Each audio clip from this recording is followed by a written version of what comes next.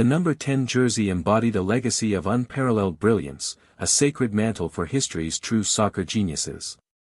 Yet, he knew he was not among them. For Li Jian, that huddle only highlighted his profound certainty: he was nothing like a genius.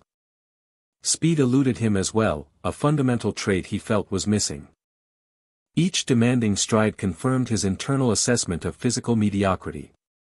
His skills felt ordinary, his spirit fragile, a truth echoing through every strained muscle and desperate breath. An unseen pressure, vast and oppressive, relentlessly pursued his every step. That conviction burned in his eyes: he simply was not a remarkable player. Yet, a flicker of something new began to stir.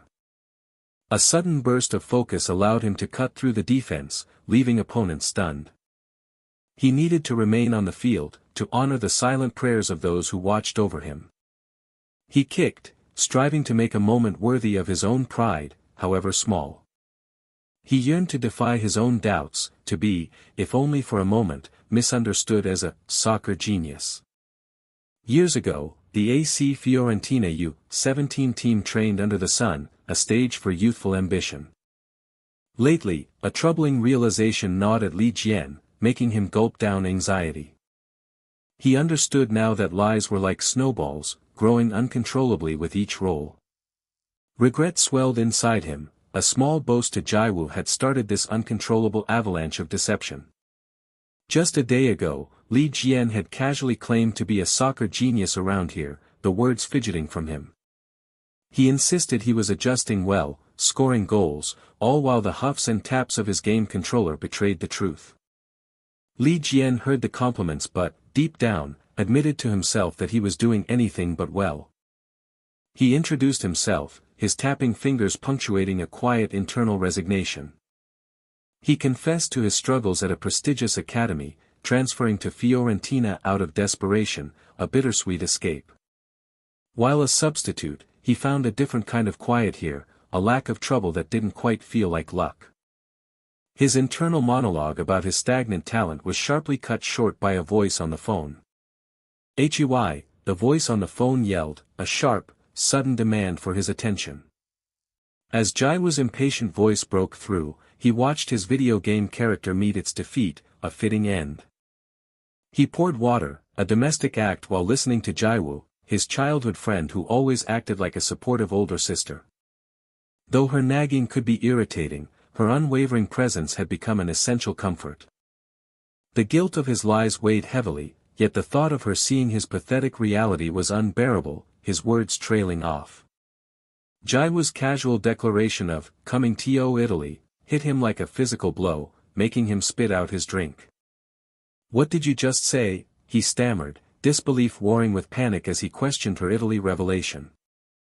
Jiwoo calmly revealed her exchange student status, destined for a culinary school in Florence. She playfully added that she might as well see soccer genius Li Jian in action, unknowingly twisting the knife. Jiwoo's parting words, "I'm leaving in 2 weeks," were followed by a thud as Li Jian's phone dropped to the floor. Panic seized Li Jian. 2 weeks offered no escape from the tangled web of his making, while Jiwoo's voice pleaded from the fallen phone. His despair deepened, trapped as a substitute player who couldn't even make it onto the field.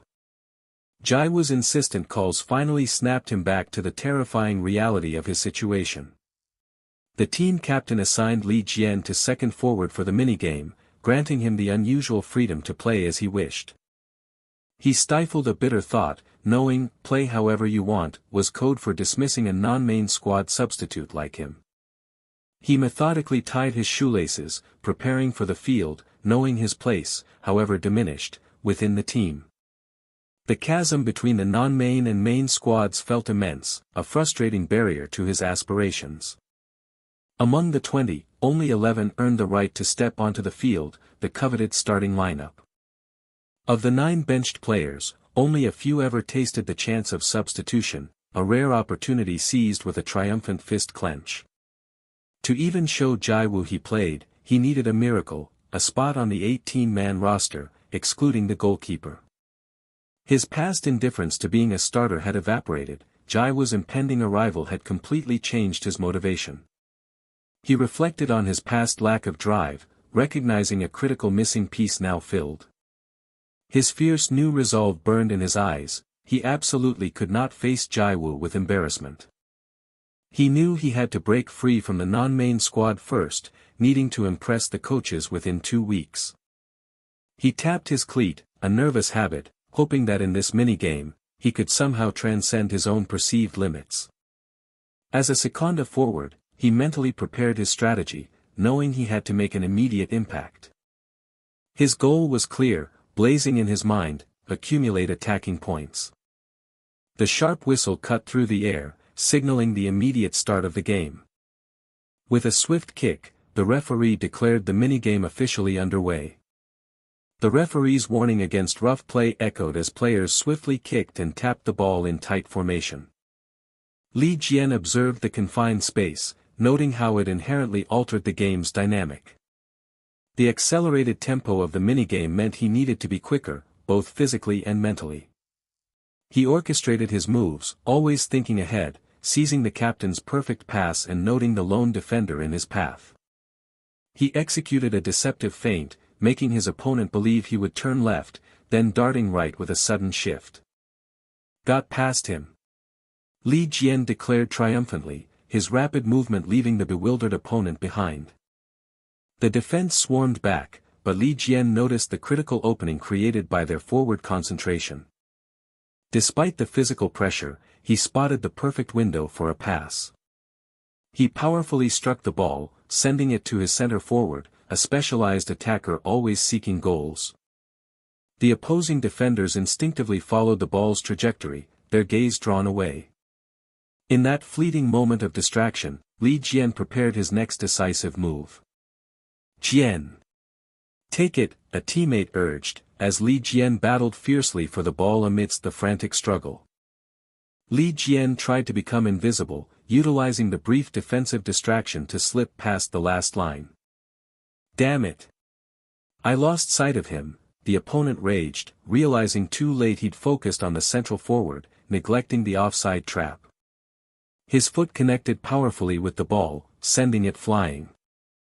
Exploiting the defense's blind spot, Li Jian precisely fulfilled his role to infiltrate their formation. He executed the shadow striker move with precision, launching the ball towards the goal. The ball slammed into the net with a satisfying smack, prompting Li Jian's triumphant exclamation, "Awesome!" He ran with fierce determination, acknowledging his initial goal as a vital achievement. Li Jian knelt near the net, a triumphant figure celebrating his hard-earned goal. Coach Luca watched the play unfold with a subtle, knowing smile, observing Li Jian's unexpected performance. Li Jian continued his run, leaving a wake of surprised and dejected opponents behind him. He let out a long, relieved phew, the exertion and triumph finally settling in. He reflected on his lucky goal, acknowledging the defender's convenient positioning, a nervous flutter in his chest. The goal had bolstered his confidence. He felt a potent desire to achieve even more. With a determined clench of his fist, Li Jian resolved to push himself further. T-79, the sharp blow of the whistle signaled a pause in the intense game. Narration transition. The referee announced the end of the second quarter, reminding everyone of the minigame structure. Li Jian analyzed the scoreboard, 6-4. 2 goals, a team lead, and a swell of self-congratulation. He vowed to maintain his performance, but Coach Luca's sudden call abruptly startled him. Li Jian addressed the U17 Fiorentina coach, Luca, who stood before him with a serious expression. "Ha!" Li Jian exclaimed, taken aback by Coach Luca's simple instruction to take off your vest. Li Jian confusedly removed his vest, wondering if he was being switched teams, to Coach Luca's resigned "Ah. Sure. TCH. Of all times." Li Jian muttered, frustrated by the interruption as he ran with his vest in hand. He worried if he could replicate his success on the opposing team, questioning whether his goal was individual skill or mere teamwork. A confused exchange followed as Coach Luca questioned Li Jian's destination, and he, equally perplexed, replied he was going to the opposing team. Coach Luca's face hardened with anger as he forcefully ordered Li Jian off the field. Oh. This is something I didn't expect. Li Jian thought, the shocking realization dawning that he was kicked out. He looked up at Coach Luca, wide-eyed and desperate, questioning if he was truly being taken out of the game. The U-17 Friends facilities sprawled under a vast, open sky, ready for the drama about to unfold on its vibrant green field. Li Jian considered the day's unfolding events, a swirling mix of unexpected twists and turns. A quiet sigh escaped him, nothing had proceeded according to his carefully laid plans. While his teammates roared their fervent encouragement, Li Jian's mind reeled at the thought of a surprise starting lineup. Coach Luca's furious bellow, a command to join the starting lineup, still echoed in his memory, a terror he had mistaken for rejection. His heart thundered a frantic beat, a wild drum against his ribs, overwhelmed by the suddenness of it all. A sharp, unseen voice sliced through his daze, and he jolted upright. Just breathe, Coach Tony advised, his retreating steps a measured rhythm, leaving Li Jian with lingering surprise. This was Fiorentina U17's own Coach Tony, his resolve etched into his unyielding stance. Tony offered a brief apology for the sudden summons, which Jian quickly brushed aside as nothing. Tony's question about the second forward position struck Jian like a bolt of lightning. Was he actually going into the game? With a simple instruction to warm up, Jian exploded into a sprint, every fiber alight with fresh purpose. Coach Tony, lost in contemplation, meticulously assessed Jian's warm-up, a silent question mark hanging over his confident pronouncement. Indoors, the sub-coach reported on Jian's unusual intensity during practice, prompting an intrigued "what?" from Tony. That Jian? Tony asked, incredulous, as the sub-coach detailed Jian's unprecedented, almost fierce, dedication. A hopeful suggestion that Jian was finally opening his heart was met with Tony's earnest agreement. Yet, a cautious voice in Tony's mind urged him to continue his patient strategy without overplaying his hand. Tony resolved to watch from the shadows, a silent observer of the boy whose raw talent had once sparked a bidding war among top clubs. But that immense promise had withered, his Torino contract was soon terminated, a harsh consequence of adaptation struggles.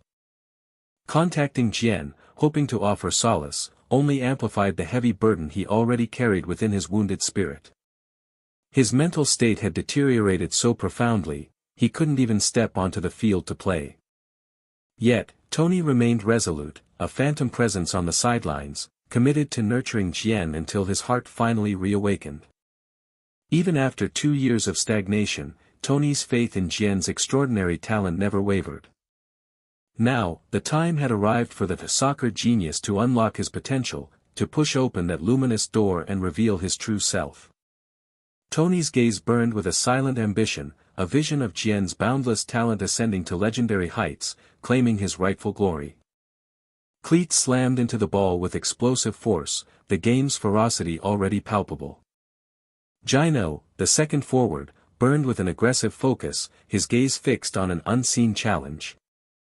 From the sidelines, Li Jian shrewdly observed Jian, already calculating the inevitable substitution. His mind raced, concluding the coach's decision likely stemmed from a teammate's dwindling stamina, not a belief in his own merit.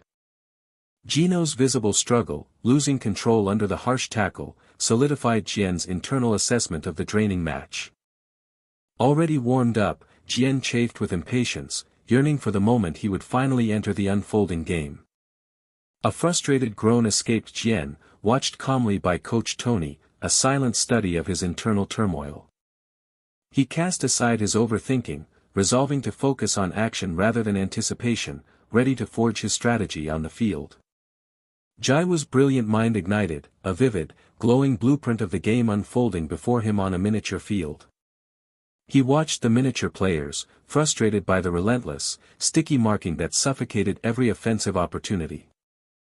With a swift flick of his fingers, Jiwoo illustrated how two defenders instantly converged, sealing off the ball's every arrival. The brutal reality was clear, attackers were being stifled, lost in a flurry of turnovers and devastating isolation. Jiwoo's fingers moved, simulating his own entry into the game, a subtle shift that made a miniature opponent visibly question everything. A chilling realization dawned: playing Gino's style would only invite the same suffocating attention, a sinister aura on his heels. He gasped at the clarity. Isolation awaited if he followed the same path. The only escape lay in expanding the entire field of play. If he could just draw away the dedicated markers, creating a void on the side or in midfield, the defense would inevitably fracture.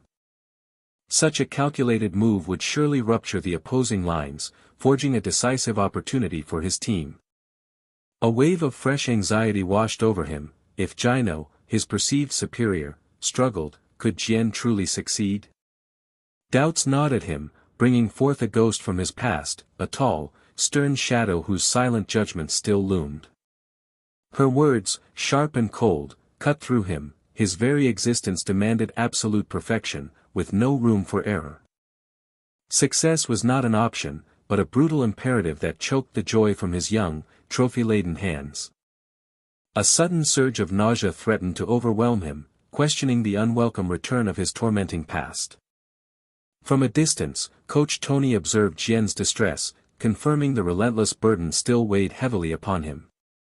A chilling rumor surfaced in Tony's mind: Jian's heavy burden, whispered to be a dark legacy of his mother's suffocating ambition.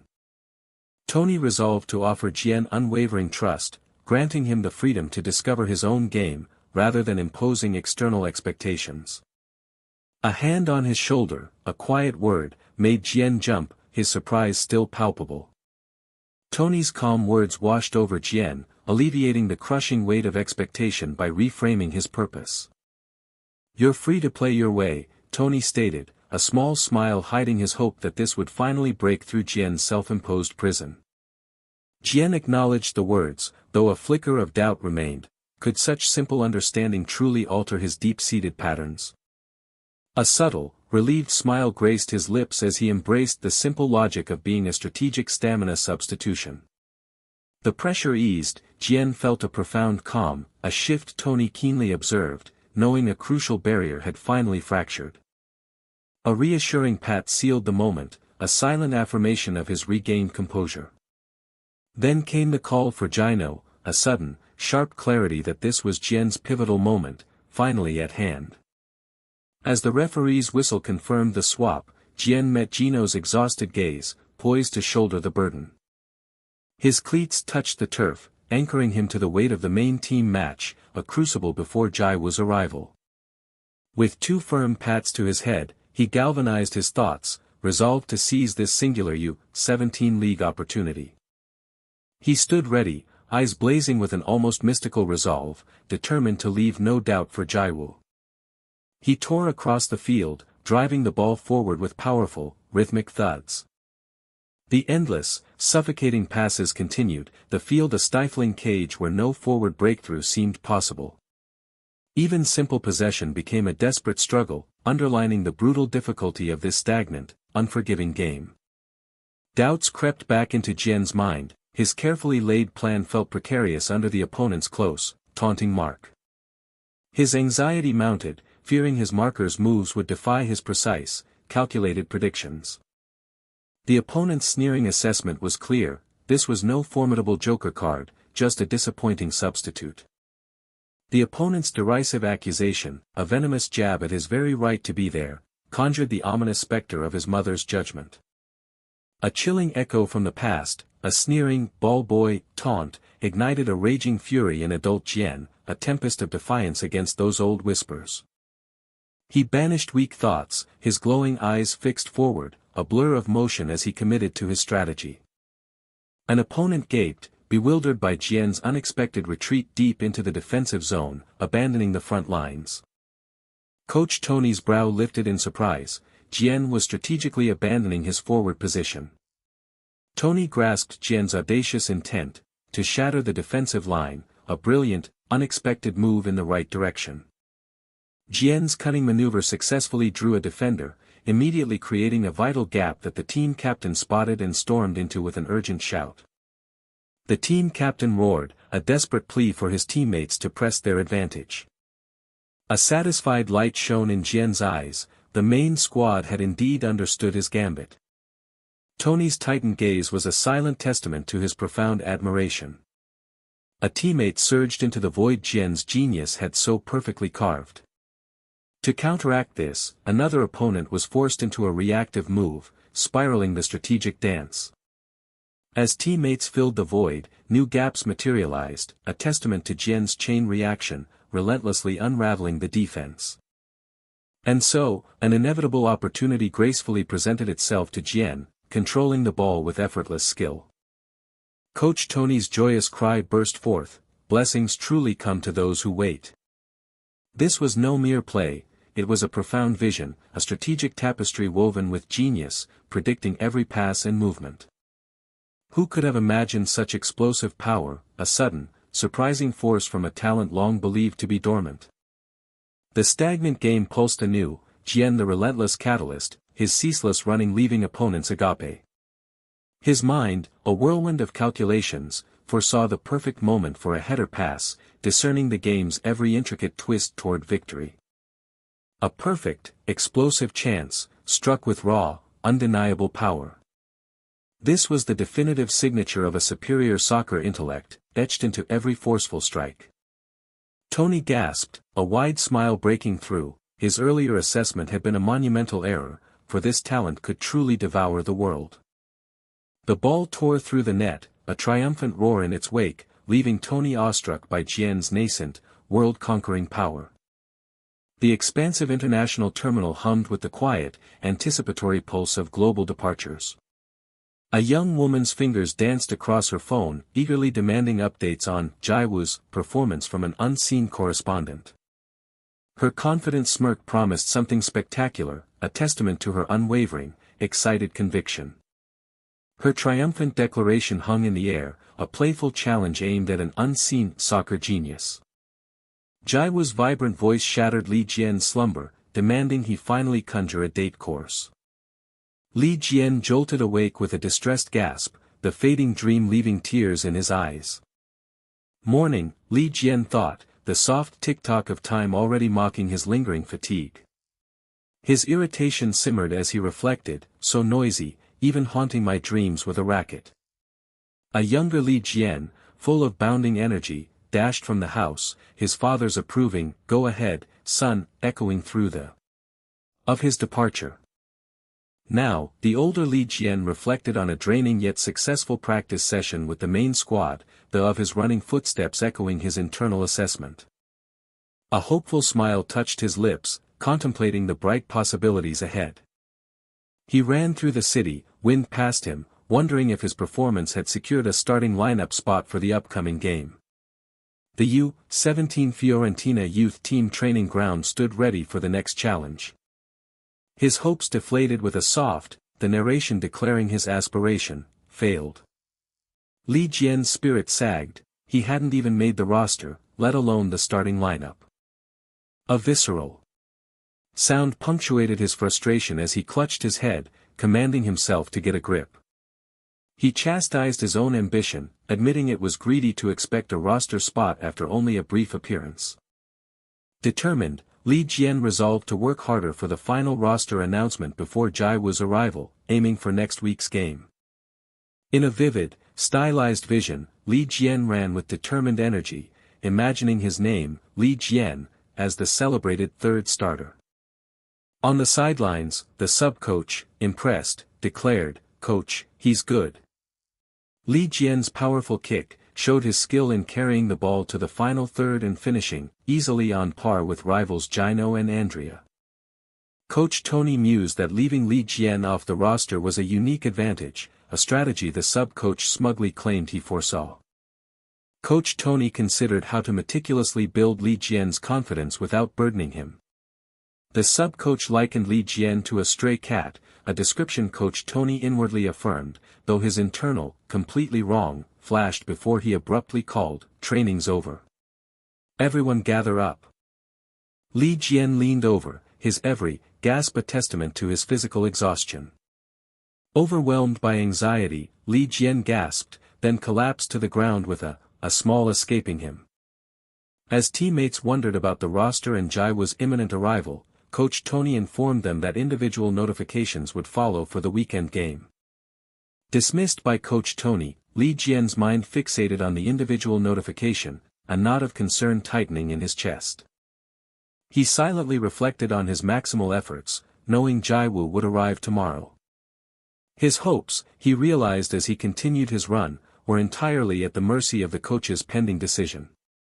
Li Jian choked, the weight of his anxieties pressing down with overwhelming force. Running through the city, Li Jian's silent plea echoed, "Please pick me, coach." On Friday afternoon, a phone vibrated persistently with a demanding attention. The insistent ring stirred Li Jian from his doze, prompting him to grumble about the noise before his hand grabbed the phone.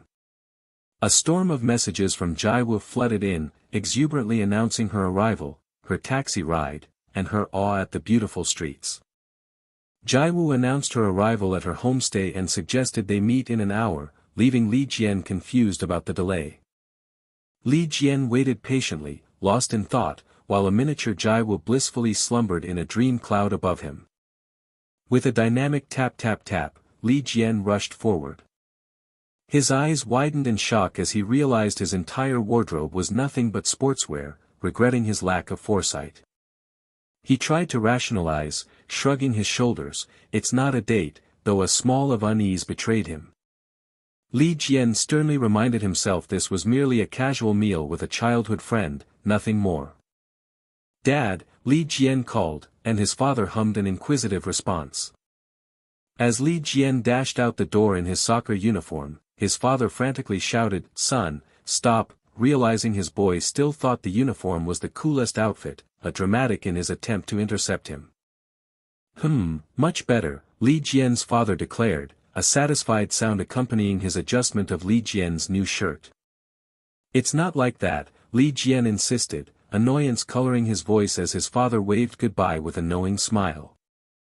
What did he mean, "do well"? Li Jian pondered, a confused ZZ buzzing in his head as he walked. He looked at his phone and realized he had arrived too early, with time to kill.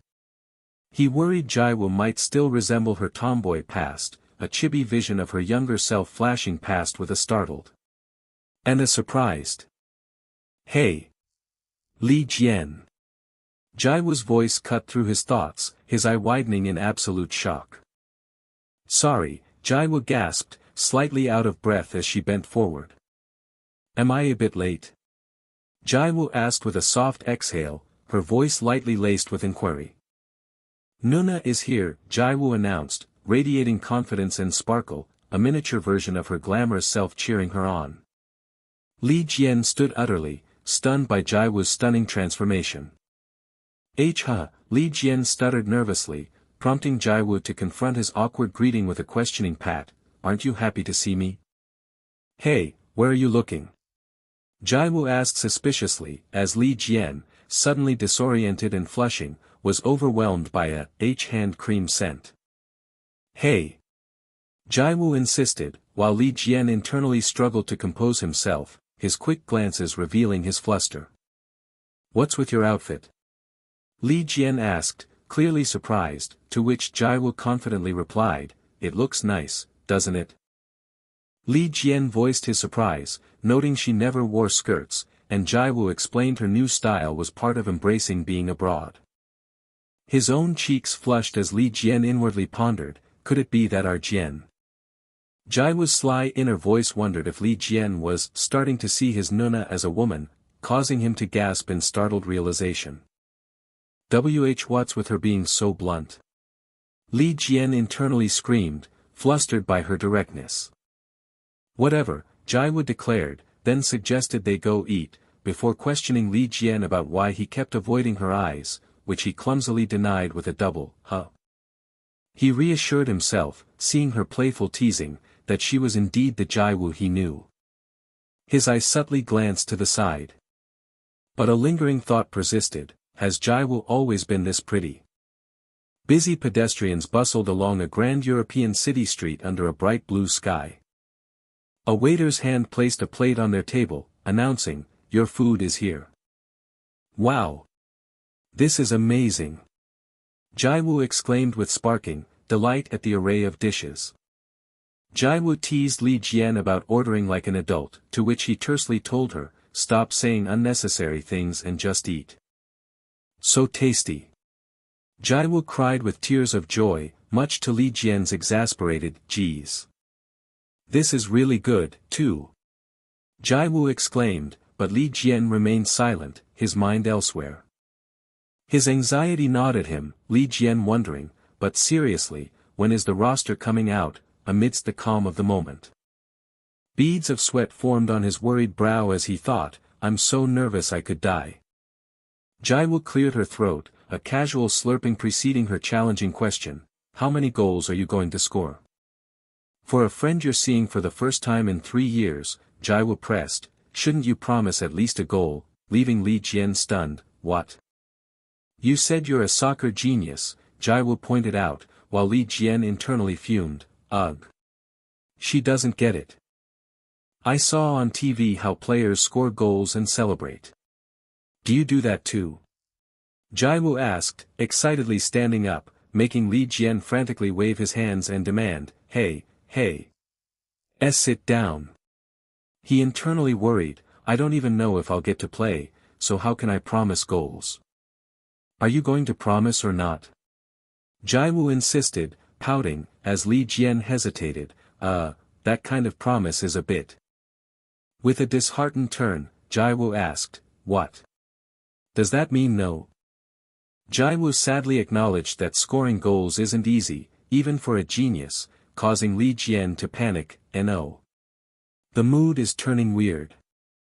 Li Jian frantically searched for an excuse to salvage the rapidly souring mood.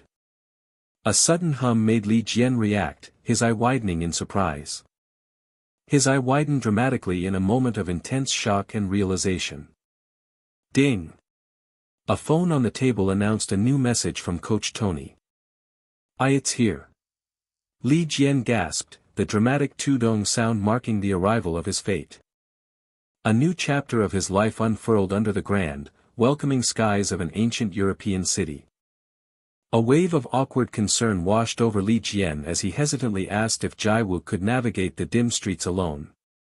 Jiwoo playfully brushed aside his awkward offer to walk her home, her cheerful smile teasing the blush from his cheeks. His mother's disembodied voice declared him all grown up, even as Jiwoo comically shooed away a flustered chibi Li Jian. From her doorway, Jiwoo's warm words lingered, carrying a gentle anticipation for their Sunday meeting. A soft wistfulness settled over Jiwoo as she watched Li Jian disappear into the deepening twilight. A sudden, unwelcome chill cut through Li Jian's solitary walk, mirroring an unexpected coldness within. His footsteps echoed with a quiet solitude across the vast, empty plaza. A small, routine tug brought his lifeline from his pocket. A terse message appeared on his screen, demanding his presence and announcing the fateful roster. A long, shuddering sigh of relief escaped him, a tangible release of pent-up dread. His heart swelled with a determined relief at making the roster, even as his mind frantically plotted potential escape routes from his own bluster. Then, a sickening jolt of realization hit him, the forgotten goal promise now looming with cruel irony. Panic clawed its way up his throat, sending Li Jian scrambling down the street in a frantic, undignified flight. Clinging to a lamppost, Li Jian writhed in regret, his insides churning with the bitter taste of his own empty boasts. A horrifying thought then blossomed in his mind, making his eyes widen in terror at the prospect of not playing at all. A contemplative anxiety settled over him as he reasoned that public embarrassment might be averted by simply staying on the bench. A weary sigh escaped his lips, the relentless weight of his accumulating deceptions was becoming unbearable. Yet, despite the growing despair, a flicker of resolve remained, even if he couldn't deliver on his promise. Then, Jiwoo's soft, encouraging words echoed, a warm, sparkling vision blooming in his troubled mind. A powerful, unyielding desire to play ignited within him, dispelling the fog of doubt with a defiant inner chuckle. The crisp morning air ushered in the momentous day, promising new beginnings under a hopeful sky. An unfamiliar eagerness stirred him from sleep well before his alarm, his hand instinctively reaching for his phone. Chibi Li Jian stirred, his subconscious wondering if his body alone felt the magnetic pull of a long-awaited match day. He stretched and yawned, the familiar morning routine belied by an internal sense of momentous change. Despite the outward normalcy, an undeniable sense of difference hummed through his veins. He lay there, contemplating the double-edged sword of the day, the slim chance of playing, and the very real risk of his facade crumbling. Chibi Li Jian rolled contentedly in his bed, a surprising joy blooming as he embraced the special, unfamiliar feeling. Even in peaceful slumber, his deepest desire manifested, a hopeful yearning for the day to finally begin, Jiwoo's cheerful image shimmering in his dreams. But then, Jiwoo's image comically materialized, sending Chibi Li Jian into a fit of mortified panic. A forceful inner voice spurred Chibi Li Jian to action, shaking off his idle thoughts with determined energy. A cheerful exchange filled the bright morning air as Li Jian and his father greeted each other outside their home.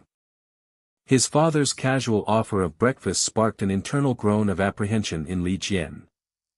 Li Jian approached the plate with hesitant optimism, trying to convince himself the questionable offering couldn't be truly awful. One bite was all it took for Chibi Li Jian to recoil in utter comedic horror, questioning the unholy blend of flavors. Li Jian stammered a forced compliment and fled, feigning eagerness to eat the dubious sandwich on the go. With a half-eaten sandwich still in his mouth, Li Jian hurriedly made his escape, announcing his early departure. Li Jian burst from the house, his own eager anticipation for the day mingling with his father's heartfelt wish for his safe return. He sprinted through the morning, his impatience a tangible force, pushing him forward with every stride.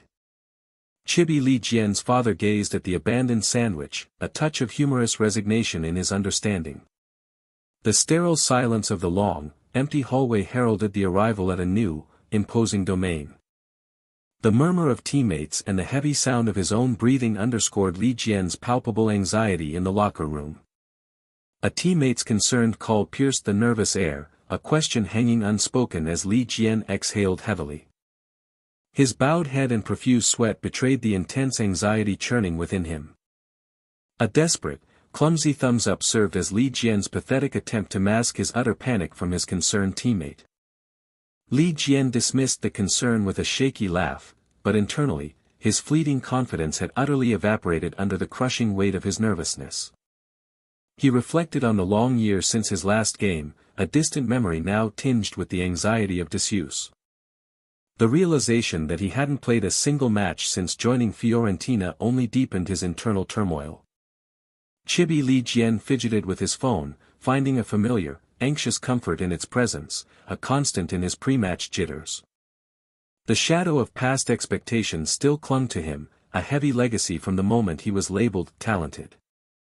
He stared at an old photo on his phone, a stark reminder of how the constant burden of high expectations had once suffocated him on the field.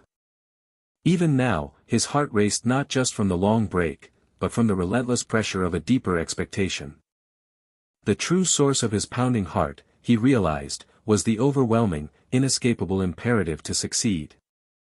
Yet, amidst all the familiar anxieties, a subtle, indefinable shift stirred within him. Today felt different. His reflective thoughts about past burdens were abruptly shattered by the sharp ping of an incoming message. Jiwoo's playful, encouraging messages flooded his screen, a warm tide of support and expectation. A small, genuine smile touched Li Jian's lips. Jiwoo's words had irrevocably altered the landscape of his match day. The sub-coach's firm voice cut through the locker room chatter, signaling the imminent departure.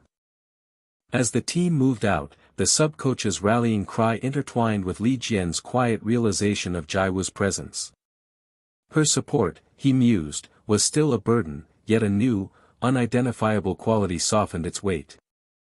A singular, unwavering desire now propelled Li Jian forward. He simply wanted to perform well. That fervent wish intensified into a powerful, almost desperate roar within him as he charged onto the field. A cacophony of cheers and roars erupted from the stands, a wave of electric energy washing over the stadium. Li Jian gazed up at the stadium, overwhelmed by the sheer, incredible scale of the crowd. A fragile hope sparked in his heart, a quiet yearning to step onto the hallowed ground and truly play. Chibi Li Jian shuffled onto the field, his awkward gait immediately drawing confused, comical murmurs from the Chibi spectators. Jiwoo watched from the stands, her subtle smile a silent, powerful encouragement meant just for him. From her perch in the stands, Jiwoo playfully asserted her oversight, her presence a cheerful affirmation. Jiwoo checked her smartwatch, the display signaling the mounting tension. 15 minutes had already slipped by in the second half. Every visible bead of sweat and ragged breath spoke volumes of his intense, desperate effort on the field. The jubilant shouts of "Jino" echoed across the field, celebrating a teammate's unexpected triumph. Li Jian gritted his teeth, a bitter frustration rising at another player's inconveniently stellar performance. A cold dread settled over Li Jian, his terrified eyes scanning the field as he silently questioned if his moment would ever come. Beneath a sky so blue it felt painted, the Sassuolo Stadium hummed with the electric current of a fresh match, the scoreboard a blank canvas at 0-0. A rhythmic tudak of the ball echoed the game's vibrant pulse. An urgent shout pierced the air, demanding action, as one player stumbled in unexpected disarray. With a powerful PPA, a swift kick sent the ball flying, leaving a pained opponent writhing on the grass. A player declared his relentless intent, ta, and Jiwoo propelling his pursuit of the ball handler. A measured Jiwoo escape, fueling his unwavering concentration. As he moved with a soft paw, a crucial tactical breakthrough crystallized in his mind. A deceptive talk and a clever kayak of evasion unveiled the true intent, leaving the defender to curse his sudden, frustrated realization. The quick ta out of a reverse move left the opponent utterly exposed, tumbling backward in shocked disbelief at his tactical defeat. A fervent cry to push forward ignited collective resolve, met instantly by an equally determined affirmation. With a hopeful declaration to score, their Tadadak footsteps echoed the singular drive toward the distant net. From the bench, a player critically assessed his team's dominance, while on the field, a seamless paw of a 1-2 pass highlighted their clear superiority. His previous assumptions about their team's higher standing were now starkly confirmed by the unfolding reality on the field. Amidst such undeniable brilliance, a private doubt echoed, how had he even earned his place? Yet among the talent, Jino's effortless evasion of defenders made his brilliance undeniable. The opposing lines widened, and in his mind, the second forward's path shimmered with potential, marked by a precise paw and bingjol. A decisive peck sent the ball on its arcing EO trajectory towards the goal. A collective few escaped as the ball narrowly missed, but a teammate's immediate encouragement urged Jino to press on. A shiver ran through him, the question of his own playing time growing more distant with each successful play. A resolute Chibi self dashed forth, silencing doubt with a fierce resolve to stay ready, even as shouts of "defense" rang through the air. A frustrated cry escaped as Jino slid dramatically, the sharp beep of the whistle confirming the sudden, chaotic impact. An indignant teammate rose with a PPA beckcom of protest, vehemently demanding justice for the foul, eyes blazing. Jino shrugged off the impact as a mere graze, but the referee's stern declaration of a yellow card left the opponent seething with resentment. A sudden, exhilarating hope surged, this might finally be his chance to step onto the field. A profound Jiwoo escaped her lips, a quiet echo of weariness or deep thought. Amidst the fervent wah of the crowd, she pondered the very definition of fun, feeling strangely detached. Even with a blank scoreboard, the stadium roared with a boundless wah, deepening her skepticism about this kind of joy. Her inner ace recoiled at the thought of being benched for a weak opponent, drawing a bewildered "what" from a tiny chibi teammate. A blush of concern crept up her neck, surely they wouldn't truly leave him on the sidelines. Amidst the deafening wah and aaaa of the crowd, her silent "right" was a plea for confirmation amidst the joyous chaos. The scoreboard flashed 0-1, and a triumphant wah rose from the stands, heralding Jino's expected and glorious goal. Her surprised gasp echoed the question that sprang to mind, had Jian's team truly scored? Amidst the wah of celebration, Jiwoo's mind raced with a chilling realization, this goal further dimmed her playing prospects. Jiwoo's panic brought a beautiful tremor, knowing Li Jian's chances plummeted, even as Li Jian himself celebrated his team's triumph. The wow of the crowd affirmed his secret hope. This rapid opening goal was the perfect alignment for his ambitions.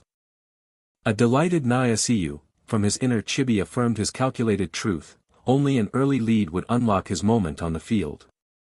A grateful Jack and a hearty "thank you" sealed Gino's well-earned recognition. Li Jian's tiny so-shim praise was so faint, his teammate lamented being unable to hear him even from inches away. Li Jian's frantic PPI Beckcom apology triggered a confused outburst. "What are you even sorry for?"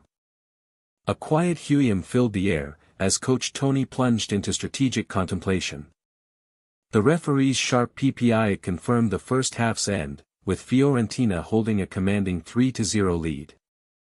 In the locker room, confident teammates celebrated their great first half, while Li Jian's Asai anxiety quietly rustled. Li Jian inwardly declared the 3-0 performance flawless, a rising anticipation stirring as Coach Tony commanded attention. Coach Tony issued his firm commendation, instructing them to maintain the momentum, met by immediate and unified affirmation. His hesitant, Coach, was a mere prelude to the surging anticipation that now consumed him. A pudut smirk graced his chibi face as he subtly suggested Gino needed rest, all under Coach Tony's utterly bewildered gaze. The coach's concerned questions about his well-being only amplified Li Jian's internal, awkward turmoil. The words were out, an immediate, searing regret burning within him. What on earth am I even saying? Coach Tony's profound meong left him utterly dazed by the baffling request. With a curt dismissal and a definitive teak of the door, Coach Tony privately seethed, unbelievable. The kick of the faucet shattered the tense silence of the restroom. He stood there, a profound sense of purposelessness clinging to his ill-conceived retreat. His reflection returned a gaze of self-reproach, acknowledging the bizarre lengths he'd gone to. He strode back into the echoing wah of the stadium, his previous mortification now utterly eclipsed by renewed determination. Fueled by an unyielding desire to play, a voice from the stands singularly affirmed his unwavering ambition. The sharp PPI of the whistle officially launched the second half, a swift EUic kicking off new possibilities. Coach Tony's nook gaze confirmed his fulfilled expectations as the score held firm, a silent triumph. The stage was set, formally introducing two new prospects, Andrea and Fabian, potential game changers. Then, a deep kugugu reverberated through him as the last name, Jian, pierced the air, leaving him utterly stunned. Coach Tony's curt command to warm up sent a dizzying question swirling through Li Jian's mind. "My name," was called. His inner chibi rocketed forward in a breathless dash, affirming this desperate, longed-for chance to finally play. A clumsy shuffle from his chibi self, checking shoelaces, was his transparent attempt at readiness, met by Coach Tony's impenetrable silence. Coach Tony, with an exasperated hyung, pointed elsewhere, deflating Li Jian's eagerness to a soft, yes. Though he tried every trick to be noticed, the grim reality of his playing prospects still loomed large. Andrea, warming up beside him, was clearly Gino's destined successor, poised for the starting lineup. The sub-coach's instructions to Andrea underscored his exceptional ball handling, solidifying his formidable reputation. A slight iot, dull of surprise, he pondered how drastically their perception of him must have finally shifted. He privately conceded his own truth. For months, he'd been little more than a paid spectator, a deadweight. Coach Tony's furious "start working" met his inner chibi's pabebok flex, defiantly ready to finally shine. 15 minutes later, a sudden gasp escaped him as the substitution signal flashed, potentially altering his entire fate. A surge of hope, confirmed by the sub-coach's affirmative nod, meant the moment was undeniably approaching. The sub-coach's announcement of a substitution immediately plunged Li Jian into tense speculation about the chosen player. The sub-coach's sweating brow only amplified the agonizing suspense. Who was it? A PPI Beckcom of surprise rippled through the spectators, as one confidently declared Gino's replacement due to the commanding lead. A collective gasp erupted, not Andrea, but the shocking, unexpected revelation of number 20 appeared on the board. A hopeful smile illuminated her face as spectators murmured with curiosity, "He is coming out." The moment arrived, Jian yielded his place to Li Jian, number 20, whose triumphant entrance at 76:10 sealed his debut. Li Jian stood at the precipice of an unknown void, his breath catching in the intense, swirling darkness. A sudden, dizzying wave of disorientation crashed over Li Jian, leaving him utterly bewildered. Then, a sharp, urgent call from the sub-coach ripped him back to the harsh reality. A chibi Li Jian, flailing in agreement, finally pieced together the exhilarating truth: he was going in. The sub-coach's steady hand offered solace, calming Li Jian's jittery nerves, though a tremor of excitement still lingered. The referee's firm declaration solidified the moment, echoing the unspoken anticipation across the field. A sharp slap of palms affirmed his entry, channeling his trembling excitement into a fierce eagerness to play. A wave of resolve washed over him, solidifying his silent pledge to Jiwoo. As he sprinted onto the turf, Li Jian acknowledged the precarious balance. A goal meant triumph, but also the unraveling of his carefully constructed bluff. The shrill blast of the referee's whistle cut through the air, signaling the urgent resumption of play. The team captain's frustration boiled over, his clenched fist trembling as he roared for the ball to reach Jian. His enraged bellow sliced through the air, demanding action and leaving spectators wide-eyed and stunned by the sheer fury. Her heart hammered a frantic rhythm against her ribs, threatening to burst from the sheer intensity. Jiwoo realized the game's energy had fundamentally shifted the instant Li Jian stepped onto the field, igniting an unexpected thrill.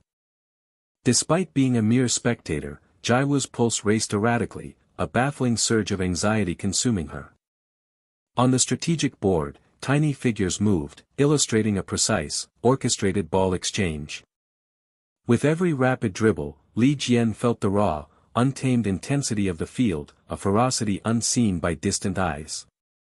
In his mind, every pass became a ticking time bomb, and every opponent transformed into a snarling, predatory beast, ready to strike.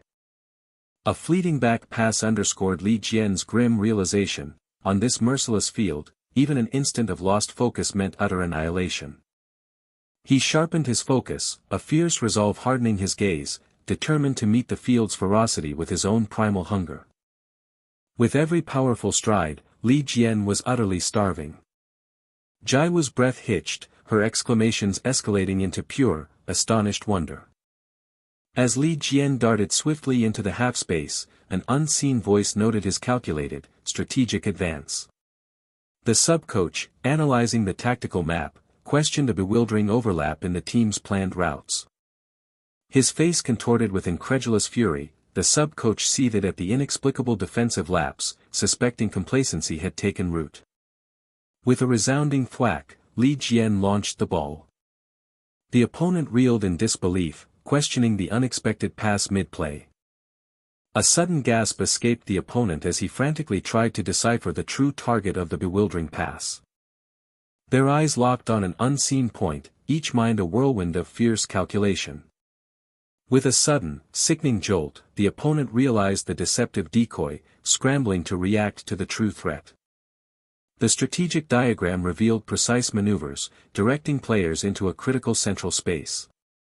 The sub-coach gasped as the defensive line collapsed into a chaotic, overlapping mess, leaving gaping vulnerabilities. A precise tap redirected the ball's trajectory. Two opponents staggered back, utterly disoriented by the ball's bewildering, rapid spin. Li Jian soared, effortlessly claiming the airborne ball above a flailing opponent. He burst forward, dribbling with furious, unmatched speed. Jiwoo watched, breath caught, utterly mesmerized by his breathtaking swiftness. Li Jian executed a prearranged maneuver, Coach Tony noting the brilliant design intended to utterly disorient the markers.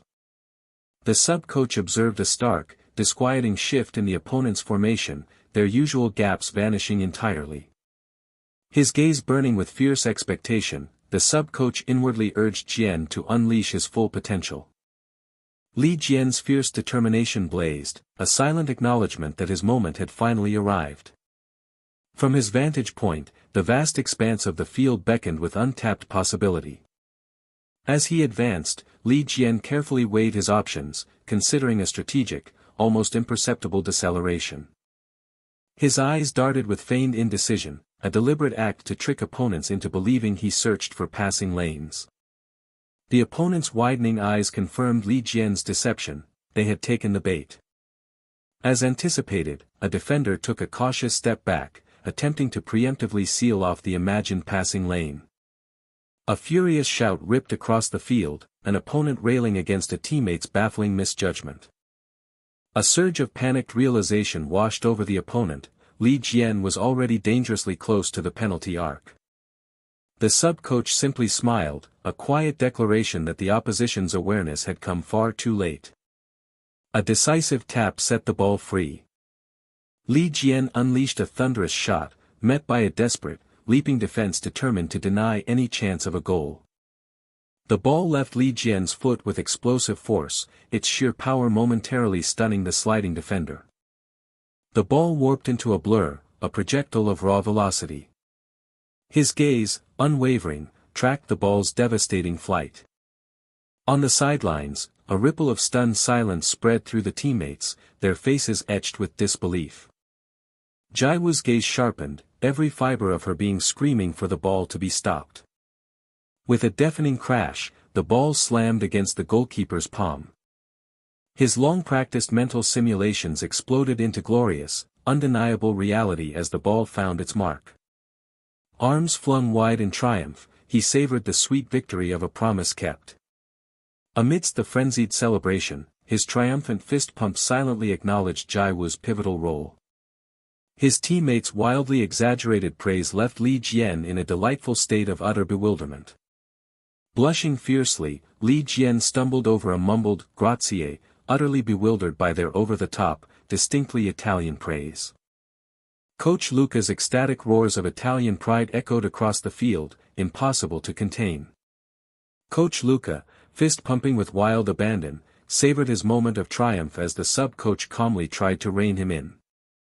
A gentle nudge from the sub-coach reminded Luca that their young team was watching, prompting an immediate, chagrined assent.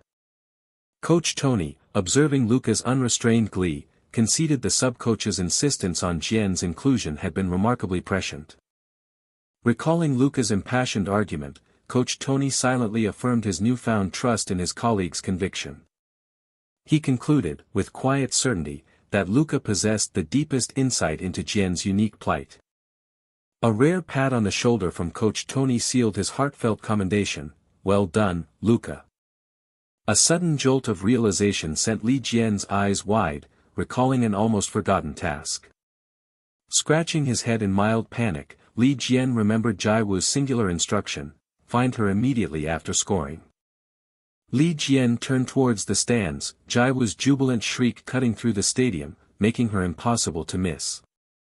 His hand twitched with nervous indecision, pondering the appropriate response. With a playful wink and a confident grin, Li Jian offered a reassuring thumbs up. Jiwoo's fleeting surprise quickly curdled into self-recrimination, convinced she had just forged another utterly crummy memory. Under the brilliant European sky, Li Jian and Jiwoo strolled leisurely through the vibrant city, indistinguishable among the bustling crowd. Jiwoo teasingly remarked that at least his boasts hadn't been false, leaving Li Jian genuinely perplexed by her words. She playfully accused him of fabricating his "soccer genius" claims just to impress her, which thoroughly flustered Li Jian. Her unrestrained laughter echoed, but Li Jian, feeling a touch of annoyance, could not fathom what was so amusing. Then, Jiwoo abruptly shifted the topic. Jiwoo suggested he would undoubtedly start the next game, a thought that immediately shocked Li Jian. She then soberly reminded him of the formidable opponent awaiting them in the upcoming match. The memory of his earlier words surfaced with a gulp, and a deeply embarrassed Li Jian sheepishly wondered aloud if he had really said such a thing. Jiwoo pressed on, questioning if he truly wouldn't start given the strong opponent, and Li Jian, exasperated with a faint ugh, reluctantly conceded the point. A sharp BBAJIK signaled Li Jian's intense frustration, feeling as though he had merely traded one crisis for another. As they continued their stroll through the bustling city, Li Jian's thoughts HWIK and CHHung raced to the next opponent, Napoli, acknowledging their significant strength. He pictured their aggressive strategy, known for pushing up their defensive line to relentlessly pressure the entire field. Li Jian understood the dire stakes. This was a crucial, must-win game for securing a tournament spot, limited to the top two teams. His mind briefly wandered to the team from Torino. He recognized the absolute necessity of winning this pivotal match to challenge Jian for the top spot, visualizing an opponent with dark, simmering intensity. He wrestled with profound self-doubt, wondering if someone of his limited experience could even play in such a critical match, while Jian playfully challenged him on his goal count. A choked hyuk escaped him as he worried about not even making the bench, prompting Jian's straightforward query. Her wide, sparkling eyes Korong glinted with curious innocence as she inquired if he lacked confidence. Li Jian hesitated, his gaze dropping, as Jian waited patiently for his answer. Li Jian declared his confidence with a defiant HWIK, prompting a playful HUIO from Jian, who openly wondered if this was the display of genius-level self-assurance. Inwardly, however, Li Jian KKUEAK, felt it was nothing but empty bravado. With a frustrated HUEUT, Li Jian desperately thought his situation was now wildly spiraling beyond his control. With a mischievous pat, Jian patted his head, promising to look forward to his performance, which completely surprised Li Jian. Jian declared an upcoming Jian celebration with a confident CHWA flourish and a playful finger gun gesture. Chibi Jian's loud laughter KYHHA continued to tease, igniting a flush of HWAKKUN embarrassment on Chibi Li Jian's face. Li Jian feigned indifference, attempting to retreat, but Jian, laughing, pursued him, teasing him about his annoyance, as he internally lamented ever getting involved. Li Jian remained deeply preoccupied with the undoubtedly challenging week ahead, while a Chibi Jian SYSYAK admired the city's charming architecture. He resolved that worrying was futile and decided to simply focus on training, while a Chibi Jian excitedly explored and reacted to every new sight. Li Jian walked with renewed determination, utterly resolved to secure a spot in the starting lineup this week, as a Chibi Jian admired something so cute in the distance. The week began with recovery training on Monday, as other players engaged in various drills. Li Jian, on one knee, felt a wave of deep embarrassment for performing recovery training after such brief play, then called out to his teammates with a soft KKUUK. He was surprised to see Jian approaching, who explained he merely wanted to say hello before departing. Teammates offered Jian their best wishes and congratulations, leaving Li Jian puzzled by the collective farewell. Li Jian then suspected Jian's promotion to the U-19 team, as Jian confidently asserted they would reunite when Li Jian eventually joined him in the starting lineup. Li Jian observed Jian being warmly embraced by his teammates with a hearty WRAK, sensing the depth of their affection. He pondered whether he, despite their lack of meaningful conversation, should also offer Jian a goodbye. Jian's call caused Li Jian to KKMJJAK turn around, startled by the sudden JJAK. Jian smiled warmly, regretting that they hadn't forged a stronger bond. Jian thanked Li Jian for his early promotion, a statement that only further bewildered Li Jian. A light TUK tapped Li Jian's arm. Jian's hand rested on Li Jian's shoulder as he expressed a hopeful desire to meet again. Li Jian remained utterly confused by Jian's departing words, while his Chibi teammates grumbled with envy and skepticism about Jian's recent promotion. Li Jian scratched his head, struggling to comprehend how he could possibly be responsible for Jian's early promotion. Discarding his confusion, a Chibi Li Jian flexed with renewed resolve, deciding Jian's promotion was undoubtedly good news. Li Jian realized that surpassing Andrea now offered him a genuine chance at the starting lineup. He felt a surge of destiny, believing fate was finally on his side. Li Jian, his fist KKUUK clenching with renewed focus, dedicated himself entirely to the upcoming week's training, just as an off-panel voice called everyone to gather. Li Jian's eyes IGUL burned with intense competitive fire as he mentally challenged Andrea. A player unleashed a powerful Pyong, Ta Tang kick towards the goal, startling the opposing goalkeeper. Andrea and his teammates were taken aback by the incredible power of the kick, with Andrea mentally pleading for a gentler approach. A sub-coach called out to the coach from outside the impressive U-17 Friends sports facility. In his tidy office, Coach Tony acknowledged the sub-coach's report that Gino had been safely dropped off. The sub-coach expressed bittersweet feelings about Gino's departure, but Coach Tony, with a dismissive SSUK gesture, emphasized Gino's exceptional talent, far exceeding his age group. Coach Tony asserted that Gino's promotion was long overdue based purely on skill, a point the sub-coach readily affirmed. Coach Tony, his hands resting firmly on a stack of papers, admitted they would have preferred to keep Gino longer, but circumstances had undeniably shifted. Coach Tony declared a new focus on a different player with resolute determination. The sub-coach confirmed if Coach Tony was referring to Li Jian, and Coach Tony, while acknowledging Gino's skill, implied a deeper strategic reason for his shift. Coach Tony declared with a firm NUUK that when comparing their ultimate potential, their choice to support Li Jian was clear. Coach Tony leaned back, outlining his deliberate plan. Gino would advance to learn in a higher class, while Li Jian would immediately begin gaining practical experience. He stated with conviction that this strategy benefited both players. The sub-coach concurred, the recent match having unequivocally confirmed Li Jian's immense potential. However, the sub-coach expressed a lingering concern, prompting Coach Tony's questioning gaze. The sub-coach worried that facing Napoli might shatter Li Jian's confidence, a thought Coach Tony thoughtfully acknowledged. Coach Tony asserted that placing Li Jian in the starting lineup was an inevitable decision, recognizing the inherent risks but also an unparalleled opportunity. The sub-coach questioned what opportunity Coach Tony meant, as the coach leaned forward, a silent EUUK escaping him as he grappled with his decision.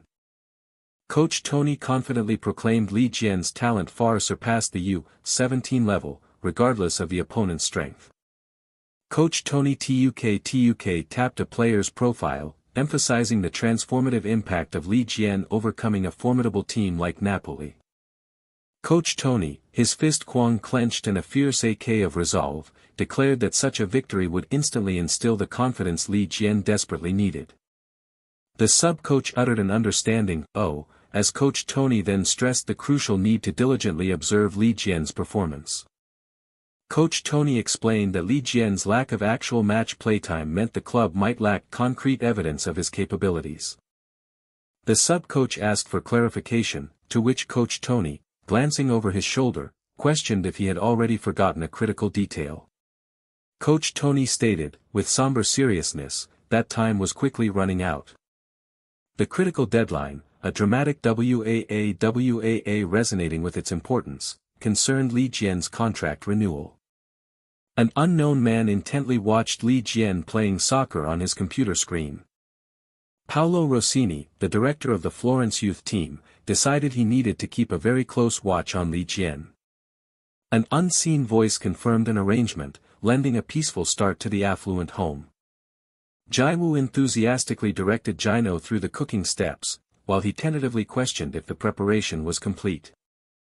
Gino tried to retreat, but Jiwoo's hand clamped down with a furious quack, demanding, "You wanna die?" Jiwoo indignantly scolded Gino for his ingratitude, punctuated by a comical coon of impact.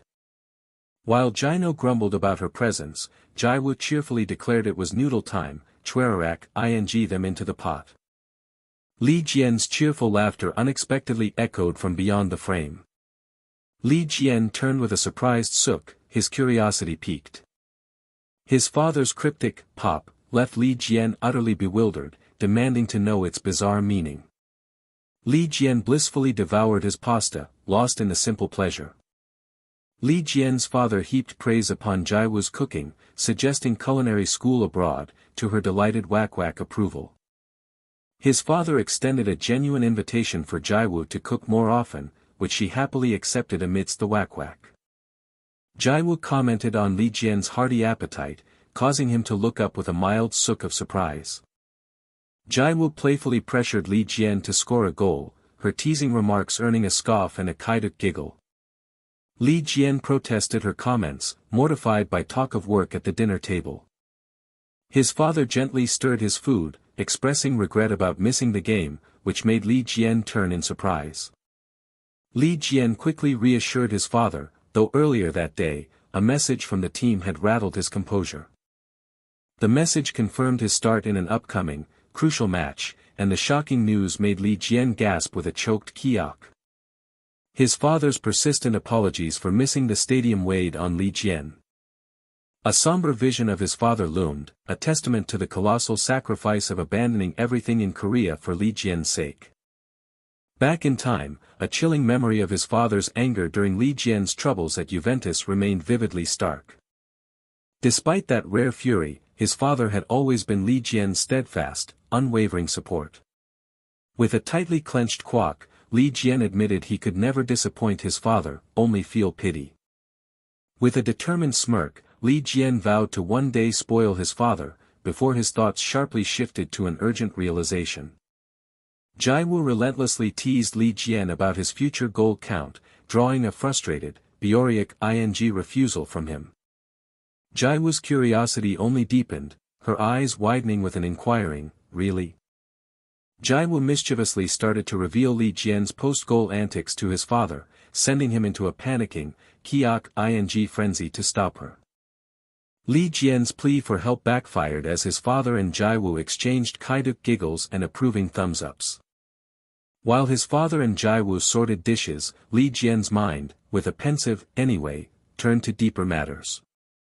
Match day had arrived, and as his team huddled, Li Jian felt a profound, unwavering readiness this time. Li Jian pondered his sudden, inexplicable confidence amidst a teammate's fervent call for relentless effort and teamwork. The team captain roared the fierce rallying cry, "Let's go, Viola!"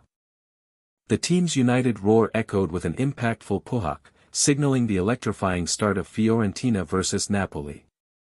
As the whistle for kickoff blared, Li Jian stood with a focused resolve, utterly convinced he could succeed. The chapter's title and creative credits were displayed. Distant shouts from teammates urged caution and strategic movement as the game's chaos began. A teammate frantically reminded everyone of their opponent's anticipated, aggressive pressing strategy. The overwhelming, crushing pressure of the opponents felt far worse than Li Jian had ever anticipated. Teammates frantically shouted defensive orders, urging speed amidst the chaotic pursuit, punctuated by a sharp pick. An older man noted their precarious struggle to hold on, prompting surprise from his younger counterpart. The relentless pressure made merely retaining possession an impossible struggle, leaving no room for meaningful play amidst the siege of frantic movement.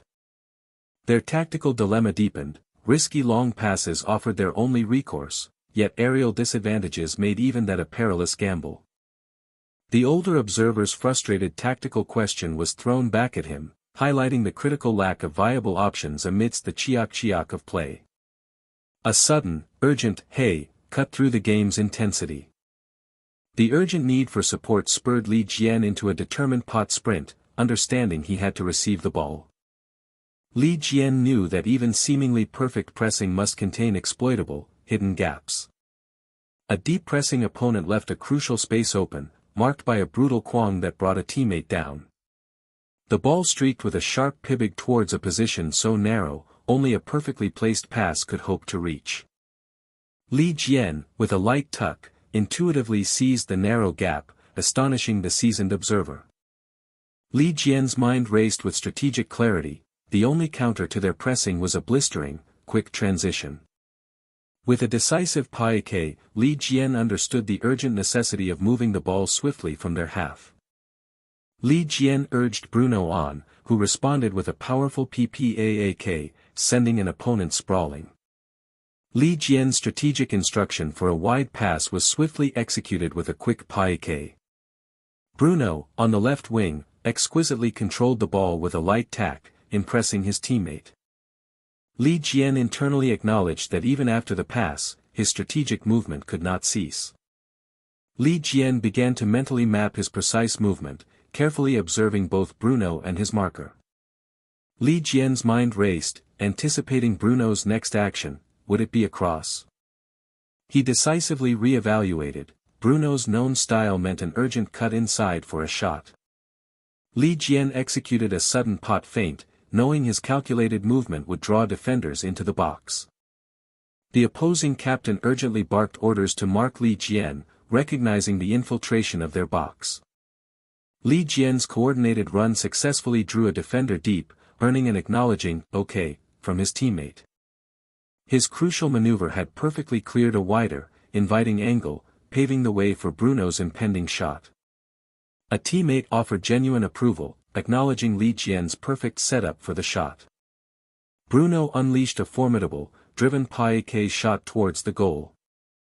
The ball flew towards the goal, followed by a dramatic ppaang of impact. Li Jian's gaze followed the ball, recognizing the skilled curl and deceptive spin. The soccer ball blurred through the air, carrying immense force. A desperate save or ricochet produced a sharp, frantic tang. A distressed teammate apologized for the near miss, mirroring Li Jian's own quiet disappointment. While exchanging acknowledgments, Li Jian couldn't shake his internal lament, "Ah, so close." A teammate's commanding shouts demanded immediate regrouping and defensive positioning. An opponent's dismissive smirk and challenging taunt were instantly followed by an aggressive tackle, signaling a menacing dudung of renewed pressure. Overwhelmed by the crushing pressure, a teammate lamented their struggles, issuing a tiang-fueled apology for a mistake.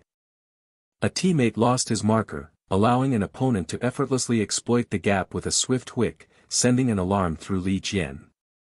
Li Jian mentally questioned why his skilled team was making so many basic errors, even as the ball continued with a light tuck. Li Jian watched with growing disbelief, questioning their team's overwhelming struggles against Napoli as an opponent powerfully crossed with a ppaang. The ball flew through the air with a powerful bung, as teammates desperately shouted for defense against the aerial challenge. A desperate plea to prevent a header was met with a loud taang of impact, as the goalkeeper made a frantic, last-ditch dive. The crushing pressure had forced fatal defensive errors, leading to Napoli's triumphant goal and a roaring wah from their celebrating opponents. The grim reality settled. Napoli's lead meant their pressing would intensify, making any shift in momentum a daunting, almost impossible, task. Yet, one persistent thought echoed softly, a subtle chiak of defiance. Li Jian looked up, a hesitant determination in his eyes, silently asking if he truly possessed the ability. An early deficit loomed large, displayed clearly for all to see. Shoulders clashed in a frantic bid for control as the players fought. The game tightened after that initial blow, a teammate's frustrated cry followed by the ball's sharp and dull. Li Jian quietly lamented their inability to build an attack, suffocated by the opponent's relentless press, even as a teammate urged them forward. Napoli, now emboldened by their lead, had tightened their grip, leaving a frustrated teammate without a single passing option. Li Jian knew the ball had to push forward, or they would be truly stuck. His thoughts echoed the team's spiraling despair, a frustrating punctuated another critical error, trapping them further. The precarious balance of possession hung by a thread. A teammate's startled cry broke the air as the captain's desperate became a dull. A frustrated "ugh" escaped an opponent as the referee's definitive call declared and awarded possession to Fiorentina. The captain, with a strained, bellowed for his team to snap back to reality. He instilled a vital message: trust their strategy, and chances would materialize if they only kept faith. The captain's fervent cries sliced through the tension, a true leader demanding more from his disheartened team in this crucial moment. The narrative affirmed his potent leadership as a teammate echoed the captain's wisdom, rekindling a flicker of hope. Li Jian's unwavering gaze burned, pushing distraction aside, knowing the chance would come. He weaved through legs, a sharp followed by a quick. An opponent lunged with a forceful, met by a solid as Jian held his ground. Cheers erupted as they finally breached the press, a teammate urgently demanding the ball be driven forward. A teammate's call snapped to Jian, the ball sailing with a soft. As he subtly the ball, Li Jian's eyes scanned the pitch, instantly noting the tight defensive spacing ahead. He pivoted from a solo drive, a focused, and as he decided to leverage his teammates for a strategic breakthrough instead. Li Jian surged forward, having sliced through the press, drawing an appreciative cheer from a teammate. His mind raced, calculating how to breach the midfield line with a series of precise passes. A solitary figure advanced, every step resonating. A sudden, chilling realization struck him: his planned support was absent, leaving him exposed and bewildered. Coach Tony let out a sharp tch, his irritation palpable. Unbeknownst to Jian, a chasm of skill yawned between him and his teammates, their movements lagging far behind his quick-fire expectations. The internal of the clock intensified his frustration. Waiting for support would mean missing the window. An older man's silent, challenging question hung in the air, aimed directly at Jian's next move. A sudden, almost reckless thought flashed through his mind, wondering if he had truly lost his composure. He burst into the half-space with a forceful, leaving bewildered opponents scrambling in his wake.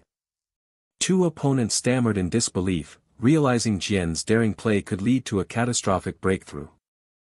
An opponent confidently asserted that Jian would inevitably retreat, resuming his familiar passing game.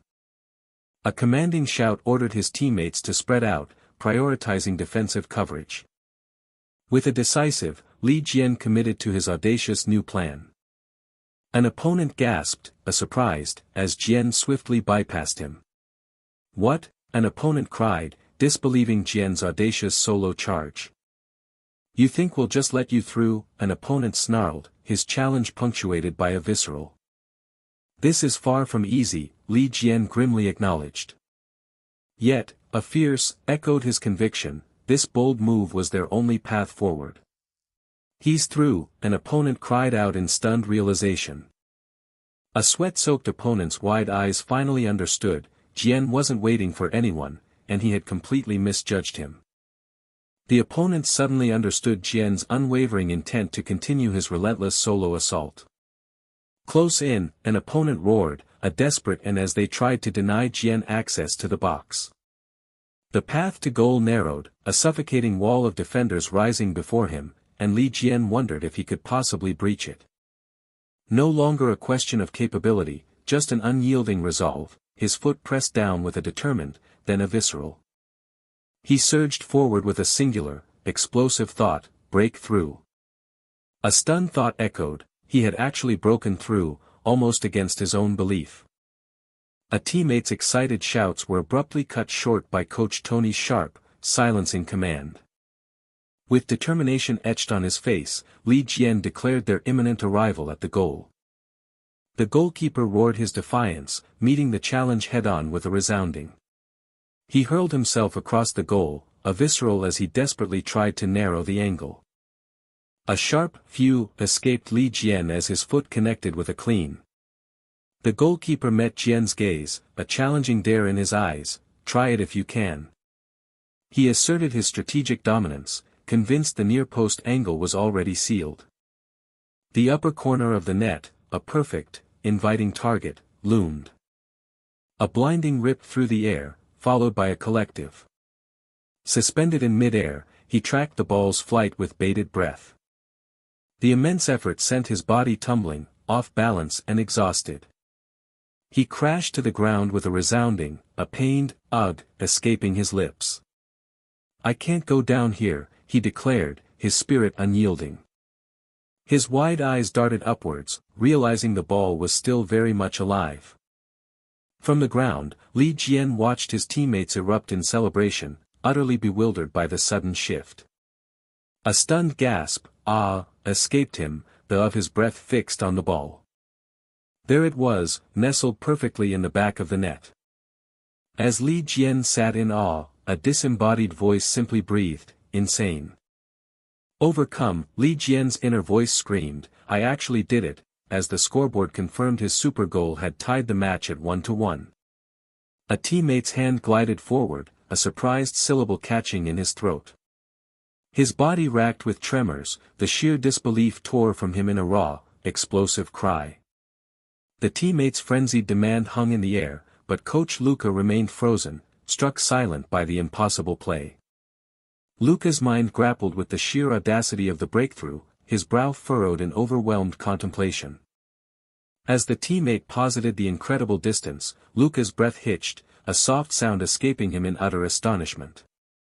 With a daring solo run, Jian, once surrounded, navigated the chaos, outmaneuvering the goalkeeper who had committed to the near post, and drilled the ball cleanly into the far corner.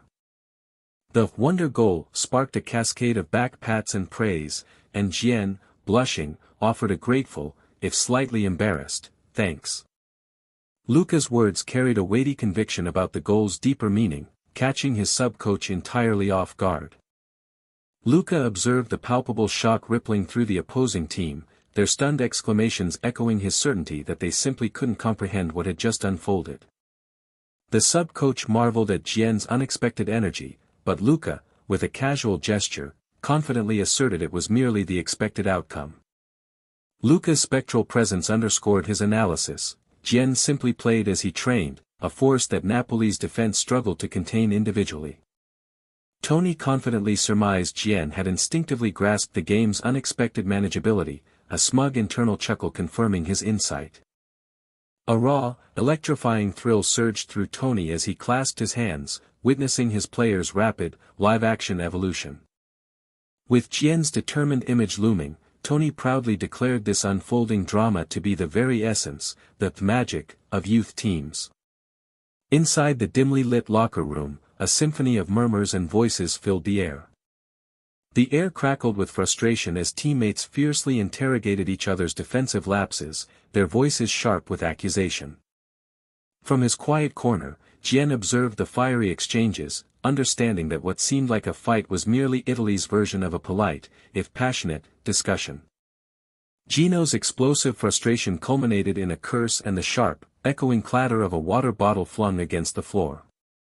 Jian sat rigid on the bench, inwardly striving to convince himself that his screaming teammates were merely intense, and most certainly not fighting. A profound sigh escaped Jian as he lowered his gaze, signaling a deeper internal shift. He stared forward, overwhelmed by sudden self-doubt, wondering what madness possessed him to attempt that solo run, and swallowed hard. A sudden jolt of fear ripped through him as he imagined the consequences had that audacious shot missed, clinging to the slim solace that he was just lucky. While his mind acknowledged the triumph of executed plays, a persistent thread of anxiety remained, gnawing at his stamina. A quiet, sheepish pride warmed Jian as he hid from view, even as an older coach's voice cut through the air, gathering the team. As the older coach issued tactical warnings against counterattacks, Jian's inner worry resurfaced, wondering if his earlier, individualistic heroics had been too glaringly obvious. The coach's fierce, rallying cry resonated through the room, demanding courage from his players, who answered with a unified, booming affirmation. Under the expansive sky, spirited shouts of "Forza" and "Viola" propelled the team onto the emerald field. He exhaled deeply, wrestling with his thoughts, finally concluding that his goal, while partly fortune, was undeniably a testament to his innate ability. A flicker of doubt about repeating his earlier feat crossed his mind, only to be abruptly shattered by a sudden, firm tap on his shoulder. Jian's surprise melted into warmth as Bruno, with a genuine smile, offered sincere praise for his first-half brilliance. Bruno's energetic proposal for a second-half partnership left Jian slightly overwhelmed, prompting an awkward but firm agreement. Jian watched Bruno's infectious enthusiasm spread through the team, the imminent restart of the game hanging in the air. An unexpected, blush-inducing wave of pure contentment washed over Jian, making him shyly scratch his cheek. Jian's eyes snapped open, a sudden, bright intensity in his pupils signaling a new, startling awareness. His gaze locked onto Jiwoo in the stands, a flicker of surprise passing through him at her unexpected presence. But then Jian noticed the profound disinterest etched on her face, sparking a new question in his mind. A vivid memory surfaced, Jiwoo's chibi form joyfully reminding him of a past promise about a celebratory gesture. Her cheerful chibi voice echoed in his mind, sealing the promise that if he scored, a special celebration was due. A wave of horrifying realization crashed over Jian, his forgotten promise about a celebration slamming into him with full force. The terrifying specter of Jiwoo's endless nagging loomed large, shaking him to his core and igniting a desperate, almost comical, urgency to score again. Despite the self-inflicted pain of his bluffing habit, Jian hardened his resolve. He absolutely had to score another goal. He inwardly protested his sudden, goal-scoring determination wasn't about Jiwoo's celebration, just as Coach Luca's voice cut through his thoughts. As Luca inquired about his well-being, Jian nervously wondered if the coach had somehow glimpsed his recent, internal terror. The coach's blunt assessment of his fatigue struck Jian like a physical blow, leaving him gasping in sudden, raw shock. Luca's offer of a quick substitution forced Jian into a painful, immediate realization of his own deep-seated exhaustion. His chest heaved with panicked gasps as the sudden, overwhelming reality of his breathlessness crashed down upon him. He slowly accepted that his body had grown heavy from overexertion, a fact confirmed by Luca's gentle reminder to signal if he needed relief. With a steady exhale, Jian acknowledged the imminent threat of substitution, his gaze hardening with an intensified resolve to make every moment count. The weight of time pressed down, cutting sharply into his thoughts as he realized he had only 10 precious minutes to prove his worth. With a determined exhale, Jian's eye gleamed with a singular, fierce resolution. He absolutely had to score another goal. The sharp beep of the whistle sliced through the tension, relaunching the second half with the teams locked in a fierce 1-1 tie. The moment hung in quiet anticipation. A sharp, unexpected realization hit Jian as he registered the opponent's aggressive new stance. His mind raced, calculating the implications of the surprisingly high defensive line, especially with the center-back almost alongside him. Luca keenly observed the opponent's even higher defensive line, a clear declaration of their desperate intent to secure another goal. Tony, with a confident smirk, declared Napoli's tactical gamble to be a profound miscalculation. His mind's eye mapped the field, instantly recognizing the vast, vulnerable expanse left exposed behind their opponent's aggressively advanced defensive line. For Tony, this glaring tactical error wasn't a flaw, but a glittering opportunity perfectly tailored for Jian. Jian's gaze sharpened, his thoughts already projecting forward, dissecting the opponent's predictable, left-sided attacking pattern. The opponent's strategy unfolded, a concentrated assault funneling relentlessly down the left flank. He saw it clearly, the opposing side, left completely unguarded, presented a gaping space ripe for a swift, decisive counter. Jian's mind raced, visualizing the precise moment his defense would spring, intercepting the ball to ignite their assault. His vision sharpened, glowing with strategic insight as he pinpointed the absolute perfect zone to launch their counterattack. With a powerful flash of certainty, Jian declared the opponent's exposed left flank their undeniable target. Jian's voice rang out, a proud exclamation confirming the successful interception that launched their calculated strike. An opponent's startled shout of frustration erupted as Jian surged forward, an unstoppable force. A teammate's urgent cry of "Jian" cut through the stadium noise. The ball arrived with a sudden impact, and Jian received the pass, instantly accelerating down the field. The opponent's agitated commands to mark Jian suddenly dissolved into a surprised, baffled "huh," as Jian executed an unexpected, swift maneuver. A jolt of disbelief coursed through the opponent, a direct pass from that angle seemed impossible. With powerful precision, Jian unleashed a direct pass, sending the ball rocketing towards Bruno. Luca's sharp gaze tracked the smooth pass, noting Bruno's familiar involvement on the left wing once more. Luca's satisfied smirk acknowledged Jian's cunning foresight, recognizing that he had not only anticipated their opponent's tactics but had brilliantly orchestrated a counterattack into the exposed space. An opponent defiantly steadied himself, convinced that Jian's counterattack, though familiar from the first half, was still manageable. An urgent shout from the opponent echoed across the pitch, a desperate command to contain Jian's focused, determined surge. The opponent's voice rose to a frantic yell, helplessly cataloging the dangerous rush of Jian and his teammate into the penalty box. A wave of panic washed over the opponent as he watched teammate 11's familiar, predictable cut inside to shoot. A player's foot delicately tapped the ball, a whisper of control across the grass. The opponent lunged with a determined yell, utterly convinced he had outmaneuvered teammate 11's anticipated shot. He braced himself for the inevitable, confident that despite any feints, teammate 11 would always default to a powerful shot. A soft, unexpected tap of the ball made the opponent's mind reel, a confused "what" catching in his throat. With a surprising burst of power, Jian made the unexpected pass, leaving the lunging opponent utterly stunned. Jian's keen eye processed Bruno's predictably straightforward attacking style. Yet, that very predictability had become a brilliant deception, every calculated move unfolding precisely as Jian had envisioned.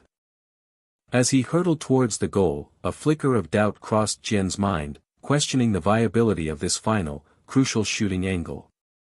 The ball sliced through the air with an undeniable, sharp swoosh. A wave of doubt washed over Li Jian, his inner voice wondering if he had truly pushed too far. But his hesitation evaporated as the opponents recoiled, the ball already beyond their desperate reach. A triumphant click of realization settled over him as Li Jian savored the unexpected joy of his goal, a quiet victory in the sprawling net. He locked his gaze on the ball, vowing to internalize the profound significance of this hard-won moment. Each determined stride carried a silent echo, fueling his resolve as he grasped the deeper imperative behind scoring this crucial goal. Amidst the roar of the crowd, a distant, ecstatic cry pierced the stadium din, drawing his gaze to the young woman whose shouts he couldn't quite decipher. His hand instinctively executed the familiar, subtle slide, a reflex born of habit in a moment of overwhelming emotion. A faint tap against his forehead accompanied his inward confusion, questioning why he'd used the very gesture that once drew Jiwoo's playful jests. His gaze found the young woman in the stands, sparking a quiet, singular dream of walking home beside her after the game. A curious query arose during the handshake, one man seeking to uncover the identity of a new talent. The persistent inquirer pressed further about the mysterious number 20, meeting only feigned ignorance from the older man. The older man's memory stirred, recalling a past scouting program, only to be met with a dismissive jab, making him flinch in indignation. He accused the other of cunningly cultivating the player's potential, demanding to know the true origin of this seemingly sudden talent. The older man revealed the player's past, sparking a contemplative confusion in the other, who wondered if this potent talent was merely a rookie. The explanation of 3 years without play provoked immediate, disbelieving laughter, as the story simply made no sense. He pondered the incongruity, convinced such talent would have shown as an ace, even within the Jiwoo system. A sly ha and a quiet warning advised his friend against probing too intently. A frustrated sigh yielded to a good-natured jab, labeling the older man a sly dog. Despite the older man's growing irritation, a compliment followed by a nationality query still managed to slip out. He considered the emerging trend, recalling murmurs of his own team scouting a Korean player, though not from the youth ranks. His mind conjured the tantalizing image of a legendary, monster defender, as he processed the implications. Caught lost in thought, he quickly blurted a false denial, swiftly attempting to redirect the conversation to the upcoming match.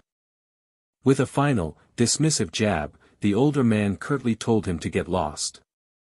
Still present, he huffed another question about the player's contract, much to the exasperated surprise of the older man. The flustered man finally conceded, leaving the older man to grumble about ambition exceeding one's capabilities. He conceded the truth to himself, acknowledging the player's undeniable and widespread appeal. Li Jian, basking in the glow of his teammates' genuine excitement, embodied the very definition of a genius that day. Echoes of triumphant cheers hooped through the deserted hallway, marking the joyous victory long after the game's end. His teammates showered Li Jian with enthusiastic praise for his incredible performance, leaving him blushing in stunned surprise.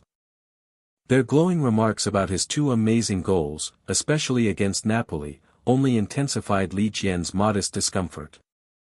He tried to make a discreet exit, surprising his teammates who reminded him he was today's star, a fact he tried to downplay.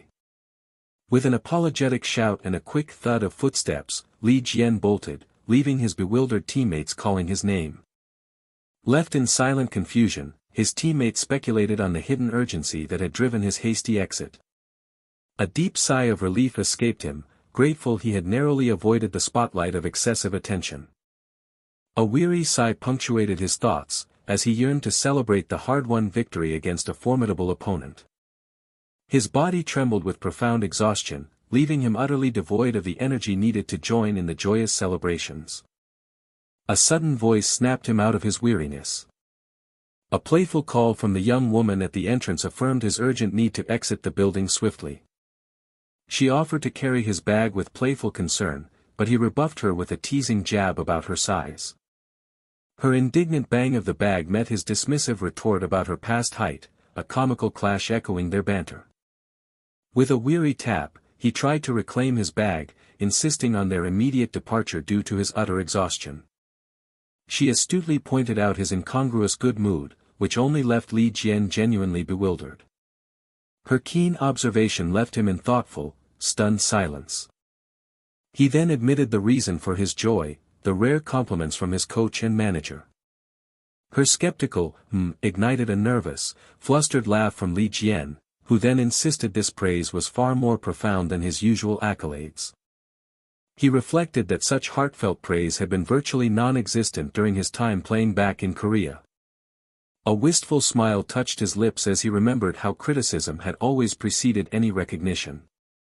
He gushed about the profound joy of being praised now, only for the young woman to wonder why he was getting so emotional over that. She offered a kind smile and a promise to overwhelm him with so many compliments that he would eventually grow weary of them. A sudden realization ebbed from him, as he recalled one specific person who had always offered praise.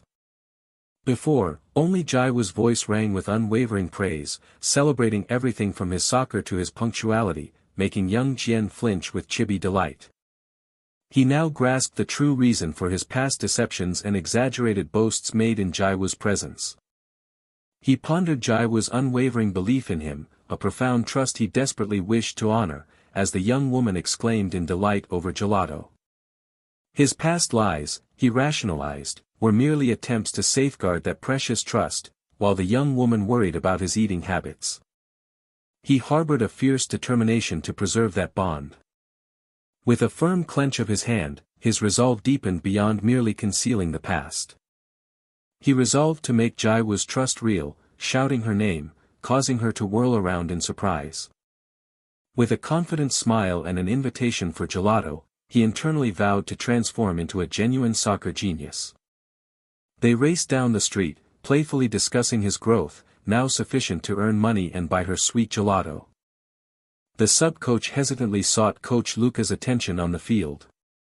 He nervously confessed to having something important that needed to be said.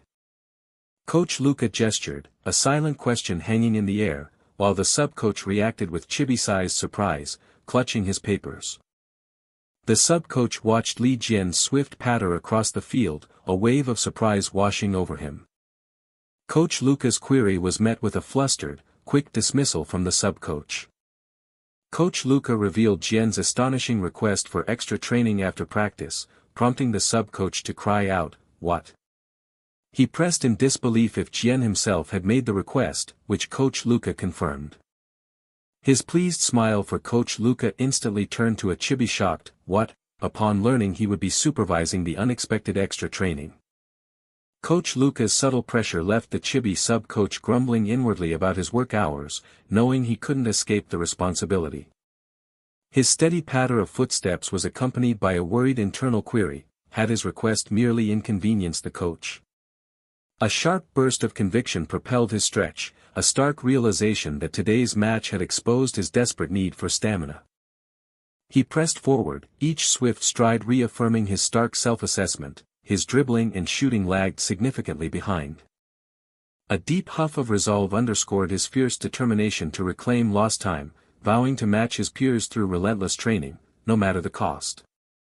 Coach Tony experienced a sudden, urgent recollection. The U-17 Firenze sports facility stood brightly under the clear sky. The sub-coach revealed Paolo's unexpected in-person attendance, sparking a surprised, almost annoyed, question from Coach Luca. The sub-coach explained Paolo's old-fashioned insistence on seeing it firsthand, eliciting a frustrated tch from Coach Luca. He worried the stubborn old man's visit was merely a ploy to renegotiate the contract, a familiar and unwelcome tactic. The older man, Luca, instructed the sub-coach to prepare with exceptional care for the upcoming game, catching him by surprise. A decisive click echoed the profound weight of the moment. This match held the power to irrevocably alter Fiorentina's destiny. A celebratory shout echoed, catching Li Jian completely by surprise. Amidst boisterous congratulations, Li Jian realized Bruno had just landed a professional contract. Li Jian understood the commotion as Bruno confidently promised his excited teammates a celebratory treat. His teammates' envious chatter about Bruno's new contract left Li Jian slightly bewildered. The eager questions escalated, and the very concept of a professional weekly wage left Li Jian dumbfounded. Bruno, visibly nervous, struggled to articulate his impending revelation. Bruno's casual mention of €2,000 per week sent a shockwave of disbelief, literally toppling Li Jian. Still reeling, Li Jian struggled to comprehend the staggering tenfold increase in Bruno's earnings. Bruno gleefully planned new cleats, while Li Jian processed the stark reality of a tenfold pay increase for a pro contract. His mind raced, calculating the dizzying $2 million he'd earn, an amount that sparked intense envy. If he earned that much, rent, utilities, and even a broken washing machine would instantly vanish in a fantastical flutter of cash. He envisioned gifting his father a car and treating Jiwoo to a lavish meal before the abrupt tap of reality brought him back to the field. Overwhelmed by the sheer financial power, Li Jian offered Bruno his awestruck congratulations. Bruno graciously offered to treat him to dinner, and Li Jian, still slightly overwhelmed, awkwardly accepted the invitation. Coach Tony's sharp call to training snapped Li Jian from his envious reverie. As he ran, his thoughts drifted to his own future contract, pondering if his aspirations bordered on greed. He wryly concluded that wanting more after months of freeloading made him somewhat of a villain. After team training concluded, only the quiet tap of their footsteps echoed across the vast, empty field. With a deep, ragged huff of resolve, an exhausted Li Jian readily agreed to continue. Coach Tony challenged him to break through, meeting Li Jian's fierce kick with an unyielding block. With strategic precision, Li Jian executed an upper body feint, followed by a swift foot feint to bypass his coach. Coach Tony, unwavering, decisively proclaimed it useless. He scoffed internally, realizing the feint that had worked moments ago was now useless. A determined huff confirmed Coach Tony would not be fooled twice. He knew mere speed was insufficient, he had to disrupt Coach Tony's timing to create an opening, no matter the cost.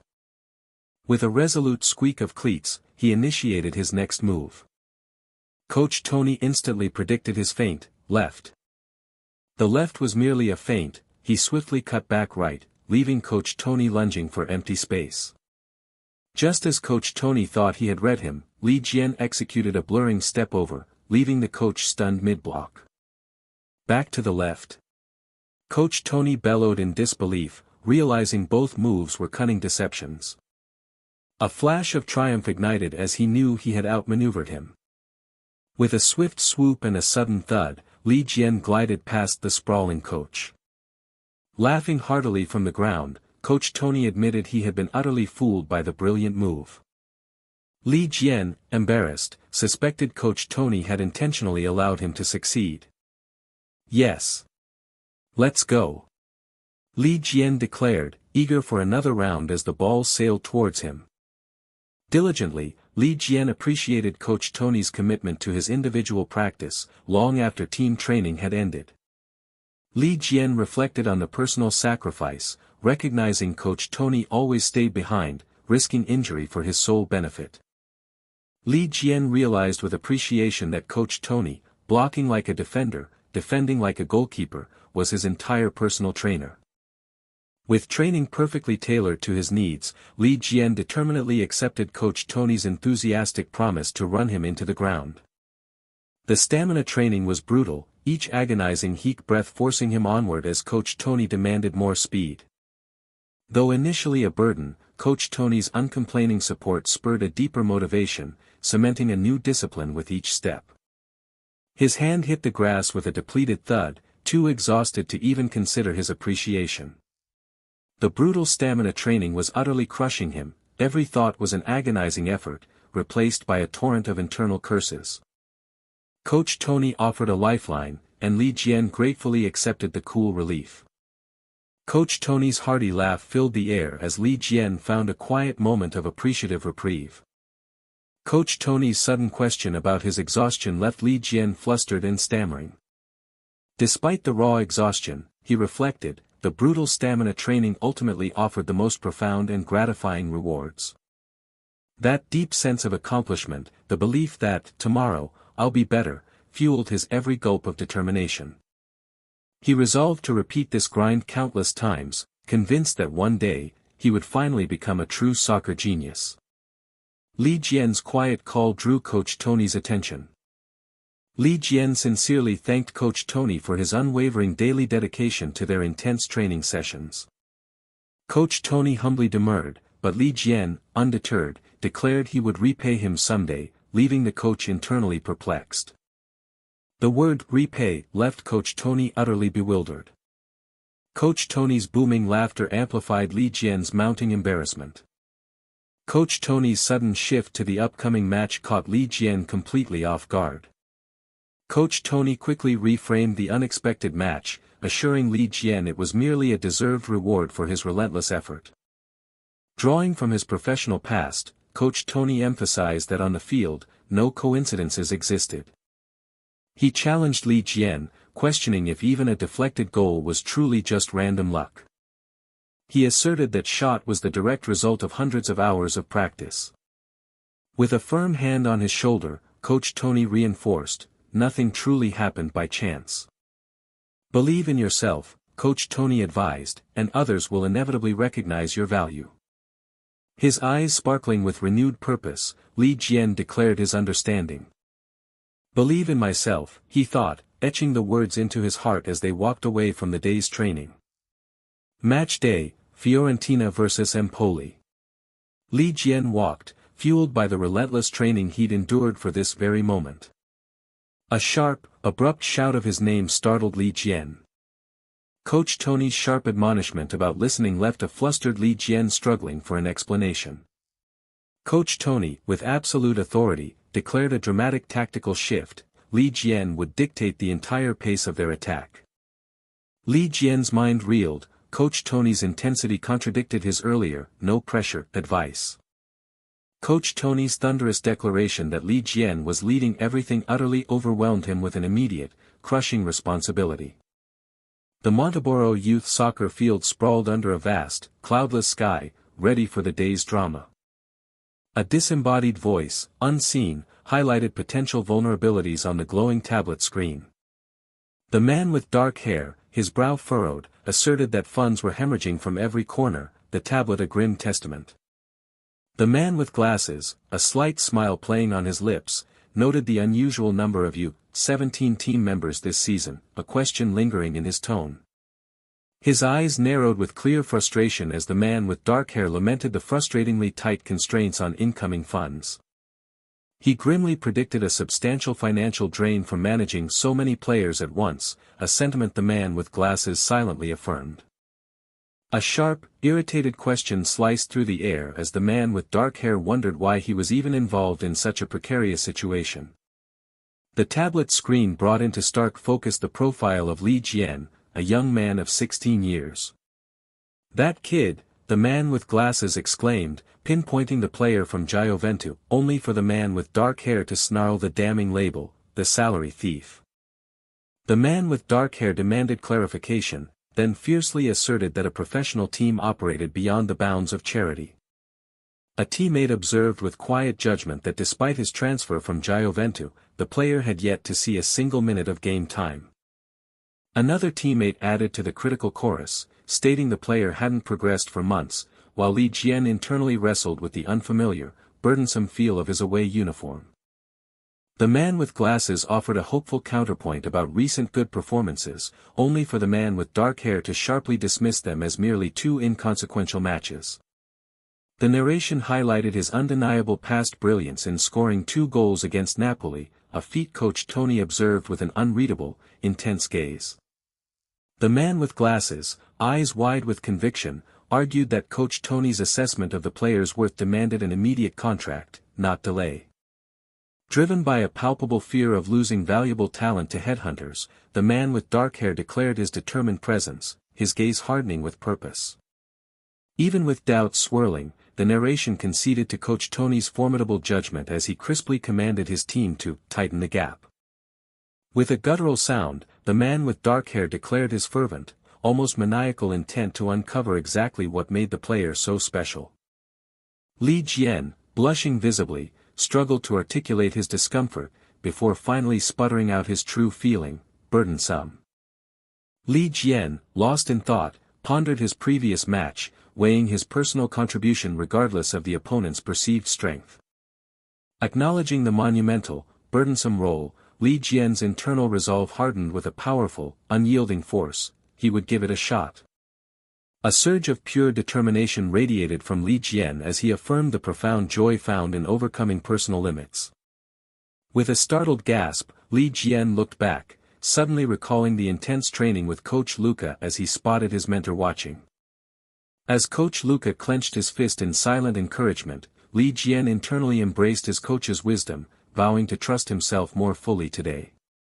His gaze burning with fierce resolve, Li Jian declared his absolute intention to lead today's match. Li Jian exploded into a sprint, every stride a testament to his focused, unyielding determination.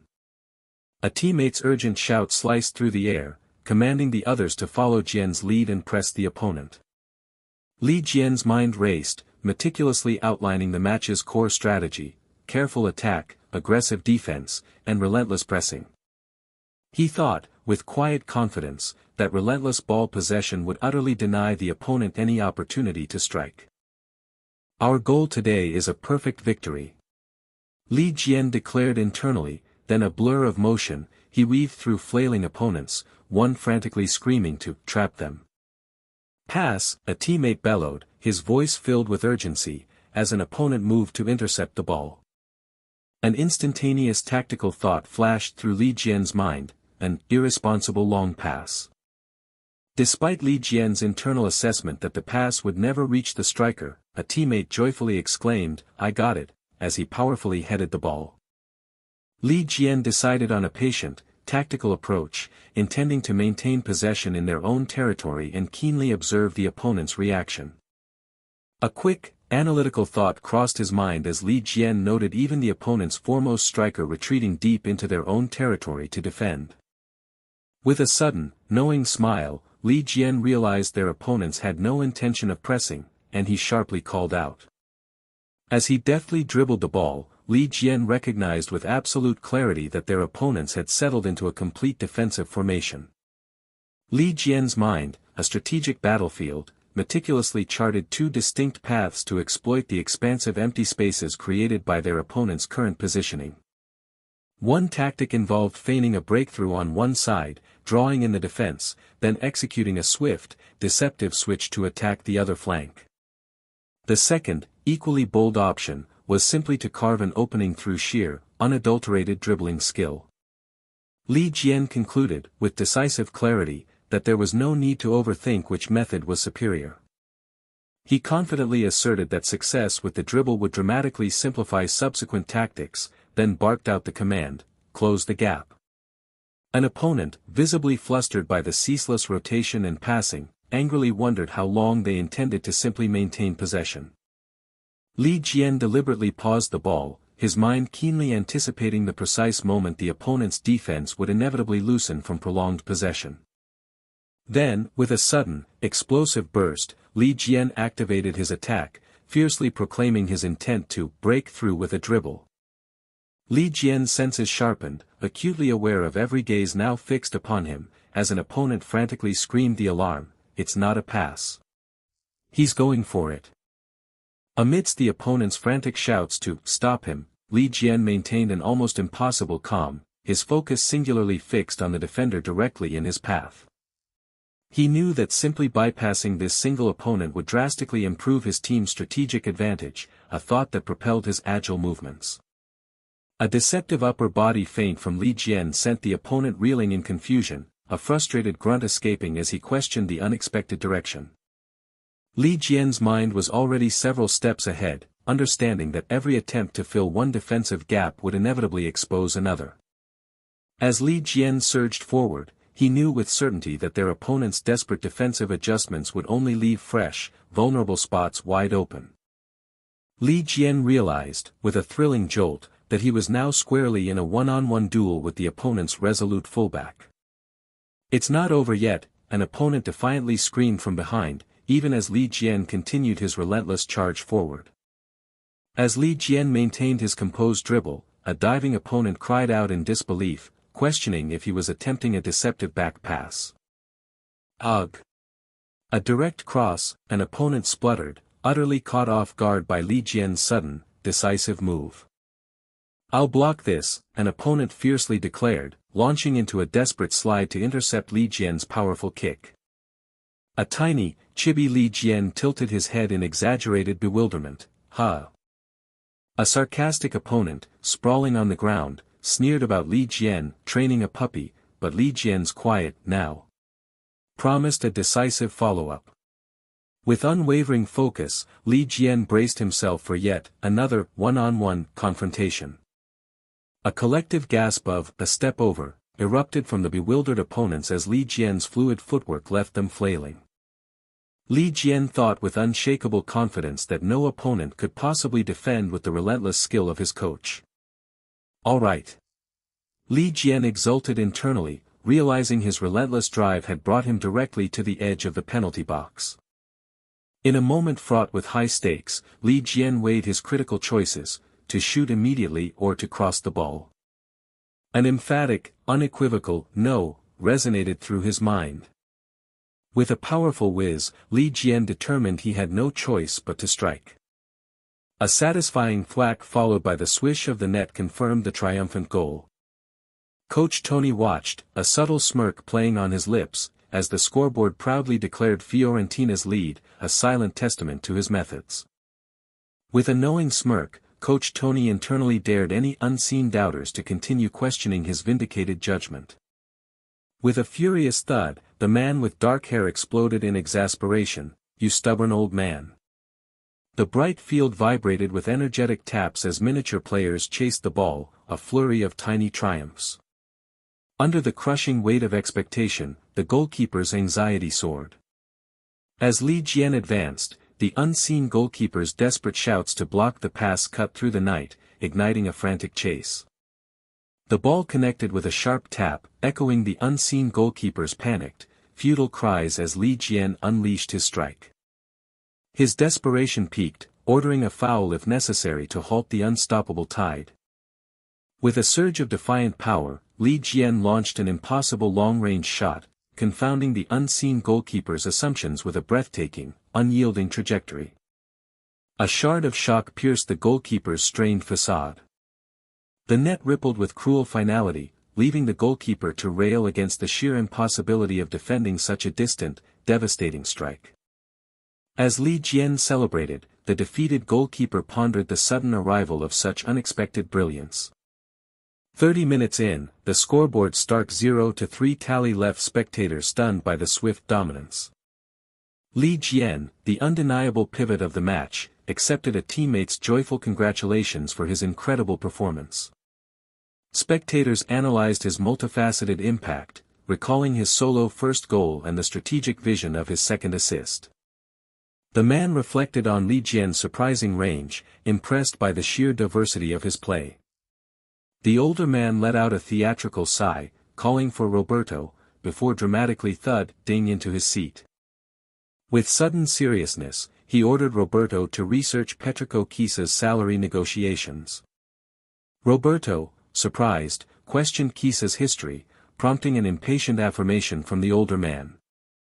"You talk too much," the older man thumped Ed, abruptly cutting off Roberto's persistent questions. He meticulously recited the escalating salary figures, a chilling testament to Kisa's rising value: 192, 2,385, 13,865, then a staggering 60,538 euros. With sudden urgency, he commanded Roberto to contact the club immediately, eliciting a surprised pardon.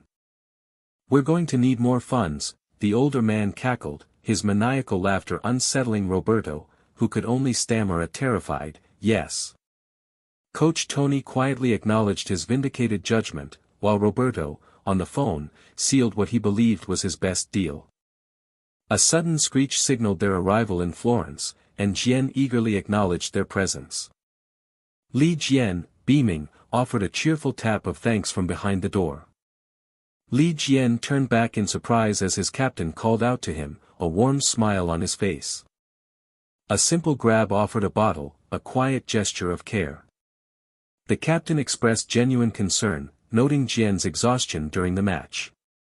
The captain reassuringly downplayed his gesture, though Li Jian still seemed a touch hesitant. "Good job today, our striker," the captain declared with an affirming thump. With a decisive viroom, the bus departed, leaving a stunned Li Jian to futilely call out for it to wait. A profound silence settled over Li Jian as he pondered the moment. He took a thoughtful sip, letting the words, "our striker," resonate within him. A novel sensation, entirely foreign from his days at Gioventu, tightened his grip on the bottle. Walking through the city, he candidly recalled his prior indifference to both team and place. Once merely a temporary dwelling and a job, his feelings shuffled into something indefinable, a profound attachment he couldn't quite name. With a faint smile, he acknowledged the unexpected, growing attachment to Florence, walking with a steady tap-tap. He considered if Jiwoo's presence had been the catalyst for this deepening connection. Or perhaps, his defined role within the team had sparked this change. Maybe that's why, he wondered, coming to an abrupt stop. A sudden, resonant jingle echoed in his thoughts.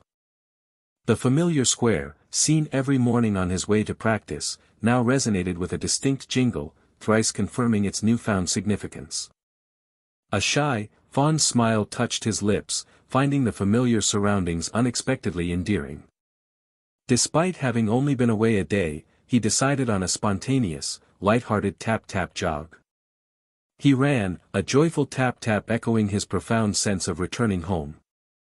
With a definitive click, he announced his return. He observed the quiet apartment, noting his father's unexpected absence from work. Utterly depleted, he collapsed, seeking immediate refuge in rest. A lingering sigh signaled the beginning of his post-match reflection. He tallied his accomplishments: 70 minutes played, 2 goals, and a crucial assist.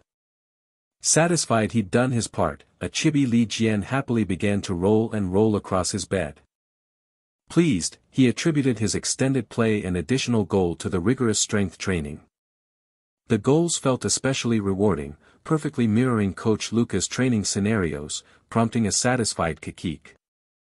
A sudden, visceral heek of realization struck him. Could Coach Luca's excitement have been for that, making him jump up with a loud thump? Yet, upon closer scrutiny, he found the match far from truly satisfactory.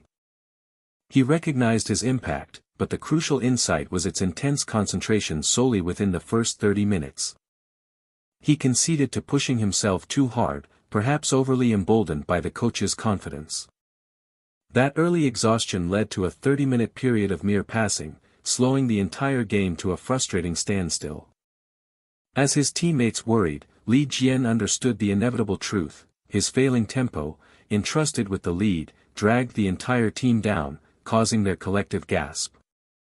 A frustrated screech tore from him. He still had so much further to go. Chibi Li Jian buried his face in embarrassment, wishing for more responsibility and composure with a muffled screech. A chibi Li Jian, running away, felt, "Lucky me," as the angry opponents registered a frustrated angry mark. He grimly considered the nightmare of a comeback win, from a stronger team, all because of his own thud in performance. He conceded, with a quiet slip into humility, that today's victory held an element of luck. Yet, an unresolved thought lingered, still. He mentally catalogued his undeniable feats, dribbling breakthroughs, crucial assists, and stunning mid-range goals, each a shining memory. With a decisive clench, he refused to dismiss those moments as mere luck. As he pulled off his shirt, he affirmed his core belief: these achievements were not coincidences, but triumphs earned through his own capabilities. With a quiet drop of his shirt, he decided that believing in himself simply felt better. The familiar anxieties of the past no longer held sway. He wished his late father could have seen it. Meanwhile, Li Jian's father sprinted through the city, an anxious screech from his phone, fearing Jian was waiting with a nervous tap-tap. His phone vibrated with an insistent ring, making him wonder if it was Jian.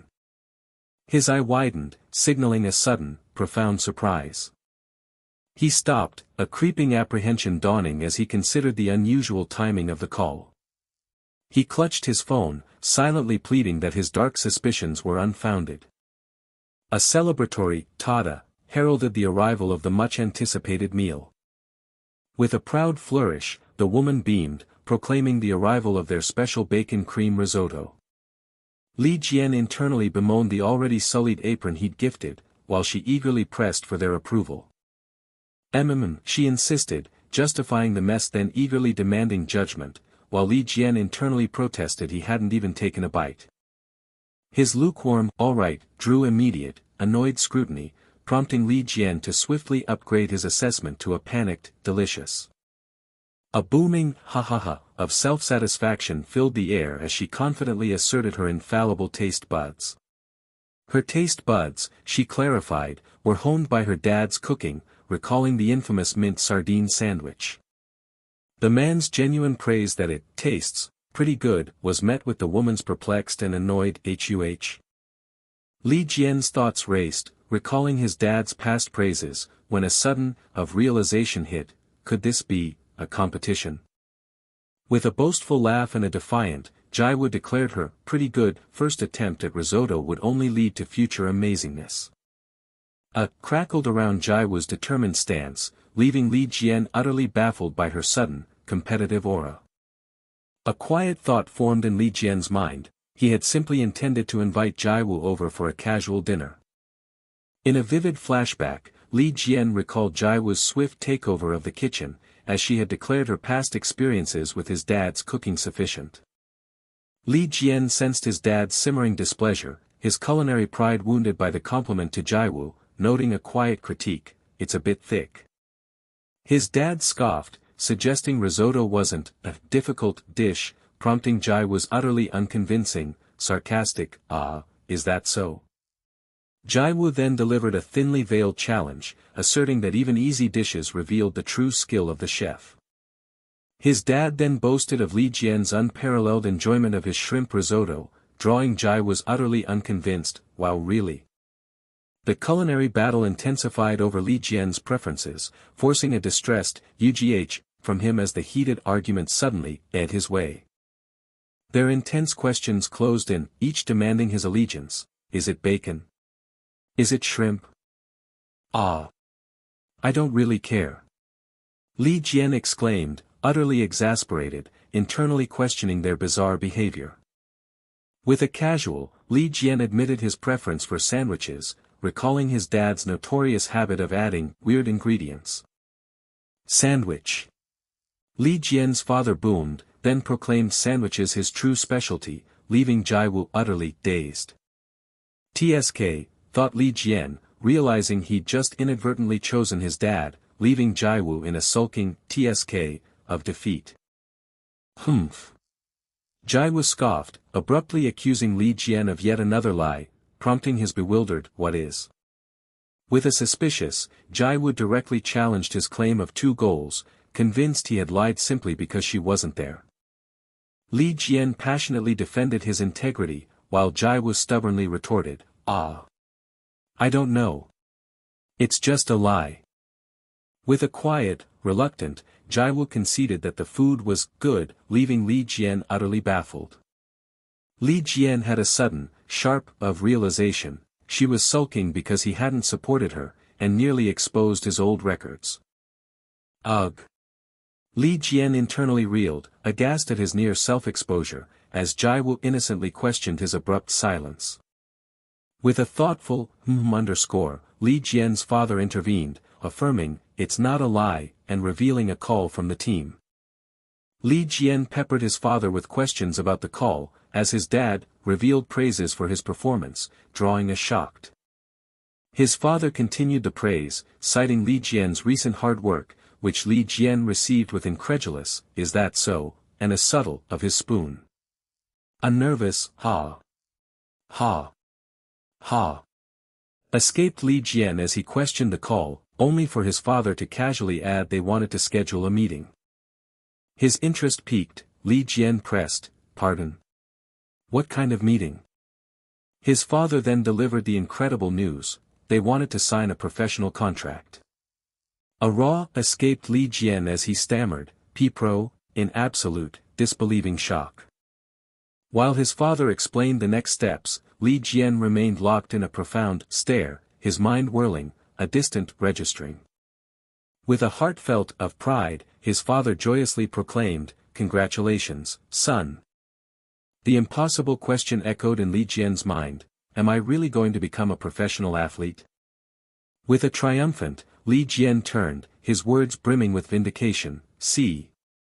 I told you it's not a lie."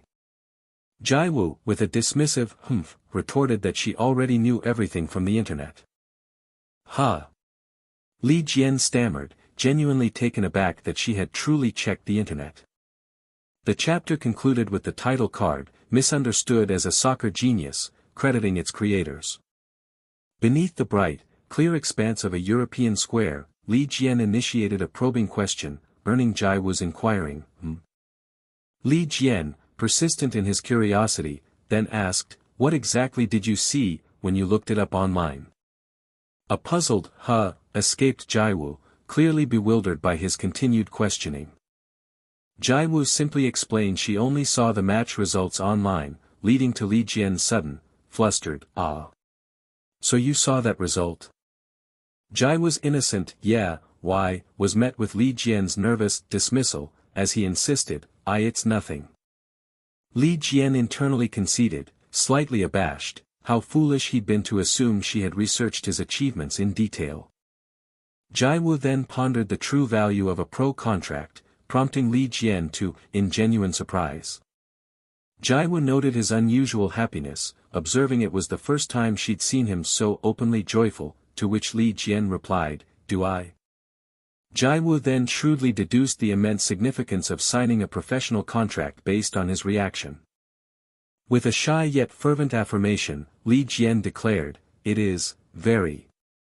Jiwoo questioned the transformative power of the contract, prompting Li Jian to eagerly list a pro debut and increased earnings.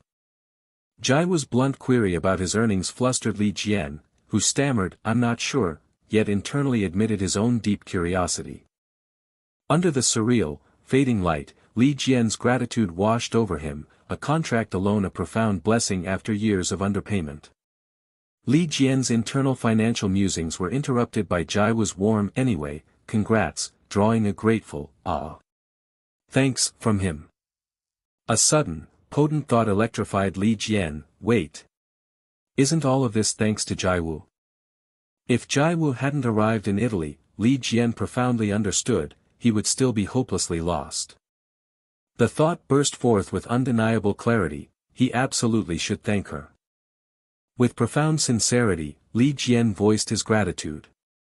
A bewildered, from Jiwoo was met by Li Jian's flustered, stammered, thanks. Jiwoo questioned his bizarre behavior, while Li Jian frantically, after her, urging, Hey! Let's go together. Li Jian pondered her persistent grim mood, wondering if it was mere exhaustion, as Jiwoo impatiently commanded, "Hurry up." A sudden, profound realization then struck Li Jian with a blush, "No, wait. Could it be? We're here," Jiwoo stated, offering a swift, "Take care," as she departed, leaving Li Jian to utter a hesitant, Li Jian then offered a heartfelt, belated compliment on her truly delicious risotto. He then emphatically declared it far superior to his dad's cooking, punctuated by a knowing, playful, "ha ha ha." With a cheerful, Li Jian made his departure, heartily wishing her, "Sleep well." "Hey! Li Jian!" Jiwoo called out, stopping him in his tracks with a surprised, "Huh." With a playful, "tch," and a surge of energy up, Jiwoo declared a reprieve, wishing him a careful journey. Li Jian internally conceded, "Seriously. I expected it." A flush of realization coloring his thoughts. A mischievous "bleh" from Jiwoo finally confirmed his thought, she truly had been sulking. A few days later, outside the prominent AC Firenze facility, his father's voice boomed, "All right. Are you ready?" His father enthusiastically declared the contract was about gaining the upper hand, while Li Jian internally sighed, "Ah. I'm already feeling pessimistic." With a powerful surge of resolve, his father's intensity underscored this contract. With a triumphant, his father declared his unwavering commitment to secure contract conditions highly favorable to them. An older man with dark hair, determined, strode forward, his conviction urging a renewed trust in his judgment. He declared his intent to negotiate with chilling ruthlessness, a pronouncement that prompted a surprised, apprehensive man with light brown hair to object. With a subtle smirk, the older man revealed his unflinching philosophy: negotiation was a battle of wits where one party inevitably became the fool. He delivered his law of fool conservation with a grin and a thumbs up, causing a nervous gulp from the man with light brown hair, who could only agree to such undeniable confidence. The formidable older man, an agent who had secured two of the narrator's past contracts, exuded an aura of untouchable power, reminiscent of a mob boss. Despite his intimidating presence, the narrator noted his surprisingly honest and competent nature, a description that seemed to follow him like rustling cloth. Li Jian, the young player, nervously rubbed his chin, questioning if he could truly entrust this critical contract to the agent's bold approach once more.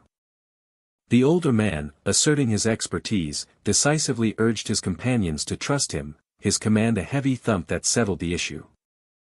The man with glasses, Marco, remained lost in thoughtful contemplation, his murmured betraying a quiet anxiety. The older man, growing impatient, pressed Marco about his lingering concerns after the contract was supposedly finalized, startling Marco into a flustered response. Marco hesitantly confessed his doubt about the contract's accuracy, a quiet gasp preceding his words, which immediately irritated the older man who questioned if his judgment was being challenged. The older man's eyes narrowed, an accusatory edge in his voice as he probed if Marco believed him to be losing his competence with age. Flustered and apologetic, Marco quickly backtracked, scratching his head as he claimed his inexperience prevented him from grasping the older man's profound insight. With an exasperated sigh, the older man lamented Marco's verbal dexterity, internally wishing his eyes matched his mouth, while Marco nervously offered a forced, awkward laugh. Finally, Marco voiced his core curiosity, asking why such an unprecedented deal was offered to a 16-year-old player with no notable talent or academy background. The older man, addressing him as Marco, dismissed the question with a confident smirk, stating with a knowing ding that the concept of money was entirely relative. He elaborated, asking if €4,000 a week for a 16-year-old seemed astronomical, a rhetorical question met by Marco's simple affirmation. The older man then posed a counter-question: what if that same amount was for a regular first-team player, prompting Marco to recognize the profitable business implication. Marco's silent confusion hung heavy in the air, leaving the older man to ponder how to bridge the gap in understanding. Exasperation flared as the older man snapped at Marco, demanding to know why he still hadn't grasped the simple explanation, leaving Marco flustered and stammering. Then, with a sudden surge of excitement, Marco exclaimed his realization: the director expected Li Jian to become a starting member before the next round of salary negotiations. The older man, exasperated at Marco's slow uptake, still faced a renewed question about the unwavering certainty he held for Li Jian. The older man's gaze grew distant, lost in reflection as he began to recall a U-19 coaching experience in Spain, an event now 15 years in the past. Marco keenly connected the memory to Spain's Euro victory in 2008, a detail the older man affirmed, cementing their shared historical moment. The older man continued his narrative, describing how he led his players on a tour of Spain for intense practice matches long ago. The narrator observed the distinctly different play styles, particularly commending the Berisha kids who mastered the world-dominating tiki-taka, a short passing, movement-based approach. But the older man's most profound shock came from an entirely different, unexpected young talent. He described a small, pale boy from Real Sebastian, whose unassuming presence belied his extraordinary skill on the competitive pitch.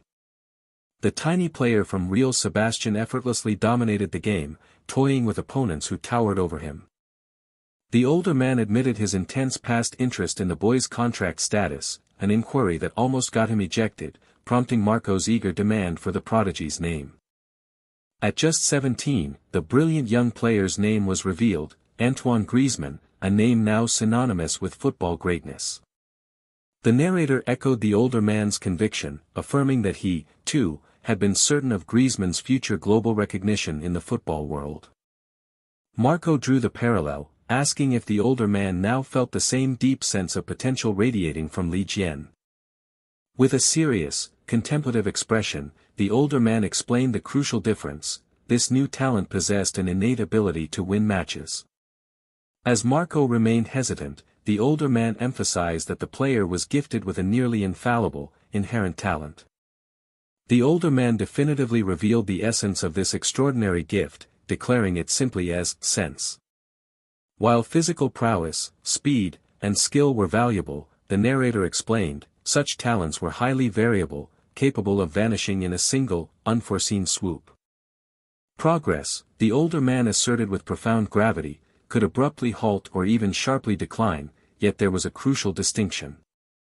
The narrative proclaimed that the intelligence and intuitive sense to truly understand football represented a fundamentally different, superior talent.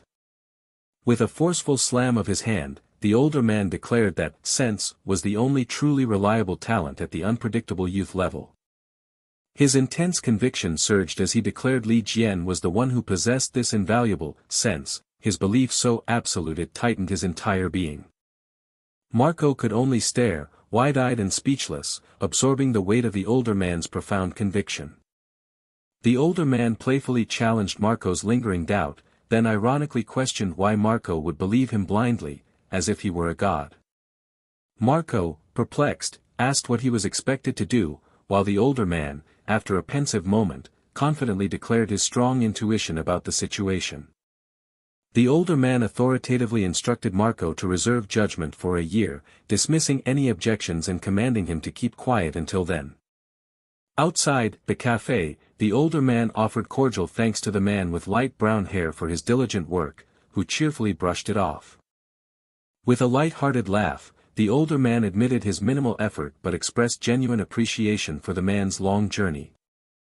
Beaming with triumphant satisfaction, the older man exclaimed that the team clearly recognized Li Jian's worth, deeming it an excellent organization. The narrator highlighted the irony: the man who had vowed cold-blooded negotiation was now utterly amused by the conversation. A young man who had entered the meeting with solemn determination was now, quite unexpectedly, a beaming yes man, a joyful blush spreading across his face. A man with dark hair, the second agent, voiced a concern about a slight discrepancy in the contract amount, while Li Jian internally wondered if the older agent had even bothered to read it.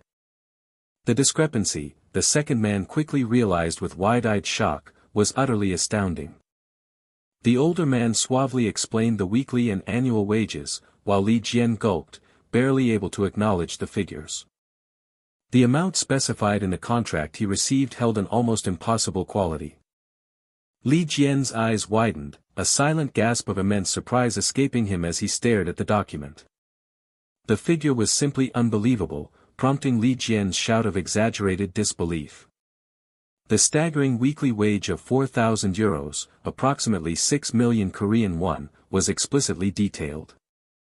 Li Jian's mind reeled with internal shock, calculating that his weekly wage was being increased a phenomenal 20-fold. He pondered the immense sum with bewildered introspection, questioning if he was truly worth money that could support 20 players like his former self, while the older man subtly acknowledged his confusion. The second agent explained the typical youth contract clause allowing teams to pay compensation to acquire players, which the older man affirmed he understood. The narrator clarified the team's shrewd strategy: a professional contract, despite the high weekly wage, was a necessary legal move to secure Li Jian and prevent his departure, a fact reflected in the older man's satisfied smirk. Li Jian understood the stark reality: the team was offering this immense sum to legally bind him, knowing he could not otherwise be prevented from negotiating with other clubs. As Li Jian pored over the contract, the two older men across from him appeared deep in thought, the weight of the formal agreement palpable. Li Jian internally acknowledged that he fully grasped the implications of the contract. Yet, a wave of overwhelming disbelief still washed over Li Jian, knowing that even a consistently starting player like Bruno had only received a 10-fold increase, while his own was 20 times greater. The older man reassured Li Jian that the extraordinary terms reflected his recognized potential, a concept Li Jian then hesitantly questioned. Li Jian reflected on the team's enduring loyalty, how they had taken him in when he was on the verge of being released and patiently waited for his development. A quiet contentment settled over Li Jian, deeply satisfied that the team saw potential in him that he hadn't even recognized himself. Ultimately, the negotiation concluded almost instantly, the older men shaking hands with amicable gratitude as Li Jian smiled faintly in the background. Li Jian swallowed hard, acutely aware of the significant transition. He was no longer a youth player but a professional, a realization tinged with slight apprehension. The man with light brown hair offered to pay, but the older man dramatically refused, claiming he was not the type to accept payment from a client. "I'll pay," Li Jian boldly declared, surprising the older men and confidently reflecting that such a meal's cost was now negligible to him. For a euphoric moment, Li Jian felt like a god among mortals, before reality quickly asserted itself and he swiftly retracted the thought. Li Jian gulped, retracting his divine claims as menacing, shadowy figures loomed around him, filling him with a sudden, ominous fear. Terrified and vulnerable, Li Jian sat at a desk, desperately pleading to be spared from the unseen, looming threat. Hours earlier, the day dawned with an almost unsettling brightness, as Li Jian found himself reflecting on a strange tension. He felt a peculiar anxiety whenever he returned to school, a clammy sweat sticking to his palms, reminiscent of the crushing pressure he once felt in Napoli. The feeling was entirely understandable, he mused, given his complete lack of cherished memories from his school days. The burden of those memories weighed heaviest from his first school abroad, where the bad experiences eclipsed any semblance of good. He recalled a past fraught with timidity and linguistic barriers that prevented any genuine connection, as a fleeting memory of frantic shouts echoed his past distress. Even more cutting was the memory of bullies who were, ironically, his own teammates, their cruel action stripping him of his belongings and dignity. At that time, his team had shown him little active care, leaving him with a lingering sense of neglect as a dejected figure shuffled past in his memory. That painful history was the simple truth behind his current dislike for school. Yet, the obligation to secure his compulsory education certificate meant he had no choice but to face it, each footfall a steady march towards an undesired destination. Having transferred to a school close to home, he resigned himself to enduring just one more year, each step echoing his quiet resolve to simply graduate. A sudden realization struck him: he had kept this entire struggle a secret from Jiwoo. A flicker of something akin to relief, or perhaps a slight amusement, crossed his features as he walked. It was a story too vulnerable to share, much like the true extent of his soccer skills, he mused, before something unseen snagged his attention. Unwittingly, he had already arrived, standing before the classroom door. A fresh wave of doubt washed over him as he questioned his ability to navigate the year peacefully.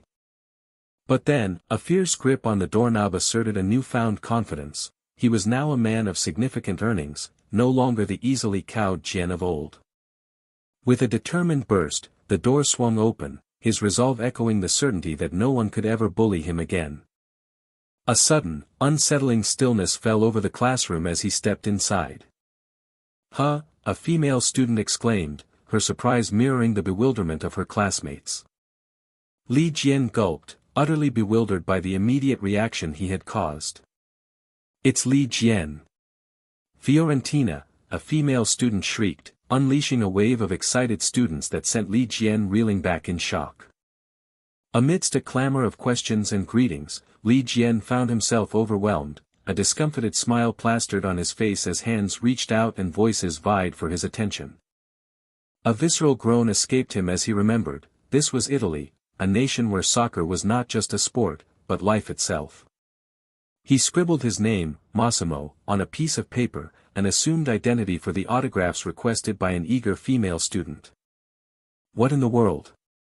Li Jian wondered, bewildered by the impromptu signing event, as a small, enthusiastic student scurried away with his signed paper. He watched the students' eagerness, conceding there really wasn't much else to do on weekends, perhaps explaining the fervor.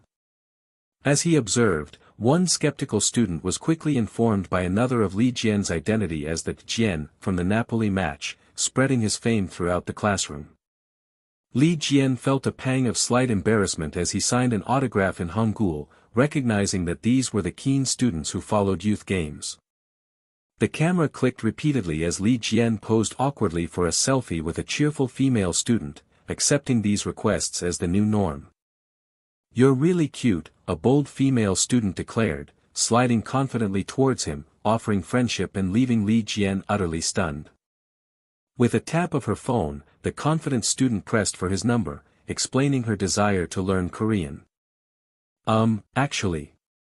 Li Jian stammered, flustered by the unexpected request. He sheepishly admitted he didn't own a phone, surprising the girl, and offered a half-hearted explanation about his dedication to soccer. He worried about unnecessary issues arising from such interactions as the annoyed student walked away and another classmate shuffled past. His thoughts turned to Jiwoo, realizing he barely had time for her anymore amidst his new obligations.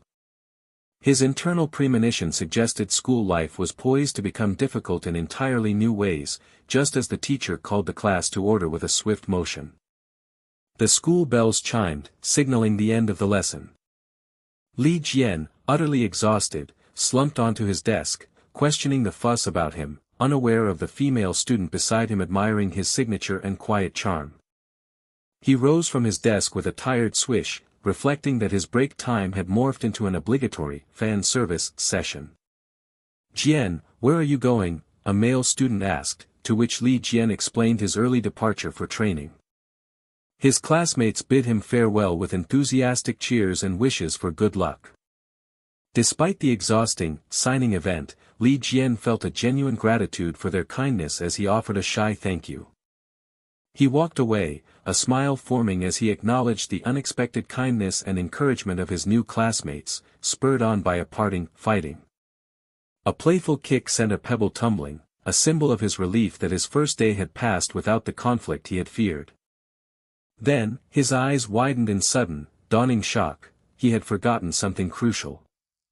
"Today is Jiwoo's first day of school too," he exclaimed, frantically rummaging through his bag. He pulled out his phone, a resigned, embarrassed chuckle escaping him as he saw the flood of unread messages. Jiwoo's message popped up, scolding him for his phone etiquette, yet revealing her underlying concern that he might have been struggling. He anxiously tapped on his phone, realizing he had deliberately avoided checking it earlier, fearing exposure of his elaborate charade. Li Jian quickly texted back, offering excuses for his silence and exaggerating his newfound popularity at school. A lightning-fast ding heralded Jiwoo's immediate reply. He narrowed his eyes at her teasing message, wondering at her knowing reaction. "I'm not lying this time," he insisted, before bolting in a panicked sprint, suddenly realizing he was late for training.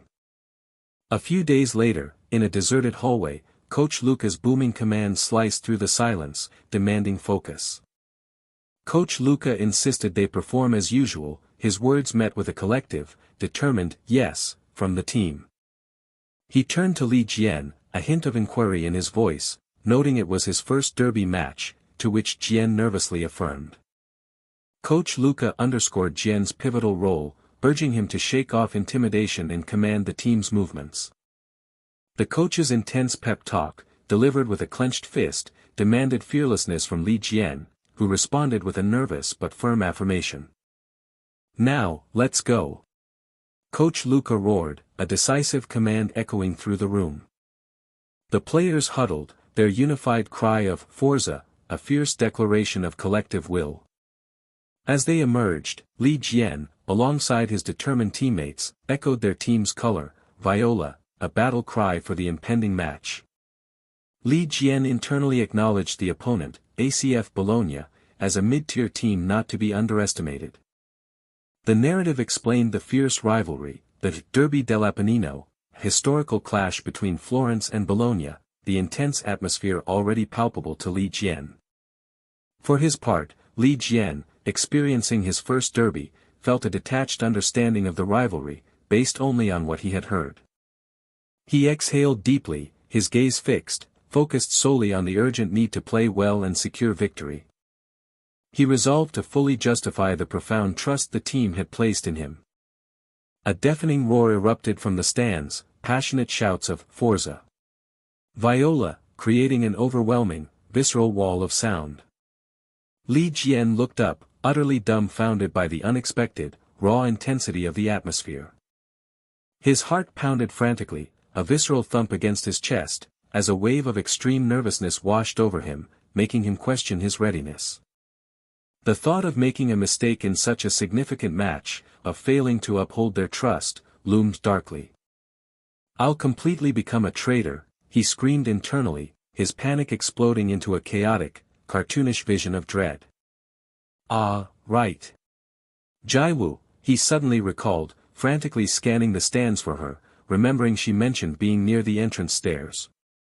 A wave of profound relief washed over him as he spotted her, knowing she would be his unwavering ally. "Huh. Wait a minute."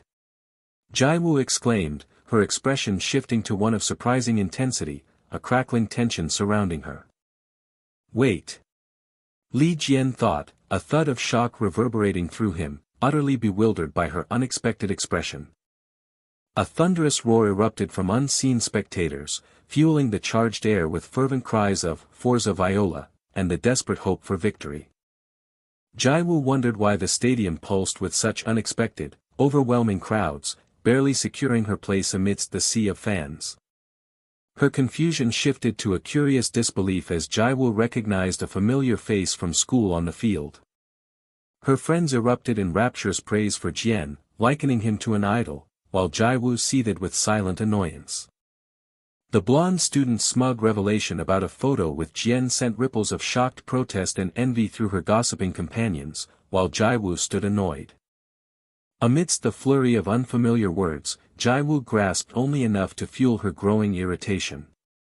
The incessant echoes of "cute" and "cool" mixed with ecstatic screams grated on Jiwoo's nerves, fueled by another female student's fervent fandom. Above all, the piercing "kya" and the constant invocation of Jian's name truly rankled Jiwoo. With an exasperated sigh, Jiwoo silently questioned Li Jian's secret school life, oblivious to a confused male student nearby. While Jiwoo silently pondered, the fervent cheers for Bruno and Enzo sliced through her thoughts. The chibi Jiwoo, arms crossed in resignation, begrudgingly admitted Jian's dazzling looks and soccer skills fueled his rockstar popularity, amidst the chibi fans' ecstatic "wah." A bittersweet acknowledgement bloomed within Jiwoo, seeing the once small Jian now celebrated in this foreign land, a triumph she knew she should applaud, yet still, something held her back. A frustrated "tch" escaped Jiwoo, the inexplicable wellspring of her persistent annoyance a mystery even to herself. The blonde student's adoration erupted into an ecstatic "kaya." Jian, as shimmering light enveloped her fervent cheer. A chorus of urgent shouts and fervent pleas to "break through" urged Jian forward, their collective breath hanging on his every move as Jiwoo watched intently. The raw excitement of the male students, calling out to Jian, finally pierced Jiwoo's detachment, drawing her eyes to the unfolding drama. Propelled by fierce determination, Li Jian initiated his solo breakthrough, the unseen commentator's voice echoing his intent. With a swift pabak, he deftly evaded the lunging opponent, his drive toward the goal unbroken. A small, internal phew escaped Li Jian, a fleeting relief amidst the pressure. With an aggressive yak, an opponent vowed to halt Jian's advance, their challenge reverberating across the field. With a sudden pong, Li Jian delivered an unexpected pass, leaving his opponent utterly baffled. A crisp tack sent the ball strategically toward Bruno. Bruno's unexpected heel pass astonished the opponent, showcasing dazzling quick thinking. With a resounding tiang, the ball soared, finding an unseen, strategic void on the field. With a swift pabak, the ball returned to number 20, igniting a desperate, urgent cry from the opponents for their fullback to chase him down. Li Jian's precise dribble, a sharp tack, to narrow the angle, revealed his subtle tactical brilliance. With a quick, strategic tiang, Li Jian aimed the ball forward, maintaining his relentless momentum. An opponent urgently called for Enzo, the forward striker, to be utilized, a swift tactical pivot. A guttural kururiuk accompanied a tense warning for the imminent header. The goalkeeper desperately leaped, a frantic jump tearing from his throat. A distinct bong echoed through the clear, open sky. A teammate with blue hair cheered the perfectly timed jump and brilliant defense as both players rose for the header. Confusion washed over the goalkeeper, there was no feasible angle for a header. With a surprised ha and a decisive tiang, the opponent headed the ball. The mid-air opponent reeled in shock. It was a return pass, not a shot. As the ball plummeted from the heavens, an unseen voice dramatically declared its true owner, building immense, breathless anticipation. With a decisive, powerful pong, Li Jian, number 20, struck the falling ball. The ball slammed into the net with a resounding cheol suk. As her friends erupted in wild, bone-crushing ecstasy for crazy Li Jian, Jiwoo, observing their frenzy, thought, they've truly lost it. Li Jian, basking in his teammates' enthusiastic praise, modestly thanked them, while internally acknowledging his surprising good fortune. A soft duik accompanied Li Jian's thoughtful search for Jiwoo in the crowd. A wave of relief washed over Li Jian as he spotted Jiwoo, distinct even amidst the throng, contemplating an embarrassing gesture while spectators gasped, Kia. He's looking this way. With a knowing chiak, Li Jian gestured, playfully acknowledging the roar. As Li Jian winked and smiled with a dazzling ppa at Chibi Jiwoo, heart soaring, cried, Kia. So cool, amidst a flurry of ecstatic Chibi fans. The bol tiak and tiak of their dramatic reactions underscored the fierce, diluted competition as each friend fervently claimed Jian's celebration as her own. A sly he escaped Jiwoo as she secretly savored her own giddy triumph, finding her friend's fervent claims hilariously misguided. Her internal monologue tore at Jiwoo's burgeoning happiness, chastising her own delusion and the terrifying prospect of strangers mistakenly believing her to be Li Jian's girlfriend. With a playful Dory, Jiwoo covered her blushing face, the secret delight confirming that celebration was for her.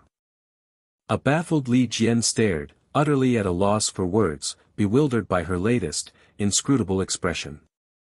He simply could not understand her at all.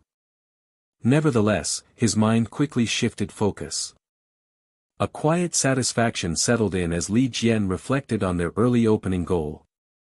From behind, Li Jian recalled his initial trepidation, the daunting fear of errors before such a massive, judging crowd. Yet, the game's burden proved lighter than expected. In truth, his earlier, awkward celebration had been far more humiliating than any actual play. Perhaps Coach Luca's relentless, whip-wielding, train like a pro, regimen had kept him grounded, preventing excitement over his contract from derailing his focus. A dawning realization struck Li Jian. He'd just seen familiar school faces amidst the crowd, right as a teammate called out his name. His schoolmates hadn't been lying, they had truly come all this way just to cheer him on. The enthusiastic Kia and Yak from the chibi spectators warmed Li Jian's heart as he acknowledged their support. With a shy smile and a quiet phew, Li Jian realized the profound extent of his own transformation. To be cheered on like this felt utterly surreal. A renewed determination surged through Li Jian as he declared, "I feel energized," punctuated by the referee's sharp PPI for kickoff. With a resolute ta, Li Jian set his foot on the ball, ready to seize their newfound momentum. Li Jian lunged, intensely tackling his opponent for the ball. A sudden quadang and tiang sent Li Jian sprawling, surprising even his opponent. As a teammate rushed to the fallen Jian, a spitting opponent aggressively declared Fiorentina's ball, his dismissive tui oozing contempt. Still on the ground, Li Jian wondered if the foul had been deliberate, his dazed huh. Yeah. Barely answering his teammate's concern. Had his imagination merely played tricks on him? With a swift whing, a teammate's throw-in found Li Jian, instantly resuming their relentless play. A light, strategic talk sent the ball forward, Li Jian's mind already set on shifting the game's flow. A sinister cuckoo sounded behind him, startling Li Jian as an ominous presence loomed. A sharp PPAAK and the referee's piercing BEPPPPP tore through the air. Li Jian collapsed with a pained "Yujitich," sparking furious shouts from his teammates about the opponent's vicious, off-ball foul. As the smug opponent accepted a mere verbal warning, Li Jian's pained realization struck, his earlier suspicion of intentional malice hadn't been imagination at all. A harsh truth shattered Li Jian, the opponent had deliberately bumped him. Coach Tony's somber, "It's begun," was met by the sub-coach's confirmation that Jian's goal had truly ignited the derby's fierce intensity. Coach Tony silently observed the field's escalating aggression, knowing the game would only grow rougher, as chibi players screamed, "Do you want to die?" Arms crossed, Coach Tony's gaze held an unspoken challenge: what would Jian do now? With a deep duung, the real derby had begun, Li Jian standing firm against the foreboding shadow of an ominous, older man. The AC Fiorentina U-17 home stadium pulsed with urgent shouts, pushing players to attack and defend in a fiercely contested 1-0 lead. An unseen elbow struck with a sickening impact, wrenching a guttural groan of unexpected pain from the player. The force of the foul sent the player reeling backward, a jarring fall leaving him stunned as the ball sailed indifferently overhead. A teammate's furious protests about the blatant elbow fell on deaf ears, as the stern referee waved away the foul and demanded play continue. Outrage flared on the sidelines as coaches erupted in disbelief, furious that such an obvious foul could be so brazenly ignored. Despite mounting frustration over the referee's laxity, the second man with dark hair calmly warned against complaining, highlighting an unspoken strategic shift. As another player was violently fouled, the second man with dark hair deduced the opponents had already shrewdly adapted to the referee's lenient ways. The second man with dark hair gravely affirmed that understanding the referee's tendencies was simply part of the game, demanding immediate adaptation from his team. The early game's calm had shattered, replaced by urgent cries of "push through," as players recognized the rapidly escalating, pressing need for an equalizer. The opponents, advancing relentlessly, had pushed their entire lineup forward, applying stifling pressure from the front. Opponents relentlessly engaged with jarring physicality, determined to prevent any forward progression or decisive turns. The insidious truth was dawning: the opponent's suffocating press was slowly, irrevocably, succeeding, culminating in a frustrated shot that went wide. Fear of the suffocating pressure led to an unsettling increase in aimless back passes, drawing a frustrated cry from a teammate to simply stop retreating. The incessant back passes unnerved the goalkeeper, who frantically urged his team to cease their anxious retreat before the goal line became their last stand. Li Jian grimly acknowledged the stark reality: his team was systematically being forced backward by the opponent's relentless, suffocating press. Amidst the chaos, a teammate's voice cut through, a desperate plea for calm to steady their shaking resolve. Li Jian understood that panic would only worsen their plight. Calm, strategic thought was their only path forward. As an aggressive opponent challenged him with a defiant, "Bring it on," Li Jian briefly contemplated meeting force with force, a dangerous proposition in this raw moment. But a crushing wave of reality washed over Li Jian. His physique offered no chance, and brute aggression simply did not suit him, leaving him feeling utterly diminished. Despite his physical limitations, Li Jian found a fierce resolve, knowing that succumbing to discouragement would only invite more trouble. A flash of clarity pierced Li Jian's mind, a sudden, decisive inspiration igniting his next move with the ball. He analyzed the opponent's relentless aggression, understanding it as a critical piece of their defensive strategy. The truth clicked into place: their aggressive press wasn't about dominance, but fear, a desperate attempt to prevent his team from turning and launching a swift counterattack. Li Jian, emboldened by his discovery, knew he possessed the very weapon the opponents feared most, and with a confident shout, demanded the ball. He mentally plotted his tactical maneuver, dropping deep below the half-line to collect the ball in the crucial half-space.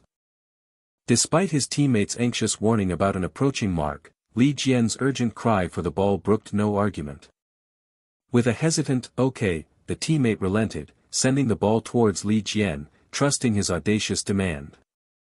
The heavy thud of the opponent's pursuit echoed in Li Jian's ears, a palpable momentum threatening to engulf him. He knew that a passive reception would spell disaster, a crushing tackle awaiting if he didn't act decisively. His forward momentum to meet the ball was no accident, it was a calculated move to gain a crucial advantage. The charging defender, fueled by raw emotion and blind aggression, presented a challenge Li Jian was already primed to deftly circumvent. Evading such a predictable charge, he thought, was hardly a challenge. With a fluid succession of light taps, Li Jian danced past the first defender, leaving another stunned in his wake. To fully exploit this newly won advantage, Li Jian knew he needed to set up Enzo, whose decisive run was already creating a clear passing channel. The true brilliance of his strategy hinged on his teammates' seamless, synchronized movements, a perfect dance of coordinated attack. With a powerful strike and an urgent shout, Li Jian launched the ball towards Bruno. The opponent's confused outcry, "When did the left wing move into the center?" confirmed Li Jian's tactical genius, as Bruno seamlessly occupied his former position. As Li Jian surged into Bruno's vacated spot, an opponent's frantic shout signaled their realization of the cunning, fluid interchange unfolding on the left flank. He tore down the left touchline with singular focus. His legs pumped, reaching an exhilarating, dizzying peak of speed. He became the undeniable target, a precision-locked bullseye for Bruno's incoming, perfectly weighted pass. The through pass split the defense, an opponent's frantic cry of "Stop number 20, a stark measure of their growing panic. The air crackled as a blistering, high-stakes race erupted between Li Jian and the fullback, both vying for possession of the speeding ball. While acknowledging his own lack of explosive long-distance pace, Li Jian shrewdly observed his opponent possessed no exceptional speed either, leveling their frantic sprint. This wasn't merely a sprint, it was a battle of wills, a primal contest. Every inch gained became a brutal, shoulder-to-shoulder skirmish. A guttural "ugh" escaped him, his body buckling under the relentless, staggering pressure. The opponent pulled away, a stark, terrifying image of impending failure threatening to consume Li Jian's dwindling hope. Unseen voices from the crowd roared, fueling Li Jian with a sudden, desperate surge to defy failure and refuse to yield. With a defiant mental grip, Li Jian commanded his body to rally its last reserves of strength. He would not stumble, would not fall, his fierce determination was an unyielding wall. Hadn't his previous display been enough, he challenged internally. With a sudden, forceful surge, Li Jian sent the opponent reeling, leaving him to stumble in confused disarray. Learn not to waste your strength so foolishly, Li Jian's departure seemed to teach, leaving the bewildered opponent questioning his entire strategy. Agility, he proved, could shatter brute strength's dominance. With a resounding kick, Li Jian gratefully acknowledged Bruno's perfectly weighted pass, propelling the ball forward. Only one critical step remained, a single move holding the weight of the entire match's outcome. He unleashed a pass with breathtaking precision, sending the ball soaring towards its intended, perfect trajectory. The pass ripped through the air, finding the precise, agonizing gap between the stunned goalkeeper and the retreating defender. And surging into that crucial space was the determined figure of Enzo, ready to strike. Enzo delivered a strike of unbridled power. The net rippled with a glorious clatter, announcing Fiorentina's second goal as the scoreboard confirmed their triumphant 2:00 lead. This triumphant moment was a testament to the seamless collaboration painstakingly forged through countless hours of training. The roar of the fans fused with the players' exhilaration, creating an indelible moment where mutual strength cemented their shared, unforgettable triumph. The collective euphoria, a thunderous roar from the crowd, echoed the timeless joy of their victory. A momentary pause bridged the intense exhilaration. The man with glasses smirked, his quiet observation hinting at a significant, intriguing interest in Li Jian. The older man, his voice hushed, urged a discreet departure, wary of attracting the attention of the still cheering crowd. The man in glasses turned, revealing himself as Dusan Vlahovic, AC Firenze's formidable starting striker, a surprising and significant presence in the stands. A new path began with the quiet offer of a hand, presenting the tangible promise of his earnings. Li Jian protested the unexpected responsibility, though his father insisted it was time he managed his own growing success. With a decisive motion, his father entrusted him with the card, encouraging him to embrace this new aspect of maturity. Inside, Li Jian knew that only his recent triumph on the field had earned him this trust, making his father's proposal possible. That success, a hard-won victory, justified his deepest desires, setting his mind toward a well-deserved personal reward. Even in flashback, the encouragement was loud and clear, with excited calls for him to celebrate his hard-earned win. Yet, as Li Jian pondered what he truly wanted, his father's caring voice cut through, offering a simple, grounding meal. His father mused about ingredients, but Li Jian remained lost in the quiet hum of his own evolving plans. A sudden burst of energy brought Li Jian to an eager proposition: they should eat out tonight. His father exclaimed in surprise at the suggestion, while Li Jian, undeterred, declared his craving for something truly delicious. The declaration sparked a humorous misunderstanding, as his father slumped in mock despair, prompting Li Jian's frantic denial. Li Jian's internal debate about his father's cooking was a comical mutter, his flustered attempts to clarify only digging him deeper. With a sudden, knowing laugh, his father revealed the joke, bringing an immediate rush of relief that made Li Jian sigh. A thoughtful pause settled over his father, contemplating where their celebratory meal might lead next. The mention of Jiwoo's name sparked an instant, flustered blush in Li Jian, clearly betraying his unexpected embarrassment. A deep satisfaction settled over Jiwoo, announcing her complete fullness as they strolled through the city streets. Jiwoo praised the meal to Li Jian's father, but then playfully scolded Li Jian for his excessively generous ordering. Li Jian defiantly asserted his right to pay, yet internally, a chibi version of himself cringed at the vast quantity of food they had consumed. Jiwoo pivoted the conversation, informing Li Jian about his unexpected popularity on match day, which left him utterly surprised. She exaggerated the fan frenzy, mimicking delighted squeals and illustrating the fervent attention he received, much to Li Jian's skepticism. With dramatic flair, Jiwoo insisted on his idol-like status, describing eyes filled with hearts, pushing Li Jian to a state of disbelief. Then, a sharp, piercing glare from Jiwoo instantly froze Li Jian in a state of shocked intimidation. Jiwoo's accusation of arrogance hit Li Jian like a punch, leaving him recoiling in disbelief and defensiveness. Li Jian stumbled over his words, desperately trying to defuse the tension, but Jiwoo's gaze remained sharp and challenging. Then, an earnest confession slipped from Li Jian, revealing his actions had been solely for her benefit. A sudden blush bloomed across Jiwoo's face, her wide eyes reflecting utter shock at his unexpected admission. Li Jian quickly tried to retract his words, creating an awkward silence and leaving Jiwoo thoroughly bewildered. His attempt at advice was abruptly cut short as Jiwoo delivered a swift, comical punch to his face. Jiwoo's enraged fists continued to pummel him, her furious words echoing the comical aggression of her attack. Enduring the blows, Li Jian offered a wry, almost fond comment about her consistent intensity.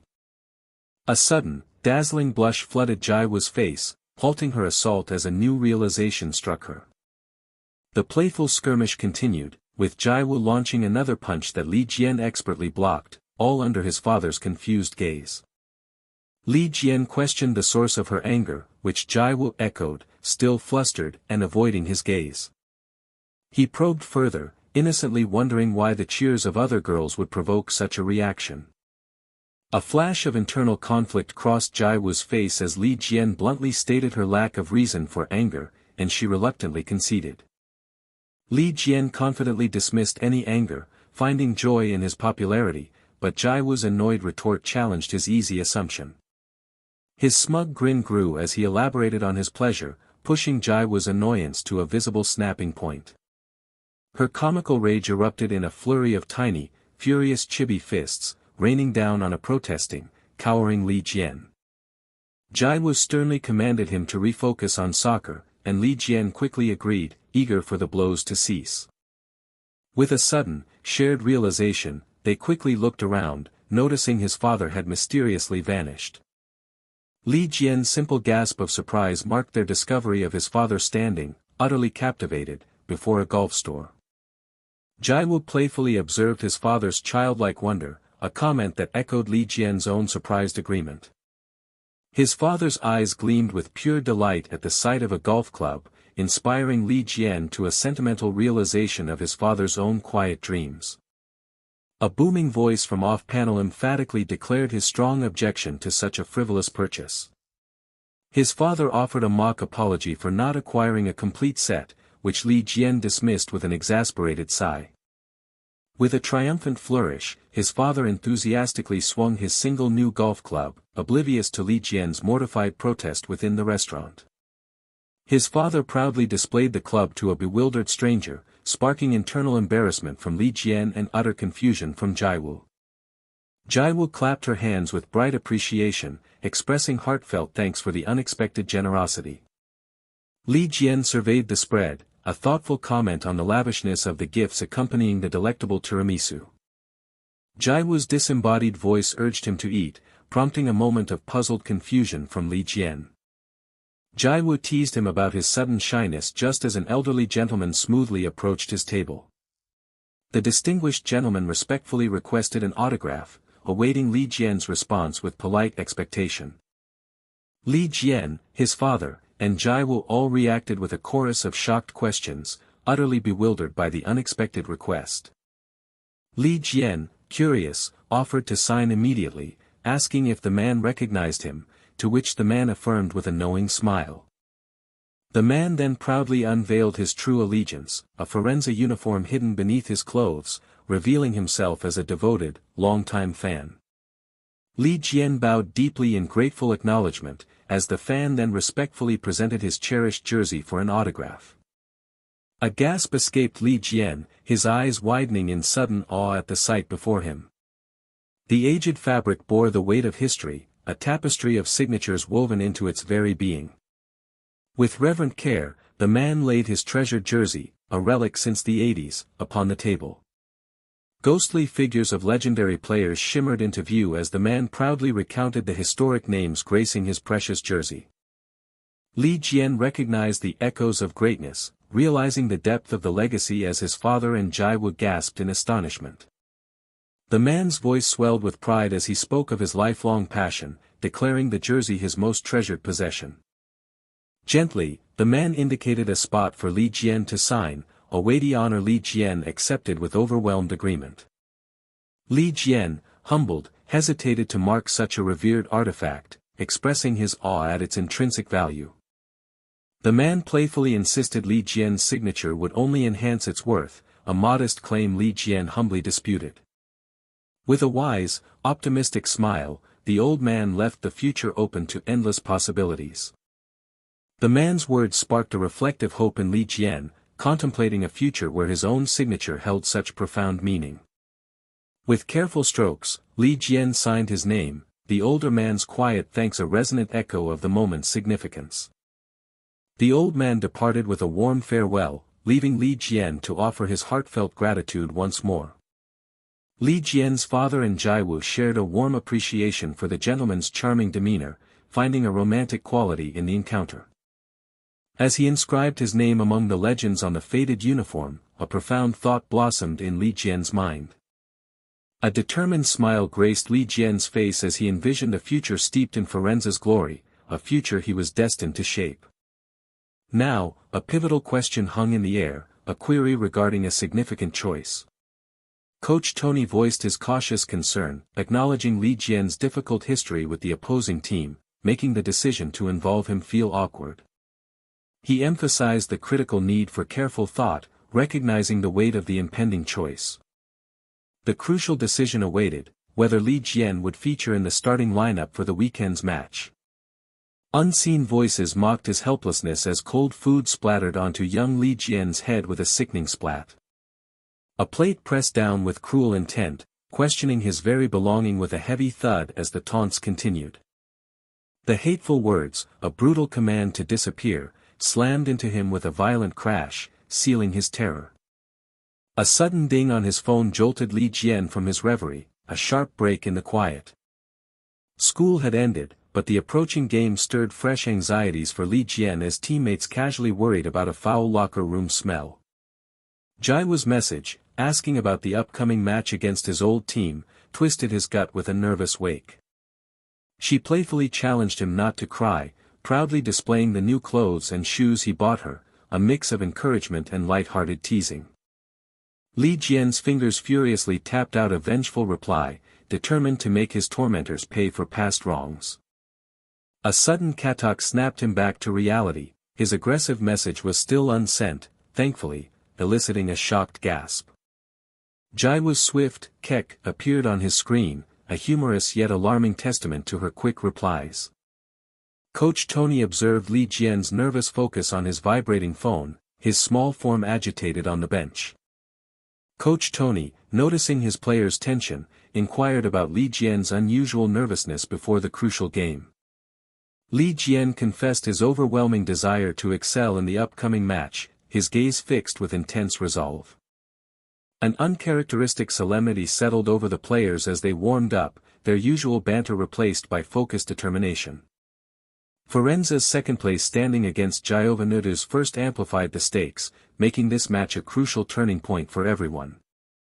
Li Jian planted his cleats firmly into the grass with a resolute coup, understanding this pivotal match extended far beyond himself. The historical rivalry between Firenze and Demoted loomed large, a derby relationship ready to ignite on the field.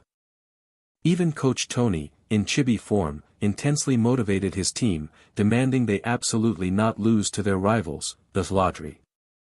An unsettling voice cut through the air, filled with an ominous recognition and a challenging tone. Li Jian's head whipped around, his eyes wide with shock, as he heard the familiar, dreaded sound of his own name. The horrifying voice belonged to the very source of his past torment, a sound he could never truly forget. Jerome, towering over a flinching, young Li Jian, cruelly taunted him for his previous retreat from the team. Jerome's confident smirk, along with his taunting teammates, confirmed his identity, rekindling Li Jian's simmering resentment. Jerome expressed mock surprise at Li Jian's return to the field, assuming he had abandoned soccer for good. He continued his relentless mockery, ridiculing Li Jian for joining the supposedly weak Firenze team, his laughter sharp with derision. Li Jian clenched his jaw, battling his rising anger and reminding himself to channel his fury into the competition, his body quivering with a quiet boudeau. Jerome was interrupted mid-taunt, his smirking face looking up in surprise as a sudden bang echoed. A soccer ball suddenly slammed into Jerome's head with a forceful pieback and a deafening quang. Jerome clutched his head, roaring for the perpetrator of the unexpected chuck, as a concerned teammate checked on him. The team captain casually apologized, claiming the ball was merely an errant pass meant for Jian. The Firenze team captain confidently introduced himself, asserting his presence as a leader. The captain subtly insulted Jerome's reflexes, implying his kick was weak despite the impact, sparking Jerome's indignant fury. Jerome's face contorted with enraged wake as the captain praised Li Jian's flawless control, twisting the knife even further. The captain dismissed Jerome's outrage, pulling a surprised Li Jian away with a casual tuck towards the game. Jerome spat his frustration at the annoying Firenze bastards, as his teammates debated the wisdom of provoking him. His eyes glowed with malevolent intent, teeth grinding with an audible yuduk as he vowed violent retribution on the field. Li Jian, scratching his head awkwardly, offered his thanks, but the captain calmly brushed them aside. The captain's words resonated with unwavering resolve, declaring that an attack on Jian was an attack on the entire team.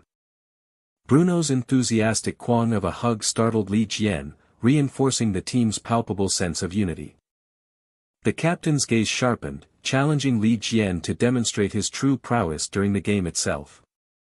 Li Jian absorbed the captain's words, his expression shifting from surprise to a steely resolve, ready to unleash his ferocity. The Firenze captain concluded, his words echoing across the united team, emphasizing their collective strength and Jian's vital role. Coach Tony, serious and commanding, outlined the new 4-4-2 formation, signaling a strategic shift for the match. He detailed defensive instructions, specifically tasking Jian and Enzo with active participation in the first half's defense. Li Jian mentally affirmed the defensive strategy against their stronger opponent, while Coach Tony delivered a final, determined rallying cry. He concluded that a defensive stance was indeed the most prudent approach, given the formidable Giovanotto lineup. The referee's sharp pike signaled the start of the match, and a Firenze player swiftly initiated the kickoff with a tiang. Li Jian stood poised over the ball, a quiet kugung of anticipation in his chest, as he noted his team had the opening possession. Suddenly, Li Jian surged forward, dribbling aggressively down the field with rapid tat-ada steps and a powerful tat. Jerome watched, utterly aghast, questioning Li Jian's immediate and aggressive solo breakthrough. Coach Tony, having planned ahead, revealed his offensive plays, acknowledging that goals were necessary for victory. Li Jian maintained his full sprint, a determined unit of effort, aiming to catch the opponents entirely off guard. The sub-coach questioned Jian's solo effort, but Coach Tony vehemently declared that Jian was never truly alone. Li Jian led the charge with the ball, while the entire team moved in perfect, synchronized harmony behind him. Jerome stared, sweat dripping, utterly bewildered by Li Jian's unprecedented aggression on the field. Jerome frantically yelled orders to his teammates, demanding they intercept Li Jian's advance. Li Jian, eyes narrowed in fierce focus, mentally prepared to evade the charging defender with a quick, decisive sook. He executed a deceptive shoulder and eye fake, sending the bewildered opponent flailing with a surprised paw and a quick pat. Bursting into open space, Li Jian's heightened awareness scanned the field, instantly locating his teammates. Enzo's forward penetration and Bruno's synchronized run opened up crucial passing lanes. Li Jian faked a right-footed pass, momentarily deceiving the defender with a subtle yut, his mind already on the next move. With another deceptive tuck, Li Jian dribbled past the bewildered defender, a silent apology in his determined expression. The coaches erupted in excitement, recognizing Jian's masterful creation of a midfield opening and urging him to exploit the half-space. Li Jian took a deep breath, intensely focused on surveying the evolving landscape for his next critical move. Enzo drifted strategically towards the edge of the box, pulling an opponent with him on the tactical diagram. Bruno then caused further defensive confusion with his central run, as depicted in the tactical overview. Finally, Raphael's movement into the empty space on the right completed the intricate offensive play. The final defensive line braced itself, anticipating Li Jian's decisive next action with mounting tension. The opponent gasped with a confused coup, utterly baffled by Li Jian's intentions, unable to predict the pass. Li Jian, poised to kick the ball with a decisive tie-at, considered his multiple, unexpected options.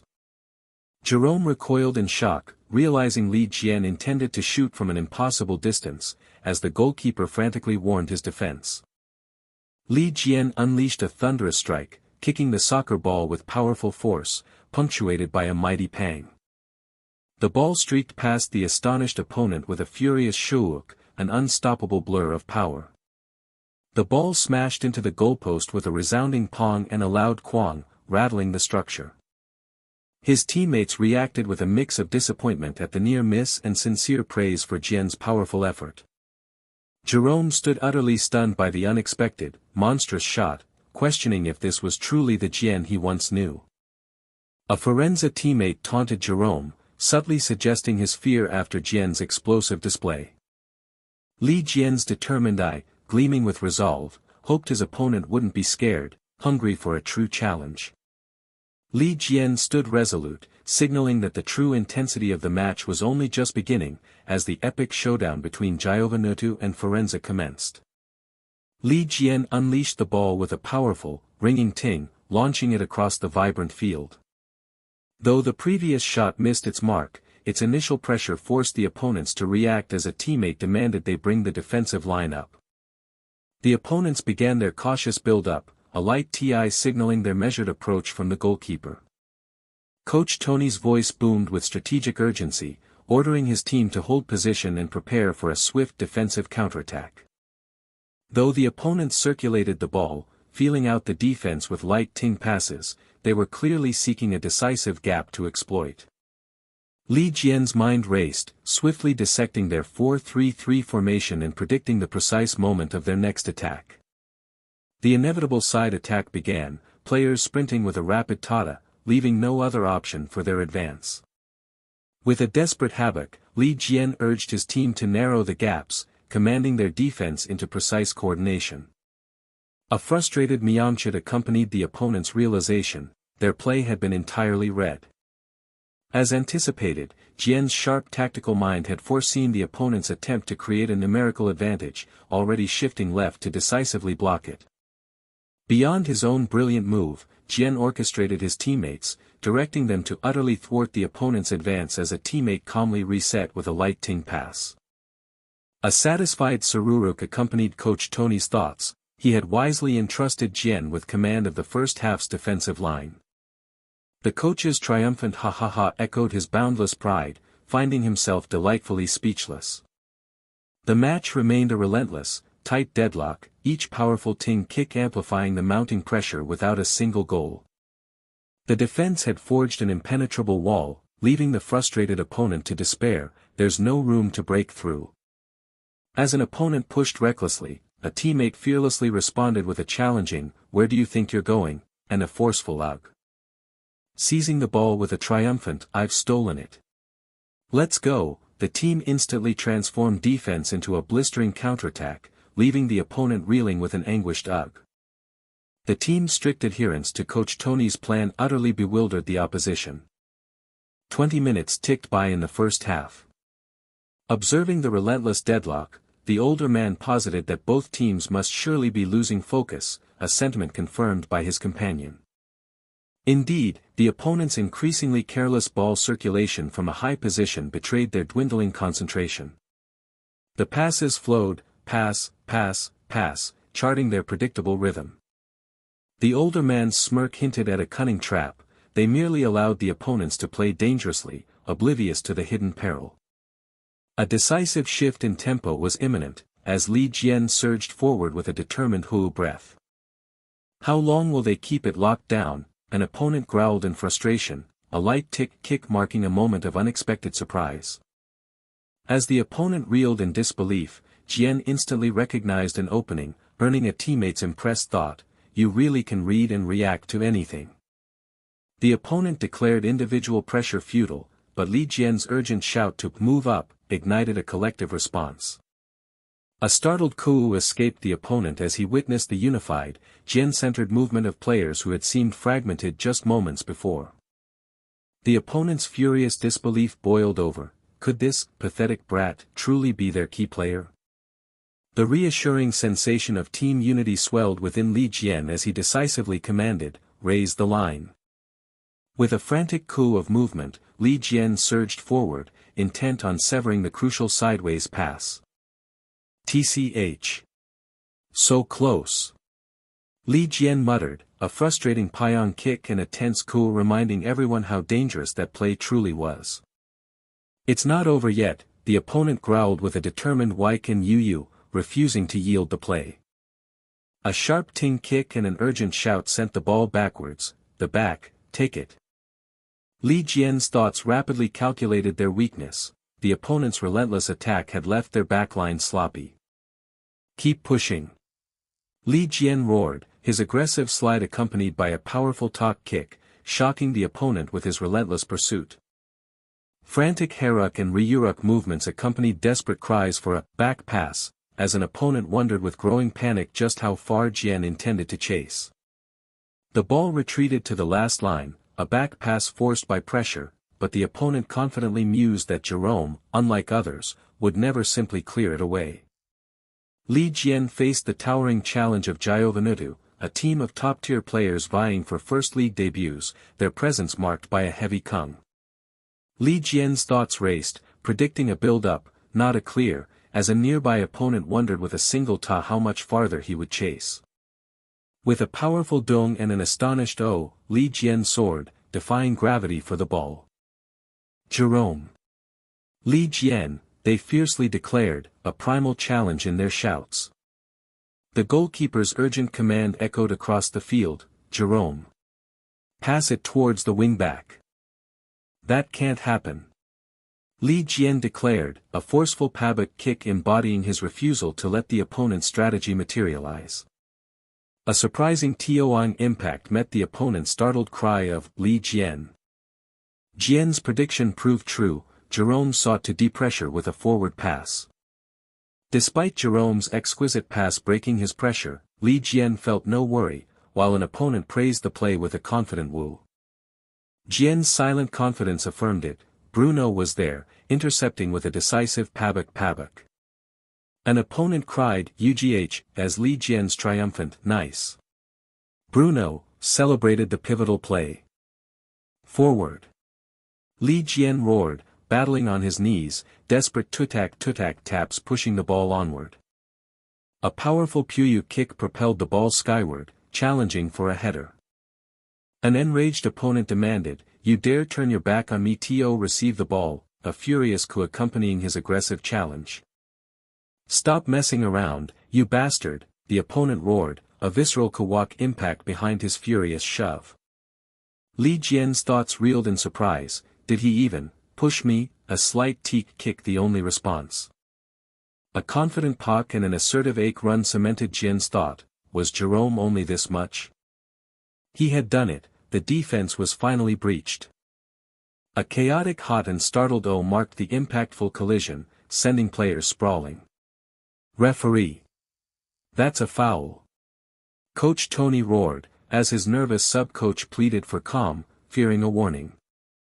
A determined Suk Hyup accompanied the opponent's thought, he was used to these tackles and wouldn't be stopped. No foul was called, the relentless play continued without interruption. Jian's focus narrowed intensely, the ball is. With a desperate Hyup, he realized it was still here. A defiant pak ache confirmed his resolve, he had not lost possession. A split-second realization ignited, free ball. With a determined Hugh, he knew only, just one more step, remained. A thunderous bot kick launched the ball, a climactic strike. The ball struck the net with a resounding keelsack and pak. The stadium held its breath, the decision was imminent. A shrill Payak whistle confirmed it, goal confirmed, as ecstatic voices roared, "That's insane, Li Jian."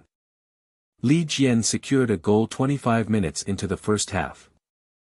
A surprised Hyuk escaped Li Jian, huh? A furious Budol tremor accompanied the opponent's grudging admission, "Son of a bitch. You've grown a lot, huh?" A weary Hu sigh escaped Li Jian, "I guess I must have," he conceded with quiet satisfaction. The opponent gestured, emphasizing their shared past, "After all, you were just this small." Unseen voices screamed commands across the bright, dynamic field as unseen players clashed in a desperate scramble for possession. Jian's initial strike had irrevocably shifted the game's very essence, leaving an opponent flailing in bewildered defeat. After 20 minutes of control, conceding a goal unhinged their resolve, leaving one opponent to issue a sharp warning to his rattled teammate. The field erupted into a furious cacophony, players straining against their teammates' holds as raw emotion ignited a tense, sparking confrontation. Impulsive rage threatened to derail the match, prompting the referee to deliver a measured warning, hinting at the escalating stakes for both captains. Amidst the growing chaos, Jian took a steadying breath, his resolve hardening to anchor himself more deeply in the present. From the sidelines, the older man noted the opponent's rising emotional tide, a sentiment Coach Tony quietly affirmed with a grim nod. Number 5, in particular, suffered a deep, personal sting. Jian could feel the burning weight of Number 5's vengeful glare, a silent, seething promise of retribution. With bated breath, the game resumed. A sudden, guttural cry shattered the air as a predator surged from behind Jian, startling him. Targeted by the opposition, Jian snapped a quick pass aside, leaving a confused opponent grasping at air in the blur of motion. Beneath a mask of bravado, Jian trembled with a fear he dared not show, while his frustrated opponent cursed a missed chance to inflict a crushing blow. A nervous gulp betrayed his internal struggle, yet fortified his resolve for the arduous task ahead. Fueled by a fierce desire to impress Jiwoo, Jian drove the ball forward with singular purpose. Defiantly, Jian surged forward, shouting for Bruno, a desperate assertion of his own fearlessness for Jiwoo. With a sudden burst of energy, Jian maintained possession, his bewildering agility leaving the opponent dumbfounded. Surrounded and isolated, Jian faced an overwhelming siege. Then, a sudden, forceful crash of bodies as teammates surged forward, a protective wall against the onslaught, their shouts echoing a fierce, unwavering support for Jian. A surge of emotion choked Jian, realizing he wasn't alone, his reliable allies now shielded his path. The double-team tactic, while effective, cunningly exposed the opposing flank, leaving a crucial opening for exploitation. The right side, in particular, lay strategically vulnerable. With fierce resolve, Jian unleashed a pinpoint pass into the void, then exploded forward, a sharp whistle and a thudding roar marking his decisive advance. Despite the first half's grueling end, a pure, unadulterated joy propelled him forward. A profound sense of contentment settled over him, he had never known such pure enjoyment in a game. As the second half roared to life, a teammate's fervent shouts of encouragement ignited a fresh spark of determination within the team. The older man's eager suggestion to contact director Vincenzo caught the man with glasses completely off guard, eliciting a confused grunt. The older man enthusiastically pitched Jian as Firenze's future, but the director coolly rebuffed his premature excitement, urging patience until the game concluded. The older man vehemently challenged the director's skepticism, his fiery outburst prompting a pointed remark about his predictably Italian temperament. Despite his outward dismissal, the director harbored a more complex, unspoken contemplation. From his vantage point, the director keenly observed Jian, noting a newfound clarity and unburdened joy in his play after the goal. He was no longer a promising young talent burdened by expectations, but a boy unleashed by pure, unadulterated joy. The older man's light-hearted comment on Jian's appeal prompted the director to smirk, foreseeing delightful chaos upon his inevitable promotion. A thunderous, collective roar surged from the enthusiastic crowd. The older man's abrupt request for information on number 20 startled the gray-haired man into a bewildered clarification. Exasperated, the older man snapped at the pointless clarification, while the gray-haired man stammered a feeble defense. Introducing Gioventu's new director, Rotary Matthias. The older man, with a knowing smirk, began to explain, hinting that the gray-haired man's newness to Italy kept him in the dark. With a conspiratorial grin, the older man revealed the shocking truth: number 20 was once a player on their very own team. The older man continued, explaining the player's abrupt contract termination and subsequent move to Firenze, a detail that resonated deeply. The gray-haired man's bewildered query about the player's departure was met with a stark explanation: a failure to adapt. Feeling a dizzying swirl of frustration, the gray-haired man desperately demanded more elaborate details. A pained sigh escaped him. He knew Jian was struggling, but the true extent of their disarray now laid bare, leaving him utterly aghast. His thoughts condemned Jian's youth development failures, as news reports starkly underscored their reliance on expensive acquisitions rather than homegrown talent. Jian's foolish, exorbitant spending tragically led them to surrender the league championship to FC Milano del Mondo, a bitter testament to their flawed strategy. Despite their tumultuous season, Jian had the audacity to seek help from him, a German footballer, a plea he recalled with a critical disbelief. His jaw clenched, body trembling with fury, he seethed at Jian's utterly staggering obliviousness. The gray-haired man's disbelief soared as Jian effortlessly showcased his profound talent, questioning how such an asset could ever be so carelessly relinquished. The gray-haired man roared that adaptation should have been enforced, while the older man nervously clutched his hand, silently worrying about the unexpected ferocity. He thought fiercely of Jian, the singular force whose overpowering presence rendered all their efforts futile, punctuated by the crisp beep and mighty crunch of his impact. An impressed groan escaped him. Jian had already transcended the U-17 level, possessing an undeniable, formidable power. The older man scornfully questioned the Serie A youth coach's competence, prompting a bewildered query from the gray-haired man amid a nervous chuckle. A bitter regret consumed him. If only he had arrived a year sooner, the team's entire trajectory, he seethed, could have been fundamentally altered. The gray-haired man declared a radical overhaul was needed, startling the older man, who dramatically protested his now completely obstructed view. With unwavering resolve, the gray-haired man outlined his plan to purge the coaching staff, while the older man grumbled about his persistently obstructed view.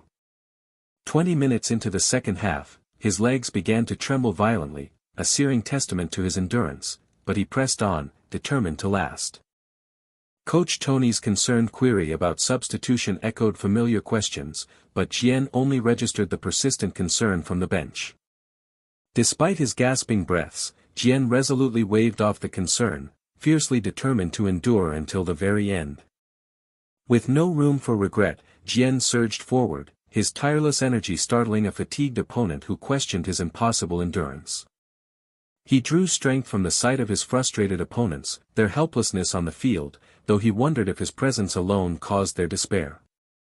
Yet, as he neared his absolute limits, a surprising thought surfaced, making him blush.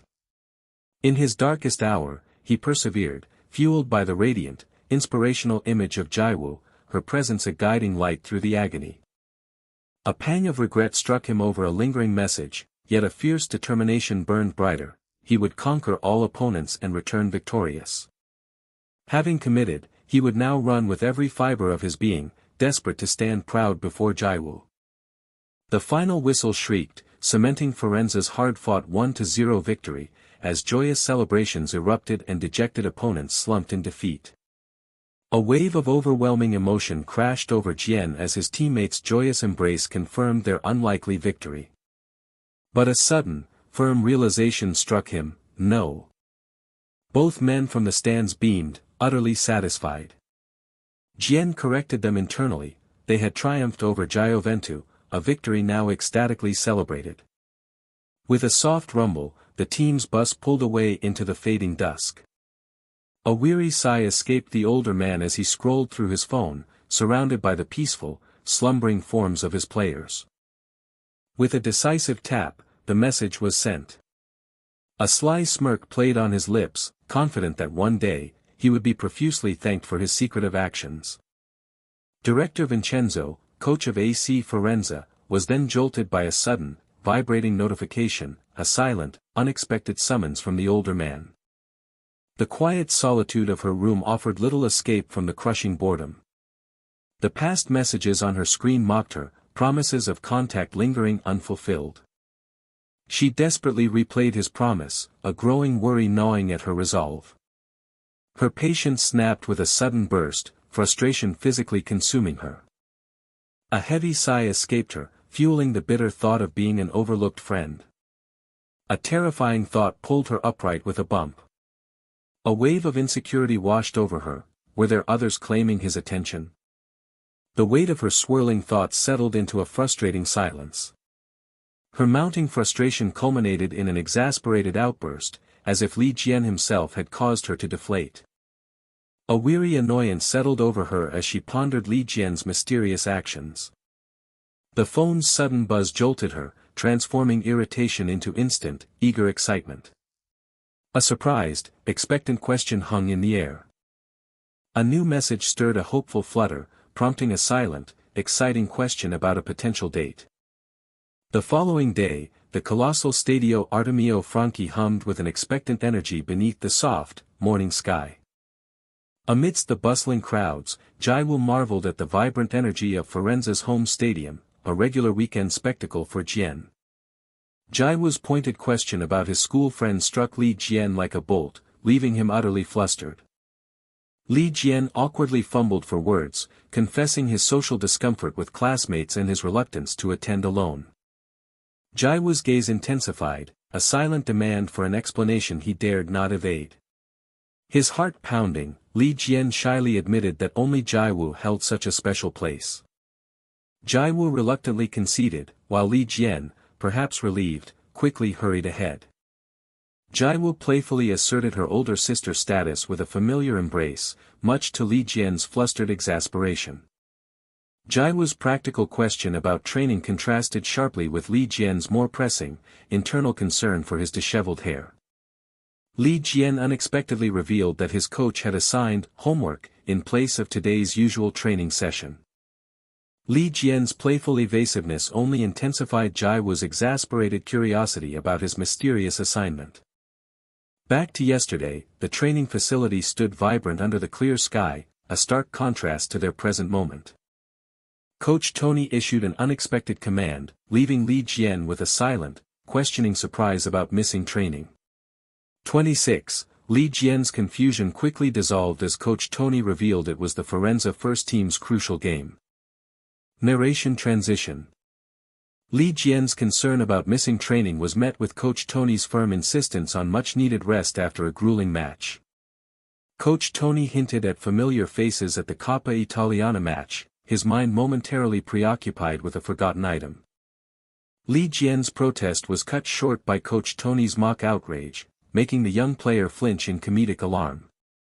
Li Jian's shock instantly turned to relief as Coach Tony's hearty laughter filled the room, dispelling the false alarm. Coach Tony smoothly clarified his intentions, revealing the day off was, in fact, a cleverly disguised assignment.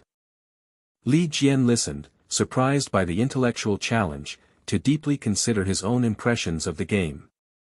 Coach Tony, preoccupied with finding something, elaborated on the analytical task, urging Li Jian to reflect on team play and improvements. A knowing grin crossed Coach Tony's face as he challenged Li Jian to envision his own future role on the field. Li Jian gratefully accepted the tickets, then a flicker of confusion crossed his face. His confusion deepened as he realized there were unexpectedly 2 tickets. Coach Tony's mischievous suggestion to bring a girlfriend sent a shockwave of utter embarrassment through Li Jian, who exploded in surprise. Coach Tony's casual revelation that Coach Luca had spilled the secret left Li Jian mortified and exposed. Li Jian seethed with righteous anger at Coach Luca's betrayal, while Coach Tony only laughed, finding his discomfort amusing. Li Jian vehemently insisted she was just a friend, but Coach Tony's amused and knowing gaze told a different, unspoken story. With a final, knowing grin, Coach Tony wished him a good time, his intentions playfully clear. Lost in thought about Coach Tony, Li Jian remained oblivious to Jiwoo's escalating annoyance and repeated calls for his attention.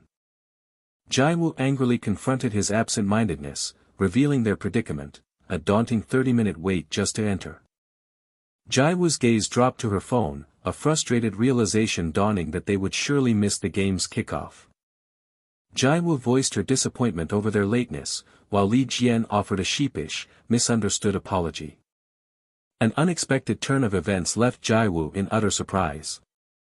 Li Jian pulled Jiwoo along, boldly revealing his intentional delay, leaving her bewildered by his secret agenda. He confidently reached into his pocket, poised for a dramatic reveal.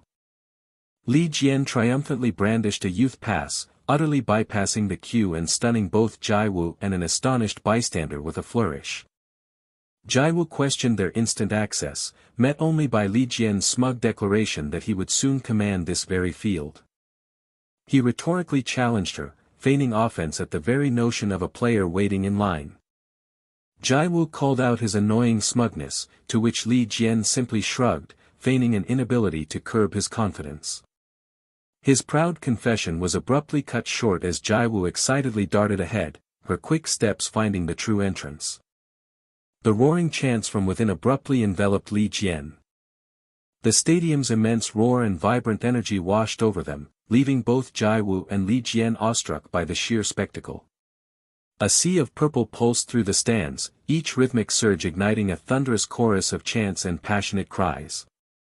Jiwoo's disbelieving question suddenly snapped Li Jian back to the overwhelming reality of his future aspirations.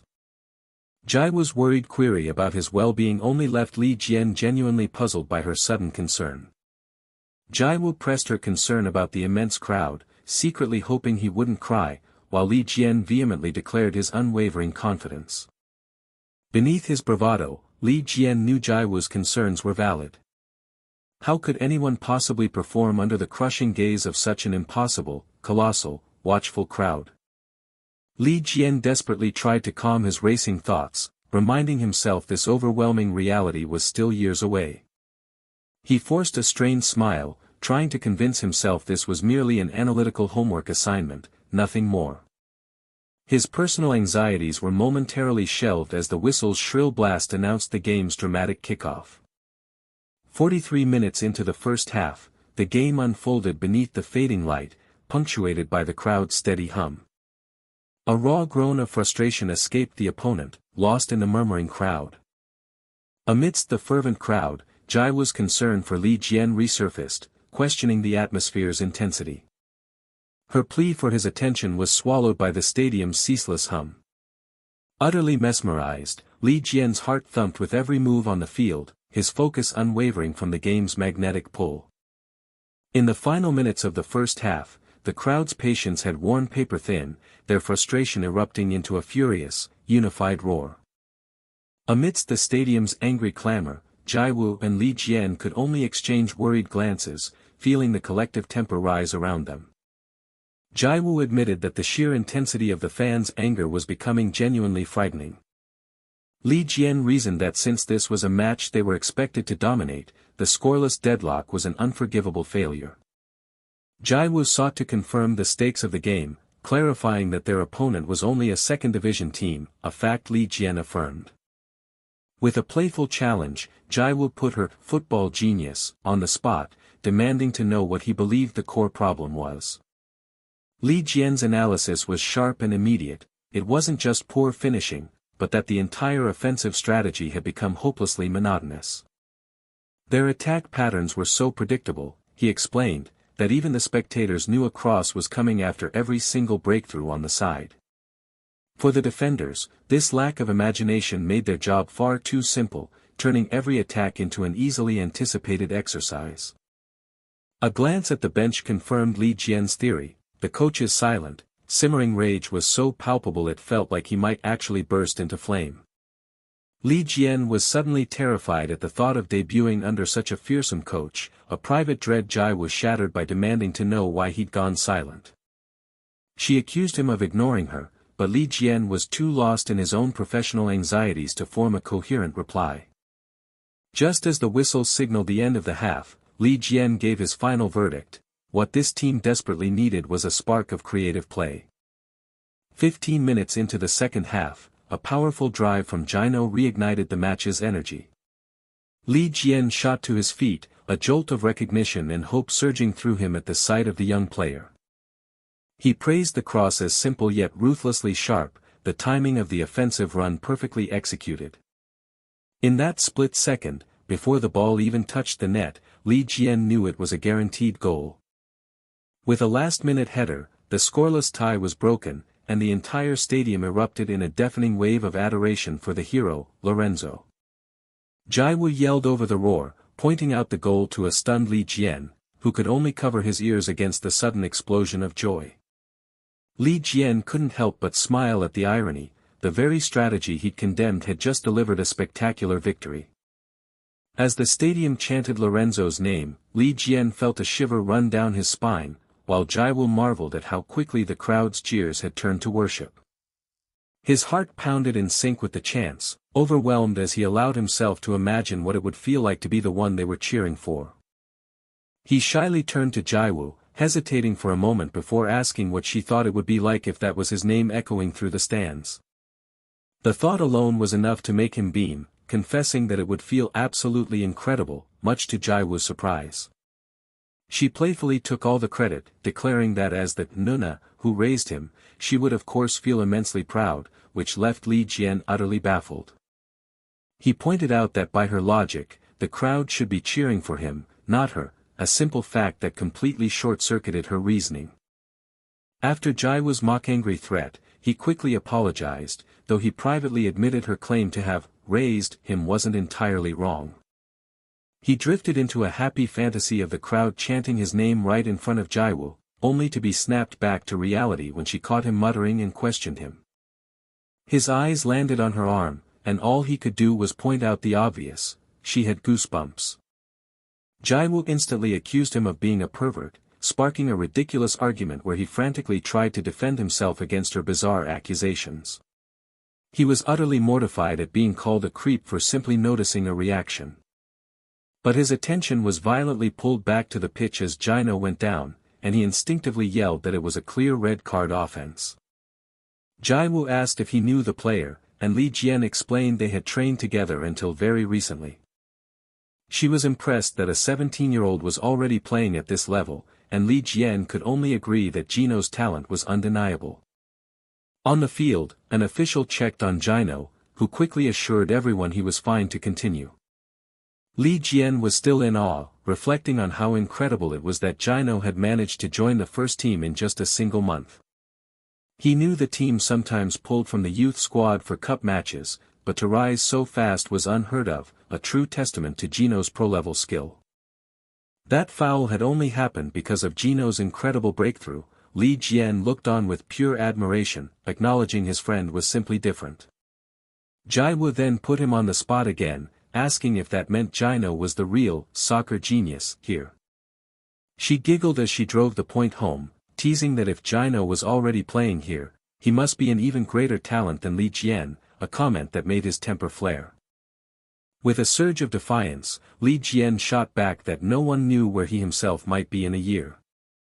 Jiwoo seemed impressed by his sudden confidence, challenging if he really thought he could be on that field in a year, to which he declared, absolutely. She pressed him on what would happen if he couldn't, but he just told her to wait and see, his bravado unshakable. Internally, however, he was laughing at himself, knowing the idea of joining the first team in a year was pure nonsense. And yet, he did have a pro contract, and if Jino could do it, maybe the path wasn't entirely impossible. As he watched the game, a new thought began to crystallize: this level of play, once so intimidating, now seemed within his reach. A vision flashed through his mind, of himself scoring the winning goal, and as the roar of the crowd echoed in his ears, a flicker of genuine hope ignited within him. As dusk settled, Li Jian and Jiwoo walked quietly through the city streets, the stadium's electric energy a fading memory. She asked if he had a good time, and the genuine smile he returned was all the answer she needed. Li Jian admitted he'd been terrified they would lose after such a frustrating performance, but Jiwoo was just glad for the win, especially that last-minute goal.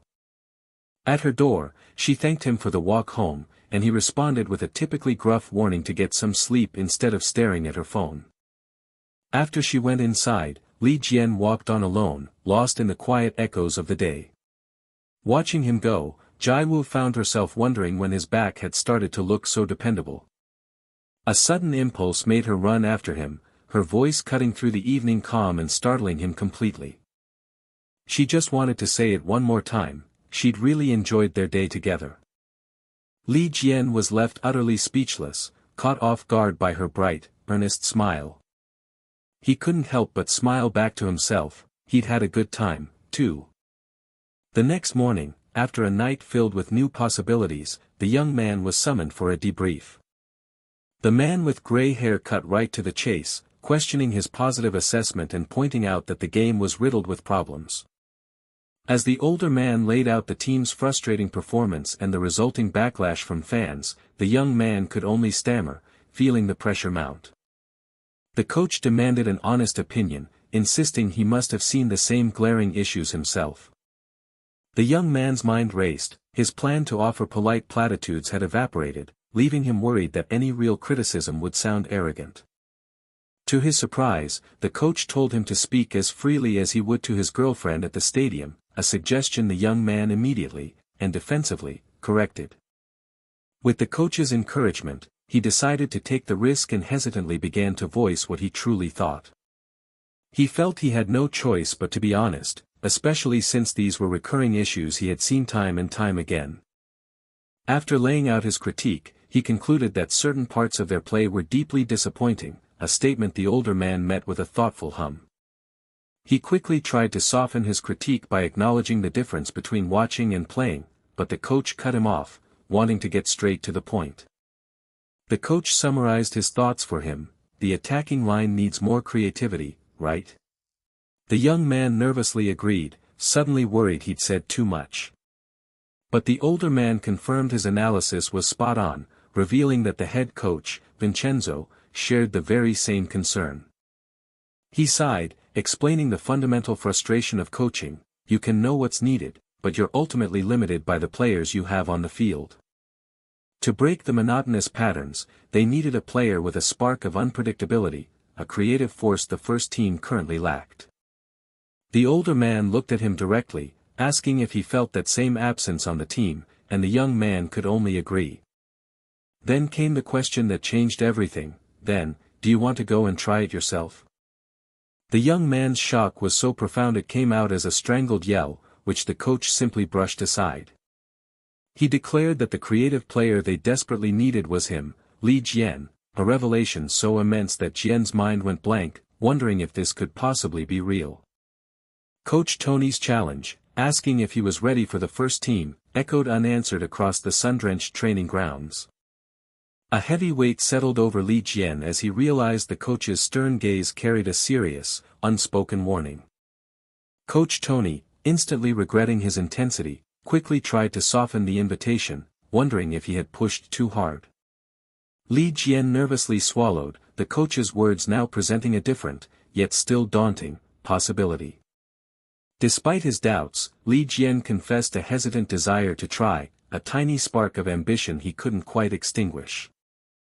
Coach Tony, eyes shut in delight, instantly declared that was enough, leaving Jian utterly bewildered.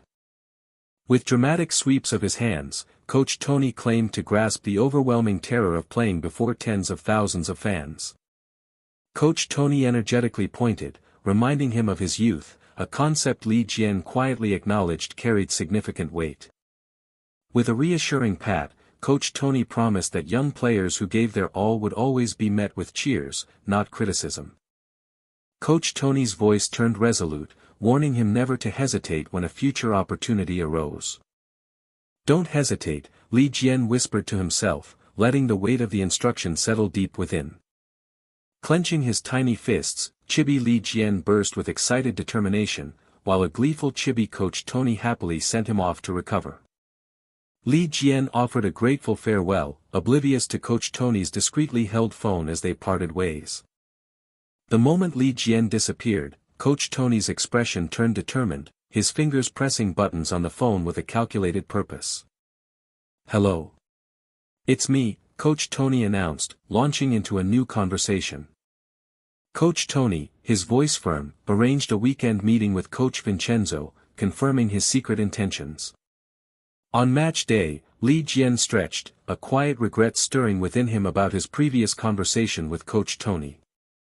Jian quietly conceded the honest truth: his initial drive for the first team had stemmed entirely from Jiwoo. He envisioned a fantastical roar of tens of thousands, Jiwoo's jubilant cheer soaring above all, only for his mind to snap back to the anxious worry that Coach Tony had mistaken his private dream for pure soccer passion.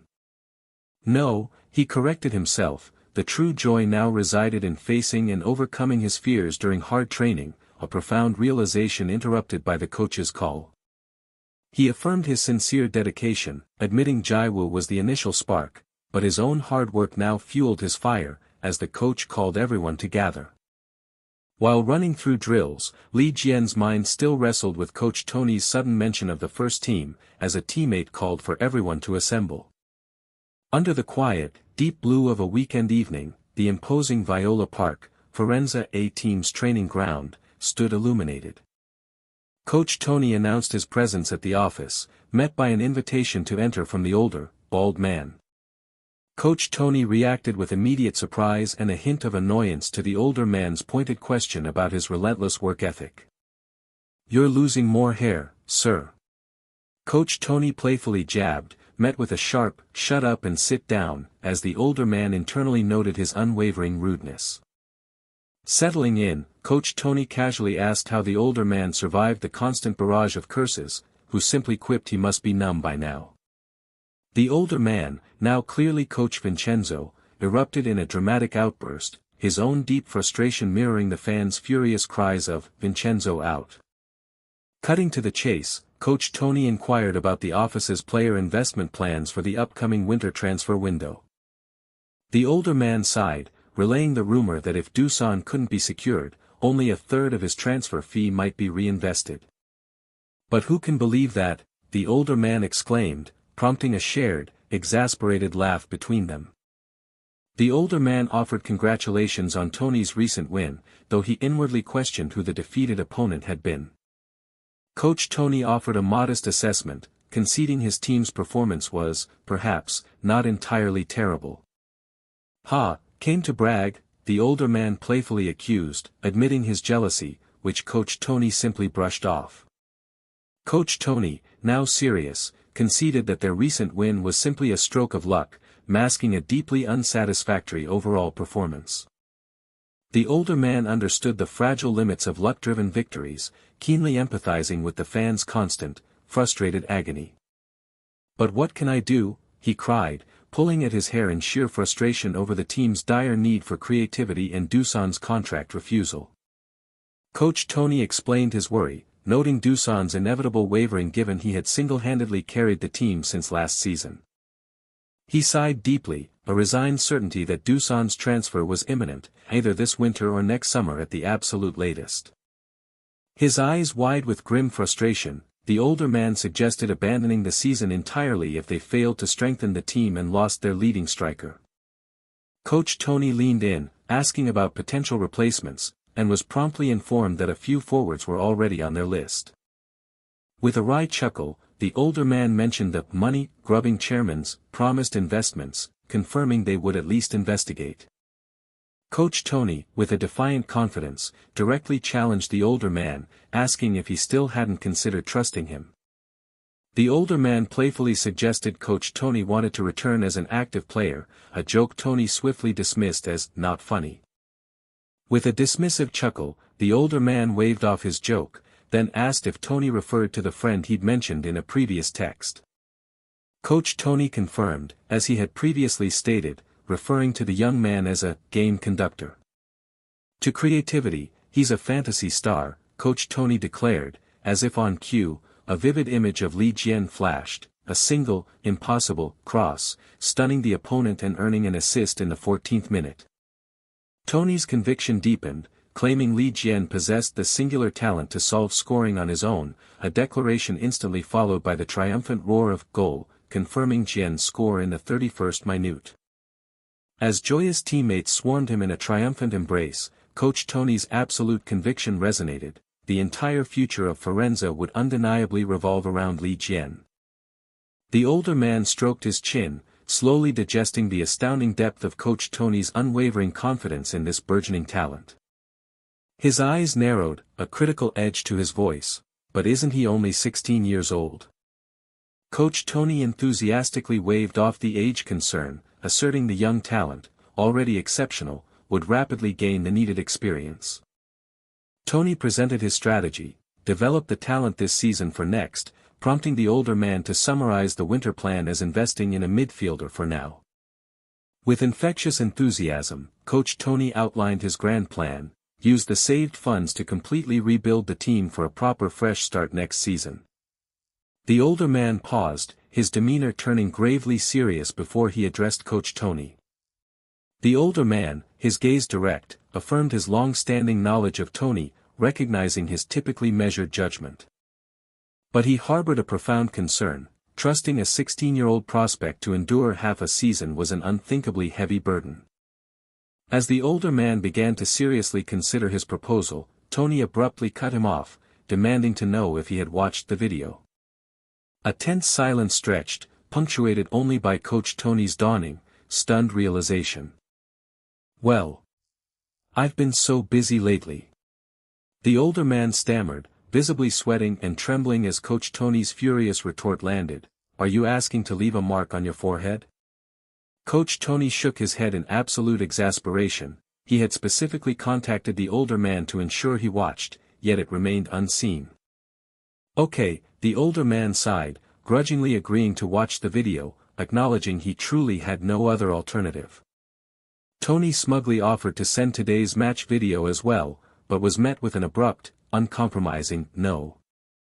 His profile hardened with resolve. If it had come to this, he would watch with proper, undivided attention. His impressive performance, securing 2 goals and 1 assist before his 45-minute substitution, contributed to a decisive 7-1 victory for Firenze. The following Monday, on recovery day, Coach Tony offered a casual, Jian, met by a polite greeting in return. Coach Tony, a mischievous smile playing on his lips, questioned Jian's presence outside the training ground, then enigmatically invited him somewhere. A chibi Li Jian, utterly confused, questioned his training schedule, only for Coach Tony to cryptically declare he would train there. There. Li Jian echoed, completely unable to imagine the profound shift awaiting him. Hours later, a visibly nervous Li Jian received a calming word from the older man, preparing him for the momentous, unknown event that lay ahead. Li Jian's eyes widened in stunned realization. He would be training with the first team, a monumental truth underscored by the booming announcement of player substitution. At Viola Park, the Firenze first team gathered, ready to heed the off-panel command to loosen up for their session. The Firenze first team pushed into their training, a determined blur of movement echoing the unseen coach's call to push hard. Li Jian's internal awe was palpable. The field was alive with faces he'd only seen on screens, including the legendary Dusan, a fact the man with gray hair observed with amusement. The man with gray hair then directed Jian, urging him to introduce himself to the waiting figure. This was Coach Vincenzo, his renowned demeanor softened by an unexpected gentleness. Jian offered a nervous greeting, met by Coach Vincenzo's knowing smile and declaration of having heard much about him, much to the man with gray hair's surprise. Coach Vincenzo offered words of encouragement to Jian, advising him not to feel pressured, but Jian's flustered mind was stuck on the promise of a mere observation. Though Coach Vincenzo casually instructed a light warm-up, Jian's inner turmoil raged at the overwhelming reality of training alongside the first team. A momentary sense of relief washed over Jian, finding Coach Vincenzo surprisingly kinder than his initial intimidating impression. But the calm shattered as Coach Vincenzo erupted with a furious, slow, startling Jian into a panicked halt. The coach's ferocious roar about his lack of speed made Jian question his earlier, more charitable assessment, leaving him utterly bewildered. Coach Vincenzo's relentless demands for speed cemented Jian's new, less favorable perception of the coach's terrifying intensity. An awkward laugh punctuated the tense air as the man with gray hair attempted to defuse the coach's outburst, prompting Jian to resolve to remain ever vigilant. A fierce resolve hardened Jian's expression. He would perform flawlessly, honoring his U17 team as their unexpected representative. He clenched his fist, a silent pledge to perform his utmost for Coach Tony and Coach Luca.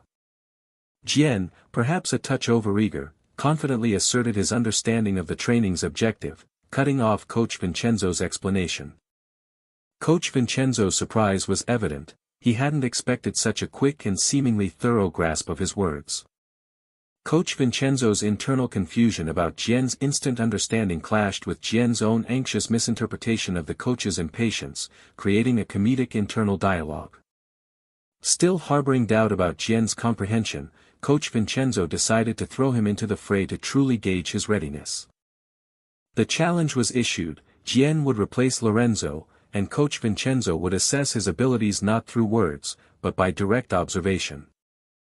As he ran, Jian processed the coach's tactical instructions, lowering the line, bypassing defense, then a jolt of realization hit: he might be playing with Dusan. Coach Vincenzo's mind was a tactical crucible, analyzing how every opponent relentlessly blocked their side passes or fortified their box against crosses. His analytical thoughts revealed the team's reliance on crosses and the desperate need for a creative fantasista, a playmaker who could break the predictable patterns he saw Li Jian, in his mind's eye, becoming. Li Jian nervously declared his position as Secunda Punta, second striker, confirming the man with dark hairs, second, suspicions about Coach Tony's audacious claims. A grim shadow fell over Coach Vincenzo as he absorbed the scathing newspaper headlines, his inner resolve hardening in the face of fan protests demanding his resignation.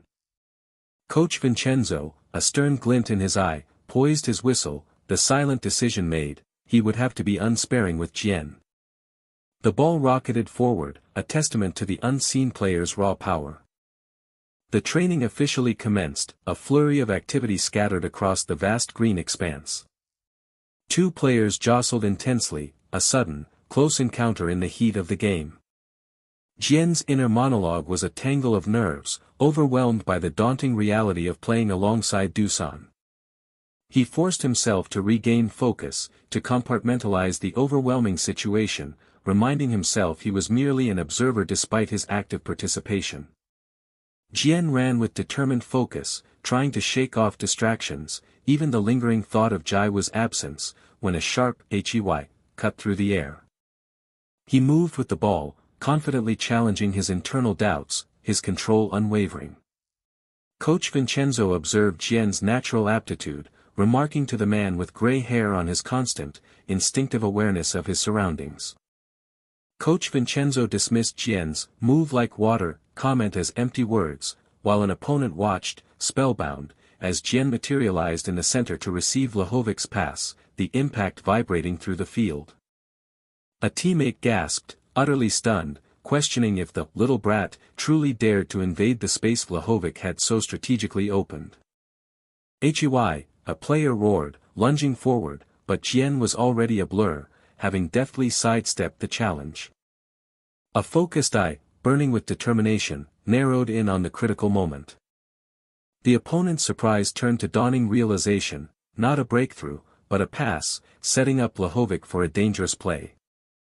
The ball kissed the foot of a teammate, a gentle, precise transfer. Coach Vincenzo stared, utterly bewildered, that the Vlahovic was actively seeking a one-touch connection. His mind reeled at Vlahovic's improbable collaboration with "that little kid," watching Jian deliver a perfect, direct pass into Vlahovic's anticipated path. Jian unleashed a powerful pass, sending the ball soaring with the outside of his foot. The pass sailed with uncanny precision, at the defender's waist, bypassing the offside trap. Coach Vincenzo marveled at the exquisite, knife-like, timing of Jian's pass, severing the offside line with surgical accuracy. He concluded the pass was a masterclass in catering to Dusan's infamously demanding preferences, a difficult feat executed flawlessly. The ball thundered against the net, the visceral thwack signaling a goal. Despite his initial skepticism about Tony's recommendation, Coach Vincenzo was now utterly shell-shocked by the brilliance he had just witnessed. A precise strike with the outside of the foot threaded a path through the brief gap created by Vlahovic, shattering the defensive line and conjuring an open chance. A teammate offered praise for his "decent" play, making Jian blush profusely as Coach Vincenzo's chibi inner self celebrated the unexpected artistry. The man with gray hair offered a knowing smirk, teasing Coach Vincenzo that his astonishment was far from over. Coach Vincenzo recalled his initial doubts, wondering if Coach Tony and Coach Luca had wildly exaggerated Jian's capabilities. As the training continued, Coach Vincenzo's initial shock at Li Jian's performance began to morph into a deepening, persistent astonishment. He concluded that Jian's abilities transcended mere talent, surpassing any reasonable expectation for a 16-year-old. Coach Vincenzo's tactical eye observed Jian, a small figure in the aerial view, instinctively dropping deeper to unlock stalled ball progression. Jian moved with the ball, his dribbling forcing the opposing defense to abandon their rigid positions. He watched, mesmerized, as Jian patiently waited for the precise moment a crack appeared in the front line. Then, with breathtaking accuracy, Jian threaded a pass as fine as a needle. "Nice," a player roared, launching a powerful kick, fueled by pure excitement.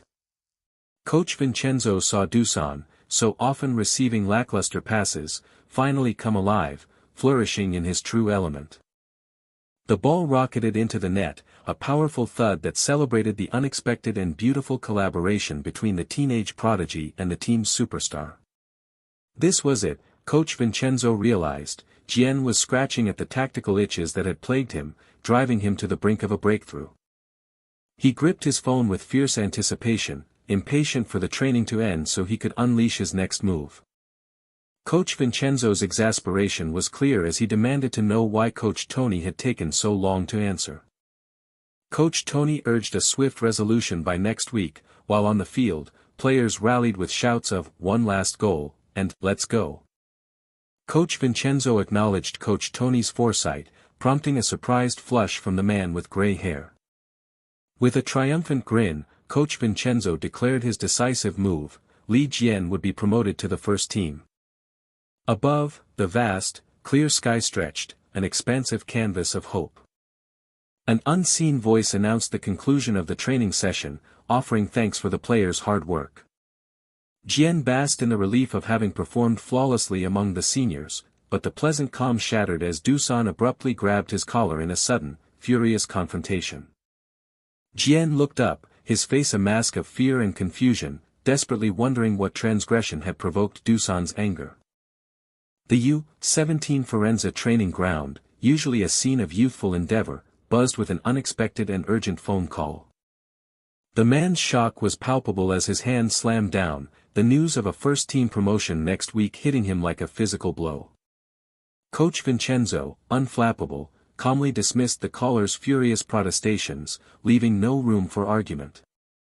His brow furrowed with determination, he insisted on more time, convinced the budding talent still needed his guidance. Coach Vincenzo's roar echoed, a fierce declaration that he would simply accelerate the protégé's development right where he was.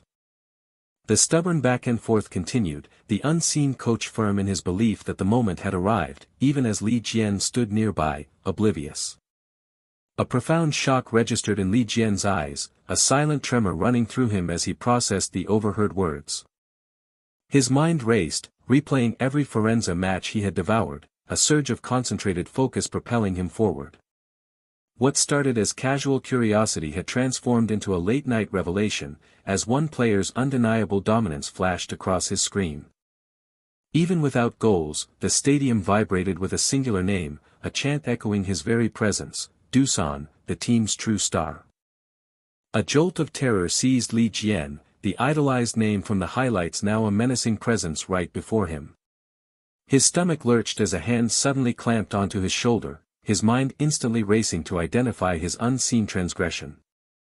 The man's joyful, almost aggressive, question about his birth year left Li Jian utterly dumbfounded. The absurdity of connecting his age to the Champions League simply intensified Li Jian's befuddlement.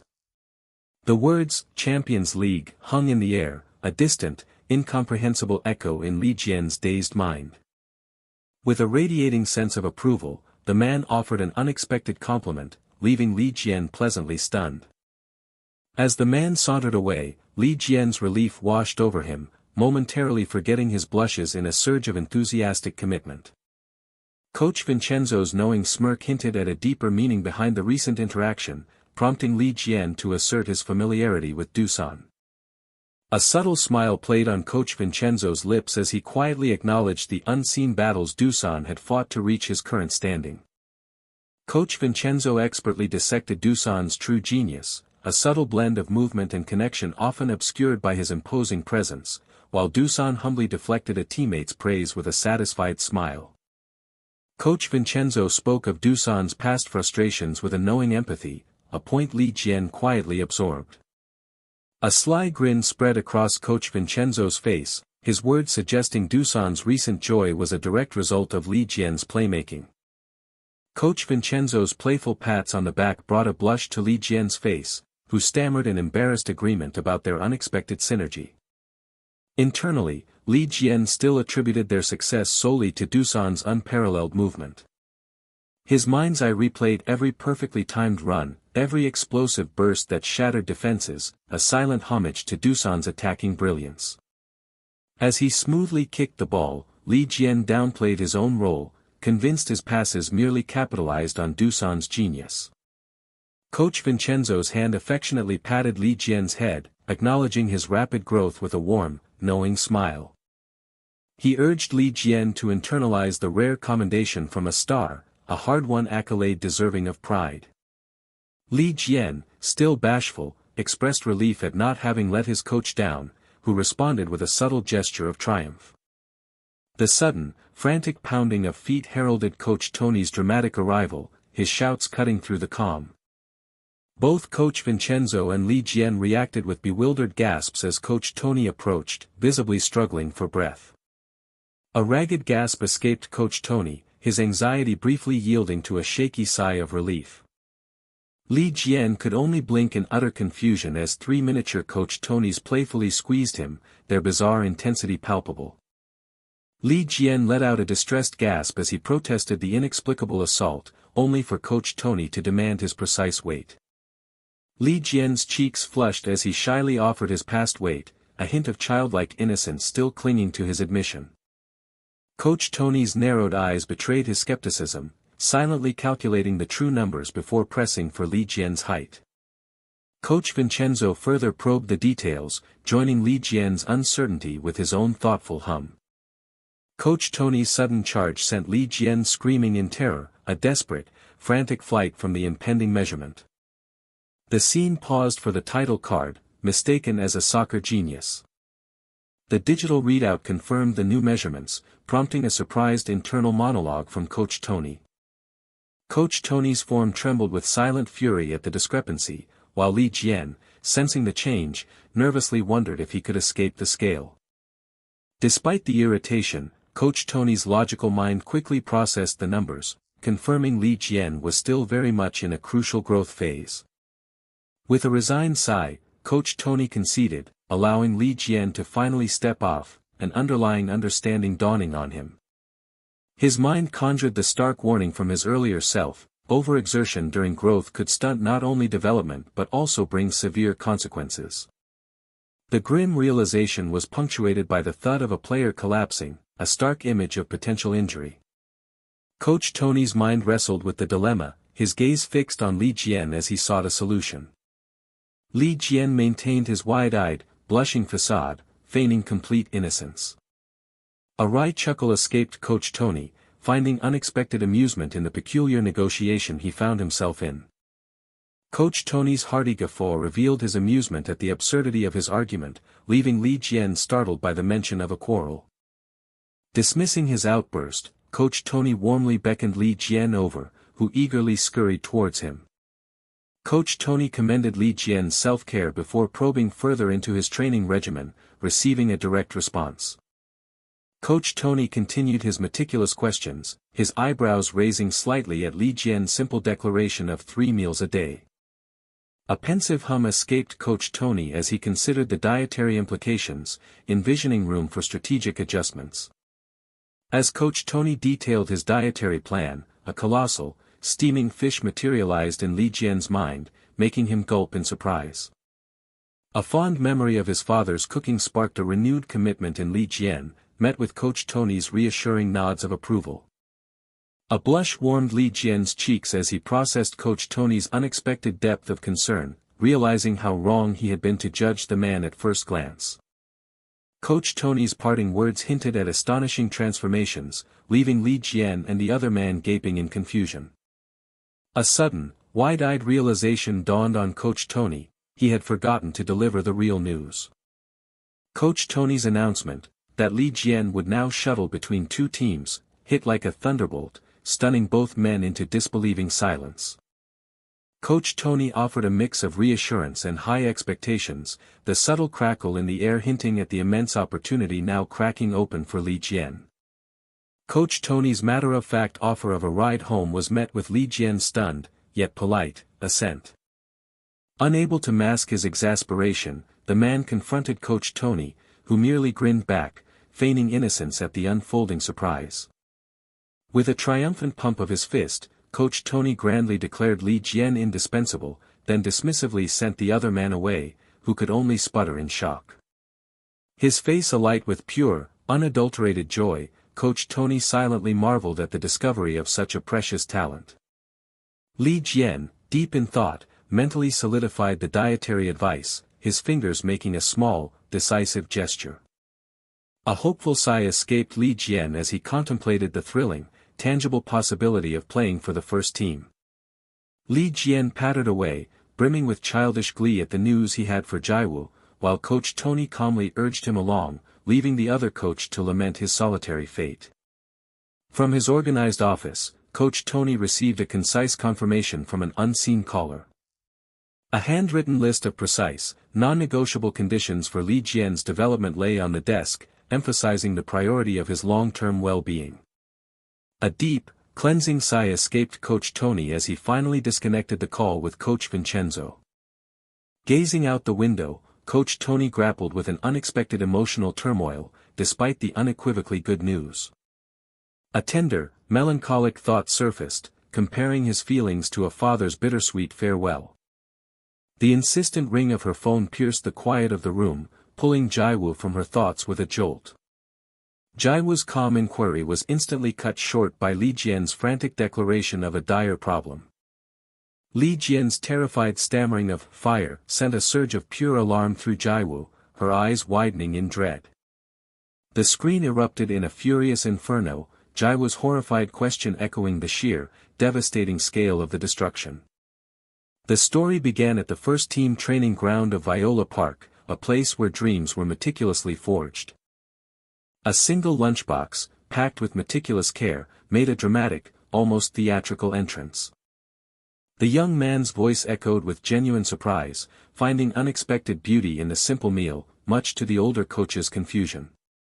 The man with gray hair immediately launched into boisterous praise, recognizing the perfect packed lunch, while the student, caught off guard, stumbled to acknowledge him. With a mischievous glint, the man with gray hair jokingly accused the student of having a secret girlfriend, triggering an explosive, flustered denial. The man's laughter boomed, revealing Coach Tony as the source of his information, much to the younger man's exasperated, internal sigh. The student tried to draw a firm line, insisting, "She's not my girlfriend, just a friend," but the older man's knowing pat and sarcastic retort instantly dismantled his defense. With a resigned "yes," the student accepted his comedic fate, his shoulders slumping in humorous defeat as the coach urged him to eat. He found himself bewildered by the turn of events, recalling Coach Vincenzo's precise meal plan to gain weight, an endeavor he'd attempted himself, while the man with gray hair began a cryptic statement about soccer. A terrified scream ripped through the air as Jiwoo burst into the dim hallway, her frantic call for Jian echoing the urgency of her alarm. Li Jian, oblivious to her distress, casually greeted her with a comment about her remembering his password, while Jiwoo was too stunned to speak. Out of breath and utterly panicked, Jiwoo desperately demanded to know where the fire was, her fear palpable. The lingering scent of smoke fueled Jiwoo's concern, but Li Jian's hesitant, truncated reply hinted at a very different reality. With a sheepish grin, Li Jian finally presented the true source of the fire, a tragically charred dish. Jiwoo's initial disbelief quickly morphed into an audible gasp of pure, comedic fury at the sight. Her anger exploded as she confronted him for his terrifying false alarm, while he cowered, weakly protesting that she had overreacted by hanging up and rushing over. Li Jian pointed out her subsequent unresponsiveness, prompting Jiwoo to slump onto the floor, explaining she had dashed out so quickly she'd forgotten her phone. A deep sigh of relief escaped Jiwoo, realizing the disaster was only culinary, while Li Jian commented on her dramatic tendencies, then caught himself with a sudden realization. He observed Jiwoo's bare feet, a silent testament to the speed of her frantic arrival. Her bare foot, vulnerable against the floor, starkly illustrated the depth of her immediate concern for him. A pang of unexpected guilt washed over Li Jian, her bare foot igniting a sudden wave of remorse. Jiwoo, her annoyance still simmering, incredulously asked if he had somehow baked his soccer shoes, utterly baffled by his latest culinary catastrophe. Li Jian, clearly flustered, tried to defend himself, insisting it was merely his first attempt at cooking, not some bizarre experiment with footwear. Jiwoo's voice rose in an incredulous shriek, questioning if the unrecognizable mass was even meant to be food, as the scene shifted to the peaceful exterior of a house at night. A shiver of disgust ran through Jiwoo as she realized the charred remains were once fish, its past identity mournfully highlighted in her mind. Li Jian explained his disastrous attempt was merely following Coach Vincenzo's advice to gain weight, implicitly highlighting his family's dubious cooking lineage. Jiwoo, with a self-satisfied smirk, immediately seized the opportunity to boast about her own superior cooking skills, leaving Li Jian utterly bewildered. She playfully insisted he call her Nuna, patiently breaking down his initial resistance until he reluctantly, but definitively, complied. Jiwoo reveled in her playful victory, declaring him her Jian, while he visibly cringed, utterly mortified by her affectionate gloating. Li Jian mused on the peculiar dynamic he shared with Jiwoo, acknowledging his unusual inability to ever truly win against her. Jiwoo, now curious, asked about the sudden need for him to gain weight, prompting a surprised reaction from Li Jian. A mischievous blush crept across Li Jian's face as he considered this the perfect moment to subtly boast about his recent achievements. With feigned modesty, Li Jian coyly began to reveal his progress, mentioning his new competitive dynamic with the older players. Jiwoo questioned the Hyung's reference, and Li Jian, battling a proud grin, humbly admitted it was a bit embarrassing to elaborate. His pride finally burst forth as he beamed, announcing his promotion to the first team and the coach's declaration that he was far beyond his age group. Jiwoo's face lit up with overwhelming excitement, her cheer a genuine outpouring of pride and joy for Jian's incredible news. Li Jian, still basking in his rapid ascent, found his triumphant monologue interrupted by Jiwoo's sudden, purposeful departure, leaving him utterly confused. Li Jian questioned her actions, but Jiwoo, with determined conviction, scornfully dismissed his culinary abilities as she reached for something on the counter. She grabbed a stack of lunchboxes, signaling her intent to take over his meal preparation to ensure he actually gained weight. With a triumphant declaration, Jiwoo asserted complete control over Li Jian's meal plan, her enthusiasm echoing through the kitchen. Li Jian, back at the training ground, found himself grateful for Jiwoo's care, even as he pouted slightly while eating his packed lunch, a choice the man with gray hair silently approved. His surge of gratitude to the coach was violently interrupted as Li Jian choked on his food, desperately gasping for water, while the man with gray hair found a perverse amusement in the spectacle. A panicked thought surged through Li Jian as he desperately fought for air, gulping down water to dislodge the defiant rice. A sudden vibration from his phone startled Li Jian, pulling him from his near-choking fit. Li Jian, seeing Coach Tony on the caller ID, sheepishly requested permission to answer, which the man with gray hair readily granted with an encouraging gesture. Li Jian answered, addressing the caller as Coach, which immediately drew a sharp, shocked inquiry from the man with gray hair. Li Jian confirmed he had finished training and that everyone helped him, his slight embarrassment observed with amusement by the man with gray hair. The man with gray hair abruptly demanded the phone, prompting Li Jian surprised, fumbling attempt to resist, while Coach Tony's voice on the line questioned Jian's attention. The man with gray hair swiftly snatched the phone, reminding the unknown caller of the upcoming match preparations. He continued to assert the importance of their training ground, but Coach Vincenzo's furious voice on the other end demanded to know why he was bothering the kid. Coach Vincenzo abruptly ended the call, declaring Jian was eating, leaving the man with gray hair flustered and protesting into a dead line. The man with gray hair, visibly shaking with annoyance, grumbled about this octopus-headed coach, his frustration barely contained. He internally fumed about the other coach's persistence, then quickly put on a reassuring smile, telling Li Jian the call was handled and he should just eat. Li Jian, fork in hand, quietly mused on the baffling, almost comical, rivalry between his two protective coaches. The narration charted Li Jian's demanding schedule, detailing his rapid transition from first-team training to an away match against the formidable Faruma FC, culminating in a fierce rallying cry. The two teams charged onto the field, their collective shouts of, "Let's go," and "Viola," marking the dramatic start of the match. The narration presented Faruma as a defensively solid team, their imposing player radiating an aura of unwavering strength. As Li Jian smoothly dribbled the ball, he inwardly wondered about the impact of his brief but intense first-team training. He focused intently, keenly aware of his critical role against the opponent's famously tight defense that conceded few goals. Li Jian reflected on his surprising lack of tension on the field, even as two opponent players, suddenly alarmed, frantically recognized him as the ace. The ball connected sharply with Li Jian's orange boot, propelling it forward with a confident strike. Li Jian effortlessly weaved past several opponents, his internal thought mocking the sloppy defense that now seemed unbelievably easy to overcome. The second coach, wide-eyed with surprise, questioned if Jian had always possessed such an uncanny ease on the field. The man with gray hair simply smirked, his confidence in Li Jian's abilities radiating from his knowing expression. He inwardly reasoned that Li Jian's brief exposure to first-team defense had made the U17 level feel disarmingly easy, a theory powerfully confirmed by Jian's forceful kick. Li Jian unleashed a powerful strike, scoring his first goal and initiating an incredible streak. He continued his relentless assault, scoring his second goal to contribute to a total of 3 goals in just the first half. With a final, decisive kick, Li Jian netted his third, achieving his first hat-trick since arriving in Italy. A mix of surprise and satisfaction washed over Li Jian's face as he pondered the almost unbelievable ease of his performance.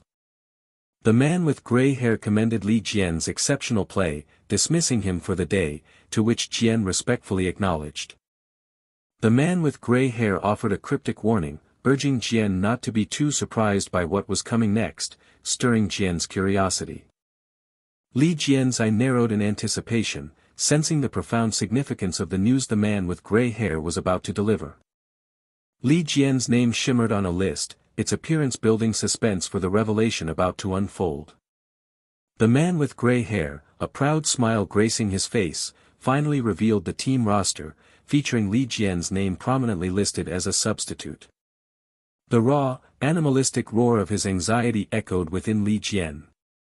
As Coach Tony laid out tactical imperatives, Li Jian's mind reeled with the staggering reality of his first-team call-up. Coach Tony's tactical dissection continued, yet Li Jian found himself drowning in a rising tide of self-doubt, wondering if he truly belonged here. His heart slammed against his ribs, deafening him to all but its frantic rhythm. The coach's aggressive directives filled the room, but Li Jian clung to a whispered reassurance, a tiny shield against his mounting, undeniable nerves. Beyond that glowing threshold, he envisioned a roar, a grand symphony of cheers awaiting his arrival. Alone in the quiet dark, a heavy question settled upon his slumped shoulders. Just as his despair deepened, a touch on his shoulder violently snapped him back to reality. Captain Cristiano Bairashi's cheerful query cut through Li Jian's anxious murmurs. Senior Bairashi's confident invitation left Li Jian wide-eyed, a sudden jolt through his system. With a deep, deliberate breath, Li Jian fought to banish the swirling chaos from his mind. He pressed his temples, willing the cacophony in his head to silence. The Florentine sky burned with sunset hues as the massive stadium swelled with fervent cries, a grand stage set for Serie A's 9th game between Firenze and Genoa. An exuberant surge of sound erupted from the stands, a tiny, collective gasp of awe. Jian's parents, swept up in the deafening swell of the crowd, marveled at the electrifying difference of a first-team match. A wave of shared pride washed over them as Jian's mother vocalized the overwhelming joy of seeing their son on such a grand stage. He closed his eyes, savoring the profound, amazing reality of the moment. A whimsical memory of his cold son surprisingly asking him to attend brought a wry smile. A dramatic hug enveloped his exasperated son, as he hilariously justified abandoning his entire weekend schedule for this momentous occasion. Li Jian's father, overwhelmed with emotion, vowed never to forget this day, drawing a gentle, concerned query from his wife. His father's hopeful question hung in the air, met only by his mother's thoughtful uncertainty about Jian's chances of playing. The sheer impossibility of a 16-year-old on the first-team roster still resonated deeply within him. While his father pondered the prematurity of such a debut, Jian's mother felt an undeniable surge of intuition that he would, indeed, play. Her voice, bubbling with fervent hope, whispered his name. A self-conscious blush crept up his neck as he privately, powerfully, claimed his genius. The sheer intensity of the game, paired with Coach Tony's frantic shouts, made watching almost unbearable for Li Jian. A nervous gulp, and he found solace in the game's rhythm, a welcome distraction from earlier anxieties. From the bench, Li Jian observed their team's clear advantage over Jianyu FC, the league's struggling cellar-dweller. Coach Tony's agitated pacing and explosive shouts could only mean one thing: the elusive first goal had yet to materialize. His off-panel roar lambasted the team's predictable, one-dimensional attacks. As a whistle pierced the air, Li Jian grimly acknowledged the daunting challenge of scoring the decisive, controlling goal his coach always demanded. The opponent's defensive wall, a brutal five-man blockade against one attacker, effortlessly swallowed their predictable plays, leaving the ball choked in midair.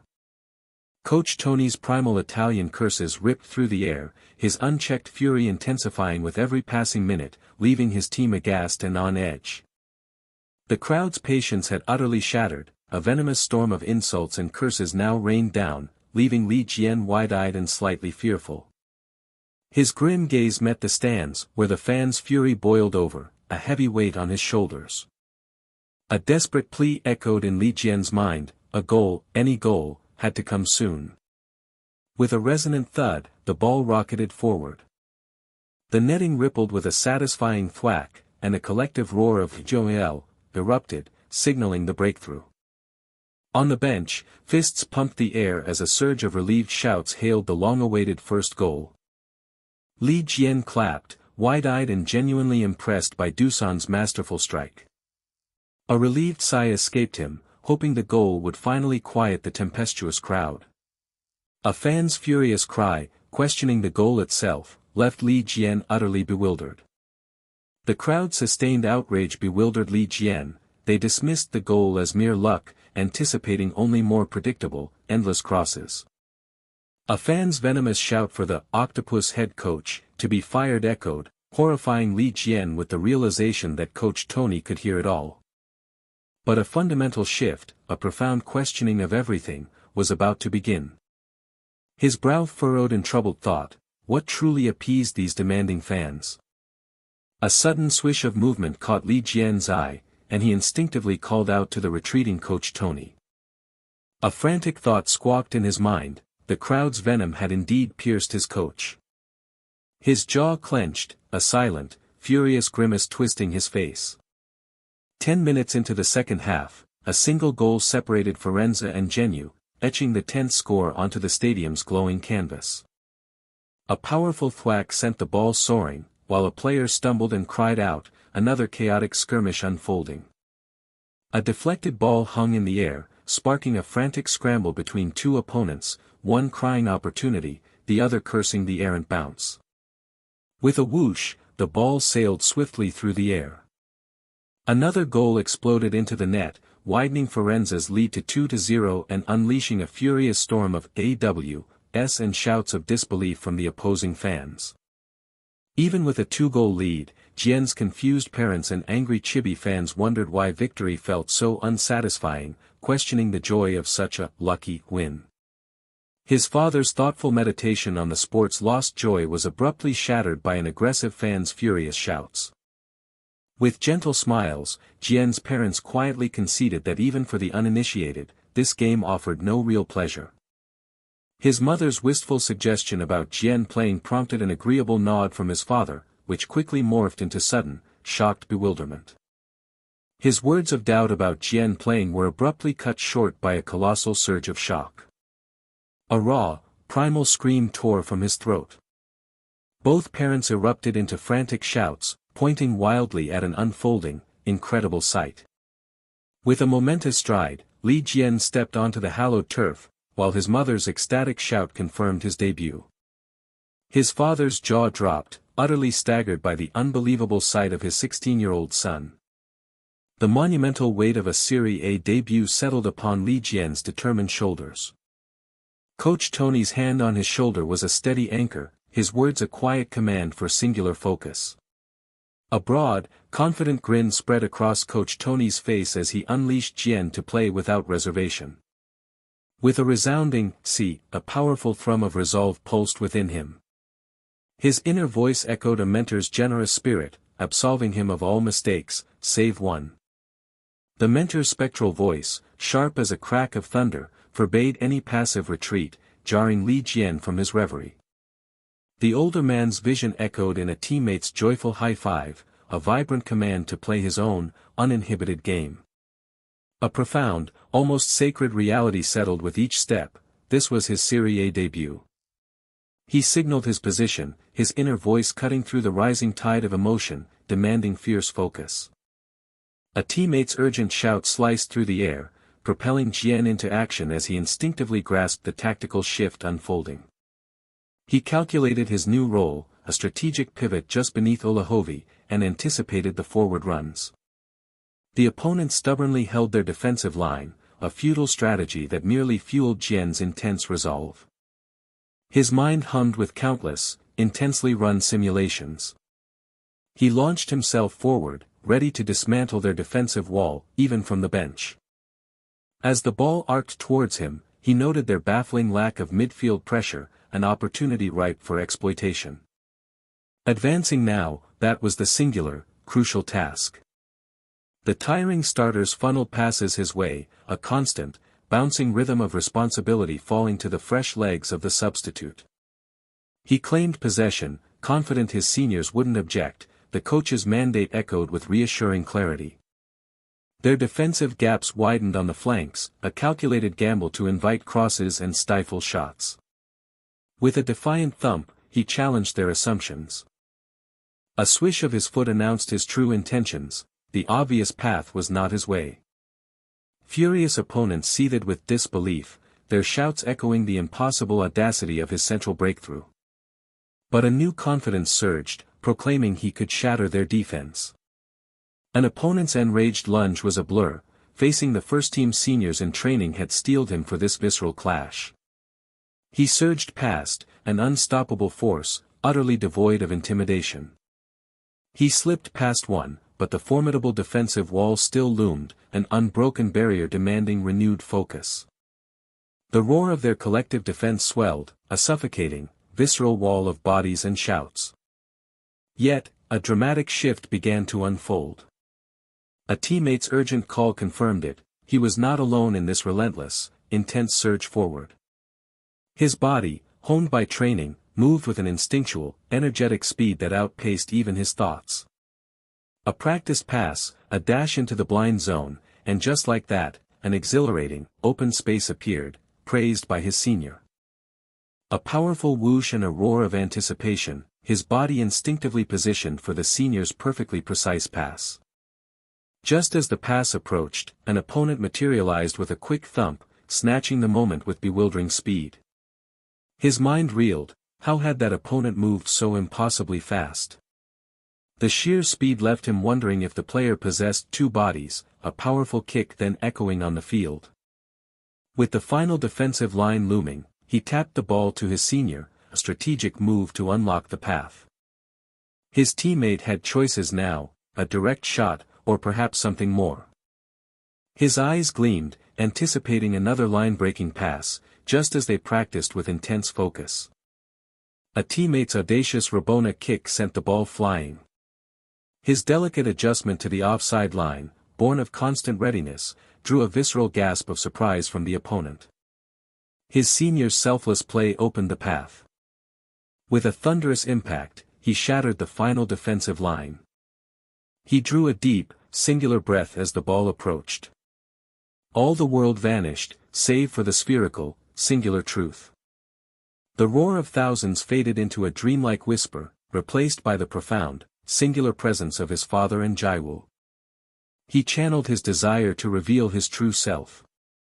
With a thunderous impact, he unleashed his powerful, truest appearance. The ball spun, a vibrant blur through the air. Jiwoo watched, wide-eyed, transfixed by the unfolding drama. His father, too, watched in stunned amazement. With a powerful crash and swish, the ball ripped into the net. A long, visceral sigh of relief escaped him, yet the moment felt utterly unreal. He gasped, disoriented, every visceral sensation of the stadium overwhelmed him, yet the entire situation remained profoundly surreal. Exhausted, he wondered if this was all a dream, and when precisely it had begun.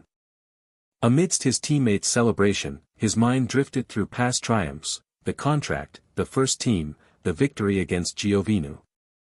A sudden thump shattered his reverie as a teammate's embrace startled him. His teammate grinned, playfully declaring that Jian had truly stirred things up.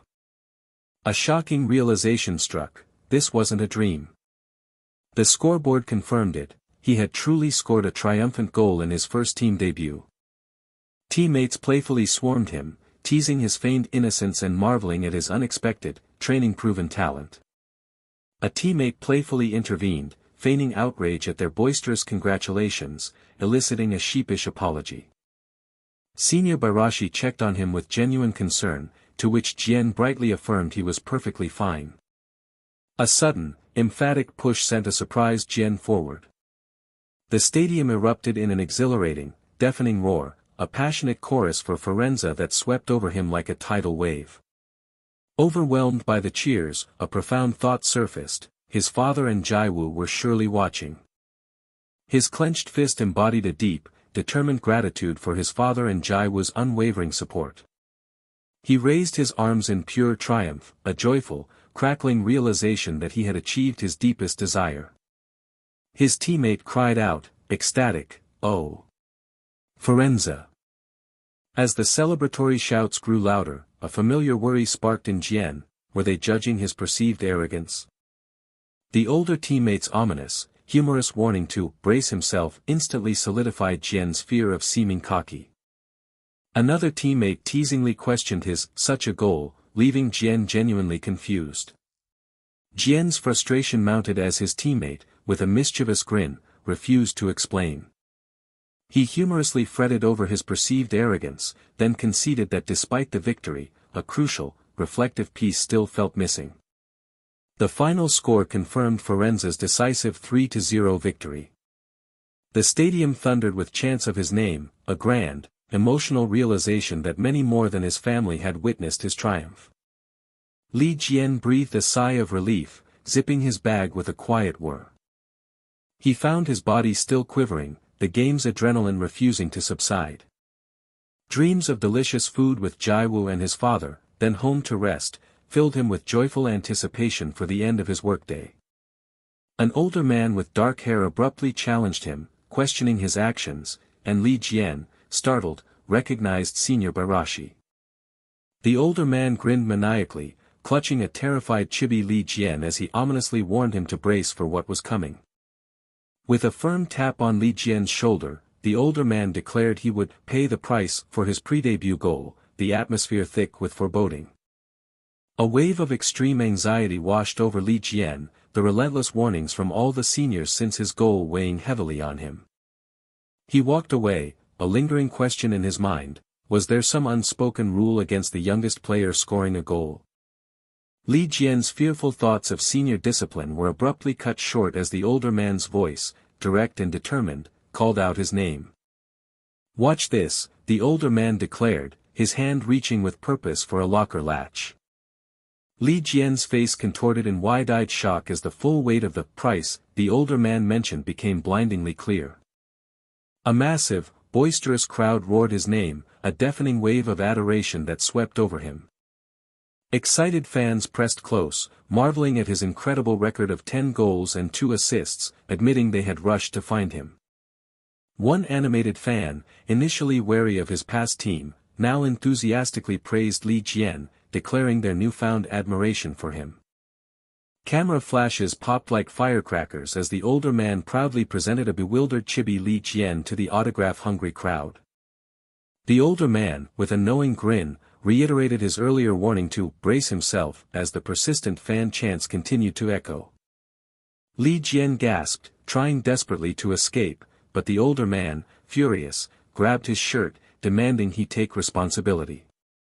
What kind of responsibility? Li Jian cried out, bewildered, as the older man, grinning, presented him with 2 distinct options amid the frenetic cheers. The older man outlined a comical dilemma, either vanish like trash or embrace the grateful burden of photos and signatures. The older man, arm around a flustered Li Jian, declared the choice was his, leaving Li Jian utterly perplexed by the options. As the older man tried to clear a path, Li Jian internally recognized that the first option was a definite shortcut to disaster. Despite his trembling embarrassment, Li Jian endured, signing autographs one by one for the eagerly awaiting crowd. Overwhelmed, Li Jian was deeply touched by the passionate calls from the crowd to see him in the starting lineup next week. The older man gently dismissed the groaning crowd, patting a flustered Li Jian and reminding everyone of his young age. Li Jian realized how experienced Senior Barashi was as the older man humorously offered his own signature, much to the chibi spectators' shock. Chaos erupted as a heckler cursed the older man, who angrily challenged the speaker to reveal themselves while his teammates struggled to restrain him. Li Jian walked away, lost in thought, the captain's chaotic outburst confirming that such a demanding role was not for just anyone. "Agu, our youngest has come," a teammate's voice from off-panel playfully called out, surprising Li Jian. Teammates on the bus playfully chided Li Jian for making them wait, to which he bowed apologetically, their amusement barely masking their feigned annoyance. "Hey, don't joke too much," the older man sternly interjected, shielding a tearful chibi Li Jian from the teasing. The older man chuckled, patting Li Jian's back, revealing his jest and praising the youngest for once helping them avoid a scolding, a sentiment echoed by a laughing teammate. A teammate expressed his eagerness to work with Li Jian, who, despite his outwardly compliant yes, secretly admitted to his enduring fear. Exhaustion finally claimed him as Li Jian slumped into a bus seat, completely spent. Reflecting on the arduous path of a professional, Li Jian was suddenly startled by a bright flash outside the bus window. Li Jian's eyes widened in disbelief, the clamoring crowd of chibi spectators was still waiting outside the bus. He gazed out, humbled by the persistent attention, a small voice inside questioning if he truly deserved such unwavering admiration amidst the camera flashes. Li Jian, turning the tables, snapped a photo of the surprised crowd, making some fans believe he found them equally fascinating. A private chuckle escaped him as Li Jian imagined the joy of bragging about this moment to Jiwoo. Monday found Li Jian running across the U-17 training ground, the morning routine in full swing. Standing alone on the training ground, Li Jian scratched his head, flushed with embarrassment, regretting his recent boast. Jiwoo delivered a sharp slap, annoyed by his attitude, as Li Jian, blushing, tried to stammer out an explanation. Jiwoo watched Li Jian walk away, an inner, sarcastic thought about her mother's effusive praise for our soccer genius filling her mind. Li Jian rubbed his face, the memory of the incident still too mortifying to bear.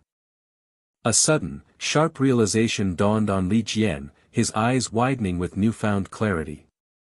Li Jian's father joyfully revealed Jiwoo's earlier enthusiastic reactions to his game, much to her blushing embarrassment. Li Jian's father enthusiastically recounted each moment of Jiwoo's secret praise, causing Li Jian to desperately yell for him to stop. "So that really happened, huh?" Li Jian mused with a knowing wink, before Coach Tony's booming voice unexpectedly called out to him. Under a sparkling sky, Coach Tony, arms wide, loudly hailed Li Jian as the team's ace, a rising star, and their undeniable pride. Li Jian, utterly mortified, tried to silence his coach, but Coach Tony simply beamed with unyielding pride. Li Jian's eyes widened in stunned embarrassment as Coach Tony confidently declared his praise nothing but the truth. A murmur of approval spread through his teammates, who confirmed they had watched the game and found Li Jian's performance truly amazing. Li Jian, emotional and blushing, announced to his teammates the life-changing news: he was officially a first-team player. As he joyfully fled from his U-17 teammates, their boisterous congratulations on his promotion echoed with a bittersweet farewell to his familiar past. His teammates offered heartfelt encouragement, promising to join him soon, and Li Jian, smiling, eagerly agreed to meet again. Jian, Bruno called out, and Li Jian, surprised and elated, returned the greeting. Bruno declared Li Jian a true genius, a compliment that left Li Jian flustered and struggling to deny. Bruno leaned in, challenging Li Jian's modesty by questioning what that made the rest of them if he, at 16, wasn't a genius. Bruno explained that excessive humility could be disrespectful, causing Li Jian to pause in surprise. Bruno, with hands on Li Jian's shoulders, passionately declared him the face of their U-17 team and urged him to powerfully showcase his skills to the higher ranks. Bruno convinced Li Jian that his success would benefit them all, then made him repeat, the face of U-17. Coach Tony asked Li Jian if they were ready to leave, and Li Jian agreed, a smile on his face. Li Jian waved enthusiastically to his teammates, a hopeful promise of future reunions lingering in the air.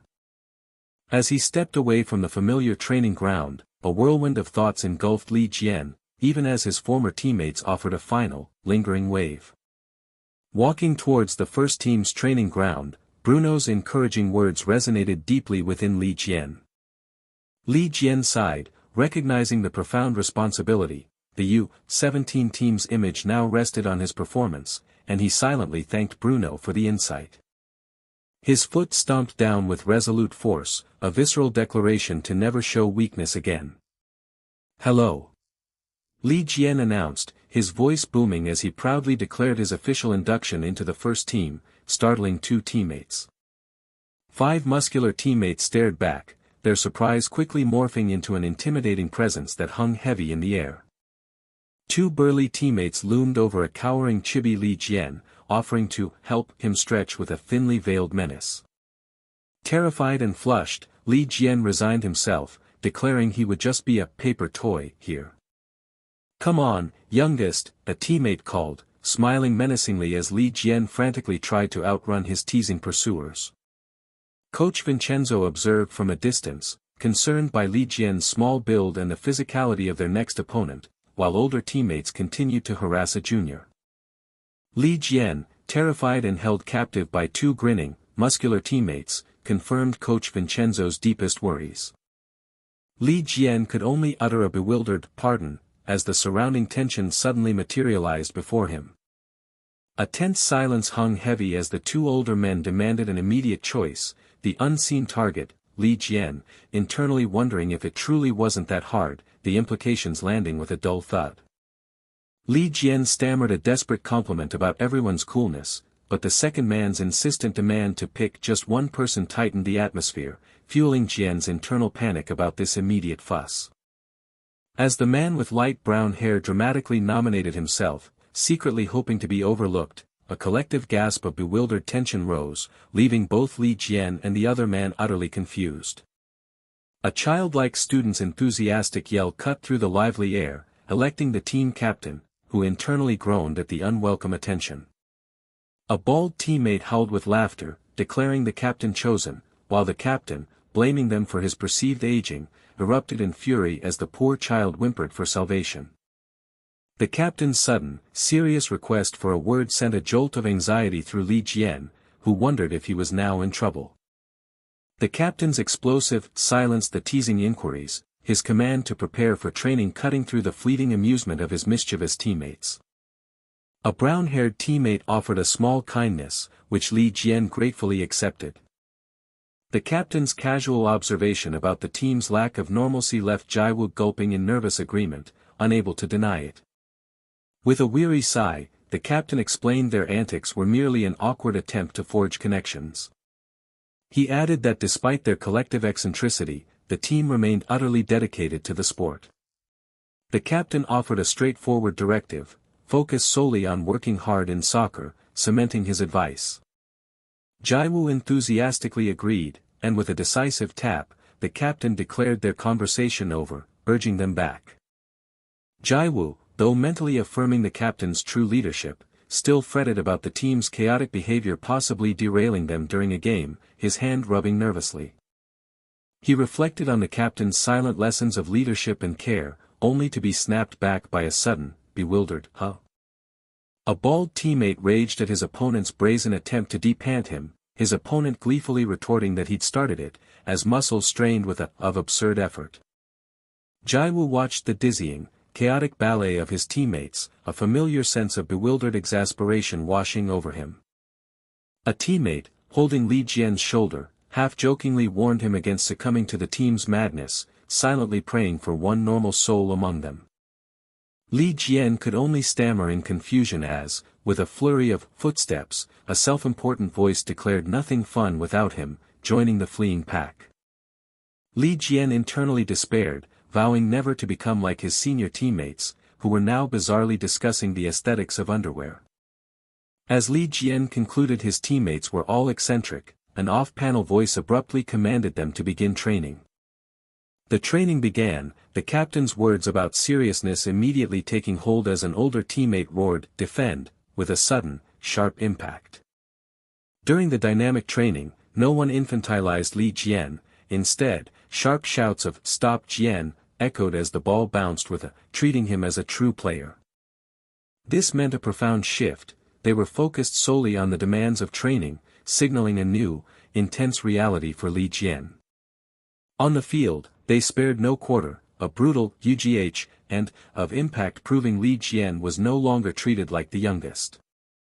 Li Jian, even with all his might, found he couldn't overcome the formidable Ricardo Sahurara, a defensive midfielder who challenged him to fight harder, his raw power and undeniable force.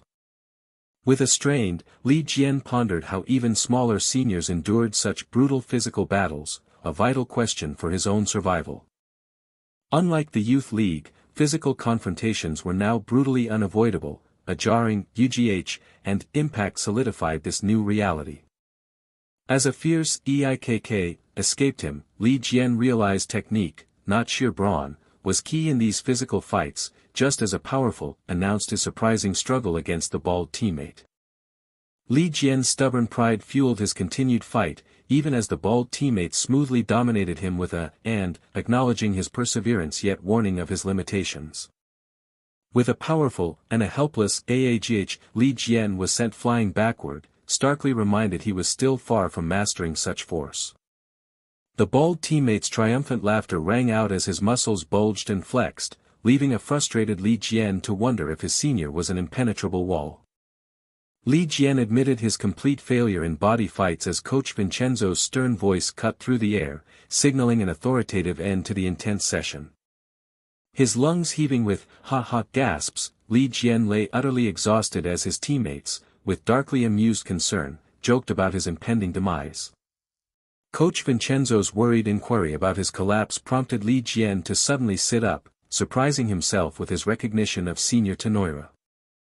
Lucas Tenoira, a defensive midfielder from Uruguay whose 168 cm frame belied his skill, casually questioned Li Jian's unusual recklessness, his words carrying unexpected weight. Lucas Tenoira perceptively probed Li Jian about enduring physical contact despite his small build, an observation Li Jian vehemently, if awkwardly, denied with a flustered AAGH. Lucas Tenoira paused, a thoughtful sound accompanying his contemplation. Li Jian gasped in surprise as Lucas Tenoira confessed, with a hint of resignation, that he too was poor at physical confrontations. Li Jian questioned the logic, perplexed that an incontrista, a defensive midfielder, could possibly avoid physical contact. Lucas Tenoira, with a quick shrug, casually revealed his secret: he just falls down if he senses defeat. In a fantastical vision, a chibi Lucas Tenoira explained how referees favored his small size for fouls, of the whistle confirming his innocent falls were pure, brilliant cleverness, not mere trickery. As Li Jian considered avoiding physical battles, the mention of Navid Silva by a teammate shocked Lucas Tenoira, discovering Jian only knew the name, highlighting a generational chasm. The second teammate's voice resonated with awe, recounting how the 170 cm Navid Silva effortlessly eluded even the Premier League's most formidable defenders. His exceptional ball handling, prescient movements, and lightning-fast judgment allowed Navid Silva to consistently evade physical confrontations. The second teammate's teasing comparison to the legendary Silva caused Li Jian to let out a shocked, utterly unprepared for such a statement. Lucas Tenoira reassured Li Jian, revealing he felt the same impressive quality during their training, leaving Jian with a hesitant yes. In a moment of inspiring clarity, Lucas Tenoira felt as if the legendary Navid Silva himself manifested on the field, mirroring Li Jian's every move, a spectral echo of genius. Lucas Tenoira earnestly declared Li Jian possessed the same raw talent, assuring him he could reach his peak, leaving Jian in stunned, appreciative silence. With a playful, Lucas Tenoira added a final encouraging point, Li Jian even surpassed Navid in height. His words resonating with clarity, Lucas Tenoira urged Li Jian to discard weakness and embrace his true strengths. Focus on my strengths, Li Jian resolved, ready to ignite his training with newfound determination. The second teammate, observing Li Jian's evident fatigue and continuous effort, considered suggesting yet another grueling round of running. The second teammate reflectively noted Li Jian's uncharacteristic efforts at body contact, a peculiar choice that seemed to make the easy path intentionally arduous. As the beep of the whistle and of impact punctuated the air, the second teammate quietly hoped Tenoira's advice would guide Li Jian. Li Jian, a new determination setting in, internally agreed, no more fighting under unfavorable conditions, even as a teammate questioned his sudden movements. He decided then, with determined conviction, to simply play his natural game, the ball moving with a smooth at his feet. With a sudden, he propelled forward, singularly focused on his inherent strengths. In a swift, strategic blur, Li Jian executed a decisive move, sparking cheers from his teammates and frustrated UGHs from opponents unable to comprehend his sudden presence. The second teammate enthusiastically declared Li Jian's continuous movement and wide view his true strengths, a truth punctuated by the powerful of his expertly struck ball. Li Jian's genius blossomed, humbly learning from his weaknesses and suddenly unleashing of learned skill that left an opponent bewildered, wondering when he had become so swift. Li Jian now ran wild, a whirlwind of skill leaving even seasoned first-team seniors scrambling helplessly in his wake. The chibi teammate worried over Sampuria's physical prowess, contemplating whether to bench Li Jian, given his potential struggles against such a formidable team. With a fierce effort, the chibi teammate realized that exposing Li Jian to intense competition meant exponential growth, rapidly forging a more experienced player. With an exhilarating air and a pumped fist, the chibi teammate eagerly committed to letting Li Jian gorge on experience, his purposeful stride echoing this commitment. The chibi teammate roared a fervent command, "Dominate Syria quickly," as a powerful heralded a clash for the header. With a triumphant, the ball slammed definitively into the net. A breathless reporter urgently cornered Coach Vincenzo, eagerly demanding comment on Firenze's surprising 16-year-old rookie. Coach Vincenzo, his expression stern, expressed a chilling hope that this unknown 16-year-old rookie would not dare appear in their upcoming match. The reporter's tense inquiry about a warning met a flat, dismissive no. Sampuria coach Roberto Darcabe declared, with an imposing finality, that they simply wished to spare a 16-year-old boy from inevitable injury. The formidable Firenze squad stood formally presented, ready for the impending challenge. Li Jian found a familiar mix of pride and mild annoyance reading Jiwoo's latest article. He inwardly grumbled about Jiwoo's constant updates, wishing she'd focus on Italian instead of his headlines. Yet, a strange concern tugged at him, a faint tudug of unease over the opposing coach's peculiar warning. The coach's words hinted at a fierce defense, a dudug of strategic intimidation he couldn't quite shake. He yearned for the field, momentarily distracted by Jiwoo's messages, but a teammate casually dismissed his worries with simple confidence. His teammate's aggressive resolve abruptly dissolved into a teasing question about his supposed girlfriend, startling Li Jian with a sudden waiteduk. The locker room erupted in boisterous teasing, trapping Li Jian in a flurry of panicked denials. Cornered and flustered, Li Jian realized his boisterous seniors were far more terrifying than any opposing team. The legendary Stadio Luigi Ferraris hummed with electric anticipation, ushering in the momentous 10th round of Serie A between Sampdoria and Firenze, heralded by cheers and a PPI big whistle. His second first-team match commenced as he sat on the bench, a determined resolve firming his gaze toward the field. Coach Tony's urgent calls for speed echoed his private concerns about the opposing team's strength, yet also served as a command for Li Jian to prepare. Despite the coach's anxieties, the match unfolded with an unexpected, surprising calm. He rationalized the quiet game, feeling the phantom pressure of his own strong-willed seniors weighing on him. Still, he found their defense remarkably impenetrable. Their 4-4-2 formation, with its dense central defense, was a recognized tactic, chillingly similar to last game's challenge. These physically imposing defenders made the formation feel even more suffocating, rendering even their own towering Vlahovi seem average. Perhaps due to that unyielding defense, the first half concluded with an even more dismal, frustrating performance. As Li Jian moved towards the locker room, Coach Tony's stern command to stay and warm up stopped him in his tracks. Coach Tony's furious ultimatum, delivered with a bururu that made a teammate shudder, propelled Li Jian into urgent action. The earlier-than-expected call-up, fueled by the team's poor performance, sent Li Jian scrambling to warm up with a hudadak. A fierce resolve ignited within him, a burning desire to confront the opposing coach and seize this potent opportunity. The team coalesced into a fierce huddle, their collective shouts of "Forza" forging a singular will for the coming half. With a sharp pibibig, the second half ignited, a furious kickoff launching the tied match. Substituting into a tied game brought a palpable tension, far surpassing the calm of his previous debut, a sharp tang underlining his entry. He hoped his substitution was a deliberate move to shift the game's momentum, his kick resounding with a determined paang. He embraced his role as the crucial pivot between defense and attack, poised for instant transitions as a teammate urged perfect timing. Just as he resolved to act, a jarring kwaong fractured his confidence. A sudden, whack-like clarity hit him. The opponent's defensive strategy had dramatically shifted, launching a fierce, aggressive charge. The entire defensive line surged forward, unleashing a suffocating press, as urgent shouts warned him of the approaching storm. Despite the direct command to mark him, Li Jian felt a surge of confident calm, exhaling a hue of composure. He instantly spotted the widened space behind their aggressive line, seizing the tactical advantage with a quick shack and tack of the ball. Slipping into the gap, he flowed past his surprised opponent with a swift ta movement.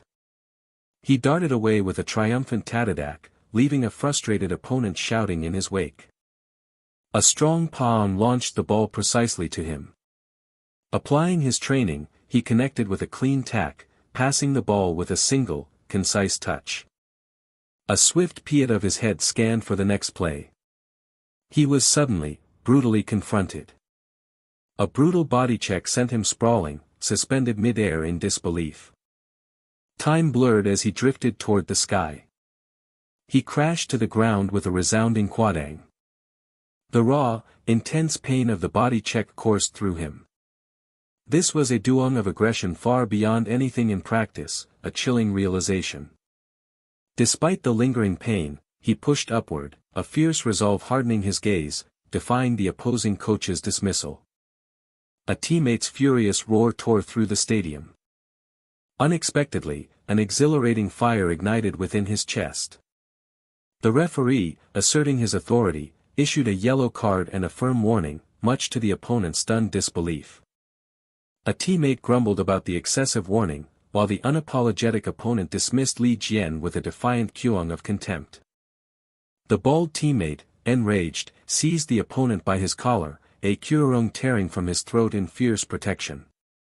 Li Jian's attempt to defuse the tension was met by his teammate's fierce, protective shove, silencing him instantly. Threats exchanged, the confrontation escalated, with the referee struggling to separate the fiercely defiant players. Ricardo Sahurara calmly intervened, observing with a sook that their opponent's anger stemmed from perceived leniency.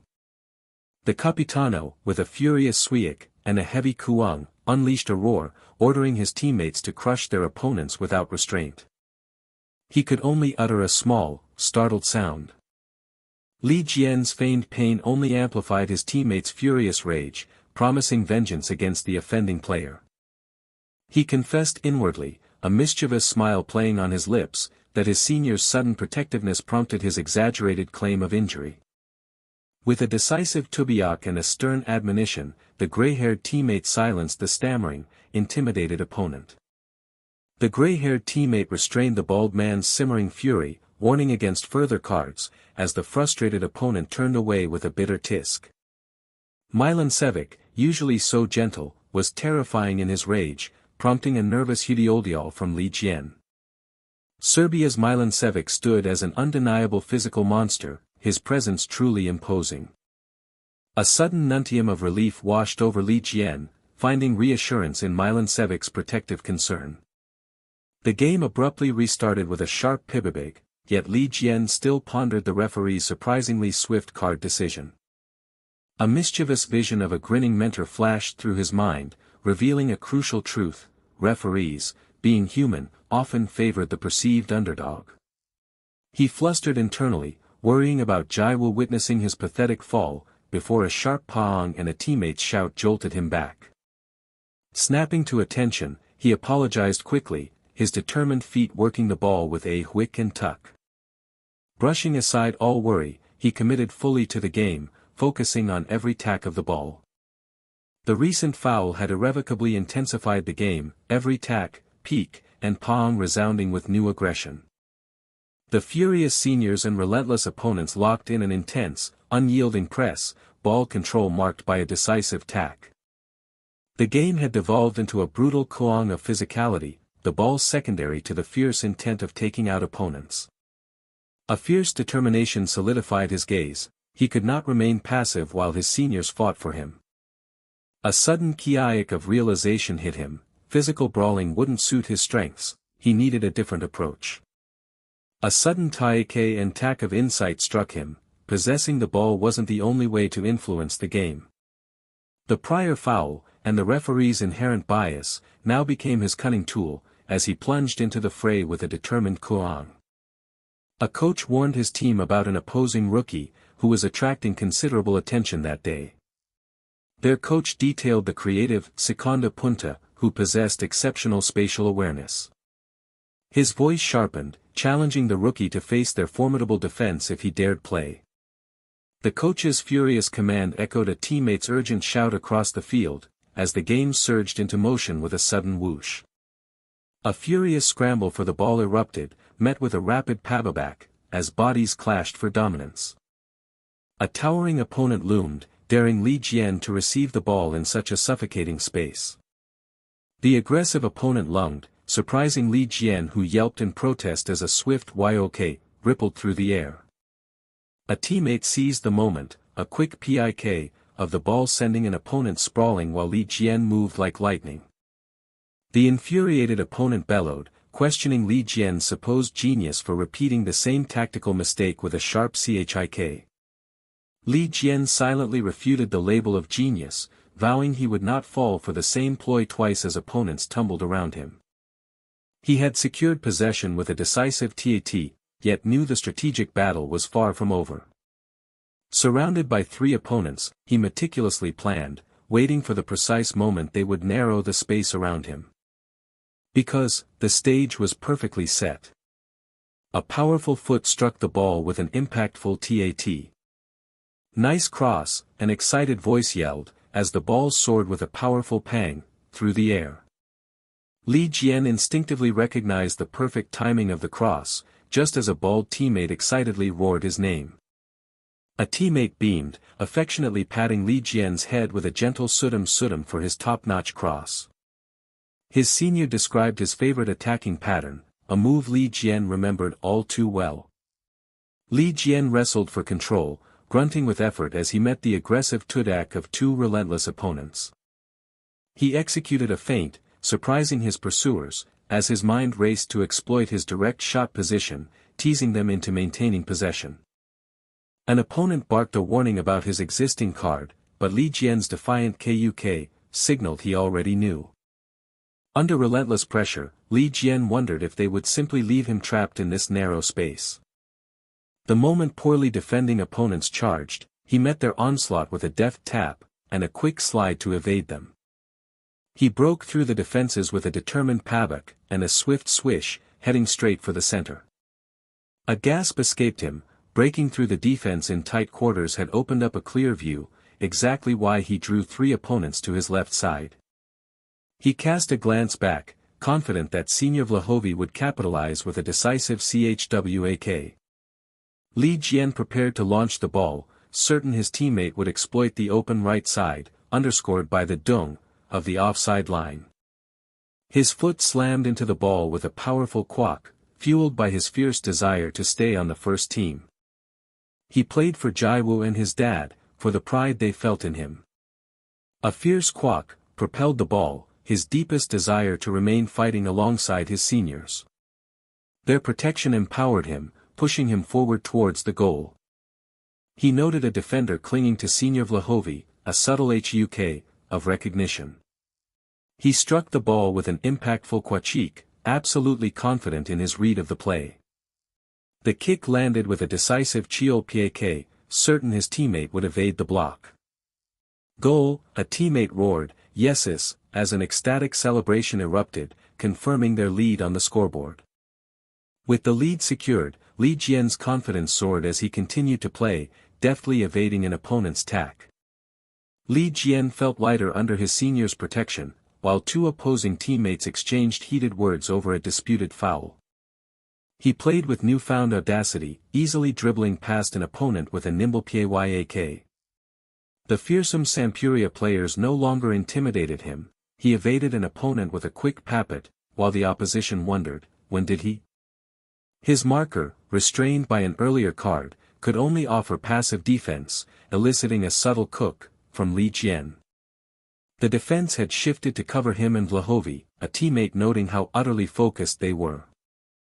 Consequently, the entire central area lay exposed, a critical realization punctuated by a soft tok. A confident smirk played on his lips. He mentally assured Jiwoo, she would see the opposing coach, not him, with a flattened nose. Nice pass. Li Jian, a voice roared, as he unleashed the ball with a powerful bung. After receiving his pass, Senior Vlahovi fired a wonderful shot, and with a resounding bang, the referee's whistle ended the game. A profound sigh of relief escaped him with a weary Tolsuk. They had won, and he was miraculously uninjured.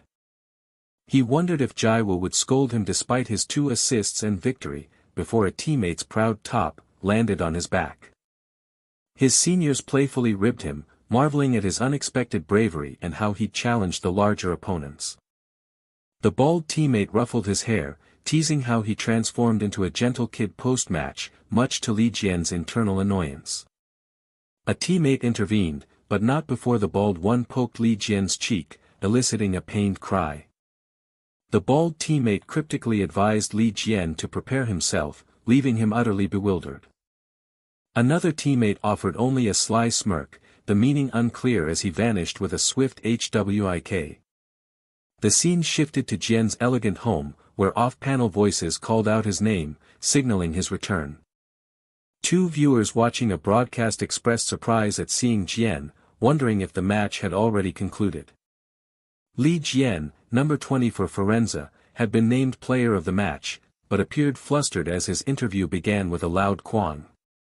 The 2 spectators voiced concern over Li Jian's flustered demeanor, wondering if he felt unwell.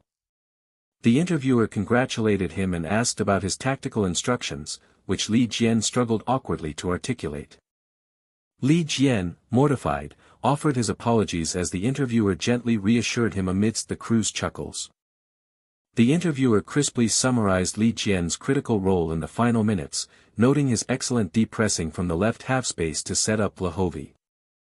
Asked to explain the play, Li Jian stumbled over his words, confusing left and right, much to a chibi spectator's exasperation. From her vantage point, a female spectator found his flustered state undeniably charming.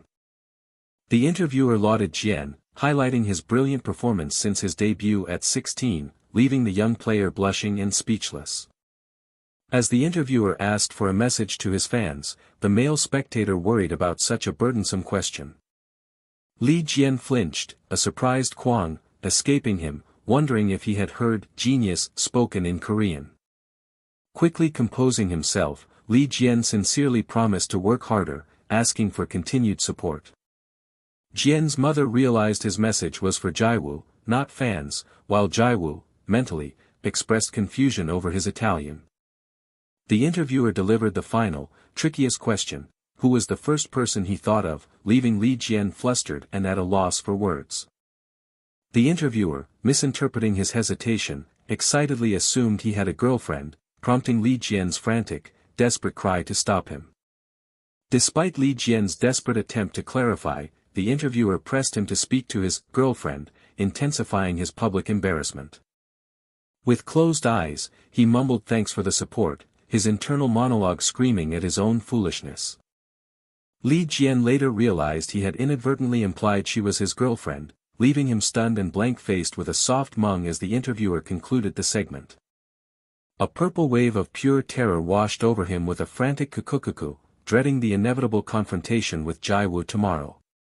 His father pondered intervening, while his mother, bewildered, asked for clarification on Li Jian's peculiar interview statements. Jiwoo, fueled by a sharp glare, demanded to know why he'd been speaking such absurdities, catching Li Jian completely off guard. Jiwoo's wrath intensified, revealing his public declaration of her as his girlfriend. A mortified Li Jian desperately attempted to retract. His father's imagined betrayal plunged Li Jian into a dramatic, stone-cold despair, leaving Jiwoo to wonder if he'd simply frozen. Jiwoo, with a mischievous smirk, playfully suggested his public bragging hinted at a deep affection, to which Li Jian could only stammer a flustered "no." With a desperate plea of mistaken identity, Li Jian spontaneously fled, a blur of motion as Jiwoo's indignant shouts echoed through the street. He mentally vowed to censor every future interview, or better yet, skip them entirely, even as Jiwoo relentlessly pursued his fleeting form. His sudden, contemplative halt became a literal collision as Jiwoo careened right into his back with a startled "ACK." Li Jian, anticipating Jiwoo's fury over his interview gaffe, found himself perplexed when her initial annoyance transformed into genuine, albeit abrupt, concern. His frantic multi-meal regimen had yielded a minuscule 0.1 kilograms gain, a comedic injustice the man with glasses pointed out with unsettling cheer. His frantic demand for a recalibration was met with a dismissive chuckle, sending a chibi Li Jian scrambling away in utter *panic. A quiet determination settled over Li Jian, igniting a yearning for maturity after the raw lessons of the last game. Relentlessly, he chewed another cereal bar, convinced that sheer consumption was his fastest route to physical and mental advancement. The memory weighed on him. In the last game, his limitations had forced his seniors into protective roles, inadvertently amplifying their struggle. A bittersweet current ran through him, gratitude for their efforts mingling with the heavy ache of apology. He grimaced, struggling to choke down another dry cereal bar, a testament to the Sisyphean task of bulking up, even with Jiwoo's special meals. He chewed slowly, his deeper aspiration to acquire the unshakable composure his senior teammates possessed. A fresh wave of mortification washed over him as he realized his interview blunders had created ripples far beyond just Jiwoo. The ghost of his arrogant past self, plastered across a colossal screen, proclaimed his genius with a bombastic confidence he now deeply regretted. He ducked his head in fresh mortification as well-meaning strangers cheered for his non-existent genius, making his training day an accidental public performance. His gratitude for the public's cheers was a heavy cloak, its warmth burdened by the invisible weight of expectation with every step. A visceral fear gripped him, the memory of past fan fury a vivid blueprint for their swift turn from adulation to venomous, derisive boos. The looming specter of failure, whispered by phantom critics with sharp, cutting words, pressed down on him, an suffocating weight of expectation. Just as he longed for his senior's calm, an abrupt shout shattered his introspection, making him jump with a nervous gasp. Discarding pleasantries, the bald teammate bellowed a bizarre, urgent philosophical inquiry, hippo or rhino, his voice a startling kwak. His mind reeled, he could only utter a single, utterly bewildered, "Excuse me?" Their spittle-laced interrogations about pride and hypothetical animal fights overwhelmed him, making him recoil from the literal jeep assault. He watched, a nervous smile plastered on his face, somehow convinced their frenzied animal debate was a display of profound, pre-game composure. His timid guess of rhino was instantly met with a chilling, yet comically absurd, threat from the bald teammate. He inwardly reaffirmed his belief in training as the sole path to growth, then eagerly sprinted onto the field at the bald teammate's command. He ran with a fierce, unwavering determination, convinced that today's efforts could secure a spot in the Roma match, while Coach Luca quietly considered his potential. Under the vast night sky, Coach Luca's summons sent an eager, energetic Li Jian scurrying toward him. Under the weight of the night, Coach Luca spoke with solemn gravity, explaining the rationale for Li Jian's position in the impending match.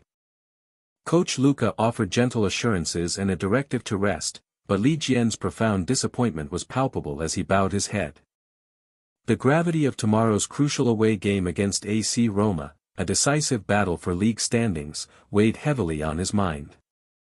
Beneath the exceptionally brilliant constellations, he reflected on a past self who once wondered about the very mood of the brightest, most distant star.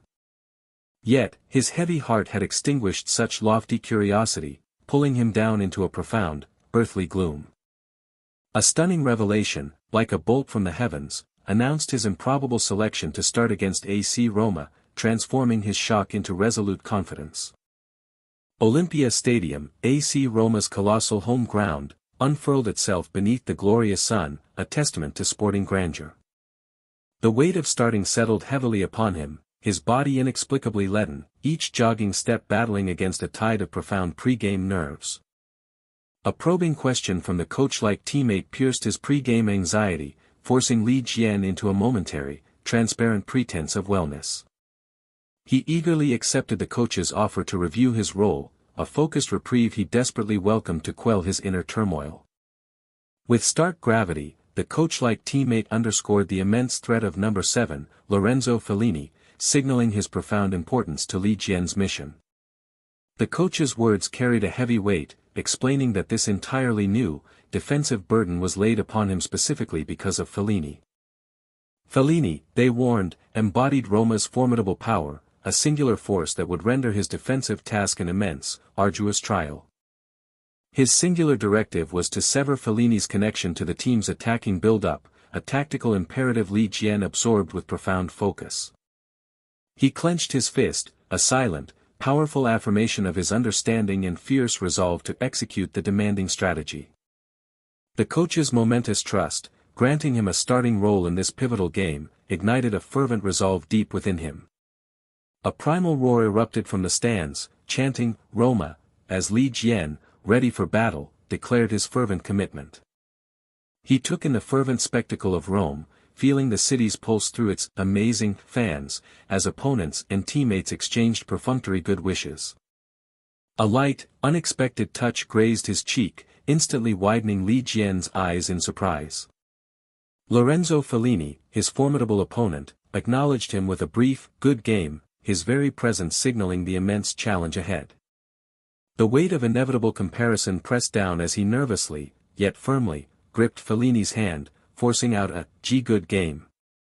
Propelled by fervent shouts of "Forza Viola" from his teammates, Li Jian surged ahead, fueled by an absolute refusal to concede defeat. The referee's piercing whistle sliced through the air, instantly followed by the sharp tuck of the opening kick. A series of calculated backward passes marked the opponent's cautious initial probe, each kick a measured test of their defense.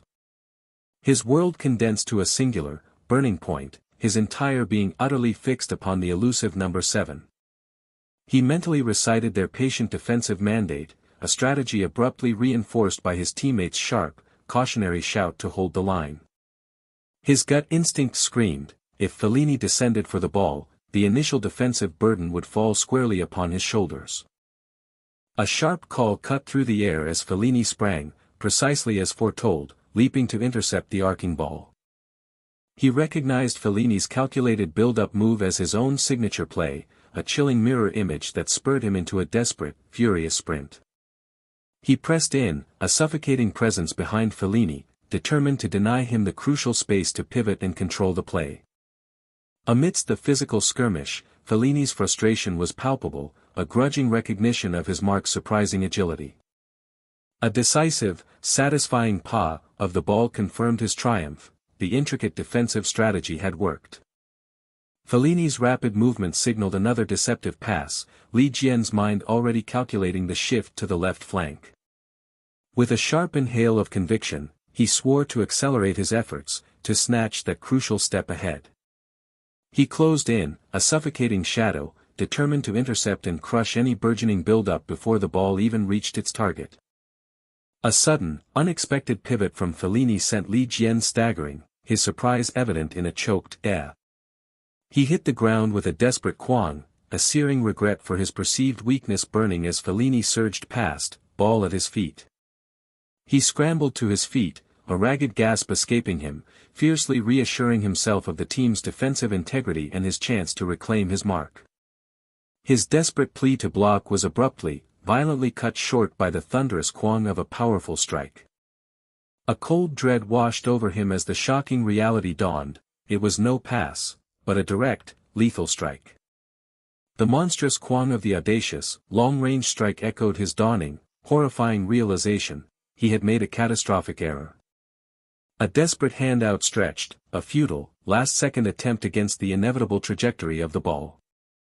A guttural, Italian curse ripped from Li Jian's throat, a visceral echo of the devastating impact of the goal.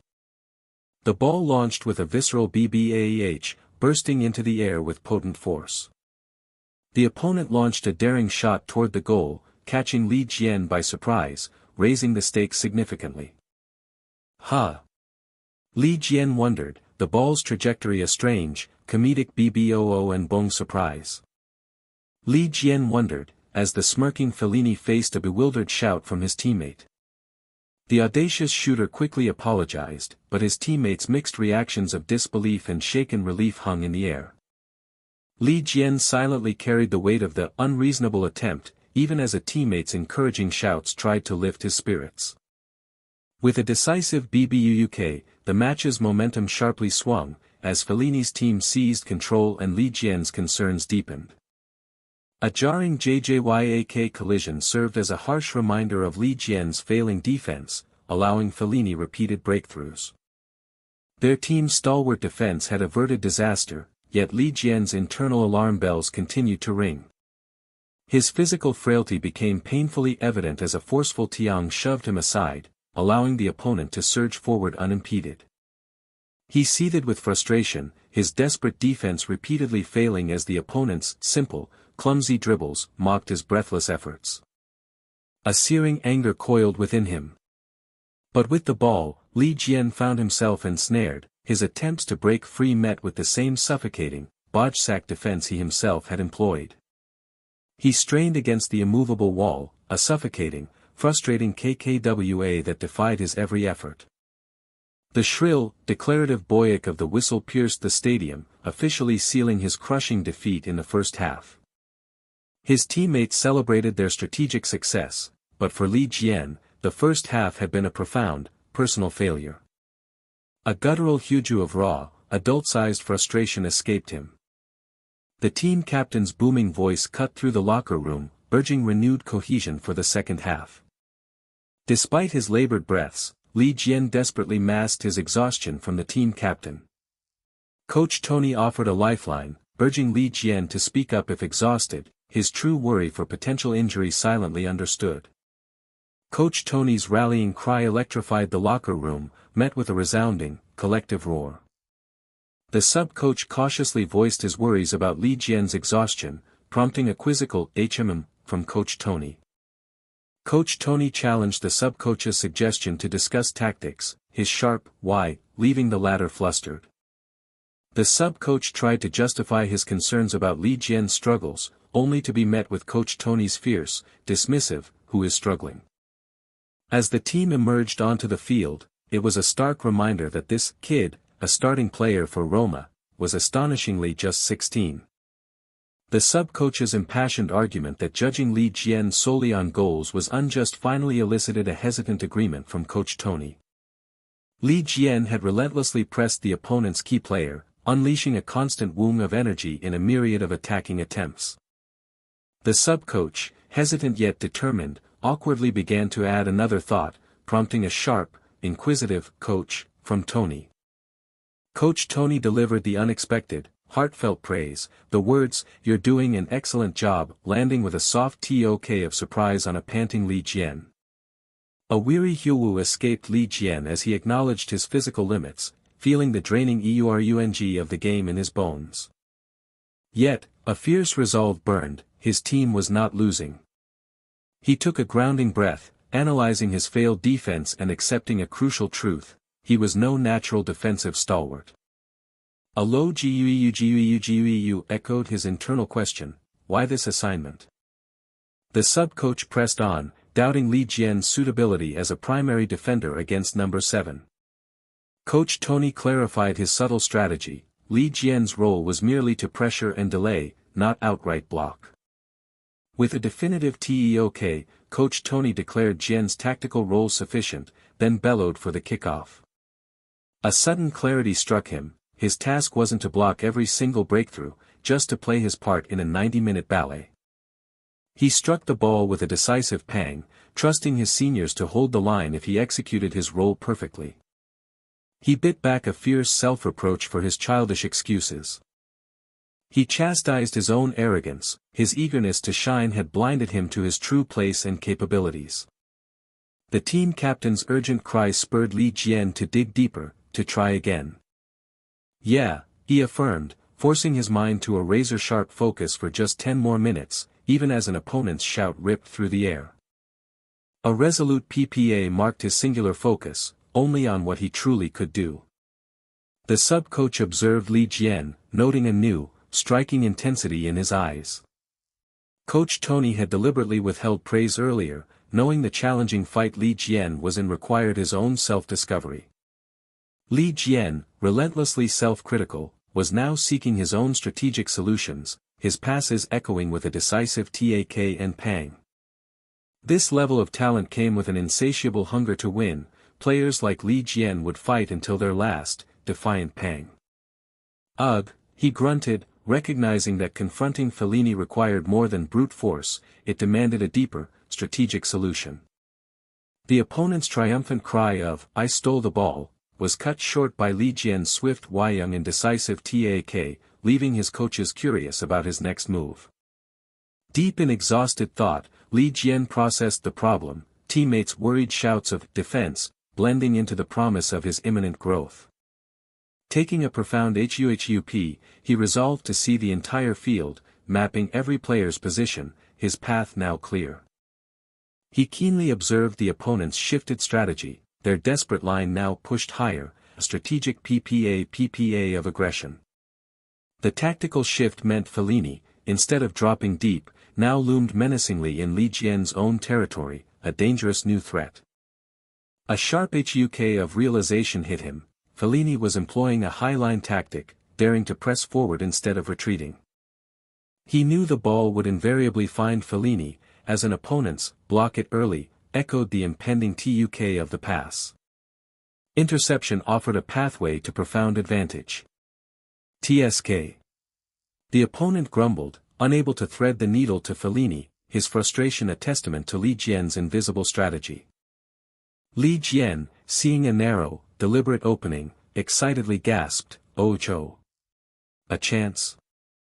With a triumphant JJAK, Li Jian surged past a flailing opponent, whose frustrated cries confirmed their dwindling energy. A double quack of impact underscored his resolve. This was the play he could make. A fluid JJAK and CHAK marked his premeditated move, a play born of foresight. He kicked, balanced, and ran, propelled by the urgent shouts of his teammates demanding defensive backup. The opponent's aggressive advance left their defense dangerously thin, allowing Li Jian to slice through with purposeful quacks. With a senior teammate drawing defenders, Li Jian surged fearlessly into the box, no opponent daring to challenge him directly. Ugh! Li Jian gasped, his inner monologue anticipating the desperate TAAK of the block now that he was so close to the box. With a powerful pang, he passed to his senior, a calculated move to draw defenders, allowing him to then surge into the box unchallenged.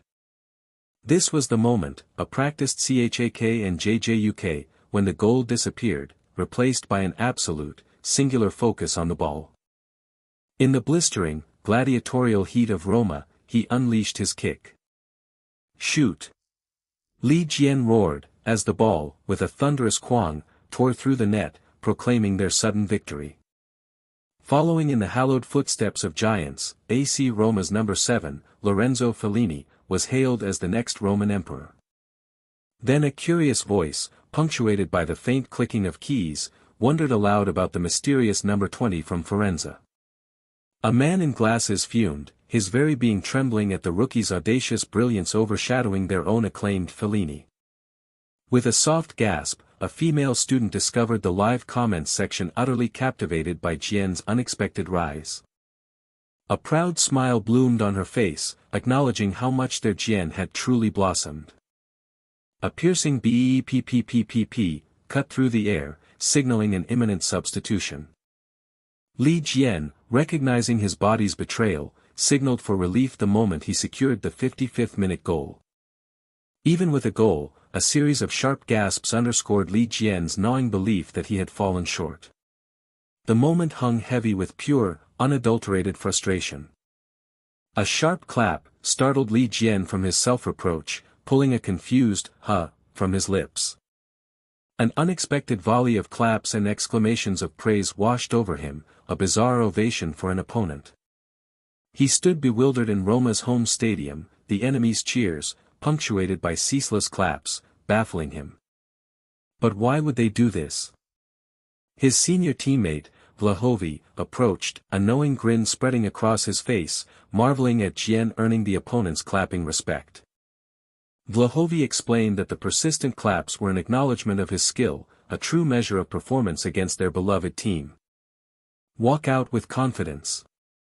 Vlahovi urged, and with a confident clap, Li Jian's wide-eyed surprise morphed into an eager, affirmative yes.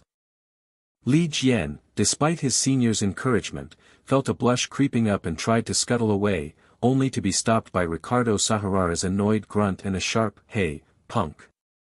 Ricardo tried to chide him for hurrying, but a knowing tap from another teammate advised, "Forget it."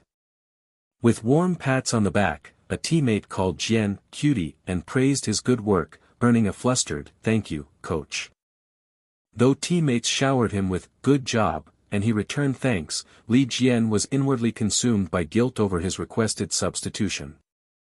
Despite the senior's explanation of the Roma fans' respect, Li Jian remained profoundly dissatisfied with his own performance. A heavy sigh escaped Li Jian, his disappointment stemmed not from the goal, but from the lost opportunities of the first half. His hands clenched tightly as the bitter realization hit, better composure would have secured another goal. As he stared out, lost in thought, a cheerful image of Jiwoo popped into his mind. With a tentative rub of his ear, Li Jian pondered if scoring against Roma was, at least, something to be proud of. From the sidelines, the distant shouts of "block" and "cross" accompanied a powerful whoosh as the game continued its relentless pace.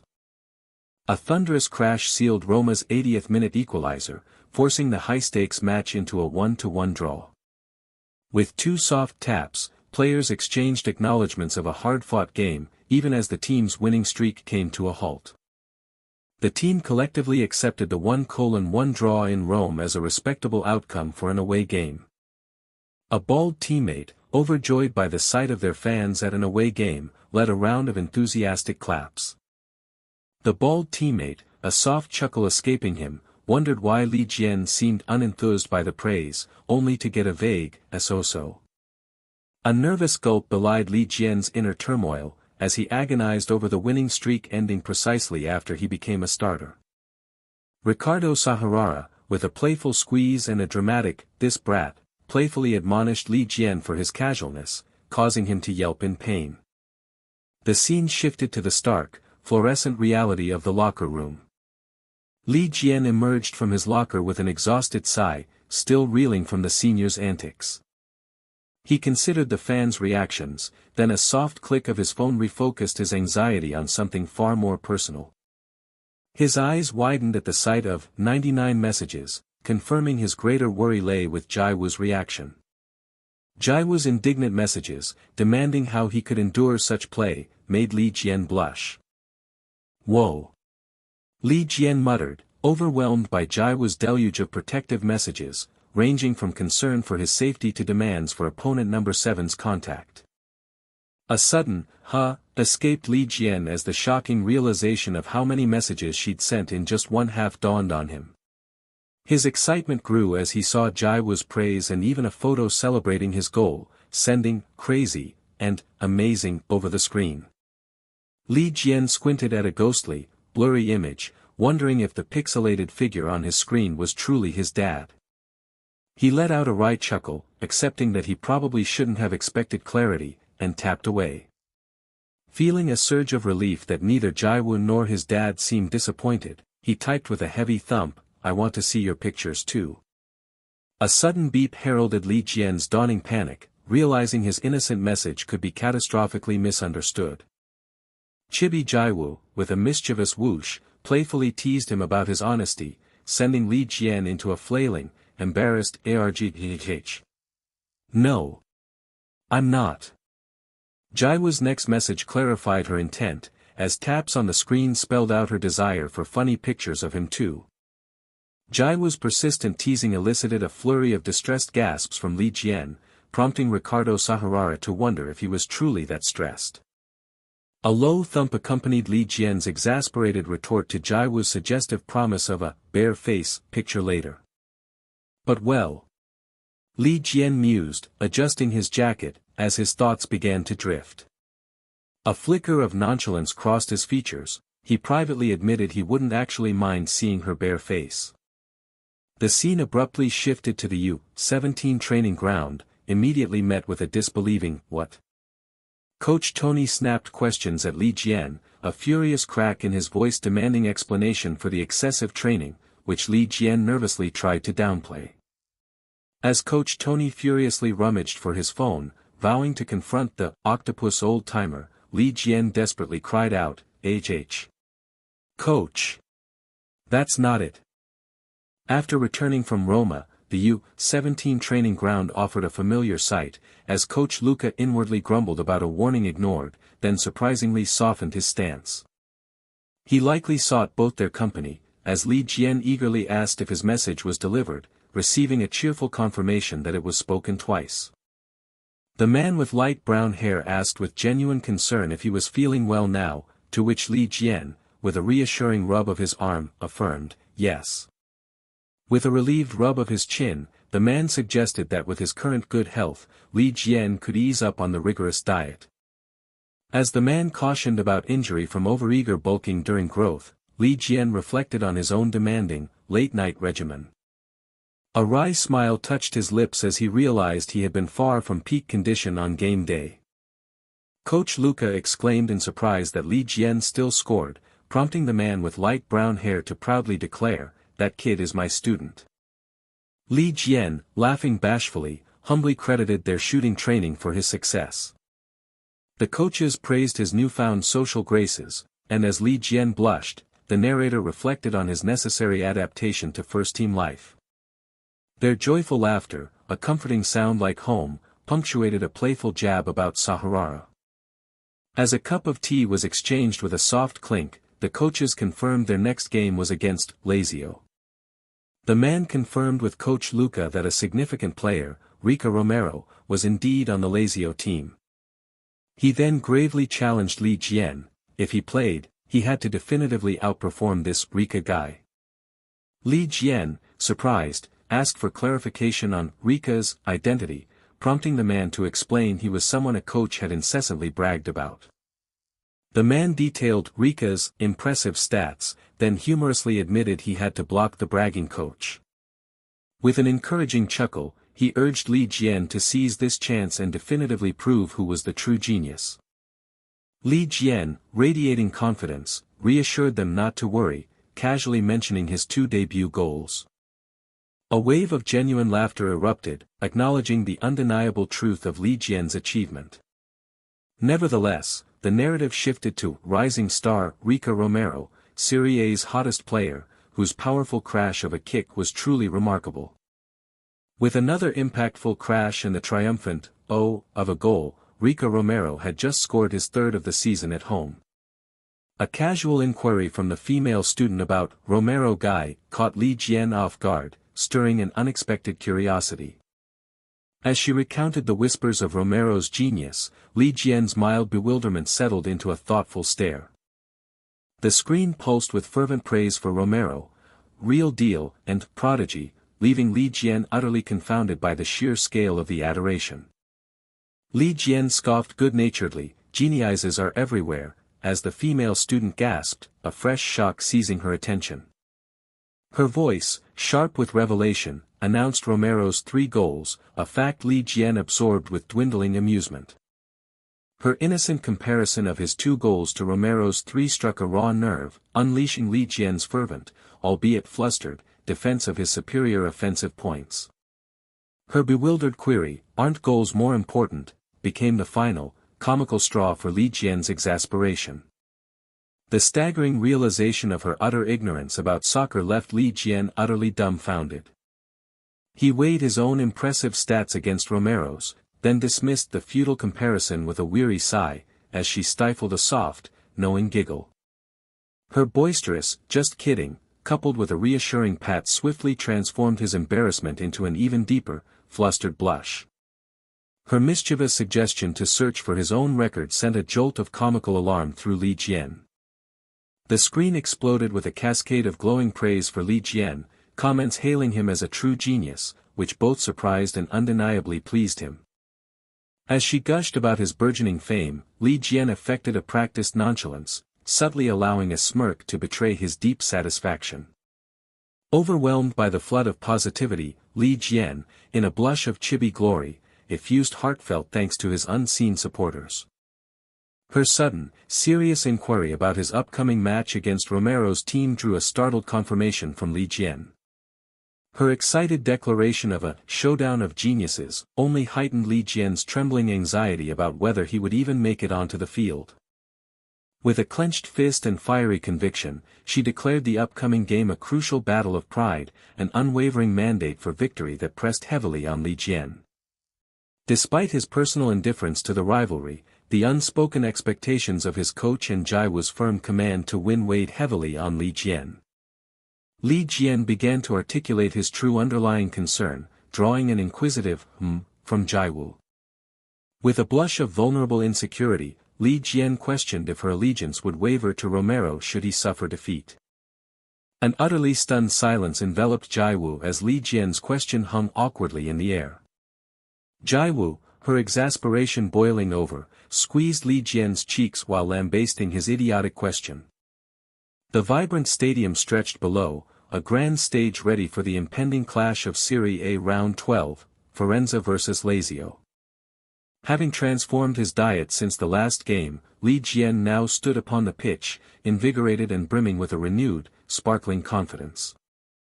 Lazio, their formidable European League reputation preceding them, presented a united front of confident players already primed for battle. Li Jian, consciously shedding the burden of expectation, decided to lean into the leniency afforded his youth as a voice declared, "We're counting on you today too." An older man's query, "Jian, are you ready?" echoed the internal call for Li Jian to embrace his unique privilege and intense training. Li Jian, unwavering and self-assured, asserted his readiness, a silent promise to deliver his absolute best. A swell of surprised murmurs and exclamations rippled through the stadium, spectators attributing the team's dramatic turnaround entirely to Li Jian. From the stands, voices of expectation declared both rising stars were playing, a singular hope ringing out, "I'm counting on you, Jian." One spectator questioned the maturity of involving a student in a personal vendetta, while another retorted that the soccer field knew no adults. The man with gray hair, a confident smile playing on his lips, declared with certainty that Jian would undoubtedly prove himself. Before, a young Li Jian had stared up with unwavering resolve, a silent thought solidifying, his talent would never yield to anyone's. A rallying cry echoed through the stadium as the team huddled, chanting, "Forza Viola," with unified, roaring determination. Li Jian's gaze sharpened, mentally marking his primary adversary, number 17, Rica Romero. As Li Jian analyzed Romero's compact yet powerful build and aggressive dribbling style, Romero confidently rallied his seniors with a sharp clap. The revelation of Romero's identical age sparked a contemplative worry in Li Jian. Did his own opponents analyze him with the same critical eye? The opening kick echoed across the field, as Li Jian internally charted a measured, backward pass to initiate their careful build-up. The searing rush of an opponent shattered Li Jian's calm strategy, an abrupt whoosh, signaling the impossibility of slow play. From the opening whistle, the opposition swarmed, their attackers and midfielders surging into their half with an alarming, immediate press. The opposition executed their quick front-pressing strategy with immediate, brutal efficiency, slamming into a teammate with a jarring crash. The coach's strategy, detailed in a tactical diagram, hinged on stable backfield clearances and lightning-fast transitions from defense to attack. Despite the threatening press of fast attackers, Li Jian sensed a nascent opportunity if they could overcome it, as a teammate received and kicked the ball. The visceral strain on his seniors' faces confirmed the brutal, unyielding force of the opponent's pressing, echoing with impacts and thuds. With a decisive run, Li Jian surged forward, intent on finding optimal positions to both receive passes and bolster their struggling defense. Li Jian frantically pointed out the open opposite side to his stressed teammate, his own position still tightly marked, as the tactical flow shifted. A teammate's panicked Jian punctuated the chaotic kick of a misplaced pass, revealing senior Milancevic's own overwhelmed struggle against the intense pressing.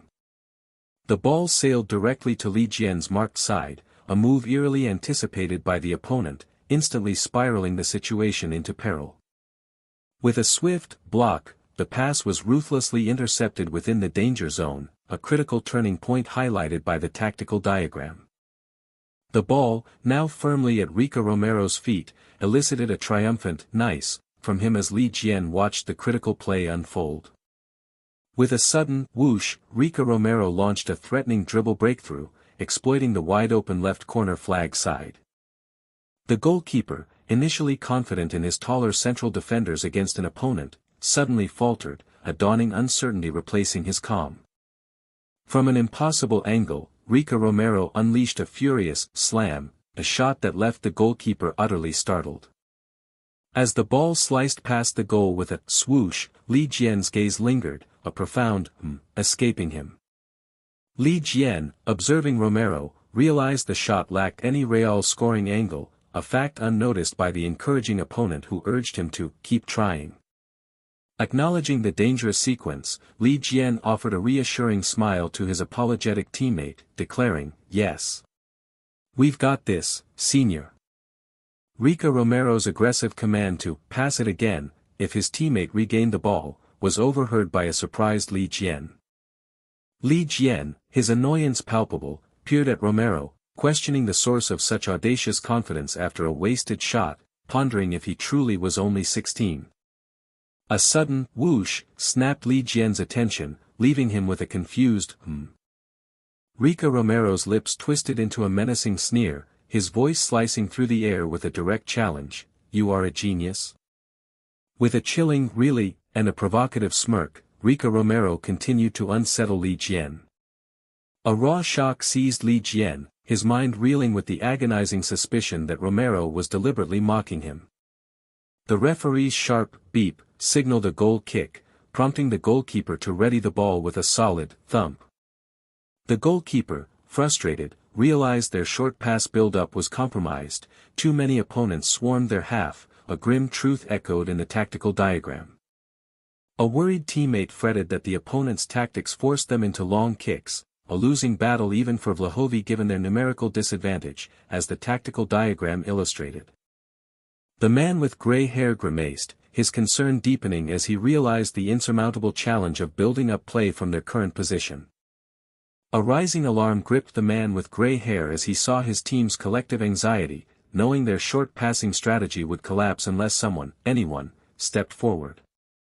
With steely resolve, Jian stepped forward, a determined promise, "I'll try, senior," carving through the tense air as he passed his worried teammates. The bald teammate surprised Jian, was met with Jian's unwavering, "I'll try, so." Jian, eyes fixed ahead, confidently declared, "Please give me the ball," a resounding thud, sealing his demand for responsibility. Jiwoo wondered if the opposing goalkeeper, trapped with nowhere left to go, would now make a fatal delay. He confidently expected a meaningless long kick, oblivious to his precise calculations. Suddenly, the sharp sound of a kick cut through the air, and Jiwoo's eyes widened in visceral shock. A short pass had been made. His mind reeled at the sight of number 20, Jian, already receiving the ball, poised to kick. Jiwoo observed Jian's seemingly impossible confidence in weathering the combined pressure from two flanking defenders. Yet, Jian effortlessly made his play, confirming Jiwoo's mistaken belief that he had already perfectly predicted the outcome. Two opponents furiously questioned their ability to break through the 2-on-1 defensive setup. Jiwoo, however, knew Jian's true strategy avoided a direct 2-on-1 clash entirely. The true tactical play was to push the ball to one side, forcing a crucial 1-on-1 duel with the closest defender. Jian declared his intention to attack, the crisp contact of his foot on the ball signaling his swift move past a lunging opponent. A surprised opponent, caught off guard, suddenly understood Jian's true intention to break through on the left. Jian's foot made deceptive contact with the ball, revealing his move was merely a feint. He taunted the fallen opponent, who crashed down with a visceral snap, as he continued his triumphant dribble. Having bypassed the first defender, Jian felt a surge of satisfaction, his intense focus unbroken. Just as he expected, the second defender rushed to cover the gap with a sharp, immediate response. Jian subtly tapped the ball forward, carefully setting up his next precise move as the opponent drew near. He executed a complex feint, pretending to eye the right back before swiftly folding his foot for a different direction. An opponent, sliding desperately across the pitch with a furious yell, mistakenly believed a pass was going right. Jian delivered a sarcastic apology as he darted past the baffled opponent, still advancing with the ball. The ball thudded perfectly with his foot, a testament to his successful, calculated maneuver. Jian celebrated his triumph over the opponent's press, the swift scamper of his feet a vivid reminder of his coach's first lesson. His determined profile affirmed his commitment to a rapid transition from defense to offense. From behind, Jian analytically observed the defensive formation, noting their disarray from his sudden counterattack. The opposing defensive line felt loose and unprepared, confirming they never anticipated this turn of events, the ball thudding twice with each insight. Jian identified his speedy senior, Vlahovi, poised to exploit the chaotic gaps in their defense, as opponents reacted with panicked alarm. He precisely calculated the optimal space pass angle, aiming for the crucial midpoint between the defensive line and the wide-eyed goalkeeper. With a powerful, impactful kick, Jian completed his tactical calculation, sending the ball precisely where it needed to go. He made a precise pass, instructing his senior to run into position, while he continued his own determined sprint towards the box. An opponent, watching helplessly, expressed a deep frustration at being unable to intervene in the escalating play. Li Jian realized his senior's early movement and quick reading of the pass had decisively broken through the defensive line. Though his senior would handle it, Li Jian knew he must remain strategically vigilant, considering every possibility on the field as he continued his advance. Teammate number 9 unleashed a powerful shot, sending the ball screaming towards the goal. The goalkeeper's gloved hand made critical contact, crucially blocking the ball. Jiwoo exclaimed in utter surprise, a sudden cry escaping him, marveling at the goalkeeper's phenomenal save. His teammates lamented with a shared shout that the shot had been too direct, making the save easier. One opponent praised the goalkeeper, while another urgently called for attention to the crucial second ball. Both Li Jian and an opponent leaped in mid-air for the ball, embodying Coach Luca's wisdom about seizing opportunity. Li Jian headed the ball with fierce intensity, proving that opportunities truly arise for the prepared. As Li Jian scored, thudding hard, he knew listening to experienced adults had certainly paid off. An unidentified voice called out to Kim Jiwoo, drawing attention back to the observer. The voice asked if someone had witnessed the extraordinary play. Li Jian passionately roared, his jubilant challenge echoing across the field, daring anyone to deny his superior genius. The referee's long whistle signified the end of the first half, with Firenze leading Lazio 1-0, Jian having scored in the 27th minute. The younger man, still amazed, chuckled at the incredible outcome while the older man listened with amusement. Coach Tony gravely assessed Lazio's dangerous, fast-paced play, acknowledging their capacity to disrupt even strong teams. He reflected on the game's initial pressure, realizing that Lazio's current situation had been entirely predictable from the start. Coach Tony observed Jian's extraordinary press resistance, marveling at how he seized the flow, even as chibi versions of Jian and a sub-coach discussed their route. Coach Tony, his chibi form gleaming with sparkling eyes, marveled at Jian's ability to not only envision but flawlessly execute complex strategies under immense pressure. He noted that the anticipated battle of geniuses had instead tragically exposed the pitiful shortcomings of opponent number 17. A stark division in expressions, Li Jian's confident smile against the opponent's dejected face, cemented Coach Tony's belief in the undeniable chasm of talent. The younger man guffawed, delightedly recounting how he blocked an annoying opponent, while the older man wryly questioned his extreme glee. The older man, sternly reminding the younger of his age, asked what opponent number 17 had actually done to deserve such ire, prompting a surprised introspection. They both noted the peculiar pattern. Player number 17 consistently played only the first half before being substituted. The older man, hand on chin, quietly mused that player number 17's pride must be deeply wounded. An opponent violently kicked the ground, the forceful thud reflecting a sudden, raw outburst of frustration. Slumped on the bench, opponent number 17 reflected with stark clarity, his entire 16 years had been solely fueled by confidence. In a vivid flash of memory, he recalled being celebrated as the youngest genius in every team, a symphony of applause echoing his past glory. But now, a visceral dread seized him, as opponent number 17 stared with horrified disbelief, questioning the very essence of Li Jian's talent. Coach Tony emphatically instructed his team to pressure Li Jian, and they acknowledged his command with a firm yes. Opponent number 17 smirked, dismissing Coach Tony's concern as an overreaction to a mere 2005-born kid. With an arrogant thumbs up, opponent number 17 confidently vowed to reveal his true talent in the match. He bitterly reflected on his earlier boast, a painful contrast to Li Jian's goal and his own humiliating substitution in the second half. Despite everything, opponent number 17 desperately clung to the delusion that his dribbling and individual skills remained superior, his internal struggle marked by frustrated grunts and exclamations. He emphatically reinforced his conviction, believing that dribbling past opponents was a far more precious skill than mere press resistance or passing. His self-assurance shattered as Li Jian, in a spectacular, almost aerial move, effortlessly dribbled past a defender, leaving him sprawled on the ground.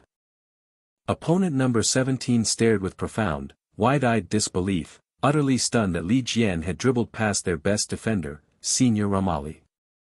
As opponent number 17 watched from the sidelines in shock at Jian's dribbling prowess, Li Jian calculated his precise proximity to the penalty box. Li Jian instantly identified the perfect angle, unleashing a powerful, direct shot towards the goal.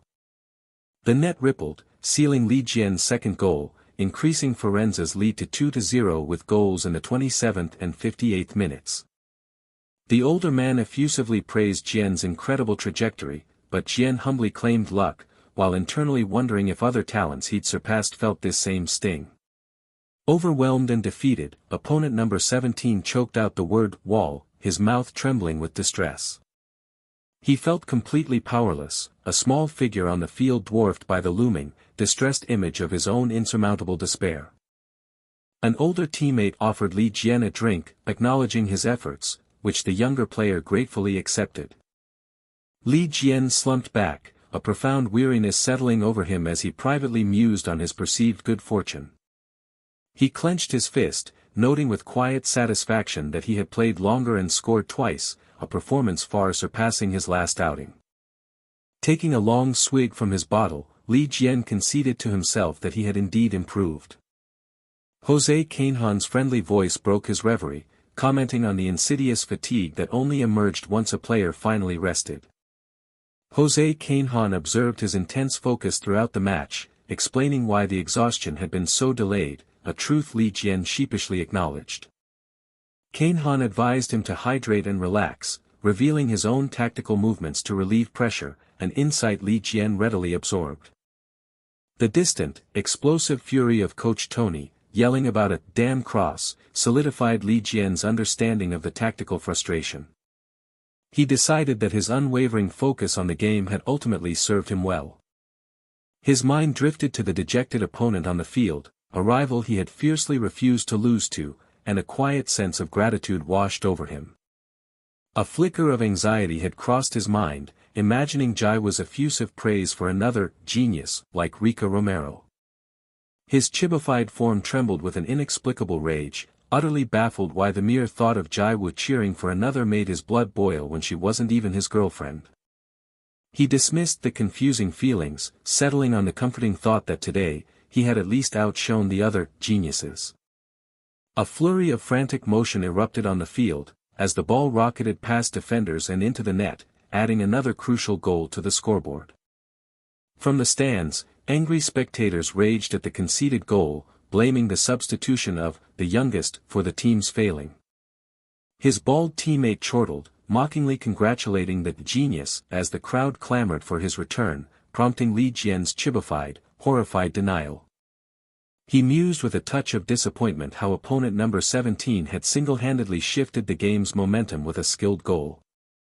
He pondered the sheer number of geniuses, in Italy, let alone Europe, as a defiant opponent on the field declared the fight was far from finished. His mind soared with visions of a Europe Cup, a luminous future where their team, if successful in this league, would clash with stronger geniuses next season. Li Jian knew such elite tournaments would inevitably pit them against an even higher caliber of talent, forcing new growth. A sudden, startling realization struck him. He desperately wanted to preserve the illusion for Jiwoo, to never let her see the ordinary person beneath the genius. With a sudden, explosive burst of speed, Li Jian seized the unexpected opportunity, his eyes glowing with fierce, single-minded resolve. In a decisive, sliding strike, he sent the ball careening into the net, sealing another crucial point for Firenze as an opponent lay sprawled nearby. Despite a brief setback, Senior Vlahovic quickly netted another, solidifying their lead and drawing an enthusiastic roar from his teammates.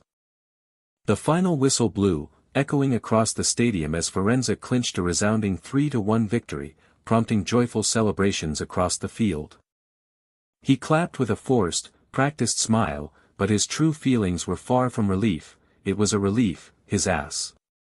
A familiar dread washed over him, recognizing the approach of the post-match interview, and he stuttered a nervous greeting to the smiling interviewer. He noted with cautious relief that this interview seemed to be progressing far more smoothly than previous ones, free from his teammates' usual teasing. The interviewer pivoted, asking if he had seen Rica Romero's pre-match comments, a question that visibly startled him into a denial. His eyes widened, a nervous tremor passing through him as the interviewer quoted Romero's audacious challenge. The interviewer, with a sly smile, then directly challenged him to declare the true genius of the day. Sweat beaded on his brow as he stammered, feeling the immense pressure to deliver a perfectly crafted response that would satisfy everyone. In a burst of sudden inspiration, Li Jian blurted out, "Coach Luca's student," completely baffling the interviewer. He quickly clarified Coach Luca's identity, eliciting an enthusiastic endorsement from the interviewer, to his profound relief. As the interviewer concluded the segment, Li Jian fidgeted, still anxiously replaying his answer in his mind. The interviewer, unyielding, then probed about his popularity among female fans, dragging out the ordeal and leaving Li Jian scratching his cheek in embarrassment. The question about his charm point struck him like a physical blow, his chibified self literally crumbling in comedic mortification. He choked back a gasp, utterly mortified as the interviewer playfully urged him to flaunt his supposed charms. Li Jian's mind raced, sweat pouring down his face as he desperately searched for an answer to a question he had never even considered before. A spark of an idea finally ignited in his mind. He triumphantly declared his charm was single-minded devotion, leaving the interviewer utterly bewildered by the Korean phrase. Li Jian awkwardly attempted to clarify, describing it as an unwavering, dedicated heart. To his immense relief, the interviewer romanticized his explanation, interpreting single-minded devotion as focusing on one person only, which he deemed a favorable misinterpretation. As the interview concluded, Li Jian let out a profound sigh of relief, silently congratulating himself on navigating the awkward questions.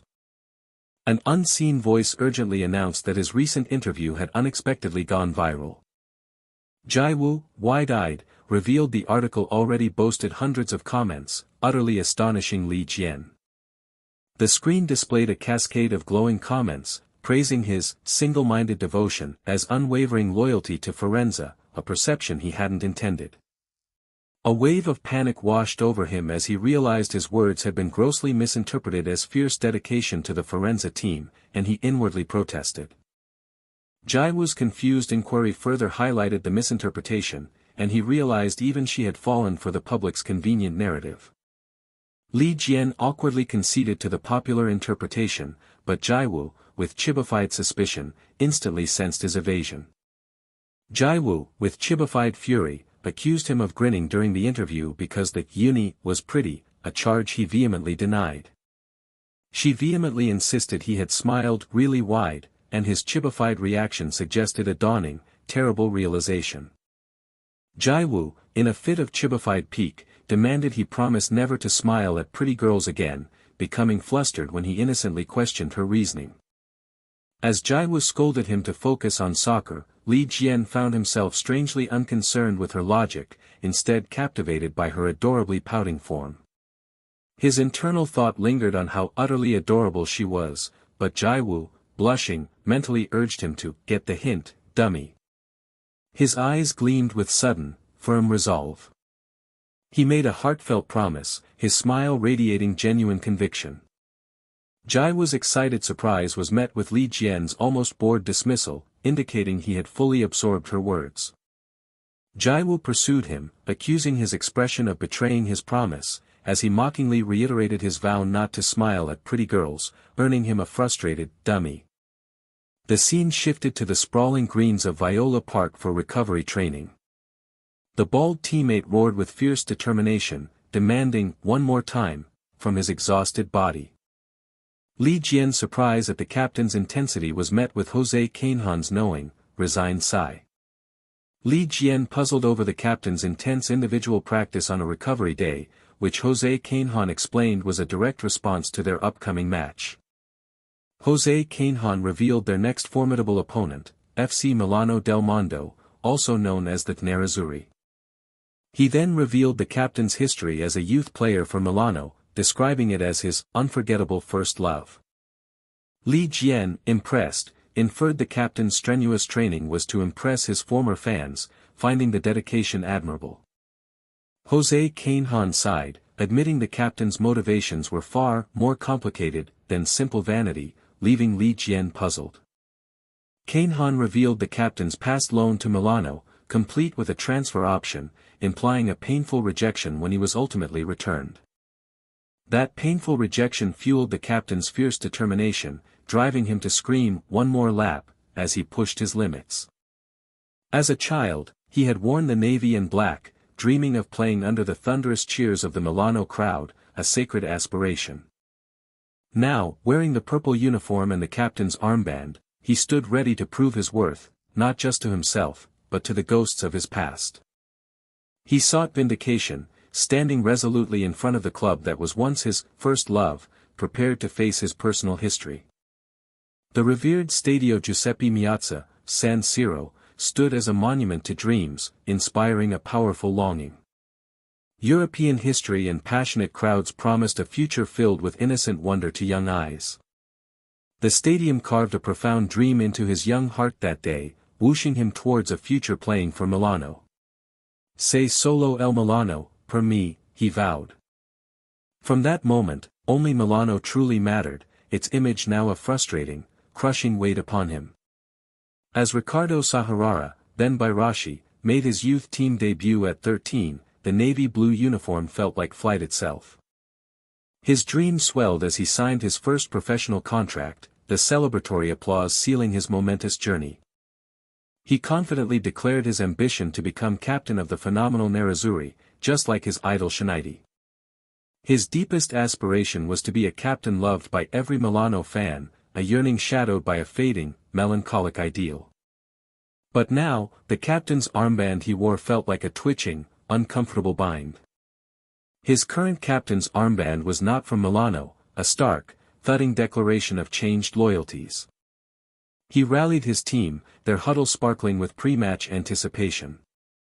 Riccardo Sahirara casually remarked that everyone has a first love, much to a teammate's annoyed surprise.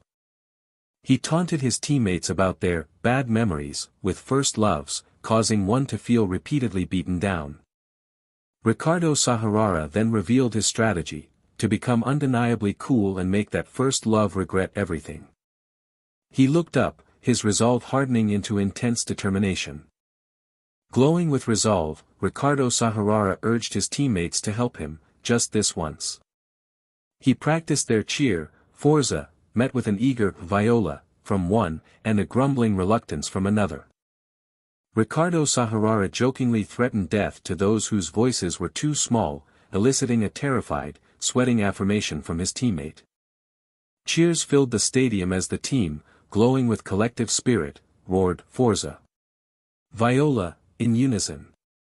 Riccardo Sahirara pulled Li Jian aside, reassuring him not to worry about his earlier, first love, comments, leaving Jian utterly confused. With a confident smirk, Riccardo Sahirara advised Jian to marry his first love, pointing towards the sky. Li Jian, flustered and bending low, reacted to the fervent cheers and banners praising his single-hearted devotion to Firenze. Riccardo Sahirara, with a cheerful "ho-ho," then rallied the team forward, receiving a flustered "why yes" from Jian. The captain's intense resolve triggered a memory of his own past match against Gioventù, recalling Jerome. Li Jian inwardly acknowledged the captain's current intensity mirrored his own from that past game, though Gioventù was never his first love. More critical than first love, Riccardo Sahirara pondered, was finding one's last love, as he called for better spacing. He clenched his fist tight against his chest, determined to make his first love cry for his last love, Firenze. Riccardo Sahirara acknowledged his first love was a top team he couldn't join, a silent weight he carried on the field. He exhaled, realizing he could never have faced them alone, but with Firenze, victory was possible. Riccardo Sahirara's eyes held intense confidence as he declared their team possessed an irreplaceable asset Milano couldn't match. He instructed Li Jian to run wild and make his first love weep, igniting a radiant purpose within Jian. The whistle blared, commencing the first half with Milano and Firenze locked in a tactical 3-5-3 versus 4-5-1. As expected, Milano pushed high, pressuring the midfield, a strategic move Riccardo Sahirara's ghostly presence observed. Milano's midfield strategy involved shifting attackers and defenders, temporarily outnumbering Firenze with tactical superiority. Riccardo Sahurara shouted, urging his team to press relentlessly, refusing to back down despite the numerical disadvantage. Li Jian observed their defensive focus was strong, a testament to Senior Bairashi's pre-match speech. Riccardo Sahurara anticipated their opponent's anxiety, predicting risky long passes as an opposing player urged, keep pressing. Li Jian closed his eyes, strategically analyzing the opposing wingback's high position and the resulting space created. Both players focused with razor-sharp intensity, hunting for the opportune moment to counterattack. "It's Captain Bairashi," came a shout as Riccardo Sahurara made a decisive, thumping interception. "Jian!" Riccardo Sahurara roared, kicking the ball with potent force, surprising an opponent. Riccardo Sahurara's inner thoughts revealed his unwavering confidence in Jian to anticipate and move into space, as Jian sprinted forward with the ball. Li Jian received the ball, instantly recognizing the dangerous narrowness of the space and the risk of holding on too long. He masterfully evaded a tackle from the right, pulling the ball back with a shove and a kick. With a zing, Li Jian outmaneuvered a rushing defender, turning and accelerating with the ball. Li Jian saw the passing lane open towards Jose Kainhan, who urgently called out, "Jian! Over here!" But Li Jian chose a different path, unexpectedly cutting back left, startling a teammate. He suddenly stopped, having spotted the captain, Riccardo Sahurara, running with a clenched jaw, calling out, "Jian! Ugh!" Riccardo Sahurara groaned, frustrated that Jian might have overestimated his speed or forgotten his age. "Huh!" a player exclaimed, surprised as the ball bounced with an unexpected thump, defying his initial judgment. Sorry, you got it down to the T, youngest," Riccardo Sahurara mentally apologized, appreciating Jian's backspin pass as he ran. Li Jian urgently shouted to his captain, warning him of the trailing opponent. Riccardo Sahurara realized with a growling, that the opponent's backup speed was formidable, making a speed contest futile. Then, with a decisive thump, the ball was struck. Riccardo Sahurara resolved to push through with sheer, raw strength, fiercely battling his opponent. His face contorted in effort, Riccardo Sahurara questioned if he had grown old, his entire body screaming in protest. Despite the agony, he unleashed a powerful kick, the impact reverberating. "Ugh!" Riccardo Sahurara screamed, refusing to stop, his will burning fiercely. He spotted two white-uniformed teammates positioned inside the box. There was no time to think, he trusted his feet, not his head, to make the decisive choice. Following his feet's instincts, he committed to the kick, falling to the ground as the ball flew. With a groaning "Ugh!" Riccardo Sahurara fell to the ground, the impact shaking him.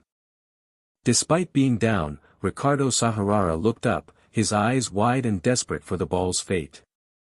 Two players leaped high near the goal, battling fiercely for control of the airborne ball. The ball struck the net with a finality, sending the kneeling goalkeeper into despair. Kneeling on the pitch, Riccardo Sahurara looked back, a challenging, "How was that?" implicit in his stance. In less than 20 seconds, Firenze scored, a triumphant declaration from the "last love" of the man Milano had abandoned. The team erupted, a joyful explosion of limbs and cheers around Li Jian. A silent jubilation spread among the victors, sharply contrasted by the crushing despair of their rivals. Jian was quite literally suffocated by the team's crushing affection, their joyous shouts echoing like cartoon birds. The captain, caught in a moment of self-recrimination, blinked with a sudden glow as his teammate watched on, utterly baffled. A poignant realization dawned on Li Jian, the captain, his face turned away, was quietly weeping. The exuberant roar of "Forza! Viola!" compressed Jian into a bewildered, squashed state. A voice of reason interjected, cutting short the celebration to prevent alienating the home crowd further, much to one teammate's annoyance. The gray-haired coach calmly reminded them that premature celebrations were unwise, the game far from decided. A raw, urgent declaration from the captain cut through the stadium. The battle was far from over. Though unnoticed by others, Li Jian felt the profound weight of that single goal, sensing its true meaning in the captain's unguarded tears. He wondered what invisible suffering had led to such a raw, emotional outburst over a single point. The chilling thought of failing to score sent a visceral shudder through Li Jian, prickling his skin with dreadful what-ifs. Scoring first was a hollow comfort against Milano, the third-ranked behemoth, a challenge that demanded absolute strategic focus, nothing less. All else dissolved as Li Jian fiercely commanded himself to focus. A powerful shot rocketed towards the goal, the air thick with tension as the goalkeeper braced for impact. The sub-coach's sigh carried a heavy weight, acknowledging that the narrow miss only heightened their growing unease. Coach Tony, his chin furrowed in thought, grimly confirmed the alarming rate of their conceded shots. Though acknowledging the game's ebb and flow, Coach Tony stressed the urgent need for heightened aggression and closer marking. Conceding so many shots was simply unsustainable. The opponent, emboldened by their concession, now pressed relentlessly, driven by a fierce desire to equalize before the halftime whistle.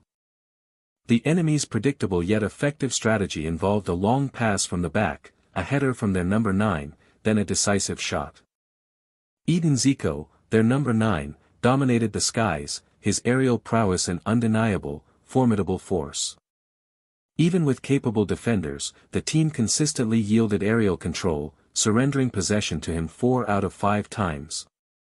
Their number 10, a whirlwind of aggressive intent, snatched possession with a defiant roar. Lautaro, a warrior-like figure despite his build, connected with the ball, declaring it a nice shot. He relentlessly hammered the defense, a forceful collision of bodies creating openings, his aggressive style a stark contrast to Jian's own. Without hesitation, he charged forward, unleashing another powerful shot on goal. Lautaro, unfazed by failure, grumbled about his missed chance, while a tiny Li Jian watched, dumbfounded by such relentless bravado. Despite squandering opportunities with audacious solo efforts, Lautaro's resolve never wavered, fueled by his teammates' unwavering support. Another shot fired from number 10, sending a surge of panic through the defense. He lunged forward again, a relentless force, demonstrating the striker's unwavering, singular purpose. The ball rocketed in, a thunderous equalizer that shattered the previous lead. The stadium erupted in a cacophony of euphoria, spectators declaring Lautaro nothing short of a god who had caused an earthquake. Li Jian could only stare, a bead of sweat on his brow, overwhelmed by the unbelievable spectacle. Li Jian pondered his own imagined shame and failure, contrasting it with the solemn apologies exchanged between his teammates for their collective lapse. After countless attempts, Lautaro's triumphant roar commanded the stadium, demanding the Milano faithful amplify their fervent adoration. The fervent crowd, a roaring sea of tiny figures, showered Lautaro with adulation, their loyalty absolute. Li Jian deeply pondered if such unwavering mental fortitude was the hallmark of a true ace, a leader's inherent strength. A furious, disembodied roar pierced the sterile silence of the empty hall. Coach Tony's thunderous reprimand made Lucas Tenoira flinch, his sweaty face contorted in abject apology for his defensive lapse. His accusing gaze swept over the team, questioning their over-reliance on Jian during crucial transitions. Coach Tony's raging lecture on their timid play left Li Jian desperate to vanish, the collective, "No, sir," echoing his own mortification. His finger jabbed the air, a fierce demand for unwavering boldness and decisive strikes. The captain's stern voice cut through the tension, issuing an ultimatum: complacency against Milano meant no place in the second half. His fist clenched, the captain's fervent cry hammered home a single message: they could win, but only with absolute focus.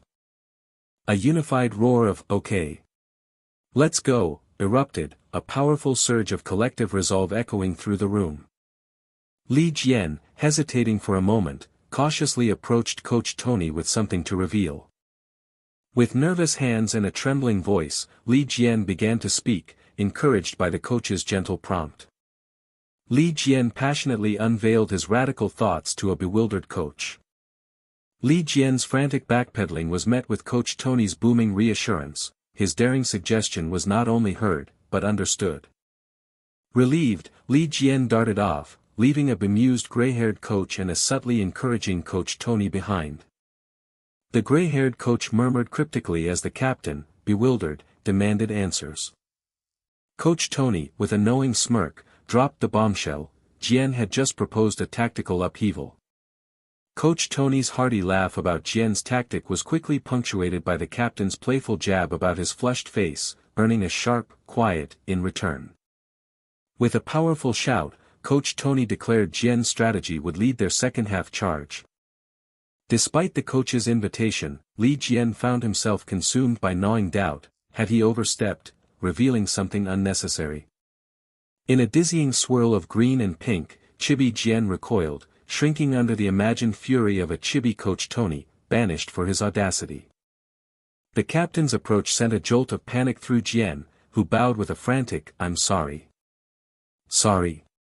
Why?" the captain responded, his reassurance leaving Jian in wide-eyed, disbelieving shock. With a firm smile, the captain confirmed their commitment to Jian's plan for the second half. The sharp whistle blew, igniting the second half, as Lautaro roared, rallying his team to maintain their aggressive momentum. Lautaro confidently assumed an easy breakthrough, but a flicker of confusion crossed his face as something felt amiss. A sudden, tactical reshuffle, numbers 9 and 20 had swapped places, jolted Lautaro with immediate surprise. With a swift, determined move, Li Jian intercepted the pass, leaving his opponent visibly shocked. Li Jian's decisive slide shattered the opponent's long-pass strategy, a tactic previously enabled by Vlahovich's attack-focused defense. Li Jian's relentless marking choked the opponent, leaving him bewildered by the suffocating pressure. Trapped by Li Jian's relentless pursuit, the desperate opponent frantically called for Zico, with no passing lane in sight. The errant pass floated uselessly, a clear sign of their disarray. The opponent's botched pass was seized, dropping perfectly for Lucas Tenoira to claim possession. With a determined gaze, Li Jian declared to Tenoira that their moment had finally arrived. Milano's coach Simone Lanzaggi surveyed the field with an intensity that foreshadowed his strategic command. The narrator explained that their rear-hitting strategy had thrived because Vlahovic rarely pressured the defense, leaving ample open space for their plays. Their defenders had executed long, precise passes with unexpected ease, drawing a delighted, "nice," from a tiny purple-clad fan. But then, an unexpected variable had emerged, darkening Milano's coach Simone Lanzaggi's expression with a sudden, sharp concern. The sudden movement of player number 20 had shattered their planned play, creating a thrilling counterattack opportunity as a teammate cried out for number 18. An opponent, recognizing the familiar pattern, anticipated the ball would go to number 20 and urgently considered a quick pass to circumvent the impending interception. With an opponent suddenly upon him, the player realized a pass was impossible and was urged by his teammate to act alone, looking shocked but resolute. The player, filled with fierce resolve, focused intensely as he prepared to kick the ball with a powerful, concentrated breath. He executed a confident fake, leaving the surprised opponent bewildered by his determined and swift move. Their coach, the man with gray hair, beamed, approving of the player's boldness, noting that a concise slip past a single opponent was sometimes better than a quick pass, as player number 18 declared he had secured the ball. A player in purple gasped in surprise, utterly confused why the ball, once a cannon shot, had been passed to the side instead of the center, disrupting the perceived tactical shift. With a determined gaze, player number 18 assessed the lone defender, deciding against a direct confrontation. Player number 18, focused and precise, delivered a crisp pass to Li Jian, who had deftly moved into a vacated space, leaving an opponent flailing. Li Jian, immediately receiving the pass, swiftly turned his head towards Senior Vlahovic, deliberately confusing the final defensive line with his dynamic movement. Li Jian then launched a precise through ball to Senior Kanejo, aiming to slice through the remaining defense. An opponent with dark hair furiously commanded his team, confident that blocking Vlahovic from across would nullify the threat, as a teammate frantically rushed with the ball. Li Jian, however, inwardly dismissed the opponent's strategy, sensing a critical misunderstanding in their defensive plan. Li Jian, with a powerful drive, unleashed a kick, acknowledging that while he might not possess player number 10's raw talent, he could still make an impact. Player number 9, leaping with unexpected agility, headed the ball with force, stunning an opponent in blue. The opponent with dark hair shouted in disbelief, protesting that a header from such a distance could not possibly be a shot. Player number 9, eyes sharp, subtly anticipated number 8's imminent arrival from the opposite flank. An opponent, confused about the offside situation, was suddenly stunned as Li Jian unexpectedly appeared in a key position, leaving him baffled about the broken trap. The opponent gasped, a mixture of fear and confusion contorting his face, as the descending ball confirmed the enigmatic presence of player number 20. Li Jian, with flawless timing that seemed to predict the future, broke the offside trap, slicing through the defense as if it were air. Li Jian expertly dribbled the ball, reflecting on the seamless counterattack and wondering if the coach's halftime speech had inspired such fluidity. He found himself in a dream scenario, one-on-one with the goalkeeper, the perfect chance. Li Jian's heart hammered against his ribs, a frantic rhythm of raw pressure and electric excitement. The urgency of the moment intensified, fueled by the shadow of a defender closing in and the opponent's desperate cry to chase. The goalkeeper aggressively charged, shrinking Li Jian's shooting angle, as the narrator pondered if the young player feared squandering this golden opportunity. An opponent, driven by sheer desperation, lunged with a visceral scream, determined to block the shot despite lacking the unyielding resolve of player number 10. Li Jian, undeterred, sharpened his focus even further as an opponent bemoaned his near miss. Li Jian struck the ball with the intention of perfecting his aim, sending multiple opponents and the goalkeeper sprawling in his wake. The ball sailed high, a hopeful arc against the expanse of the sky, its trajectory carrying the weight of anticipation. It nestled into the net with a satisfying ripple, a decisive triumph. Li Jian let out a heavy sigh, the exhaustion and immense relief washing over him in a single, profound wave. The score flashed, confirming the goal, and players erupted in celebration, shouting with unrestrained joy for Li Jian's crucial strike. Coach Tony, beaming with pride, recognized the goal as a collective achievement, a testament to the entire team's unified effort. 30 minutes into the second half, the referee's raised board signaled a decisive substitution. Li Jian gratefully bowed and exchanged encouraging words with Senior Amkabat, who patted him on the shoulder, acknowledging his good performance as he was substituted out. The team swiftly implemented a defensive strategy to safeguard their lead, with a bold teammate outlining the tactical adjustments to his attentive peers. Li Jian observed from the sidelines, understanding the strategic shift, as the opponent's attacks had indeed lost their sting after his second goal.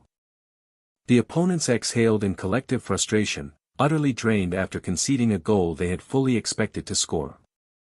On the other side, the bold teammate rallied his team, their captain spearheading a formidable and unyielding defensive line. In the final 3 minutes of added time, the team's fierce determination to win burned brightly as they contested every ball. Two opponent players screamed with a mix of fury and stubborn refusal, vehemently rejecting the idea of defeat. The bold teammate decisively kicked the ball, his confidence unwavering, declaring their unshakable resolve to win as an opponent lay frustrated on the ground. The game concluded, and the teammates embraced, a wave of jubilation washing over them in anticipation of victory. The team erupted in euphoric cheers, celebrating their hard-fought 2-1 victory over Milano, Li Jian's name prominently featured on the updated scoreboard. Every player, from the field to the bench, surged towards their captain in a spontaneous eruption of joy. The team captain, overcome with emotion, wept tears of pure elation in the embrace of his bald teammate. The team captain, flexing proudly, enthusiastically announced a naked party to celebrate their hard-won victory. The team captain delivered a tearful, overly dramatic speech about loyalty and true love, much to the amusement of his laughing teammates. The bald teammate sarcastically booed the captain's excessive sentimentality, reminding him of his past struggles and how close he'd come to forced retirement. Li Jian observed his celebrating, half-naked senior teammates with an amused smile, finding their antics slightly awkward but endearing. The coach, the man with gray hair, interrupted the celebration, subtly hinting that while they should enjoy their win, the revelry needed to conclude, much to the surprise of two teammates. The coach grimaced, a sudden realization hitting him that the current festivities coincided with the start of a demanding match week, prompting a pensive thought about a man consumed by revenge. The coach, concerned, warned his teammates against injuries during their celebration, especially given their upcoming national team duties, while silently worrying about another already injured player. Li Jian expressed genuine surprise at the sheer number of national team players on their diverse roster, a fact confirmed by his dark-haired teammate. His dark-haired teammate then asked Li Jian if he, too, was heading to the national team, catching the young player off guard. The teammate, incredulous, questioned why Li Jian hadn't been contacted for the national team, finding it utterly illogical. Li Jian humbly dismissed the notion of his national team inclusion, prompting his teammate to playfully chide him for his excessive modesty. Li Jian fell into a pensive silence, realizing it had been 4 long years since his last visit to Korea. Meanwhile, Li Jian's father, in a moment of solitary contemplation, considered his son's distant future. Li Jian's father, apron-clad and pensive, clutched his phone, lost in a swirl of troubled thoughts. He placed his hand on the phone, his worry deepening at the thought of the immense pressure Jian would face if he knew the truth. Li Jian's father sighed, rubbing his temple, knowing that despite Jian's unassuming nature, the reality of his growing fame would eventually reach him. The screen of his smartphone displayed headlines, revealing just how popular Li Jian had become in Korea. An unseen arrival broke the suburban calm, calling out a greeting that was met with a questioning welcome from within the modern home. Li Jian's father, his face alight with warmth, immediately offered comfort and food, a gesture Li Jian quickly accepted despite his surprise. Li Jian, wide-eyed, then hesitated, a rustling sound emanating from his bag as he began to present something to his curious father. His father, bewildered, held up a folded shirt, the unfamiliar name, Filippo Piona, sparking his confusion. Li Jian, flustered, explained his thoughtful gift was golf attire from Milano, leaving his father momentarily speechless. Overwhelmed by emotion, Li Jian's father moved to embrace his son, but Li Jian, mortified, scampered away to shower, leaving a trail of clattering footsteps. His father, sniffing the shirt with a fond smile, chuckled softly, recognizing his son's endearing embarrassment. Standing thoughtfully, a knife in hand, Li Jian's father reflected on his son's unexpected maturity, wondering when the boy he knew had grown into such a man, yet still worrying about his match fatigue. His deep musings on soccer's potential burdens were pleasantly shattered as Li Jian, fresh from his quick shower, declared his profound comfort in being home, catching his father by surprise. A paternal wish for Li Jian's happiness on the field was immediately followed by Li Jian's horrified gasp at the peanut butter spicy cod stew his father proudly presented. Li Jian's father, lost in thought about how to perceive his growing son, watched as Li Jian, hesitant and green, forced a compliment about the peculiar dish. Jiwoo, annoyance radiating from her, sharply reminded Li Jian about aligning her toes with the screen's edge for perfect photos, his exasperated groan offering no argument. Jiwoo, with an emphatic gesture, showcased her desired elongated pose on the phone, insisting it was a fundamental photo technique. Jiwoo, arms crossed and a frustrated tch escaping her, teased Li Jian that all his talent must have been monopolized by soccer, leaving none for photography. Undeterred by the coach's 3-day rest mandate, Jiwoo enthusiastically pointed to their current location, emphasizing its crucial importance for the next picture. Under Jiwoo's relentless instructions to make her slim and pretty, Li Jian, smartphone glowing like a torture device, desperately clicked, feeling the immense pressure. Jiwoo unleashed an angry whoosh of frustration at Li Jian's latest attempt, stomping her foot and declaring only the background looked good, leaving Li Jian baffled and a nearby man with gray hair confused. The man with gray hair broke their comical argument, tentatively asking if he was player Jian, a question that instantly startled both Li Jian and a curious Jiwoo. The world exploded around Li Jian as a fervent commotion erupted. Excited fans, tinged blue in their eagerness, mobbed him, shouting his name and his team. Li Jian was pulled from all directions by grasping hands, fans clamoring for pictures and autographs, as he tried to politely explain he was with a friend, much to Jiwoo's surprised observation. Jiwoo, with sudden, determined resolve, stepped forward, raising her arm and declaring she would take the photos, leaving the struggling fans momentarily confused. Li Jian, surprised by her intervention, questioned its necessity outside a stadium, but Jiwoo, hands on hips and smug, confidently asserted the modern importance of fan service. Jiwoo, now a commanding presence, clapped her hands and instructed the crowd to line up, directing those for pictures to step aside and those for autographs to prepare their pens. Li Jian voiced his exasperation, pointing out that speaking Korean wouldn't work, but Jiwoo, brimming with confidence, merely proclaimed the power of body language. Li Jian sighed, a faint sparkle of melancholy around him, reflecting that this chaotic situation was not what he envisioned for his day. Jiwoo efficiently directed the last fan's photo with Li Jian, counting down 1, 2, before the decisive click. The muscular fan, beaming with excitement, profusely thanked Li Jian, shouting words of encouragement as he departed. Jiwoo, wiping her brow with exhaustion, declared they were finally done, prompting Li Jian to apologize for the trouble he had caused. Jiwoo teased Li Jian about his immense popularity, feigning shock at how much time they'd spent on fan photos, but Li Jian, still exasperated, reiterated his earlier protest. Jiwoo playfully elbowed Li Jian, boasting about how satisfied his fans were with this Nuna's pictures, leaving Li Jian surprised by her self-assuredness. Jiwoo, indignant, balled her fists and confronted Li Jian about his apparent disbelief, citing numerous thumbs-ups, which prompted his immediate, placating agreement. Jiwoo, hands on hips, questioned Li Jian's lingering expression, making him defensively ask what was wrong, before she shrugged it off. Jiwoo, with a dramatic shriek, expressed her frustration at having worked so hard, causing Li Jian to panic and frantically deny any ill will. Li Jian apologized, inwardly admitting his true annoyance stemmed from their date being disturbed, not from Jiwoo herself, as he remorsefully rubbed his head. Jiwoo, sternly pointing her finger, agreed to let him off with a warning. Continued indifference would truly anger her, sending a panicked Li Jian scrambling to calm her. Jiwoo, sparkling with self-satisfaction, beamed, basking in the glow of her own magnanimity.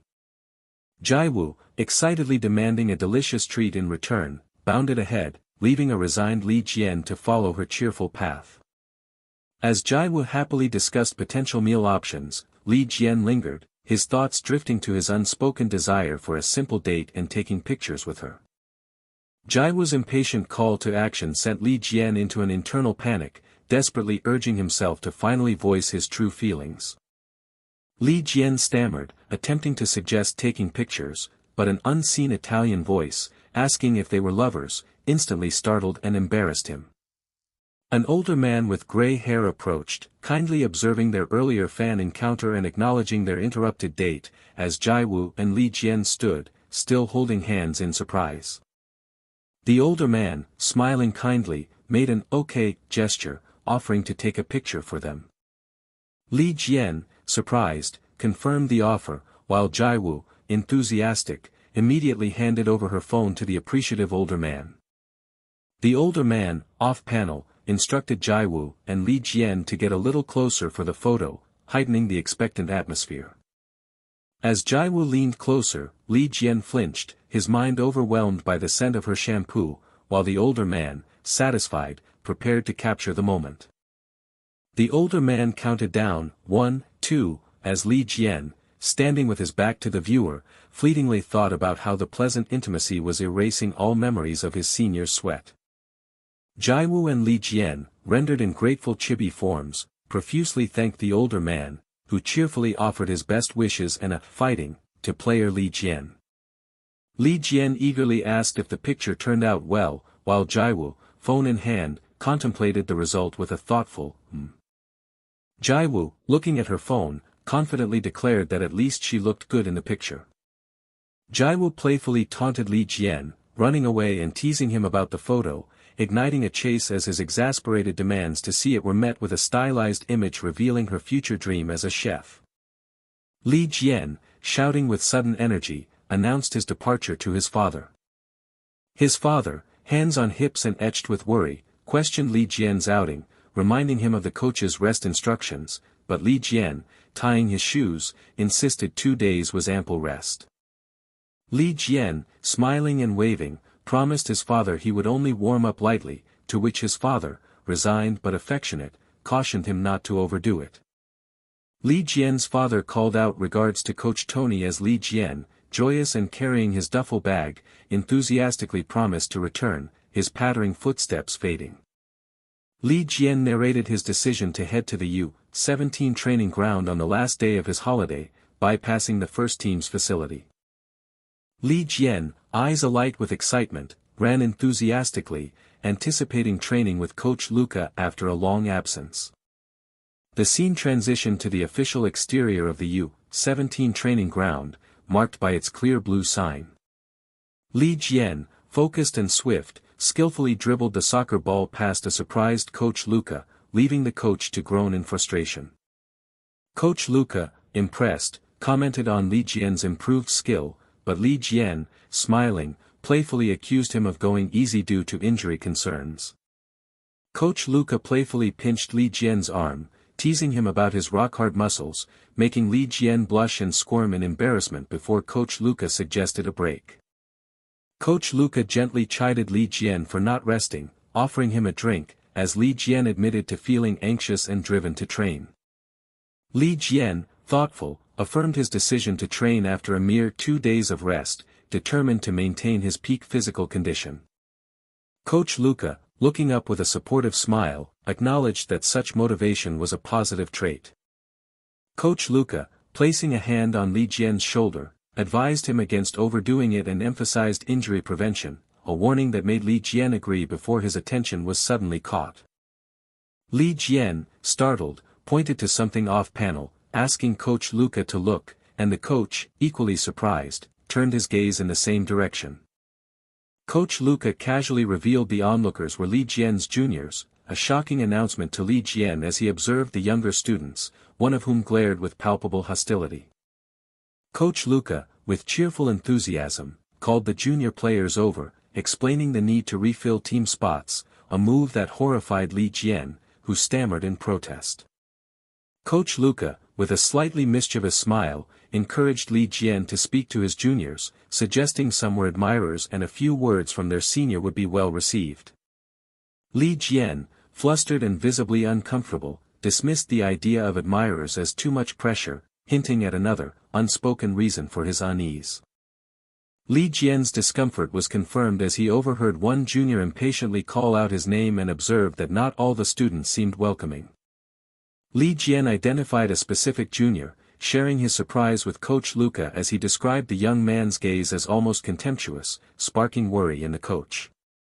Coach Luca, placing a reassuring hand on Li Jian's arm, urged him not to take the junior's gaze personally, implying a specific, weighty reason lay behind it. An ominous narration revealed the junior's hostility to be an intense, undeniable fixation, culminating in a disturbing image of the menacing young man gazing down at a surprised and uneasy Li Jian. A desperate young student cried out, pleading to know the secret of his senior's skill. Li Jian, taken aback, genuinely wondered if the young one truly wished to emulate his path. The student's self-deprecating frustration about innate talent left Li Jian scrambling to correct the misconception. The young student whimpered, conceding defeat, while a distressed Li Jian turned to the coach for intervention as he simply laughed. The man with gray hair revealed the young one's intense admiration, explaining how he constantly sought details about Li Jian's journey. Li Jian pondered the student's peculiar expression, which the man with gray hair quickly attributed to sheer, overwhelming nervousness. As an uneasy rumbling filled the air, Li Jian protested Coach Luca's teasing designation as an idol, utterly flustered by the idea. The timid student, eyes still glistening, finally managed to voice a humble request for guidance. Such an earnest declaration clearly touched Li Jian to his core. After a moment, Li Jian calmly confessed he was no genius, leaving the young student utterly perplexed. He declared himself the least talented present, a shocking assertion that visibly stunned the student and all within earshot. He concluded, with a resolute beat, that this very mindset drove his intense training. Li Jian passionately asserted that perceived lack of talent only fueled harder work, rendering genius irrelevant on the training ground. He modestly concluded that those rigorous sessions were what gave him the appearance of genius during matches. The young student absorbed his words, teeth gritting with newfound inspiration. Then, Li Jian abruptly became nervous, awkwardly admitting he didn't fully grasp his own explanation. Coach Luca firmly interjected, declaring hard work the ultimate answer, dispatching everyone to their positions while Li Jian privately apologized for his rambling. The young student acknowledged his own careless assumptions about genius, resolving to embrace Li Jian's dedication, despite a teammate's dismissal of it as innate talent. An idealized Li Jian, a giant of relentless effort, propelled the student forward through a swirling cosmic dreamscape, igniting his own determination. As first-team training resumed on its second day, teammates energetically debated their World X Cup prospects, defiantly proclaiming Italy's rightful place. The coach tempered their confidence, emphasizing the unforgiving playoffs, as Li Jian worriedly recalled Italy's recent, disappointing draw in the qualifiers. A collective, somber internal monologue enveloped the team, each player silently dreading a repeat of Italy's past World X Cup qualification nightmares. Li Jian's private anxieties were violently shattered by a teammate's furious shout, startling him with a sharp gasp. The bald teammate angrily demanded an account of Li Jian's own qualifier performance. Li Jian's relieved confirmation of qualification ignited an explosion of frustrated envy from his bald teammate. The bald teammate stewed in his frustration, mentally blaming exhausted star players for their failure while inwardly campaigning for his own missed opportunity. The bald teammate half-jokingly pitched a radical solution for World X Cup participation, making Li Jian distinctly uncomfortable. Another teammate quickly squashed the bald man's hopes, forcing him to consider the fierce competition for Korea's main winger spot. Li Jian proudly named the national winger, Sunny, instantly transforming the sparkling field into a canvas for their awestruck veneration. Utter despair washed over the bald teammate, crushing any lingering hope for a starting spot. Coach Luca's furious shout, punctuated by a jarring crash, instantly silenced their frivolous banter. Coach Luca barked demands to line up, while his bald teammate secretly grumbled about the harshness, and Li Jian noted the coach's flushed, angry face. Li Jian surmised the coach's rage stemmed from Italy's game, as the man stomped and shouted, sending players scurrying with furious commands. Coach Luca emphatically redirected their focus, declaring only their team's immediate schedule now held any importance. The coach delivered a menacing threat regarding future World X Cup discussions, instilling palpable fear in the players, as Li Jian noted his truly extreme fury. Coach Luca then announced their next challenge, the Coppa Italiana round of 32 against Hellas Verona.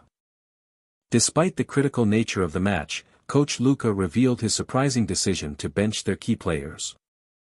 Li Jian's mind raced, grasping the stark reality: a depleted squad, lacking starters and national team call-ups, was facing immense pressure. Coach Luca confirmed the lineup would consist of remaining players and youth team recruits. Coach Luca, ever the motivator, reframed the immense pressure as a valuable opportunity for less utilized players. He dramatically challenged them to seize the moment and unequivocally prove their worth. A concerned teammate tentatively interrupted, drawing the coach's slightly irritated attention. Coach Luca's concern turned to alarm as he spotted Li Jian, frozen and stifled by an internal tremor of anxiety. Coach Luca calmly inquired about the immense pressure, which Li Jian hesitantly acknowledged. His deepest concern was performing adequately in the crucial first game without the formidable senior Vlahovi. Coach Luca internally conceded, recognizing Vlahovi's immense, Europe-wide reputation that justifiably cast a long shadow. Understanding Li Jian's self-effacing nature, Coach Luca reassured him that his own hesitations had already been considered. Therefore, Coach Luka decided upon a subtle but crucial tactical shift for the upcoming match. Li Jian's eyes widened, his curiosity instantly piqued. Coach Luka outlined his new strategy, and Li Jian, after careful consideration, confirmed his understanding. With a firm, reassuring grip, Coach Luka asked if Li Jian could execute, exhaling a shared sigh of belief. With a powerful surge of resolve, he vowed to give his utmost. The whistle sharply pierced the air, signaling the start of the practice match, immediately highlighting Li Jian's unexpected deployment in Vlahovi's forward role. An observer questioned Li Jian's unusual decision to drop deep and receive the ball from the front line. Li Jian, focused intently, navigated the field with a completely distinct movement path from Vlahovi's, emphasizing his unique approach with crisp touches. He acknowledged his physical limitations with a sharp gasp, confirming the impossibility of playing a traditional number 9 role like Blavik.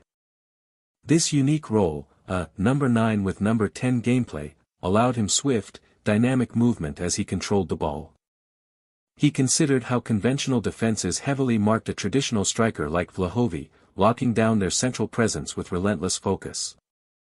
But by feigning Vlahovi's central position while moving with a number 10's swift freedom, he could disrupt the established defensive patterns. This tactic left opposing center-backs bewildered and effectively jobless, as their frantic shouts confirmed his disruptive ball handling. He deftly executed a pass, the crisp sound affirming his objective, to create critical space by rendering defenders utterly redundant. Then, at the opportune moment, he transformed, embodying the predatory instincts of a true number 9. A resounding impact echoed as he unleashed his fake number 9 shot. Coach Luka realized the fake number 9 role was uniquely perfect for Li Jian's talents. The ball thudded into the net with a triumphant clang, confirming Li Jian's unexpectedly flawless execution, even in practice. With a quiet sniff, Li Jian sensed this new tactic could resolve the team's pressing anxieties. The Serie A news reported Vlahovi had emphatically refused Firenze's record-breaking offer, explicitly declining all subsequent bids. It was now certain, Vlahovi would depart after the season's first half, a heavy thump resonating with Li Jian's somber stillness. As all eyes turned to how Firenze would fill the looming void, Li Jian sat in heavy, serious contemplation, the burden palpable. The Stadio Artemio Franchi, a stage for the Coppa round of 32, hummed with a grand, expectant energy as the crowd roared its eager welcome. A worried man with curly hair questioned Coach Tony, his concern echoing the team's deeper anxieties about Jian's readiness. He voiced profound doubts, unsure if the complex, fake number 9 strategy could truly withstand the raw intensity of a live game. Coach Tony responded with a probing question, subtly challenging his assistant's perspective on player value and tactical understanding. Coach Tony affirmed his belief in tactically astute players, leading his assistant to grasp the implicit praise for Jian's insightful football brain. With unwavering conviction, Coach Tony demanded opportunity for the young player over apprehension. Coach Tony's mind pulsed with a daring philosophy, only a talent even greater could truly mend the gaping void in their roster. From the stands, two teammates exchanged concerned whispers, questioning their chances with such a thin, starter-depleted squad. Despite Jian's presence, an undercurrent of tension rippled through their conversation about his debut match without Dusan. The teammates spoke with quiet resignation, the circulating articles leaving little doubt about Dusan's imminent departure from the club. For the fans, the teammate reflected, this match became a crucible, a critical trial for Firenze's offensive future after the transfer window closed. A torrent of questions and fury erupted from the stands, demanding answers for the loss of their star and the precarious future of their scoring threat. The teammate noted with a hint of awe, that Coach Vincenzo's strategy was a fiery, almost provocative, answer to the mounting fan pressure. Amidst a thunderous chorus of fan chants, Li Jian wrestled with the immense, almost suffocating burden of leading a team in crisis. A fan's piercing warning sliced through the stadium roar, a raw, uncompromising demand for perfection. Her fierce stadium declaration made onlookers marvel at the sheer, almost alarming, depth of her devotion to Jian. A spectator voiced his surprise at seeing Sahanara on the field, the question implicitly questioning his national team absence. The men recalled Sahanara's initial surge of promise, his early career marked by key striker roles and youth national team selections. A sense of regret hung heavy as the narrator recounted Sahanara's rushed move to AS Milan, a transfer that ultimately stalled his promising career. His subsequent return to Empoli failed to reignite his fading form, solidifying a narrative of unfulfilled potential that echoed many cautionary tales. Yet, a spark had reignited in Sahanara upon joining Firenze, his current dazzling run a potent reminder of a rumored second prime. But then, a monolithic shadow fell across Sahanara's path, Vlahović's arrival, a dominating presence that eclipsed all else. Li Jian's keen eye detected a profound solemnity in Sahanara, intuiting a heavy burden of responsibility weighing upon him. His age, a ticking clock, fueled a desperate, searing urgency to perform today. A silent, bitter truth gnawed at Sahanara, Vlahović's rise had steadily eroded his place. A choked gasp escaped Sahanara, his loyalty to Firenze a raw, fervent vow to dedicate everything to remain part of its future. A singular, burning truth struck Sahanara, Vlahović's imminent exit was not a reprieve, but the ultimate, decisive chance for his career. The whistle shrieked, and a nervous Sahanara, embracing the moment, launched the game's pivotal first kick.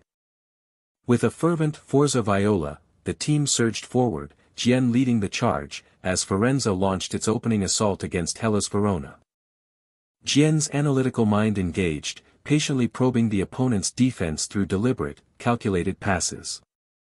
Jian's sharp call prompted an immediate, fluid response, a teammate sliding in to maintain their precious possession. A jarring impact slammed into Jian, stunning him with the opponent's sudden, aggressive challenge. Jian struggled against the unyielding defender, bewildered that such aggression was aimed at him before he even touched the ball. The missed ball instantly became hostile, forcing Jian to shout a desperate warning as Sahanara launched into a chaotic header challenge. Sahanara delivered an urgent pass and a tactical warning, advising Jian on how to evade the opponent's relentless momentum-killing tactics. Sahanara's unwavering reassurance washed over Jian, lifting a tangible weight from his shoulders with the promise of steadfast support. Jian exhaled, grateful for the saved attacking chance, as a teammate's voice cut through the chaos, urging strategic observation of the field. Jian's methodical dribble became a probing question, patiently scrutinizing the opponent's impending response. Jian's deep movement from the front line triggered a chaotic shout from an opponent, a desperate plea to hold fragile defensive lines. Jian embraced their rigid stance, seeing the opponent's stubbornness as a strategic invitation. Jian purposefully dropped deep, a calculated move to swell their midfield numbers and deliberately disrupt the opponent's tactical balance.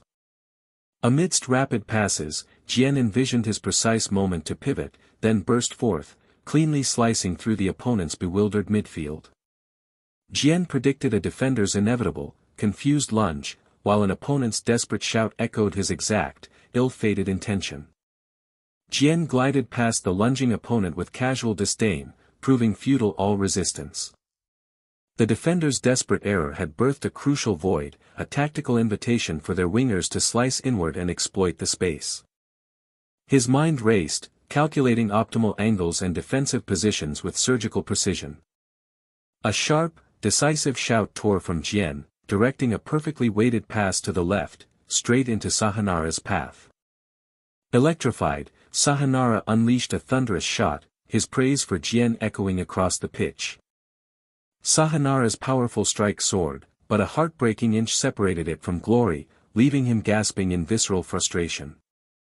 Jian offered solace, but Sahanara's dejection radiated, a testament to his silent despair. A desolate sigh escaped Sahanara, betraying his utter emotional collapse from the missed opportunity. Sahanara's frantic, wailing apologies bordered on the absurd, while Jian struggled to soothe his senior's disproportionate self-reproach.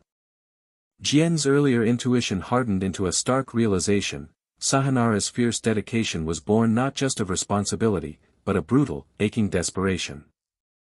With a hopeful roar, they vowed to conquer the goal together, yet Jian's inner voice whispered an ominous warning of the struggle still to come. 20 minutes in, the match became a bruising, unyielding battle for every ball. From the sideline, Coach Tony observed the opponent's unyielding defensive block, while his assistant urged players to find unseen avenues of attack. Coach Tony recognized their calculated counter, nullifying Jian's fake number 9 by fortifying their lines. A surge of resolve coursed through Jian, the terrifying call to become a true striker, to tear through the defense, had arrived. Jian's shouted declaration of "BRAKTHRUGA" electrified the pitch, immediately answered by an opponent's frantic, desperate cry to hold ranks. Jian initiated his orchestrated attack, planning to drive then release to Sahanara, cutting sharply into the defense's heart. He envisioned his own ghosting run, darting into the vacant left flank, exploiting the deliberate gap between the bewildered defenders. Jian foresaw the critical moment, a centre-back's agonizing, fatal hesitation between two threats. Sahanara's apology sliced through the air, his pass, a hair off target, demanded immediate, desperate adjustment from Jian. Jian's muscle memory instantly adjusted to the imperfect, trailing pass. He unleashed an explosive burst of speed and skill, refusing to let Sahanara's heartfelt effort be wasted on a mere imperfection. An opponent's incredulous cry of "Mamma mia" underscored the breathtaking impossibility of Jian's instant, fluid transition to shoot. Jian's strategic mind chose finesse, curling the ball with surgical precision. The ball, a blur of unerring accuracy, screamed into the top corner, a thunderous triumph. A tidal wave of ecstatic cheers engulfed the stadium as Jian and Sahanara embraced, their triumph a shared, cathartic explosion of joy. A profound awe settled over the spectators, witnessing a performance at a career's pinnacle. An older man, lost in thought, found echoes of past legends. A collective gasp of disbelief and thrill swept through the stadium, a roar of triumph echoing from the stands. Against all odds, an impossible ball transformed into a perfectly curled shot, echoing the legendary finesse of a true fantasista. Sahanara's senior teammates exchanged baffled glances, one remarking on his obliviousness, the other quickly shutting him down. The once reserved player blazed towards the corner flag, a sudden, almost uncharacteristic burst of jubilant energy. Ricardo Sahanara, fueled by an unexpected surge of emotion, gripped the corner flag, a flicker of frustrated realization crossing his mind. He stood frozen, utterly bewildered by the overwhelming rush of victory, still clinging to the corner flag. "Punk!" Ricardo Sahanara exploded, demanding to know why his junior was so clueless after scoring such a magnificent goal, startling the young player.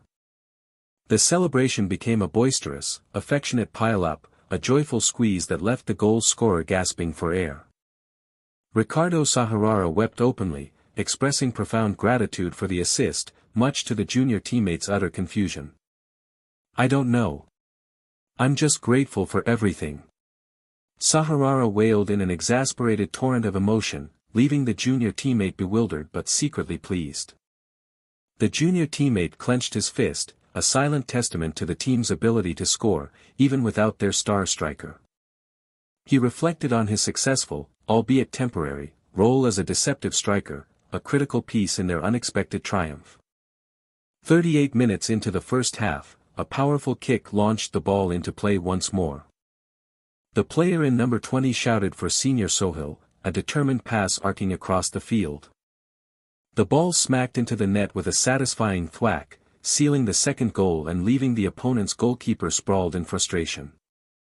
Spectators erupted in disbelieving excitement, astounded by the team's strength even without their supposed linchpin, Vlahovi. Ricardo Sahanara beamed, high-fiving a teammate, unaware that Li Jian was silently questioning his own value to the team. Coach Tony observed the roaring stadium, understanding the crowd's visceral reactions to the unfolding drama.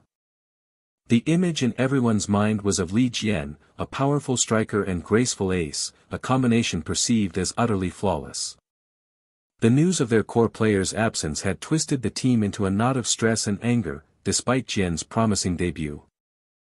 Vlahovi, once seen as isolated and burdened, now seemed like a distant, chained memory compared to the team's current synergy. Yet, Jian, even without Blahovi, continued to execute his role with relentless precision, leaving struggling opponents in his wake. The game continued its relentless pace, the ball a constant, central focus. Even Sahurara, recently struggling with his form, began to show glimmers of his former self, his determination visible in every header. Half-time brought reflective contemplation for Sahurara as he pondered his scoreless contribution, while his teammates debated the timing of a pass. His brow furrowed, sweat beading, Ricardo Sahurara silently reaffirmed his commitment to the team's overall success, not just his personal scoring record. Ricardo Sahurara delivered a sharp slap to his own face, a startling act of self-motivation that left his junior teammate wide-eyed and bewildered. He pressed his palms together, veins bulging, resolved to prove that his peak performance was still within reach for the home crowd. The second half commenced with an opponent's tactical suggestion for Jian to slow down, met with a swift, determined kick from Jian. TCA scoffed an opponent, aggressively demanding his team push forward, intent on seizing control of the match's momentum. An opponent launched a determined kick, aiming for a crucial forward pass, only to be met by a teammate's unwavering block. A teammate lauded Sahurara's tenacious spirit after a breathless scramble near the sideline, though the referee ultimately ruled a touch-out. Despite the call, the junior teammate praised Sahurara's effort, who, wiping his mouth, regretfully vowed to quicken his pace. The junior teammate watched Sahurara with growing concern, witnessing the physical toll of his relentless exertion. Despite the goals from his teammates, the junior player silently acknowledged Sahurara as the undeniable man of the match, his efforts transcending mere statistics. As an opponent executed a throw-in, the junior teammate recognized Sahurara's dedication as the true catalyst for the team's positive atmosphere. A surge of determination propelled the junior teammate forward, resolving to reciprocate Sahurara's efforts, calling out to watch the space. The losing opponent, desperate for a breakthrough, pushed their defensive line aggressively high, coordinating their attack with sharp calls. But such careless passes would be met with an instant, decisive interception from Li Jian. Jian executed his strategic plan, passing to Sohil while mentally charting his ghosting run into the open left flank for a counterattack. Simultaneously, Ricardo Sahurara surged into the space Jian vacated, aiming to fracture the opponent's defensive structure, stunning them. Senior Sohil then prepared to unleash a powerful, long pass, precisely back to Jian's anticipated position. Jian envisioned his imminent one-on-one confrontation with the fullback, a familiar challenge despite not being a winger. With a blur of motion, Li Jian skillfully dribbled past his startled opponent, a testament to Coach Luca's rigorous special training. Beating a defender on the flank in a direct challenge unlocked a cascade of strategic offensive possibilities. While Sahurara's closer presence would offer a higher chance of scoring, Jian detected an unforeseen complication in the unfolding play. Sahurara, his stamina completely depleted from relentless running, now faltered, losing ground in a fierce battle against the opponent's defender. Damn it! My stamina! Ricardo Sahurara gritted through his teeth, acknowledging the undeniable toll of age. Yet, despite the exhaustion gnawing at him, Ricardo Sahurara surged forward with an unyielding resolve, refusing to concede. From Sahurara's intense gaze, Jian could sense the imminent, precise pass, if only he could gain that crucial extra step. With a powerful stomp, Li Jian propelled himself forward, committing fully to the play. Run faster. This body of mine. Ricardo Sahurara yelled in desperate exertion, while Li Jian's focused gaze narrowed. Ricardo Sahurara launched the ball with a fierce determination, needing to make this play count, as Li Jian sprinted ahead. Save it! Ricardo Sahurara commanded, a desperate kick hurtling towards the goal as the goalkeeper lunged in a critical moment. The goalkeeper's hand stretched out, a fraction too late, a wave of horror washing over him as he realized his failure. No, the goalkeeper despaired, as a frantic defender lunged, yelling ownership of the ball, sending it airborne with a desperate thud. The defender strained, heading the ball with an impactful whick, sending it towards the goal as Sahurara and the goalkeeper watched in dismay. With two soft thuds, the ball settled decisively into the back of the net. "I did it," Ricardo Sahurara whispered, wide-eyed and overwhelmed, as cheers of "Goal! Viola! Sahanara!" erupted through the stadium, updating the score to 3 o'clock. Ricardo Sahurara's heroic goal quickly led to both him and Jian being substituted, their appreciative teammates clapping them off the field. Ricardo Sahurara's serious tone as he called Jian's name held an unexpected gravity, catching Jian off guard. Overcome with emotion, Ricardo Sahurara engulfed Li Jian in a tight, tearful hug of overwhelming gratitude. Senior. I'm suffocating."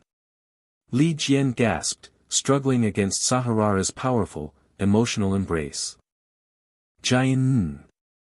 Jian's mother's voice rang out, overflowing with proud excitement. Tears of sheer joy streamed down the faces of Jian's parents and the chibi spectators, praising his bravery and admirable performance. An interviewer, with a curious glint in his eye, approached Jian's parents, starting a question that piqued Jian's mother's surprise. The interviewer's next words, mistaking Jian's mother for his girlfriend, left her utterly thunderstruck. "Girlfriend?" Jian's mother squeaked, her face flushing crimson with comical embarrassment. A wave of sudden incomprehension washed over Li Jian. Jian's father was caught off guard as two of Jian's colleagues erupted with shocked recognition, piecing together his identity. Li Jian's father beamed with paternal pride, acknowledging his son's immense debt of gratitude to them. Jian's father flushed with comical embarrassment as the colleagues thanked him profusely for Jian's very existence. Jiwoo internally recognized Jian's colleagues and fretted over her appearance, then affirmed Jian's dedication to the national team. The colleague's blunt question about Jiwoo being Jian's girlfriend left her utterly mortified. The colleague persisted with his teasing, dismissing Jiwoo's frustrated denials with a knowing smirk. The two men chuckled, conspiring to keep their secret, while Jiwoo silently despaired at the universal assumption. Li Jian's mind screamed in disbelief at the sight of Jiwoo, his father, and Senior Barashi all together in the distance. His anxiety gnawed, wondering what the seniors had said to earn him Jiwoo's imagined, furious glare, Pujic. The match concluded with Firenze securing a decisive 3-0 victory. At the Firenze first team training ground, a voice cheerfully greeted the returning players. The senior teased Li Jian about his girlfriend, triggering an outburst of embarrassed surprise from the MVP. The senior continued his relentless teasing, while Li Jian replayed Jiwoo's evasive text about the senior's secret comments. Li Jian inwardly sensed the team's return to normalcy, as the senior's confident banter filled the training ground. Yet one absence lingered in Li Jian's thoughts, as his teammates wondered aloud about Dusan's whereabouts. Li Jian pondered the unsettling rumors of Senior Vlahovi's departure, marked by his newfound solitary training. His mind drifted to Vlahovi, the senior he had leaned on so heavily since joining the first team, recalling warm words of encouragement. The rumor of Vlahovi's departure weighed heavily on Li Jian, who valued their shared rhythm, until a sudden shout jolted him from his thoughts. Startled, Li Jian heard Senior Barashi directly probe his worries about Dusan's rumored situation. Senior Barashi delivered a harsh reality check, reminding Jian to adapt to the unforgiving professional world. Li Jian admitted the unsettling feeling of losing a senior who once shared their joy on the field, catching his breath slightly. Senior Barashi offered a distraction, gesturing towards Bonaventura's dynamic play, prompting Li Jian to ask for clarification. A player's vigorous "ju" celebration made Li Jian gasp in sheer, startled shock. Li Jian, genuinely confused, asked Senior Barashi about the odd celebration, who then dramatically reenacted it. Jian questioned the pronunciation, causing Senior Barashi to fluster, claiming it was merely an Italian accent. Li Jian burst out, angrily confronting Senior Barashi about his mysterious comments to Jiwoo, who evasively hummed in response. Senior Barashi sternly lectured Li Jian about his cluelessness regarding women, claiming their meddling was all for him. Senior Barashi passionately demanded Jian embrace an Italian persona, leaving him only able to stammer, "I'm Korean." The sheer absurdity of the senior's demand left Li Jian flustered and utterly bewildered. That evening, the senior's lingering comments created an uncomfortable silence as Li Jian ate, still inwardly bothered. Li Jian internally grumbled at his father's inconvenient lateness, recalling the message to eat without him. Jiwoo's sudden concern about his eating startled Li Jian, causing him to choke in frantic denial. Li Jian awkwardly stuttered a compliment, claiming the food was too delicious to eat all at once, bewildering Jiwoo. The senior's spectral taunt about a woman's heart haunted Li Jian, pushing him past his shyness to speak his truth. Li Jian excruciatingly stuttered through a torrent of gratitude for Jiwoo's cooking and unwavering care, leaving her utterly bewildered. He managed to utter the single, shy word, grateful. Jiwoo, caught completely off guard, could only feel profound awkwardness. Jiwoo suddenly rose, revolted by his bizarre behavior, while Li Jian protested his innocent declaration of gratitude. Li Jian plunged into a self-doubt spiral, fiercely defending his raw honesty against his own critique. Even amidst his internal trembling, Li Jian still felt his gratitude remained unspoken. Li Jian's new resolve to be an Italian guy was abruptly punctuated by a pat to his head. Jiwoo playfully thanked Li Jian for always eating her food so deliciously, eliciting a smitten internal gasp from him. Jiwoo pressed more pasta upon Li Jian, using his earlier compliment against him, forcing his resigned acceptance with a heavy thud. A profound relief settled as the grandeur of the Kalini Calcio away game stadium unfolded before them, sparking collective awe. Li Jian accepted his bench role for the day, receiving Senior Bairashi's practical advice to conserve energy but warm up regardless. The starting lineup was a formidable display, bolstered by the full return of their seasoned seniors.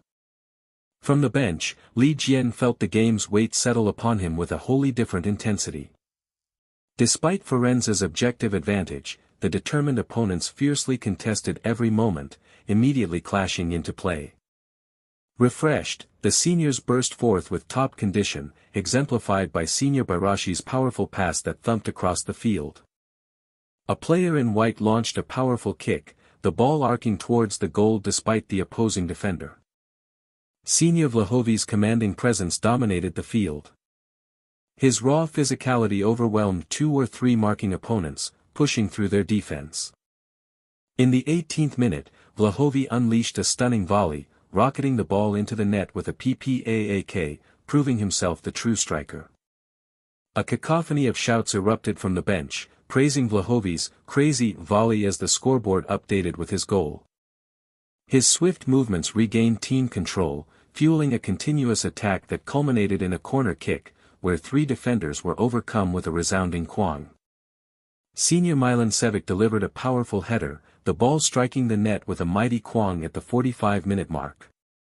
The team finished the first half with a triumphant 2-0 lead, celebrating their success. Li Jian contemplated Vlahovi's immense physicality, wondering who could possibly fill such a gaping void within the team. The second half commenced with the match flow remaining utterly relentless. Around the 11th minute, a sudden, fierce collision sent players scrambling, Taoyang. A perfectly executed header, a crisp chiak, kept the play alive. The ball was whipped far wide to Ricardo Sahurara with a precise chiak, prompting urgent shouts for his attack. Ricardo Sahurara executed a cunning fake, subtly curving the ball and softly passing it back to Vlahovi with a tuck. Vlahovi's inward cut and Kanehan's feint utterly confounded the defense, creating a fluid surge and precise strike, Chua Jack. Once more, Senior Vlahovi's left foot unleashed a shot that tore through the defensive gap. The ball was struck with incredible force, a resounding PPAAK that echoed with power. The ball slammed into the net with a definitive Cheol Suk, cementing their perfect victory. A teammate congratulated the captain, who then playfully remarked on the teammate's long-awaited rest. The captain playfully chided the teammate for his rest, highlighting everyone else's effort, to which he offered a nervous laugh. The captain, with a firm chiak to his shoulder, urged the teammate to unleash his true skills in the next critical match. The captain's fury erupted, demanding why the teammate's response was so weak, leaving him trembling in palpable fear. The teammate inhaled deeply, then revealed his profound reason for resting. Their next opponent was finally that formidable team. His eyes blazed with fierce determination as he declared they would absolutely conquer Jian. The history between Firenze and Jian began with a crushing 0-11 defeat in their very first encounter in 1928, setting a fierce precedent. Decades later, in the 81-82 season, a controversial decision in the final round snatched away Firenze's championship, leaving a bitter taste of theft. The rivalry intensified in the 89-90 UEFA Cup final when another disputed call handed Jian the victory, igniting furious accusations and counter-arguments. The feud reached a devastating climax when Firenze's ace, Roberto Baggio, was sold to Jian only for him to dramatically refuse a penalty kick against his former club, declaring his enduring loyalty. The pattern continued, with Jian consistently luring away Firenze's top players, a history that clicked on through time. This profound history transformed Jian into ladri, thieves, a rival Firenze could never, ever afford to concede to. The revelation provided undeniable clarity, making the fans' fervent animosity towards Jian entirely comprehensible. This upcoming match, she realized with exaggerated intensity, held an almost dizzying level of importance. A sudden impulse struck her. It was time to find out everything about Jian, her fingers flying across the keys with eager taps. Scrolling through the Jian fans' comments, she noted their singular, almost obsessive, focus. Every single conversation revolved around Vlahovi. She thought, with a quiet click of the mouse, that these rival fans clearly had no idea that Jian was Firenze's actual rising star. Then, a sudden gasp escaped her lips as she finally found them, the posts, the recognition, the whispers of Jian. She read with growing surprise as the comments, even from other fans, confirmed her own conviction. Jian, number 20, was being hailed as Firenze's true ace. Her smug satisfaction at Jian's recognition by rival fans quickly dissolved into utter confusion as she read further. A brutal stream of comments laid bare Jian's past, kicked out of a youth team and dismissed as merely Firenze level, leaving her eyes wide with shock. As the harsh realities settled over her, rain began to fall outside, mirroring the sudden dejection that slumped her shoulders. Later, the momentous day of the Torino away game finally dawned. From his bright, modern home, Li Jian announced his eager departure. Li Jian's father called out anxious well wishes as his son, full of youthful energy, gave a quick, bright affirmation in response. A soft plop against his hand made him look up, surprised by the sudden fall of raindrops.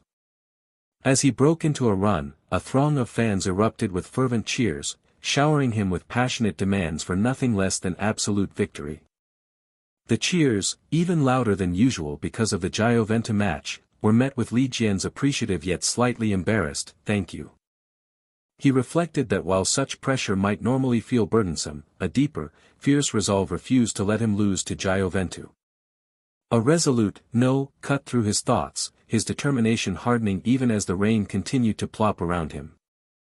His fierce resolve cemented under the whoosh of the relentless rain, he would honestly rather die than face defeat. A sudden buzzing vibration from his bag abruptly interrupted his thoughts, drawing a surprised "huh" from him. Surprised to hear Jiwoo's urgent voice over the whoosh of the rain, he answered, only to be met with her demanding question of his immediate whereabouts. Utterly confused, he told her he was on his way to the training ground, but she pressed on, asking if he had arrived yet, as the rain plopped around him. He insisted he was still en route, but she swiftly cut him off, commanding him to wait exactly where he was amidst the light whoosh of the rain. A sharp whistle sliced through the air as Jiwoo suddenly exclaimed she saw him, leaving Li Jian startled and bewildered about her true location. His mind struggled to reconcile her words. She sees me, he wondered, utterly disbelieving as the rain whooshed around him. Jiwoo whooshed into view, calling his name, and Li Jian's jaw dropped in exaggerated shock. It was really her, right there in the rain. Under the heavy whoosh of the rain, Jiwoo let out a slow, breathless sob of relief that he hadn't left, while Li Jian's concern instantly shifted to her lack of an umbrella. Gasping for air, Jiwoo tried to deny any issue, but Li Jian, ever caring, simply offered his jacket with a soft thud, warning her against a cold. She confessed, her voice earnest, that she had only come to impress upon him one thing: he absolutely had to win. Li Jian could only stammer, "What?" his entire being flustered by her completely unexpected, earnest declaration. Still gaping, Li Jian questioned her incredible dedication, but she simply replied that a personal, face-to-face message of encouragement carried far more weight. Li Jian tried to pull her towards shelter, but with a fiery gasp, Jiwoo passionately declared he could not, under any circumstances, lose to those kinds of bastards. His eye widened dramatically in utter shock and confusion at her unexpected, strong language, "those kinds of bastards." Li Jian eyed her with deep suspicion, asking if she'd been on the internet, as Jiwoo clapped her hands with a loud, "wow," and flusteredly denied everything. Flustered and flailing, Jiwoo insisted she was merely a well-researched Firenze fan, repeating that he absolutely must conquer those lottery. A panicked shiver ran through Li Jian as a cascade of fearful thoughts assailed him. What if Jiwoo had uncovered his past? What if his carefully guarded lie was now exposed? Suppressing his panic, Li Jian decisively pulled up her collar and urged her to leave, stating he understood her message but she would catch a cold. With intense resolve, Li Jian promised his victory, then quickly dismissed her, sending her off with a surprised whoosh of agreement. As Jiwoo's heartfelt "good luck" echoed, Li Jian, with rapid tap-tap footsteps, urged her to hurry inside, both seeking refuge from the rain. Standing alone in the whoosh of the rain, Jiwoo clasped her hands, her silent plea echoing in her mind, "You have to do well, Jian." His face set with fierce determination, Li Jian's resolve hummed, "That team that looked down on you, go smash them to pieces." The majestic Allianz Stadium, an awe-inspiring sight, shimmered under the clear sky, eliciting gasps of "wow." The interviewer, a man with gray hair, smiled confidently, his question carrying a subtle hint of manipulation, "You passed on my words, right?"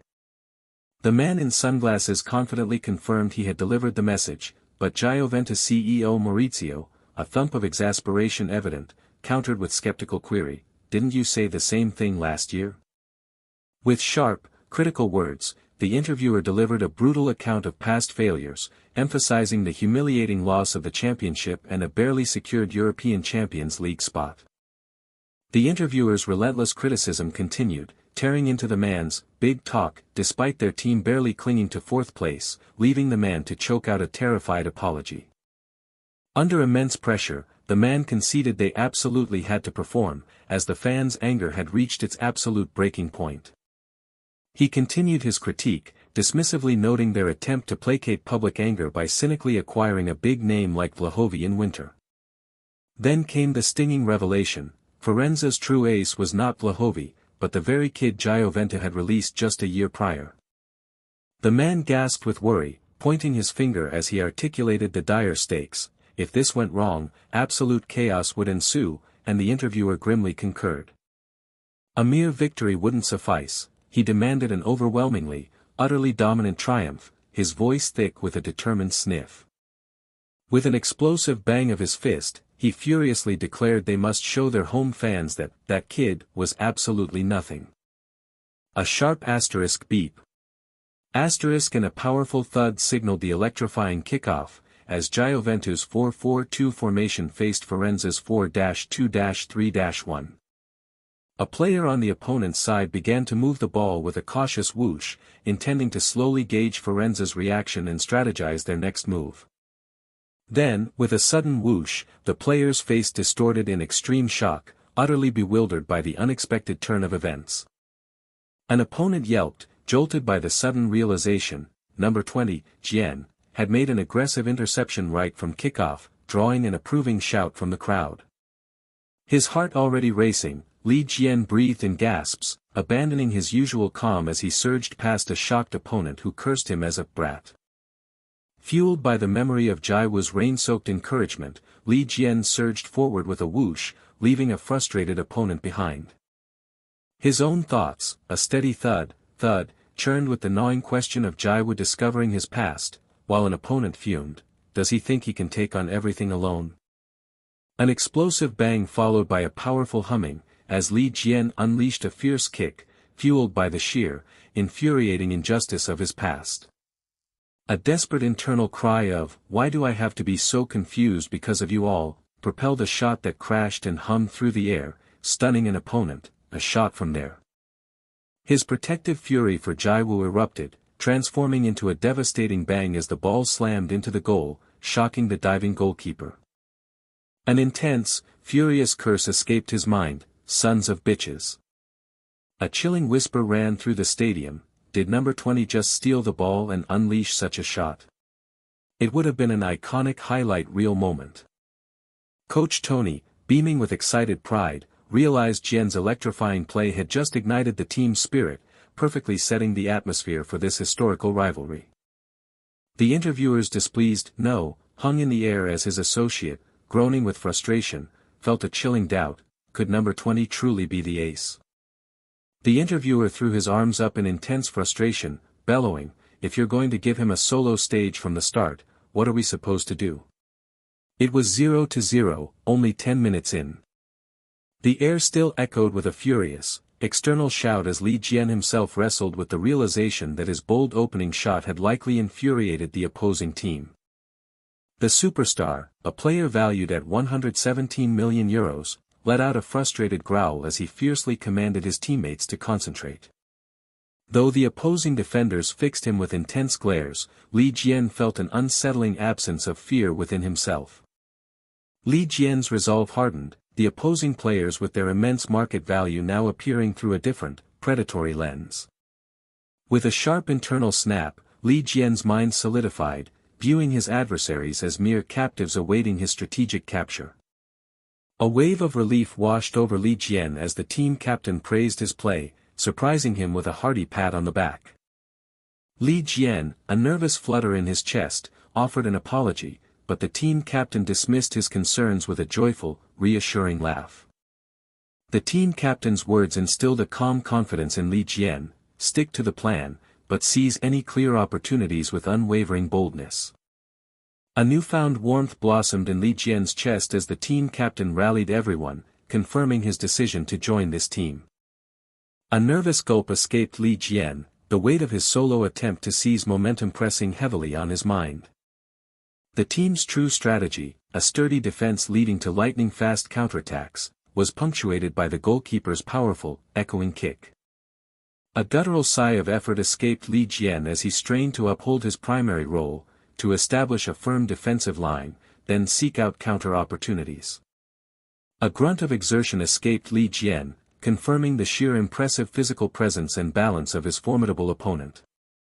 An alarmed cry escaped Li Jian as he watched his teammate, Ricardo Sahurara, fall to the ground, triggering an immediate and tense reaction. The bald teammate, bewildered, protested the incident, genuinely believing his touch had only been on the ball. A dramatic shout erupted from the opponent on the ground, confirming the internal suspicion that their acting skills matched their price tag. A heated, furious exchange erupted, and Li Jian found himself frantically trying to de-escalate the burgeoning confrontation between his teammates and the opponents. The referee's stern warning hung in the air, but Ricardo Sahurara and the smirking opponent continued their challenging stare-down, refusing to back down. Li Jian observed the fervent desire to win burning in his teammates, realizing that any momentum lost now would be impossible to regain. A wave of profound reassurance washed over Li Jian as his teammates, united and determined, prepared to block the next attack. The opponents, a relentless force, pressed forward with urgent precision, determined to puncture the defensive line. Despite the relentless pressure, the team's burning desire for victory, amplified by their purple uniforms, allowed them to repel every advance. The sub-coach beamed with confidence, but Coach Tony remained pensive, his hinting at deeper strategic considerations. Coach Tony acknowledged the team's surprisingly strong flow, a testament to their performance against formidable odds and an unsupportive crowd. Yet, a subtle unease gnawed at Coach Tony. In such a heated atmosphere, one unpredictable variable could shift everything. The referee's whistle shrilled, pointing to a foul in the danger zone, instantly igniting protests and an exaggerated wail from the fallen opponent. Frustration boiled over as both sides fiercely disputed the foul call, accusations of diving and unfairness echoing across the field. A heavy sigh filled the air. Their fiery passion had cost them a free kick in a perilously dangerous zone, forcing the goalkeeper to direct a frantic defensive wall. The two coaches on the sideline exchanged grim nods, recognizing this free kick as a golden, critical opportunity for their struggling opponents. With a decisive sweep, the ball was carefully placed, signaling the imminent, direct strike. As expected, the €117 million superstar stepped up, the weight of expectation palpable as he prepared for the kick. The superstar, famed for seizing crucial moments, unleashed a powerful kick, while his teammates urged collective focus, knowing the ball's trajectory would soon become clear. With a sudden, explosive impact, the ball was struck, capable of instantly reversing the game's momentum. The ball sliced through the air with a strange, curving trajectory, leaving the superstar and the defensive wall watching in agonized suspense. A frustrated yell ripped from the superstar's throat, making Li Jian realize that even players of such caliber could succumb to the pressure of a crucial shot. A profound wave of relief washed over Li Jian, who attributed the missed shot to the superstar's overwhelming, burning desire to win. With a powerful strike, Li Jian seized an attacking opportunity that had been a long time coming. A surprised gasp erupted from the opponents as Li Jian, defying their defensive strategy, sliced clean through their line. Opponents scrambled, shouting, "Number 20 again," as Li Jian, rapidly accelerating, made a daring solo break, drawing attention with every stride. Li Jian, with unwavering determination, sliced past Riquelme's desperate sliding tackle, utterly committed to breaking through. Suddenly, the momentum violently shifted, and Li Jian watched in shock as the opponents launched a blistering counterattack, teammates yelling to push forward. A sickening realization washed over Li Jian: he had gravely underestimated their opponents. A sharp cross, swift and dangerous, had already pierced their territory, making Li Jian's heart pound with urgency. An alarm blared in Li Jian's mind. He knew the opposing team possessed a player with an outstanding heading ability, making this aerial ball incredibly dangerous. The €117 million player rose above the rest, poised for the header, a testament to his formidable talent. A wave of relief swept through the team as the goalkeeper made a crucial, game-saving catch, met with triumphant shouts of "nice save." The goalkeeper, protecting the ball fiercely on the ground, fended off a desperate lunge from an encroaching opponent. The goalkeeper, wide-eyed and then resolute, screamed for Jian to initiate another counterattack, his mind reeling from the insane tempo of the match. Li Jian anticipated the long pass, understanding that in modern football, the goalkeeper's kick was often the very start of a team's offensive build-up.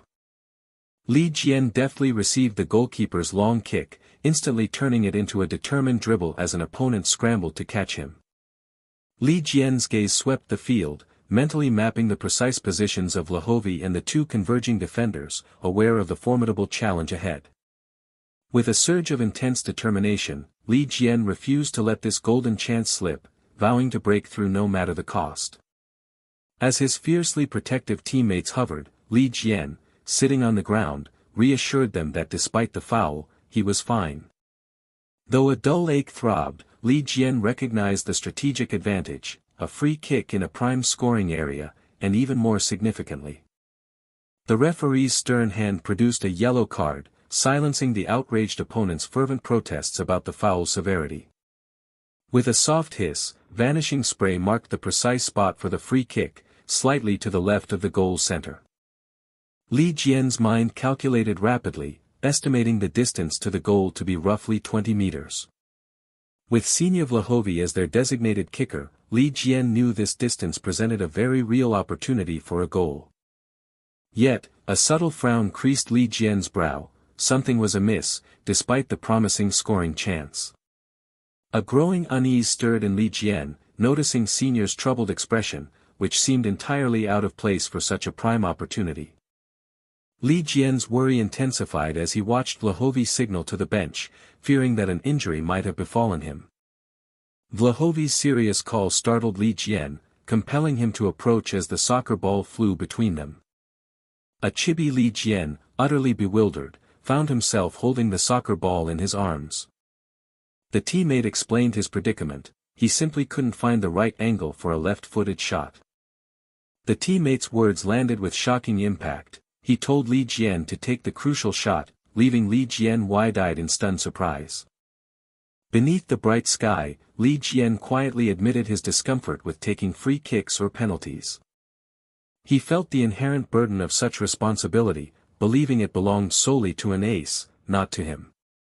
A surprising desire stirred within him, wanting the free kick Vlahovi had passed over. A sudden thought of Jiwoo shattered his focus. He commanded himself to concentrate. Stepping back, he precisely mapped the goal, the goalkeeper, and the intricate formation of the defensive wall. Anxious, Li Jian doubted the distance, finding the defensive wall dauntingly high. He then noticed his uniform was wet, recalling his earlier fall on the grass. A sharp realization struck Li Jian as he connected the wet grass to his upcoming shot. The referee's whistle cut through the air, signaling the crucial restart of play. In that instant, Li Jian saw the angle, striking the ball with a powerful kick. The perfect angle solidified in his mind, guiding his forceful strike. With his foot flat, he unleashed the kick, astonishing the opposing players guarding the goal. He hit the ball with a deliberate impact, intending to press it down, leaving more opponents wide-eyed in shock. The ball rocketed beneath the leaping defenders, a precise, low shot thundering past them. Panic seized the goalkeeper as he scrambled desperately, realizing the shot's true trajectory. A desperate yell escaped the goalkeeper as he lunged, his outstretched arm failing to reach the ball's final impact. Li Jian sighed, an unspoken sense of accomplishment settling over him as he stood exhausted. Opponents were stunned by the ground shot's audacity, while teammates excitedly swarmed Li Jian, celebrating their 1-0 lead. The goalkeeper, bewildered, analyzed the shot's strange rotationless bounce and incredible speed. A sudden, alarming thought struck the goalkeeper, narrowing his focus intensely. He questioned if Li Jian had factored in the rain-soaked grass to achieve that impossible angle. Li Jian was overwhelmed by his jubilant teammates, while an opponent gasped at the revelation of his young age. Teammates excitedly urged Li Jian towards the fans, wanting him to revel in the uproar he had created. A teammate encouraged Li Jian to fully embrace the celebration, insisting his impressive goal was truly deserved. Li Jian paused, reflecting on his past self who would have merely been sitting on the sidelines during such a moment. He felt a profound triumph, having scored against the very first team that once dismissed him, in front of their fervent fans. Li Jian reflected on resilience, asserting that true embarrassment lay not in falling, but in failing to rise again. Empowered by his own journey, Li Jian joined his teammates in an ecstatic, joyful celebration. Two opposing players on the sidelines exchanged puzzled glances, utterly baffled by number 20's surprising performance. Patricio Chiesa, wide-eyed, admitted his astonishment, confessing he had never encountered such a player before. The match resumed, with players from both sides strategizing for the next phase of the game, urged on by their benches. Li Jian reflected on the crucial, dangerous moments in a game, especially right after scoring, as teammates pushed forward to protect their lead. He sensed his team's invigorated resolve, fueled by his goal, determined not to let the youngest down. Captain Bairashi executed a tough, impactful defensive tackle, halting the opponent's advance. Senior Milancevic delivered a powerful defensive blow, leaving an opponent stunned by his sheer force. An opponent poised, attempting a challenging volley shot.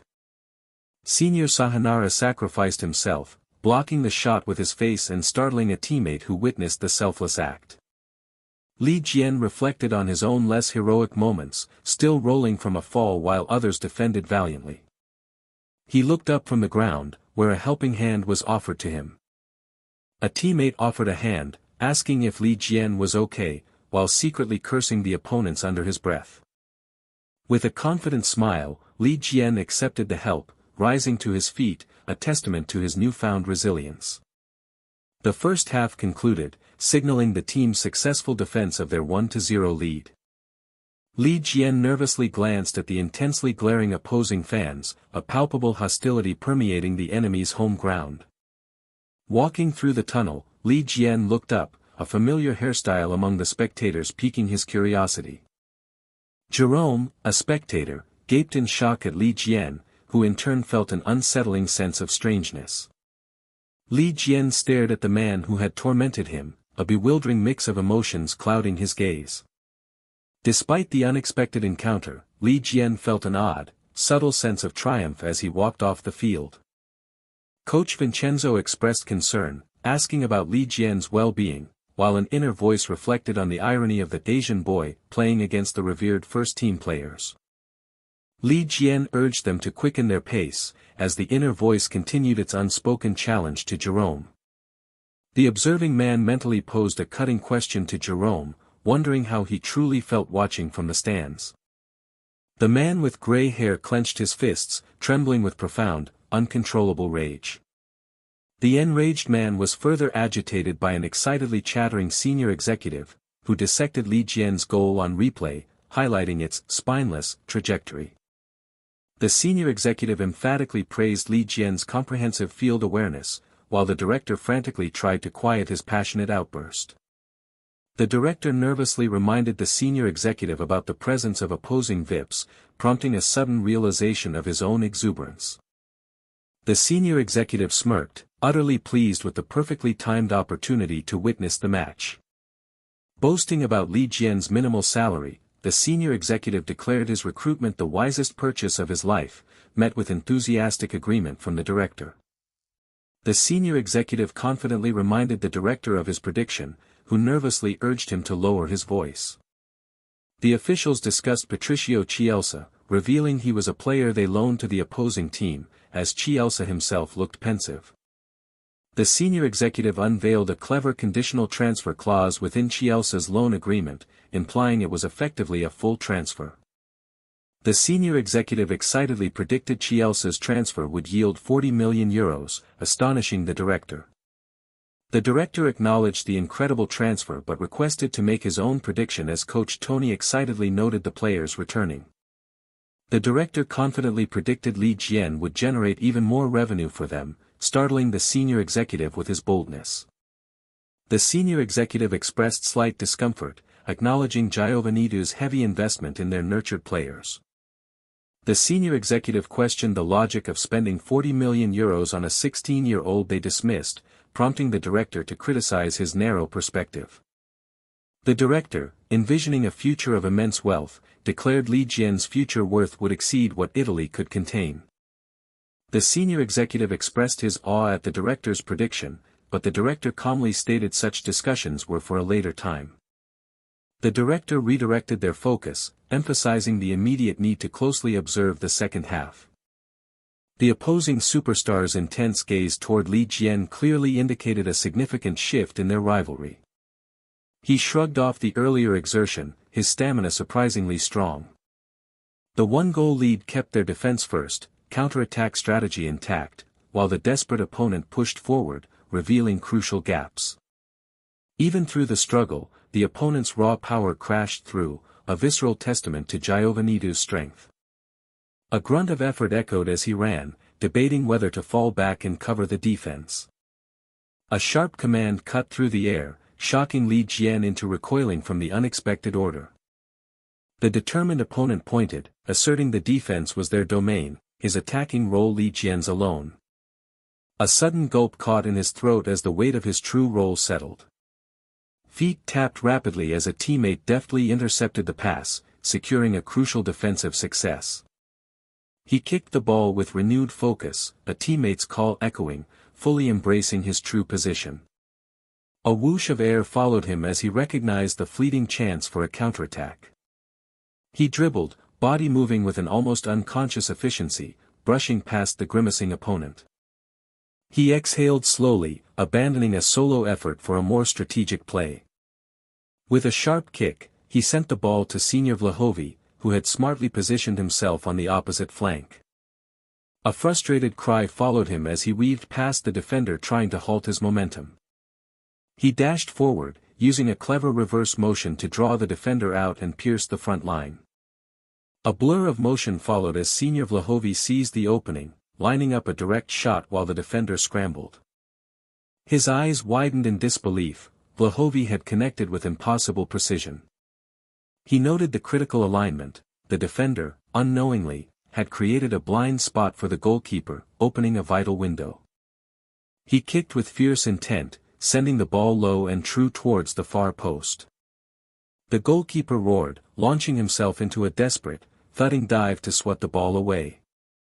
The older man cheered while the goalkeeper celebrated with a pumped fist, defiantly asserting their presence despite the earlier concession.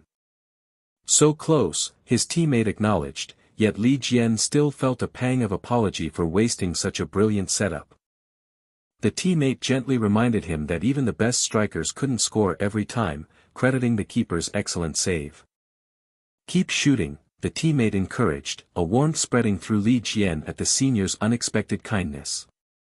A powerful kick was met by an astounding, almost divine save from the opposing goalkeeper, drawing a gasp from the crowd. Despite the thwarted attempts, the teammates cheered, convinced that if the keeper saved this one, the next shot was theirs. A dull thud echoed as the ball arced high, but then a frantic shouting began, signaling a problem from an entirely unforeseen quarter. A horrific, bone-jarring impact resounded as two players collided heads, both determined to reach the ball. The referee's whistle cut through the air, signaling a foul on number 7, whose furious protests were met with Li Jian's gasp of worry for his teammate.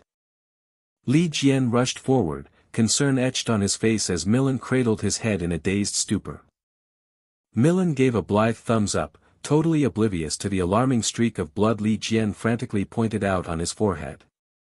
Milan casually rubbed his head, still trying to dismiss the gaping wound, but another teammate insisted his head was clearly torn.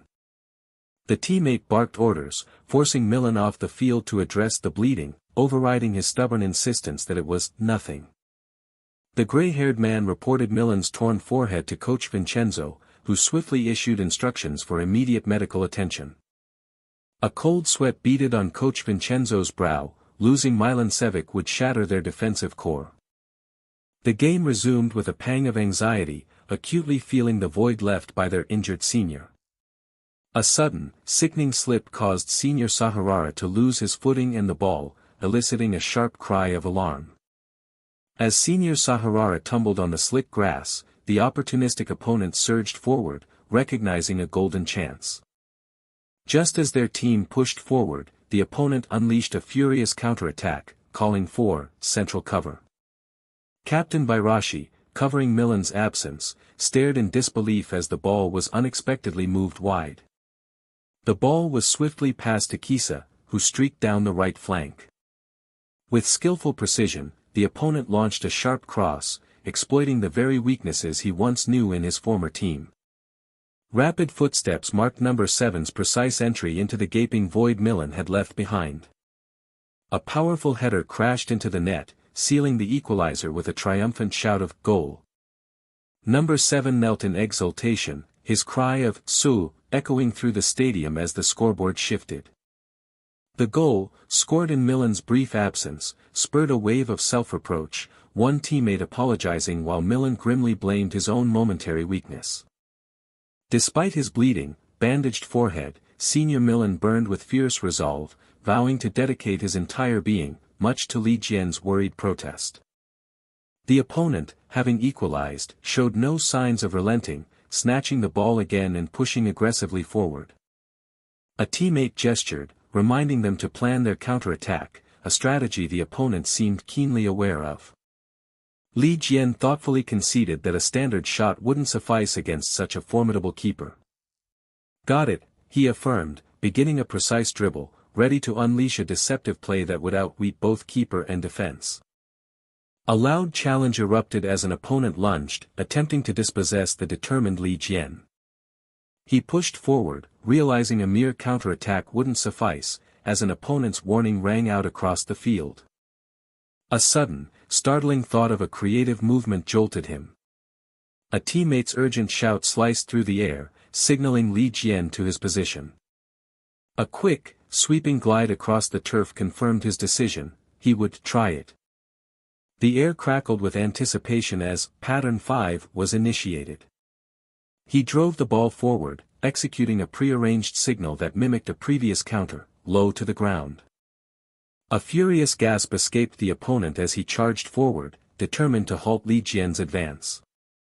A subtle shift in direction sent both the referee and opponent reeling in surprise, injecting a critical variable into the counter.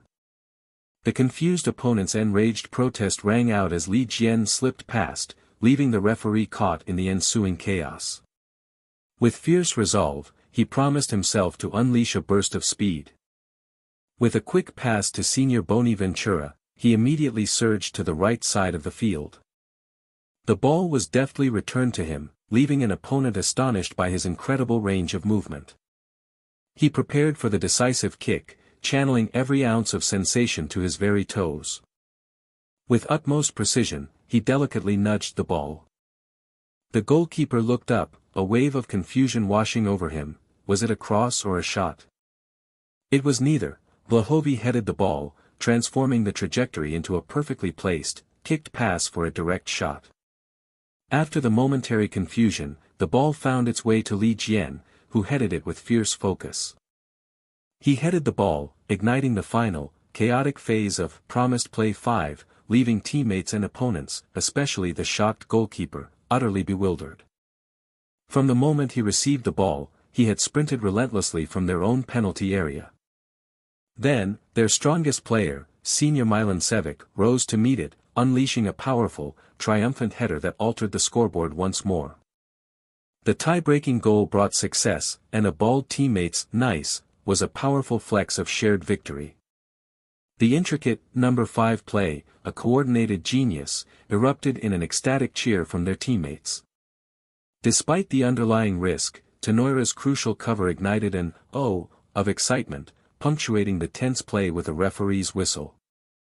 That unpredictable breakthrough shattered the defense, leaving the opposing goalkeeper slumped in the profound depths of dejection. A teammate hailed Jian's kick as pure art, but Jian, ever humble, credited the senior's masterful setup instead. Jian Senior playfully praised his unpredictable, precise kick, triggering bashful thanks and a round of light-hearted laughter. A teammate, full of encouragement, challenged Jian to score another goal, a demand Jian met with surprised, yet determined, resolve. "Did you just say you're going to score another goal?" an opponent cried, immediately retracting with a flustered, "When did I?" The referee's whistle restarted the game with a kick, signaling only 15 tense minutes remained. Their one-point lead was precarious against formidable Gioventu, demanding continued, strenuous effort. An urgent command to "keep it tight" ended in frustrated defeat as their play was suddenly interrupted with a thud. "Keep moving" became a grunt of pain as a heavy thud signaled a brutal tackle. Jian's fleeting thought about the quiet half was brutally interrupted by a violent foul, eliciting a choking gasp of pain. The referee's sharp whistle declared a foul on number 30, unleashing furious, expletive-laden protests from the opposing players. Concern for Jian was quickly overshadowed by an opponent's aggressive confrontation, though Jian simply reassured them he was fine. A rough foul ignited a tense clash, with Senior Tenoira and a teammate openly daring the opponents to escalate the confrontation. Jian instinctively felt a surge to join the fray, but his bald teammate's calm, firm, "just stay put" halted his impulse. Jian questioned the order, but the bald teammate calmly reiterated his clear instruction. Senior Saharara's unexpected calm contrasted sharply with Jian's frustrated urge to appeal, which his teammate tersely dismissed. Saharara provocatively encouraged the escalating aggression, while a teammate silently worried they were inviting destruction, and another angrily demanded a response. Saharara tried to quell the rising tension, but his words were lost in a chaotic crash as a teammate hit the ground with an agonizing "ah." Jian watched in shock as a teammate's Oscar-worthy acting brought the referee's whistle, prompting frantic protests from an opponent caught in the dramatic feint. The opposing team's captain reacted with a raw "ah" as accumulated yellow cards delivered a shocking, decisive consequence. A red card sealed the definitive suspension. The goddess of victory seemed to smile upon them, and a satisfied teammate remarked on how favorably time was passing. Despite being down to 10 players, the opponents continued their aggressive play, moving the ball with determined quickness. A burning desire for an equalizer ignited their aggressive tactics, driving every desperate kick. They launched booming shots from any distance, a constant threat born of desperate force. The opponents proved a truly real threat, demanding a desperate impact from the goalkeeper's powerful save. A sudden, worrying thought surfaced: if Senior Vlahovi transferred to such a formidable team, would their own chances against them dwindle to nothing? "What are you thinking, Jian?" asked a teammate, jolting him with a startled "ah." Senior Vlahovi, in exaggerated surprise. His teammate sternly reminded him to save his daydreams, and Jian, chastened, quickly offered his apology.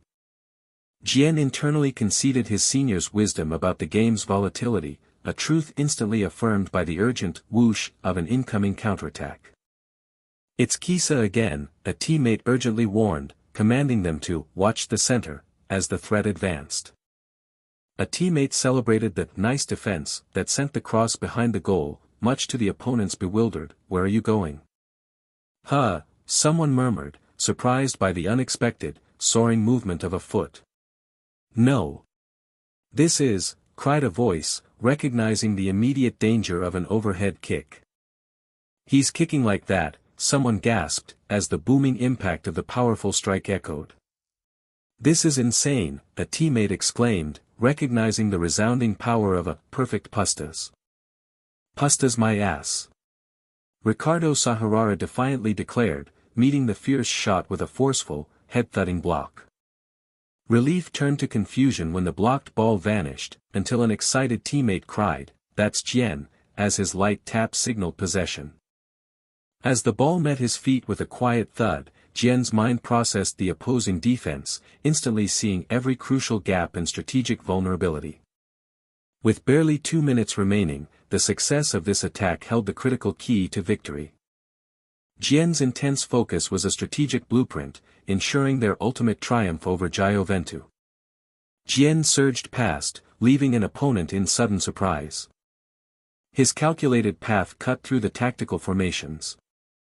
He skillfully weaved between two startled opponents. Jian adeptly evaded a desperate, lunging tackle. His foot barely escaped the sliding challenge. Another tackle, another smooth evasion. The goal beckoned as opponents chased his relentless sprint. A quick feint left his opponent utterly deceived.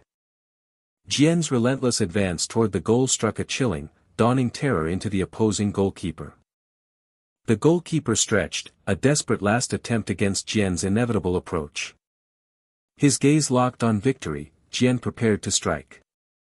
Jian launched a powerful shot, a final, definitive strike towards the goal. A profound, startling shock registered across Jian's face. A flurry of legs blurred in the frenzied aftermath. A wave of jubilant teammates rushed forward, shouting, "Li Jian," in triumph. "That's a completely insane goal," cried an awestruck teammate, joining the triumphant, exclamatory pile of celebratory hugs. Teammates playfully celebrated his incredible improvement, showering Jian with affectionate head pats, met with his mock protest of pain. Jian's spirit soared, an ecstatic triumph casting long shadows over his dejected opponents. The long whistle echoed, declaring "Match End," confirming their ultimate 3-1 triumph over Juventus, igniting an explosive, joyous celebration among the victors. Mauricio's voice on the phone dripped with authority, demanding to know why his CEO's number was not immediately recognized. Mauricio issued crisp instructions to schedule a meeting for a strategic shift, unaware of the celebrating players below. His stern query cut through the line, demanding comprehension. "Don't you understand?" Mauricio finally clarified his cryptic words, revealing a significant adjustment to their winter recruitment target, a profound statement that startled Jian. The locker room erupted, echoing with victorious shouts as the teammates reveled in their hard-won triumph. The spirited cheer of "Yutja Yutja" resonated as one teammate declared an all-night party, igniting further boisterous joy. Snickering, his teammates tried to pull Li Jian into their jovial celebration, but he awkwardly protested, already occupied with a call. A panicked Hyup escaped Li Jian as his teammates' loud speculation about a girlfriend revealed Jiwoo's shocked face on his phone screen. A faint apology drifted from Jiwoo, acknowledging the unexpected chaos on his end. Mortified, Li Jian urged Jiwoo to forget whatever embarrassing glimpse she'd just caught. Jiwoo congratulated him, her curiosity piqued by something she noticed him holding. Li Jian explained the tradition of exchanging jerseys, and Jiwoo recalled a fleeting glimpse on camera. Jiwoo's digital face beamed, a playful request already forming in her mind for the jersey. A stunned "Nururu" of surprise escaped Li Jian as the jersey slipped from his grasp. His team captain's booming laugh echoed, likely at Jian's expense. The team captain playfully accused Jian of sulking, but Jian insisted, he was serious. A weary sigh escaped Li Jian, the absurdity of the request after their grueling match overwhelmed him. The captain's exaggerated agreement about Dabilla's handsomeness sent a comically distraught Li Jian into a fit of panic. A teammate calmly inquired about their remaining free time before their flight. Bol Tiak, the team captain declared, suddenly rising to announce an unexpected shopping trip, much to Jian's bewilderment. A mischievous grin spread across the team captain's face as he promised to educate Jian on adult relationships, snickering all the while. Li Jian nervously questioned the extreme disguise, but the captain firmly reminded him they were in enemy territory. While the captain justified their heavy disguise, Li Jian quietly thought they were only drawing more attention. Then the captain's eye caught something sparkly. Lost in thought, Li Jian recalled the exhilarating thrill of yesterday's game. The captain's revelation of his shopping spree elicited a horrified "Koik" from Li Jian, who saw Jian took of items and a resounding "tuk" of extravagance. Jariyuriu. The captain's confident explanation sparkled, affirming that his extravagant gifts were an investment in charm, not a waste of money. Li Jian's confused query about gifts prompted the captain to explain the importance of bringing back souvenirs from their trip. Li Jian, observing the captain's grand purchases, felt a surge of overwhelmed admiration for his generosity. A jugugle of embarrassment washed over Li Jian as he compared his past earnings to the captain's current spending. The captain's playful accusation of jealousy caught Li Jian off guard, who quickly denied it. A wistful "nook" escaped Li Jian. He admired the captain's style but recognized his own current limitations. The captain, serious for a moment, shared a humbling anecdote from his own youth.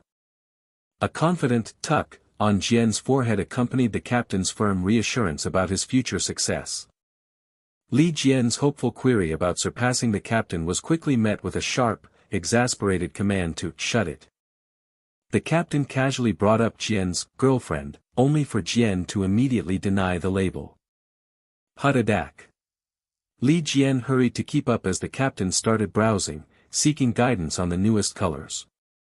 A nervous, Kol Kiok Jik escaped Li Jian as he deeply considered his options. A sigh of relief escaped him, finding comfort in the manageable task of selecting something warm for winter. A sudden hic of realization struck Li Jian about the awkwardness of his current predicament. Li Jian was startled from his inner musings about the fashion faux pas of shopping with an older man.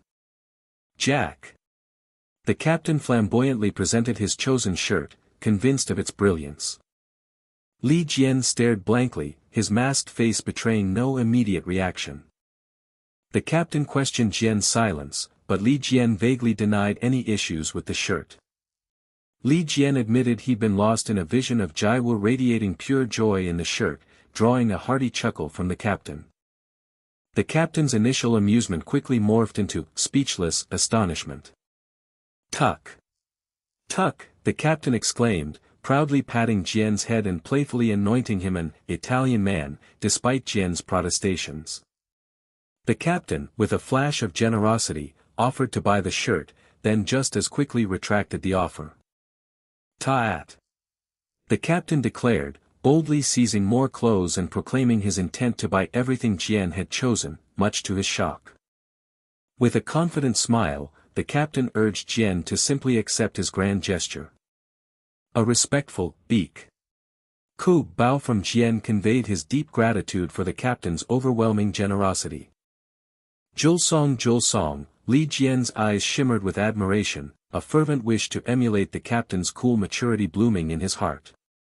The captain brought up their impending 2-week break after one final game, which Jian acknowledged. Li Jian's anxieties about the looming winter transfer market and the fate of 2 players caught the captain's attention. The captain's playful persistence about Jian's girlfriend led to a familiar, light-hearted exchange about their mutual stubbornness. A weary sigh preceded the transition to the modern glass facade of a building in Firenze. Within the sleek conference room, the narration confirmed Kisa's transfer seemed fully secured. With a heavy "hyut," the conversation shifted to Vlahovi. The speaker laid out the stark reality of Vlahovi's failed contract renewal, making his retention nearly impossible. The man with gray hair asserted the need for a handsome transfer fee, receiving quick agreement from another. Deep in thought, the man revealed Jian was the leading contender for Vlahovi. The man with gray hair pressed for news of a better offer, only to be met with a mysteriously vague response. The speaker unveiled the astonishing news of a completely different offer, sparking intrigue and surprise.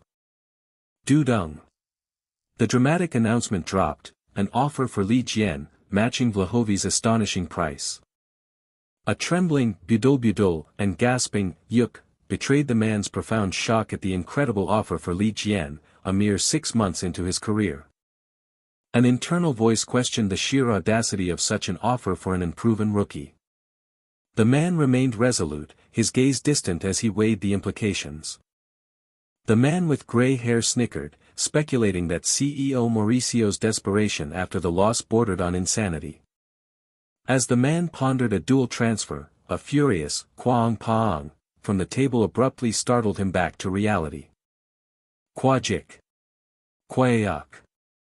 The table groaned under his furious fist as he fiercely declared Li Jian not for sale. Jukum, the man with gray hair hesitantly tried to argue the substantial financial benefits of the offer, receiving a nervous, flinching agreement. With a resolute chiak as he adjusted his tie, the man firmly rejected any immediate sale. The man with gray hair challenged him, questioning the boy's potential for further growth. He confidently asserted Li Jian's destiny as a world-class talent, a cosmic vision of the young player behind him. Jiabik, his footsteps echoed as he outlined a bolder strategy, elevating Li Jian's value by thrusting him onto a grander stage. A confident smile affirmed his intentions for Li Jian to compete on a broader stage.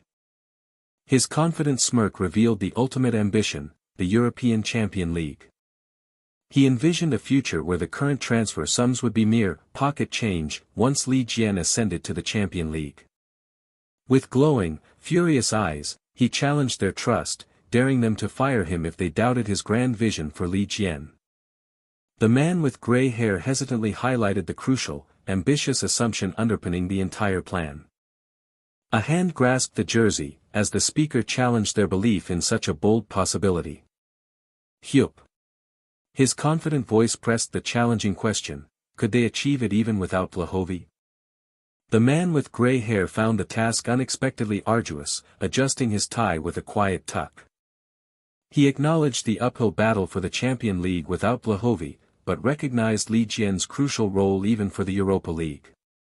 With a measured silence, the man with gray hair finally conceded, granting them autonomy to proceed. A subtle relief washed over him, he had secured Li Jian, expertly handling his jacket with a chiak. Though he couldn't retain Li Jian indefinitely, the businessman understood it was a matter of time before he joined the world's elite.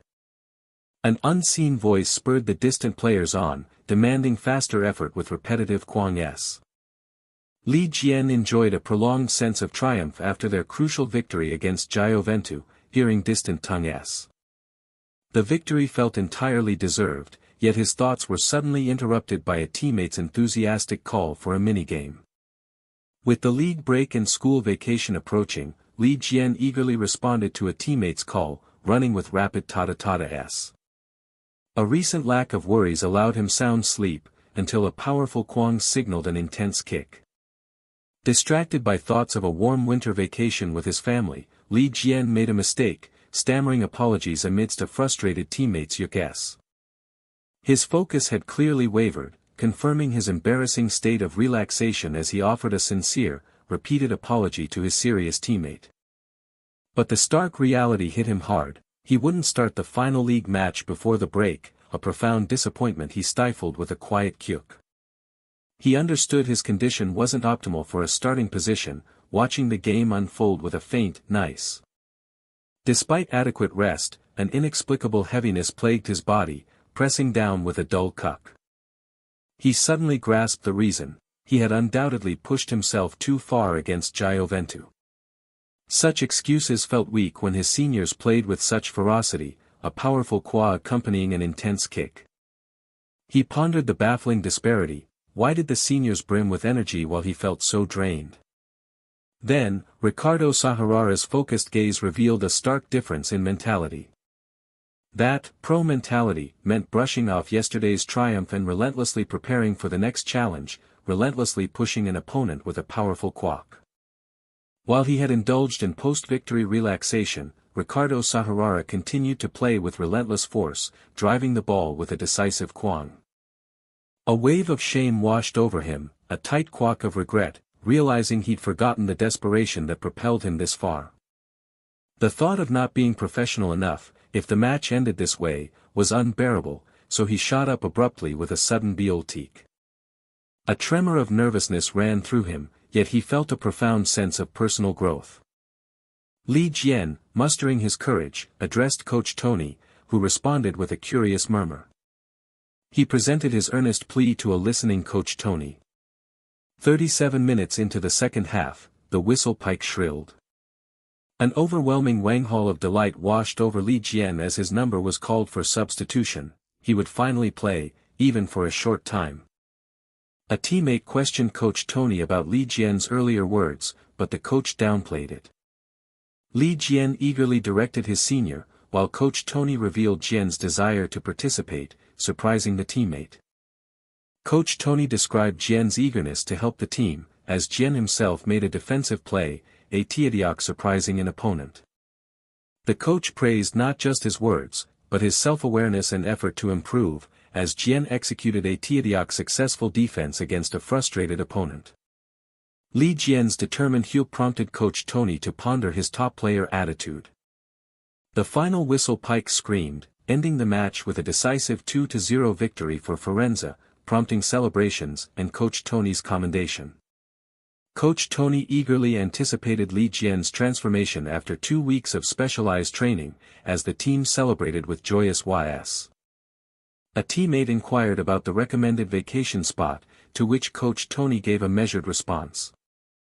With a knowing grin, he revealed it housed only the top trainers.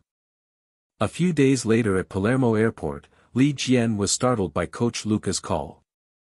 Coach Luca greeted him with a wide, friendly Sikh grin. Li Jian thanked him profusely for meeting him, receiving a warm welcome in return. Li Jian's father offered a kabuk bow and apologies for the inconvenience, but Coach Luca gracefully reassured him. Coach Luca excitedly relayed Coach Tony's eagerness for the training. He then revealed another student would join, aiming for mutual motivation, which surprised Li Jian with a quiet tuck. With a knowing Sikh grin, Coach Luca kept the identity a secret, promising a familiar face. A lavish beach house awaited them, eliciting a surprised reaction. Li Jian joyfully exclaimed Gino's name, as Gino warmly greeted him, revealing he had closely followed his recent performances for Palermo FC. Li Jian, astonished by Gino's presence, questioned his own ability to relax when a genius like Gino was training. Flustered, Li Jian tried to compliment Gino's genius, but Gino playfully cut him off. Li Jian offered a respectful kabuk bow to Coach Luca, who welcomed him, as Gino's transfer to Palermo was quietly noted.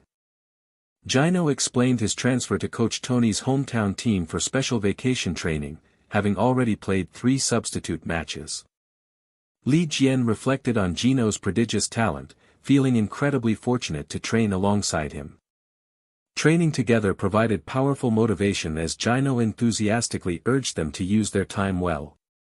The focus was physical conditioning, pushing himself with straining Cook-s.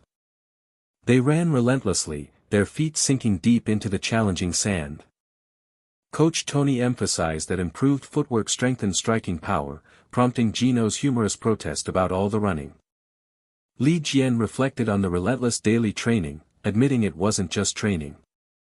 Amidst the training, Christmas arrived, and Jiwoo delightedly pointed out the festive sights to Li Jian. Jiwoo exclaimed her joy, and Li Jian mused that the experience wasn't bad at all.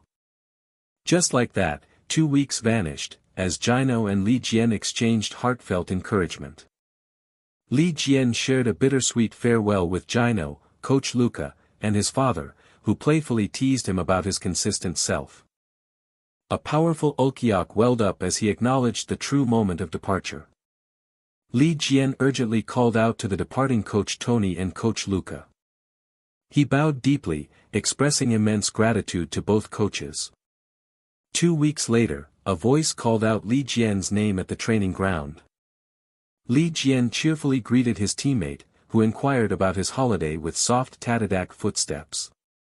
A bald teammate playfully remarked on his improved appearance, touching him, which prompted Li Jian's embarrassed jubiot protest. Coach Tony commanded an abrupt end to small talk with a loud beelkeek. Official training resumed, and Li Jian wondered if the past 2 weeks had truly changed him. The stadium's familiar ambience and his seniors' consistent presence remained unchanged.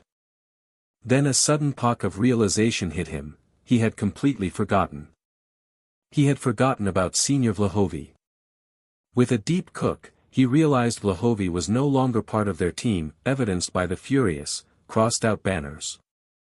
His teammate observed the swift decline in public sentiment after selling their ace, a consequence he found understandable. His teammate then gravely stressed the increasing importance of Li Jian's role. With a dramatic dudung, Li Jian looked ahead, embodying Firenze's new, determined ace. The first match of the league's second half, against SSC Empoli, loomed in the quiet, dimly lit corridor as a voice demanded attention. Their teammate, the man with dark hair, began, acknowledging the palpable anger seething from the fans after Vlahovi's transfer. He pressed on, admitting rumors had swirled, but the stark reality of the transfer still hit them with an unexpected force. He articulated the raw sense of betrayal fans must feel when a whispered rumor solidifies into an undeniable truth. The team, 5th in the league with their first half momentum, had the potential to climb into 4th place if they maintained their drive. A sudden, sharp question about the significance of a top 4 finish startled Li Jian, leaving him to blurt out a panicked, "Ah." Li Jian stammered through his answer, the words catching in his throat, yet correctly identified the Champions League qualification. The weighty news dropped like a stone: the team's ace had defected to their bitter rivals, Juventus, mid-season, leaving an ominous void. He challenged them to imagine the fans' raw emotions, prompting a bald teammate to confess the unsettling feeling that they had wronged them. His intense gaze burned as he roared, driving home the undeniable truth: victory was essential, and a spectacular performance equally imperative. Singled out with fiery intensity, Li Jian flinched back, nodding with an immediate, panicked, "Yes, yes." He commanded them to demonstrate unequivocally that Firenze's offensive might remain undiminished, even in Vlahovi's absence. Jian internally admitted to his own private hurt, recognizing the raw, unforgiving nature of the professional sports world reflected in the angry banners. A quiet sigh escaped him. Only weeks prior, they had celebrated defeating Juventus, and now the betrayal of Vlahovi joining that team still stung. Yet, he understood everyone had their reasons. On the pitch, his former senior was now merely an opponent, a hurdle to be overcome. With a decisive pang of the kickoff, his mind narrowed, locking onto the immediate task as Firenze began their battle against Empoli. A nervous teammate gasped to the coach, observing the unexpectedly raw intensity of the game unfolding before them. The bald teammate grimaced at the uproar, describing the crowd's furious cacophony as, practically like a riot, filled with bitter shouts of money-hungry businessmen. The coach, with a firm grip that elicited a surprised AK from his teammate, physically underscored his command to maintain unwavering focus on the unfolding match. With a resounding kwang, the coach declared a seismic shift in strategy, centered now on Jian, who internally reaffirmed his complex role as a false nine. Jian moved with a confident familiarity he hadn't possessed before, darting across the field, prompting an opponent to frantically yell, "Block him." He recalled the personal significance of facing Empoli once more. It was after their U-17 match that he had signed his professional contract. He resolved to build upon that cherished memory, kicking the ball with renewed determination as a teammate called out for Jose Canhan. An opposing player barked urgent tactical commands, mark number 20, followed by, pass and go back in, a sharp tack, punctuating his words. An opponent, visibly struggling to keep pace, cried out in frustrated astonishment, questioning the sudden surge in Jian's seemingly limitless stamina. He feigned an inward move, setting his trap. Then he burst explosively to the outside, a deceptive maneuver that an opponent mistakenly read as an impending cross. Jian's deep penetration into the box bewildered his marker, who panicked, while Jian himself weighed the high-risk, high-reward option of shooting amidst the crowded defense. The wind poured around him, but the difficult angle gave him pause, even as an opponent wrongly anticipated his shot. He swiftly decided a pass would be more effective, launching the ball with a quick whack, catching the opponent by complete surprise. The ball struck the net with a satisfying chiol-seek, and a teammate's joyful shout echoed, confirming Firenze's 1-0 lead over Empoli. Ricardo Sahurara, embracing Jian with a firm quack, enthusiastically praised his sharpened play, as Jian reciprocated the congratulation for the goal. Jian internally credited Coach Tony's training for his lightness and excellent condition, while a teammate, giving his head a light tuck, remarked on his flying around. The coach, hearing a teammate's exuberant praise, thoughtfully acknowledged Jian's strong training, attributing his performance to a well-spent 2-week break. The coach, ever the pragmatist, contended that Jian's performance might not be at peak due to time away, eliciting a groan from the exasperated teammate. The coach's internal critic flared with a swift pabababat, scoffing at the notion that Jian could somehow perform even better than this. Then, with a sudden pull, Jian exploded forward, leaving his teammate sputtering, what the? The teammate pointed in utter disbelief at Jian's sudden appearance, while the coach wryly noted his timely demonstration of skill. A powerful quack from Jian's foot confirmed the coach's internal realization, he's really something. A sudden, explosive surge of speed, a pong, that felt impossible, left Jian questioning if it was real.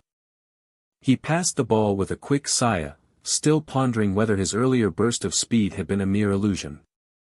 Ricardo Sahurara, feeling his strength, called for the ball, ready to seize another opportunity, as a teammate praised Jian's skillful pass.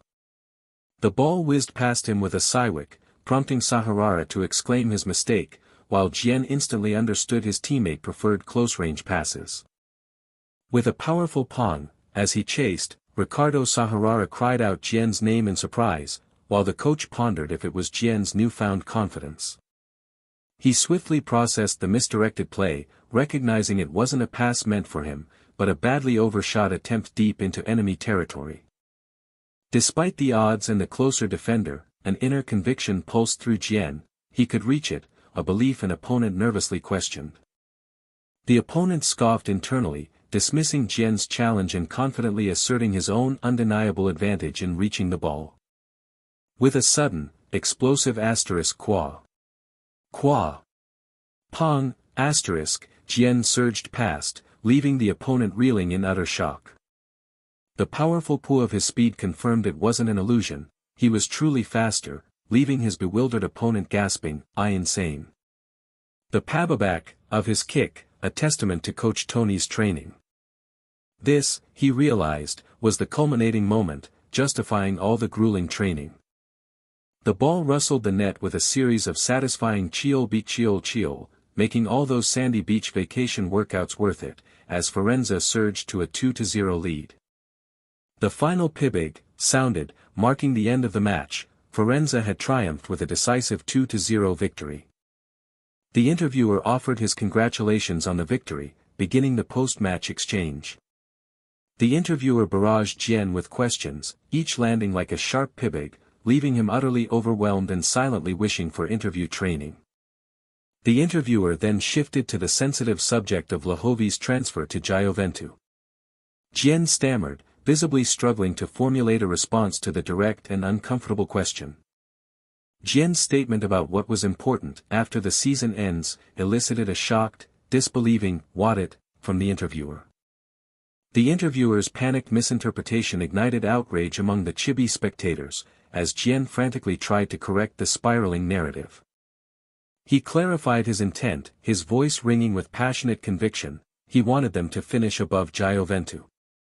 An unexpected, profound quiet settled over the scene, leaving Jian utterly bewildered by the silence.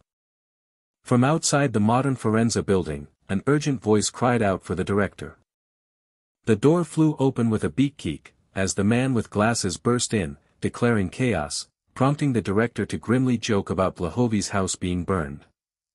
The man with glasses, exasperated, questioned if the director had seen Jian's interview, only to be met with a dismissive wave.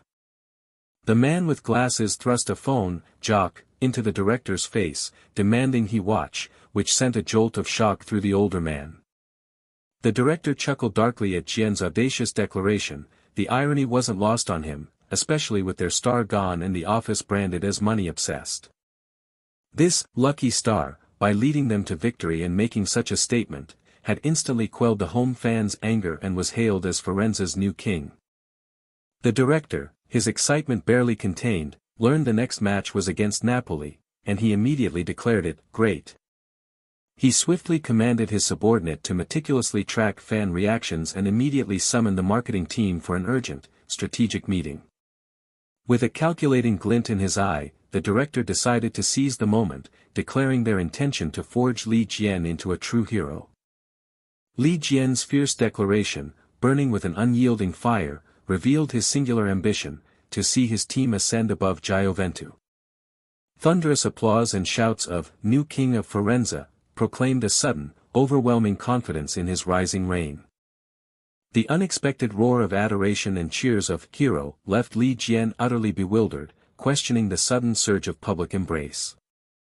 A sharp tap punctuated his growing frustration, confirming his suspicion that the infamous interview was the source of his predicament. Jiwoo's playful accusation of secret interview practice caught Li Jian completely off guard, her mischievous grin hinting at further teasing. She gleefully reported the public's fervent excitement, playfully dubbing him the hero of Firenze, to twist the knife of his sudden fame. Her exaggerated lament about his celebrity ruining their outings was met with his mortified, blushing protests to cease the incessant teasing. A self-conscious scratch accompanied his confession of being equally flustered by the overwhelming public reaction to his simple honesty. With a triumphant smile, Jiwoo playfully warned his damn mouth, then demanded absolute victory in the next game, leaving Li Jian in wide-eyed shock. He crumpled to the floor under the perceived weight of expectation, only for Jiwoo's hearty laughter to reveal the cruel trick. As he articulated the crushing burden of empty words, Jiwoo offered gentle reassurance, her inner voice brimming with unwavering belief in his greatness. Jiwoo's fierce, protective offer to confront any critics unexpectedly soothed his anxiety, prompting Li Jian to marvel at her calming effect. But then, with a determined punch and an abrupt pivot, she insisted he must succeed, leaving Li Jian utterly bewildered by her sudden shift. Bathed in a radiant glow, he declared himself a genius and a hero, feeling an easy vulnerability in Jiwoo's comforting presence. Jiwoo's hand flew to her mouth in a mixture of surprise and exasperation at his boast, remembering her own recent caution about words. Jiwoo's simple, lame cut deep, leaving Li Jian to shamefully acknowledge his inherent, unyielding tendency to brag. The narrative then fast-forwarded to the highly anticipated day of the Napoli match. Inside the Stark locker room, boisterous laughter and teasing exclamations about Li Jian's identity filled the air. A teammate mockingly held aloft a promotional photo, declaring Li Jian a flower boy and delighting in his embarrassed, depicted blush. His teammates dissolved into jovial laughter, relishing the widespread display of his promotional photo, much to Li Jian's utter mortification. A teammate's playful poke and inquiry about fan distribution only deepened Li Jian's annoyance at the front office's continued publicity efforts. As his teammate jovially imagined his new hero image adorning the stadium, Li Jian's internal exasperation mounted, protesting the relentless teasing. Coach Vincenzo's furious entrance, a wham of authority, instantly shattered the playful atmosphere, forcing his startled players to immediately focus. His serious tone then cut through the room, soberly identifying their formidable opponent, Napoli, currently ranked third in the league. Coach Vincenzo passionately rallied them, challenging the team to conquer their higher-ranked foe and elevate their own standing, eliciting a resounding yes.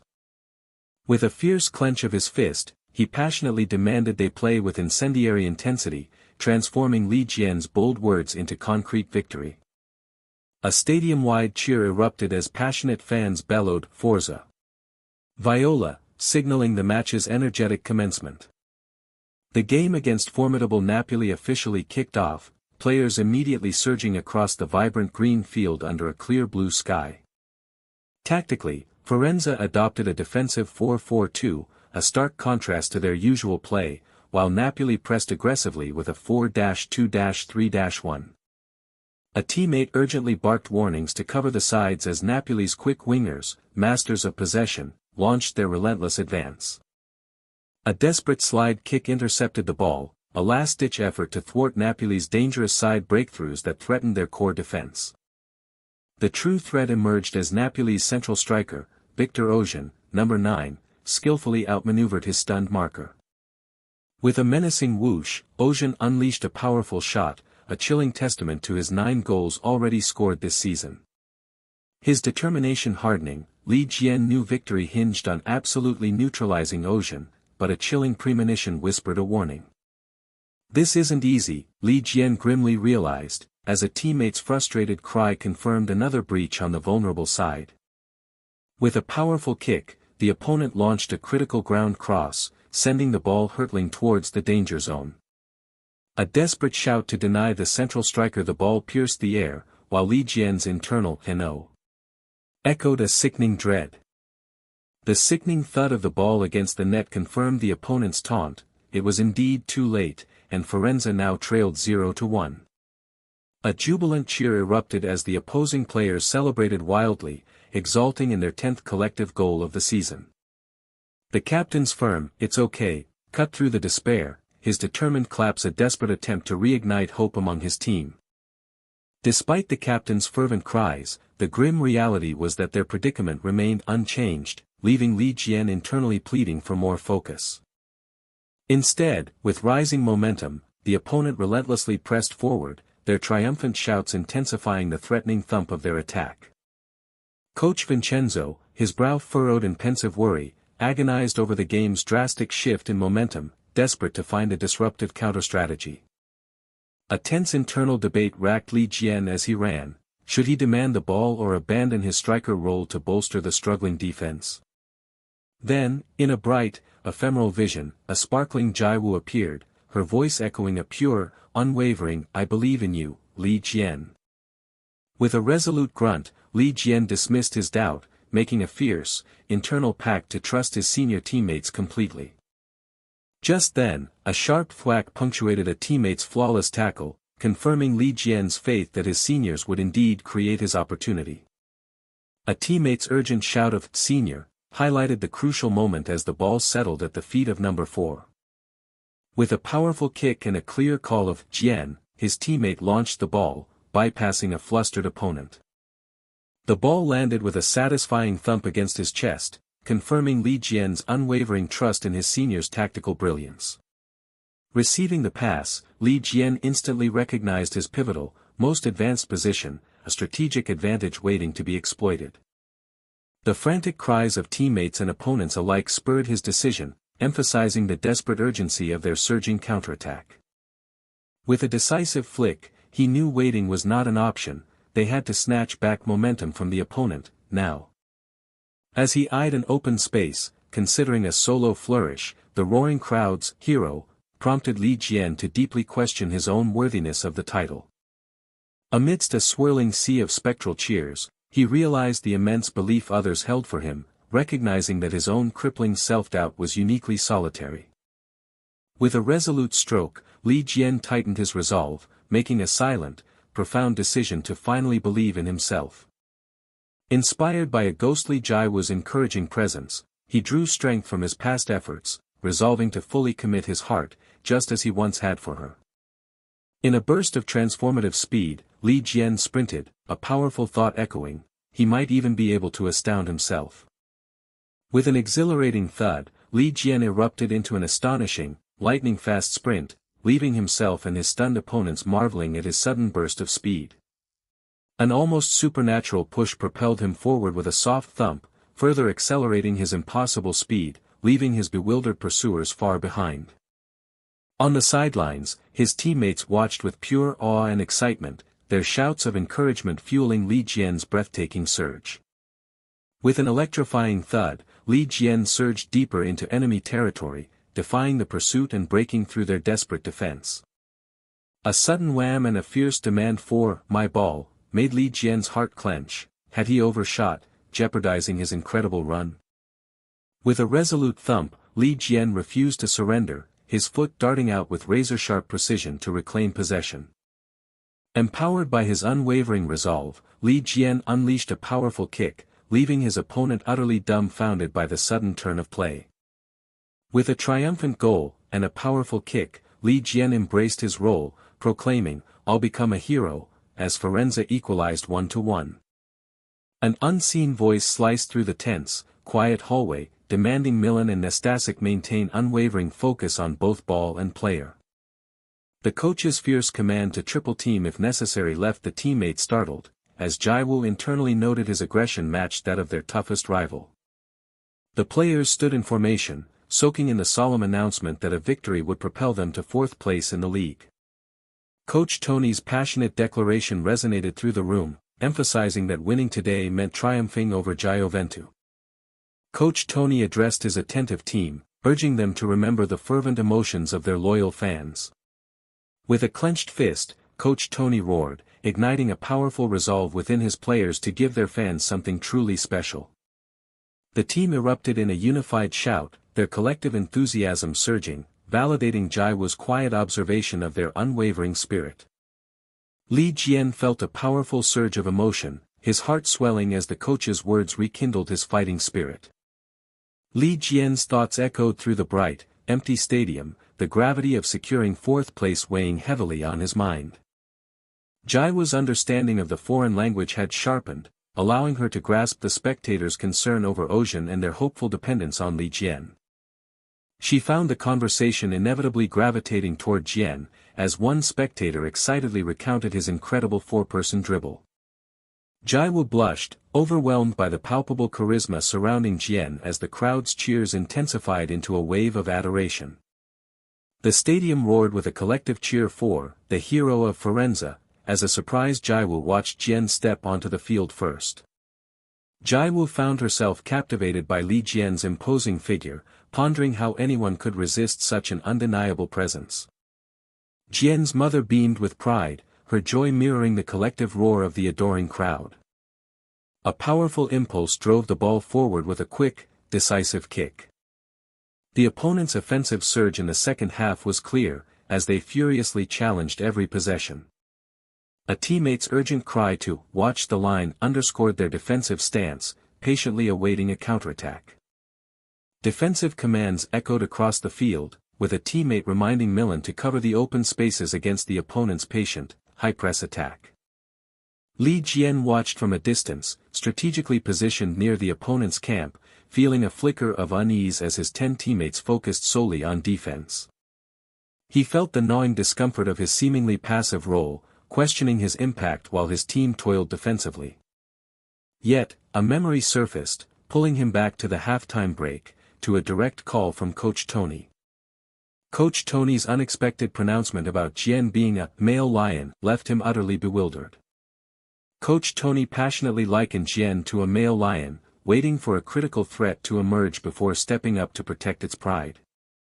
Li Jian pondered the weighty comparison, imagining himself adorned with a lion's mane, as Coach Tony instructed him to conserve his formidable power. Coach Tony's grin was intense, his finger pointed directly at Jian as he commanded him to deliver the decisive blow at the crucial moment. Li Jian's resolve solidified, knowing that abandoning his forward position would squander any chance of a counterattack. He determined to bide his time, but his planning was interrupted by a teammate's playful roar, leaving Jian comically confused. The second half had entered its 30th minute, the stadium alive with a continuous roar of the crowd. Li Jian's frustration mounted. Despite the extended play, he hadn't properly touched the ball once. He mused, a comical lion's head superimposed on his own, that he was more kitten than lion, prompting a nearby opponent to mockingly meow at him. The opponent's formidable three-top attack forced his teammates into an all-out defensive struggle, a rapid flurry of desperate actions. Though the ball occasionally came his way, a deeper challenge always loomed. The opponent's defense proved just as impenetrable, swiftly blocking and tackling away his opportunities. Li Jian gasped for air, struggling to breach their relentless defense as an opponent taunted him about his heroic reputation. He struck his own face, steeling himself against negative thoughts, convinced that a chance would inevitably present itself. His teammates executed a series of urgent blocks, successfully repelling the opponent's advance and forcing them to retreat. A teammate's urgent shout sliced through the air, demanding a tight defensive angle against the looming shot. Frustrated by the lack of an open shot, the opponent grimaced, deciding to pass the ball instead. Coach Tony observed the defensive effort, his face softening with approval at their unwavering concentration. Coach Tony mused that the opponent's fruitless solo attacks would soon breed anxiety, leading them to chase an elusive perfect opportunity. As the opponent's frustration mounted over the lack of a shooting angle, Coach Tony anticipated their strategy would soon falter under the pressure. Coach Tony surmised that the opponent would attempt to stall by passing backward, a strategic observation. A teammate seized an opportunity, kicking the ball past a surprised and angered opponent, proving that mistakes were an unavoidable part of the game. Ricardo Sahurara executed a flawless tackle, his confident prediction of the opponent's pass patterns manifesting in a swift, precise move. A counterattack materialized, with Sahurara advancing, his path converging on Jian, who was under an invisible, intense scrutiny. Li Jian urgently cried out to his senior, gesturing wildly for him to send the ball wide. Ricardo Sahurara acknowledged the pass with an excited shout, his gaze locked on the airborne ball. As Sahurara raced down the left flank, Li Jian meticulously shadowed his opponent's defender, his rapid strides echoing across the field. The scoreboard froze at 90 minutes, a 1-1 tie, confirming this was their final, desperate opportunity. Li Jian channeled every ounce of pent-up energy into his legs, preparing for a devastating burst of speed. He exploded through a narrow gap in the opponent's tight defense, appearing suddenly in their blind spot with a swift whoosh. Sahurara crossed the ball with a shout, seeking Li Jian amidst the flurry of movement in the box. Li Jian launched himself from the defensive blind spot, like a predator aiming for a fatal strike. He bared his fangs, launching a ferocious kick that sent the ball screaming towards the net. The ball found the net, ending the match in their victory, prompting a triumphant celebration of Forza Viola.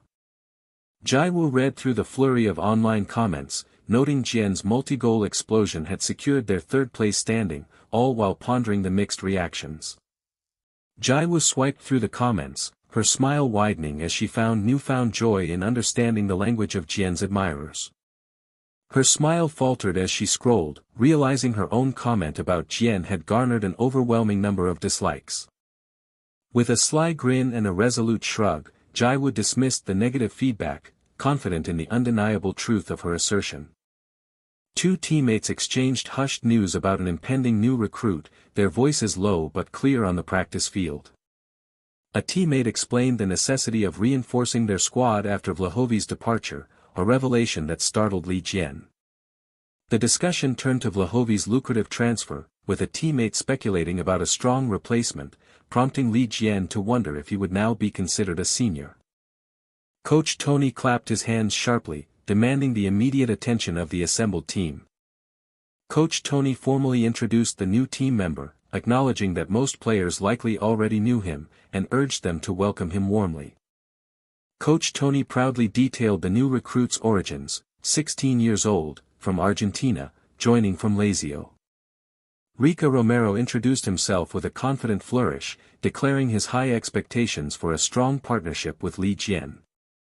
Li Jian's eyes widened in surprise and confusion, the new recruit's name escaping him despite the bold declaration of chemistry. Li Jian, caught off guard, questioned the blunt assessment of his well-being. A mischievous teammate chuckled, suggesting Jian was still pining for an bold love, which utterly perplexed the team captain. The insinuation of a romantic link between Jian and Jiwoo made the team captain flinch, demanding to know why her name was even mentioned. Li Jian clarified his lingering melancholy, explaining that Vlahovi's absence still left an unexpected void. The team captain acknowledged their past connection but slyly questioned Jian's lingering loyalty, which left him utterly dumbfounded. The team captain calmly laid out the practical advantages, revealing Vlahovi's transfer fee had upgraded their travel and maintained peak condition. He then turned to future prospects, emphasizing the recruitment of new talent to strengthen the team's depth. With a wide grin, the team captain concluded that professionals accepted such changes, understanding the benefits despite any personal feelings. Li Jian pondered the unexpected complexities of their world, while his teammates bickered playfully over who got to share wisdom. Another teammate suggested a fresh start, urging Li Jian to forge a new duo, leaving him utterly bewildered about potential partners. Rica Romero burst forth, a whirlwind of boisterous energy, loudly demanding Jian's awe for his supposed genius, startling him immensely. Rica, brimming with self-importance, concluded Jian was simply awestruck by his presence, then grandly introduced himself. Li Jian, overwhelmed, muttered his exasperation in Korean, which Rica, mistaking it for high praise, erupted in boisterous laughter. As Rica loudly celebrated his self-proclaimed genius, Li Jian, utterly irked, realized he had conveniently forgotten just how boisterous this new teammate was. Jian's internal reflection on Coach Luca's challenge was abruptly interrupted as Rica, energetic as ever, declared his intention to join training. Despite the strategic context of Rica's arrival, his relentless cheerfulness left Li Jian feeling thoroughly overwhelmed and disturbed. Though the team gained from the widened player pool, Li Jian internally yearned for a moment of quiet as Rica bounced around, celebrating their rediscovered connection. As the second half of the season commenced, the team gathered, despite the recent chaotic energy, ready to refocus. The team captain intensely underscored the critical juncture they faced, extracting a unified, affirmative roar from his players. The sub-coach, with a determined gaze, proclaimed the upcoming match as both a formidable hurdle and an unparalleled opportunity. An eager teammate demanded to know their next adversary, to which Ricardo Saharara excitedly declared it was AS Milan, eliciting gasps of surprise. Their next challenge emerged, stark and colossal, AS Milan, the league leader, a formidable foe demanding the team rise to unparalleled heights. Rica, buzzing with conviction, dramatically proclaimed it their shared fate to face AS Milan, the league's strongest, as a genius duo. While Rica grandly envisioned a spectacle and boldly assumed his starting role, Li Jian privately fretted over the team's tactical positioning.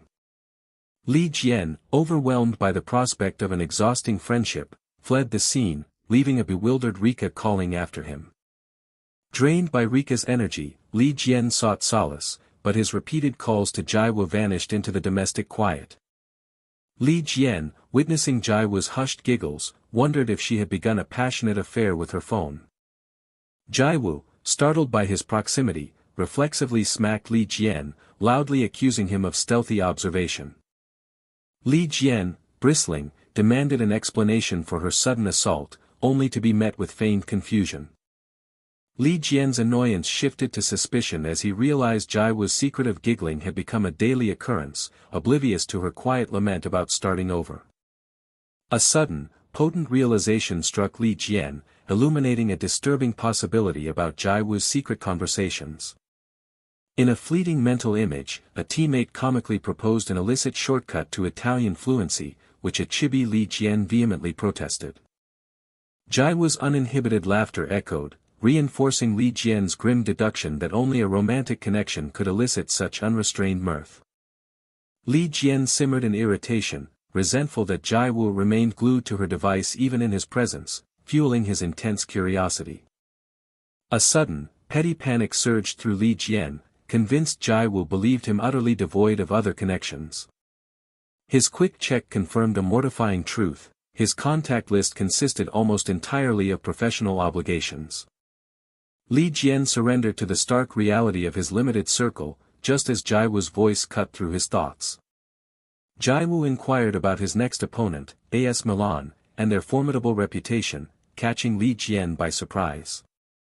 Jiwoo's casual assessment of their chances sent Li Jian spiraling into a panicked suspicion about her supposed romantic interest. Li Jian pressed for her motive, which Jiwoo readily clarified, expressing natural concern for his upcoming, crucial match. Li Jian began to speak, swallowing audibly around the words he was clearly struggling to articulate. Li Jian launched into a rambling, incoherent theory about jinxes and Jiwoo's winning presence, utterly bewildering her. After a stuttered start, Li Jian privately admitted his elaborate jinx theory was merely a clumsy pretext to gauge Jiwoo's true feelings. With a pounding heart, Li Jian hesitantly extended an invitation for the away game, bracing himself for her anticipated refusal. Jiwoo, sparkling with pure delight, enthusiastically accepted, shattering Li Jian's cautious expectations. Li Jian stammered in disbelief, while Jiwoo, now a chibi of pure joy, was already planning her ideal cheering outfit. Li Jian, his voice laced with suspicion, questioned her earlier cheerful phone activity, but Jiwoo responded with feigned ignorance. Li Jian persisted, demanding an explanation for her past mirth, and Jiwoo, feigning confusion, belatedly recalled the incident. Jiwoo revealed she was laughing at translated praise for his own article, prompting Li Jian's awkwardly flat, "Nice." Jiwoo, enraged by his sarcastic dismissal, demanded answers as Li Jian bolted from the room with surprising speed. At the airport, Li Jian walked a tightrope between elation and profound worry, while an effervescent Jiwoo happily led the way. He recalled Coach Tony's furious, purple-tinged insistence that he fly with the team, despite Jian's own desire for a simpler bus journey with Jiwoo. As Jiwoo excitedly skipped ahead, Li Jian watched her, a thread of silent concern for her safety intertwining with her effervescent joy. Li Jian's internal plea to avoid teasing and special treatment was met by his teammates' broad, confident assurance of full support. As they boarded, Li Jian was met with a boisterous, enthusiastic welcome from his teammates, far exceeding his uneasy expectations. The bald teammate cheerfully ushered Jiwoo towards her seat, receiving her humble, grateful thanks. Li Jian's foreboding proved true as Jiwoo, baffled, found herself treated with absurd deference, hailed as the boss on board. Li Jian squirmed, privately wondering if this extreme theatrics was some kind of bizarre mafia initiation, eliciting an uncomfortable gasp. Rika Romero's eyes widened in speechless shock, a prelude to Li Jian's dawning, unsettling realization about that particular seat. Li Jian endured the humiliating spectacle of his chibi teammates comically wrestling over the idea that only geniuses deserved to sit together. Jiwoo, deeply impressed by the extraordinary deference, praised his hidden influence, while Li Jian simply offered a tired, dismissive laugh. Li Jian inwardly grumbled that Jiwoo, too, seemed to enjoy the absurd attention, then choked on a startled thank you as a hand offered him comfort. Coach Tony, impossibly disguised as a flight attendant, presented amenities, leaving Li Jian in utterly horrified, dazed disbelief. As Coach Tony chirped about a great time, Li Jian sputtered in flustered protest, while Jiwoo, humming curiously, wondered if her eyes deceived her. Li Jian, engulfed in a purple haze of utter bewilderment, finally conceded he had gravely misjudged the entire team's eccentric nature. The aircraft soared silently through the peaceful night, carrying Li Jian's bewildered conclusion about his team's utterly relentless humor. The sub-coach and his bald teammate, amidst sleeping figures, debated the success of their morale-boosting scheme, with the latter proudly claiming credit for his acting. A curly-haired teammate somberly reflected on the pre-game tension, then exhaled a hopeful sigh that Jiwoo's presence might usher in victory. Coach Tony, with an unyielding gaze, ominously countered that if they possessed a goddess of victory, their opponents wielded nothing less than a real lion. A formidable opponent loomed, a spectral lion with glowing eyes, embodying the true, terrifying challenge awaiting them. As the stadium buzzed with vibrant energy, a phone chimed, posing a question that caught Jiwoo off guard. Li Jian absorbed the casual check-in, but a final, suggestive question left him reeling with a creeping sense of alarm. The sender's playful promise to watch over him delivered a comical shock directly to Li Jian's very heart. Li Jian battled the intrusive thoughts, his mind straining to reclaim the focus desperately needed for the critical game ahead. The stadium erupted in a passionate roar for Milan, a vibrant chorus declaring the profound importance of the looming match.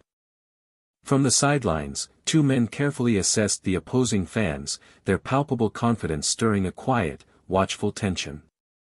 They reflected on the opponent's tumultuous past, acknowledging their recent, impressive resurgence under a new coach, despite a bitter championship defeat. The man in grey analyzed their opponent's formidable tactical system, a well-honed strategy that had propelled them to the top and fueled their unwavering confidence. On the field, opponents pulsed with zealous confidence, but from the sidelines, the staff privately grappled with the unsettling reality of such a fiercely formidable, undefeated rival. The opponents' evident concern for their team's ace hung heavy in the air. Opposing players openly scrutinized Li Jian, their dismissive remarks dripping with stark underestimation of his presence. Li Jian's heart hammered, every whispered word of judgment from the opponents echoing as a profound, humiliating scrutiny. Two opponents coolly dissected Li Jian's reputation as their new ace, their questions carrying a dismissive, challenging undertone about his Vlahovi-sized shoes. Kroton Ibrahimovic, number 11, silently bristled with eager anticipation, wondering if the rumored newcomer possessed the strength to face his own formidable, lion-hearted prowess. As formations clashed on the screen, Li Jian somberly recalled his coach's stark warning about the opponent's relentlessly balanced, formidable strategy. Without so much as a warm-up, the game ignited, a long pass sparking an immediate, intense aerial battle for possession. An urgent, threatening forward pass tore through the field again, signaling the relentless assault that would plague their defense. But the threat was multifaceted. Rafa Leao, number 10, emerged, a formidable force of singular, focused skill. The winger, Rafa Leao, showcasing his season's peak, powerfully carved through the defense with dominant, energetic strides. Rafa Leao lofted a cross, but its uncertain trajectory hung in the air, creating a tense, collective uncertainty. The incoming cross descended at a truly awkward height, presenting a confusing, difficult challenge for anyone to effectively convert. With warnings about a difficult shot and a second ball still echoing, a sudden, alarming event abruptly seized their attention. With a defiant roar of his presence, Kroton Ibrahimovic unleashed a thunderous, explosive shot on goal. Kroton Ibrahimovic possessed the awe-inspiring, uncanny ability to launch a strike from virtually any position on the field. As the crowd erupted in awe for the near miss, Kroton Ibrahimovic merely gave a dismissive click, treating the high-stakes moment with casual mastery. Kroton Ibrahimovic delivered a sharp, tense reprimand, prompting an immediate, apologetic scramble from Rafa Leao. Li Jian internally acknowledged their formidable opponent, a stark realization forging within him a fierce resolve that sheer luck alone would never suffice. Li Jian surged forward, driven by an inner conviction that he must change the game's trajectory and that opportunity would surely arise. A fleeting touch of the ball reignited Li Jian's frustration, the intense pressure preventing any meaningful possession. Overwhelmed by the suffocating pressure, Li Jian's only option was a desperate backward pass, stifling any offensive ambition. The older coach's concern tightened, a visceral dread as the opponent's relentless, overpowering play became devastatingly clear. A desperate, tearful save from the goalkeeper momentarily staved off disaster, offering a precious, fleeting breath of relief. A crushing wave of powerlessness swept over Li Jian, stirring a desperate longing for Senior Vlahović's game-changing presence. An urgent, sharp shout suddenly pierced Li Jian's thoughts. In a desperate, chaotic display, Coach Vincenzo bellowed urgent instructions at Li Jian, heedless of the referee's protesting admonitions. Li Jian's mind sharply focused, swiftly analyzing the coach's instruction to deduce the opponent's left flank as the undeniable core of their attack. Li Jian's analytical gaze identified a crucial weakness: the opponent's aggressively high fullback left their left flank dangerously exposed. Li Jian's resolve hardened. He abandoned direct confrontation to emulate Senior Vlahović's tactical prowess, surging forward with a shout to Senior Sohil, aiming for the opponent's vulnerable left. Li Jian believed Senior Vlahović would have exploited the opponent's void with a teammate, and Sohil's sharp acknowledgement confirmed their shared purpose. The strategic ballet began as Li Jian shifted right to attack the opponent's left, while Sohil, intuiting the plan, subtly covered defensively. Li Jian registered a surprising tactical adjustment: an opponent forward had unexpectedly fallen back into defense. Rafa Leao's internal resolve dismissed their defensive efforts, confident that stifling his left flank attack would be no easy feat. As Rafa Leao's dribble extended too far, the ensuing chaos unexpectedly revealed a brilliantly executed, cooperative defensive maneuver. Sohil, having retreated, swiftly moved to cover the fullback's path, executing a quick, surprising defensive play that drew an opponent's exclamation. Senior Bonaventura delivered a perfectly weighted pass, sending the ball precisely into Li Jian's path, eliciting his grateful praise. Li Jian surged towards the open left sideline, a sudden, sharp realization arresting his momentum.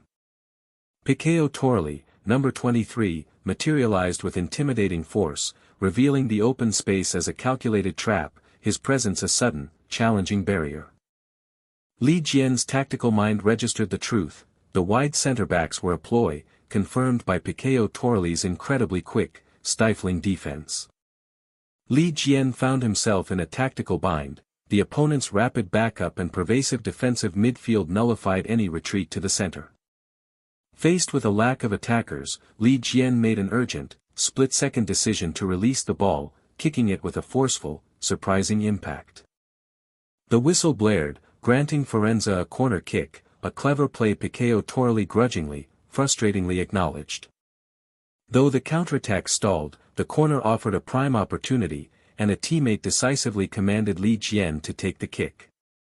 Li Jian seized the momentary pause of the corner kick, a contemplative breath allowing him to settle the frenetic tempo.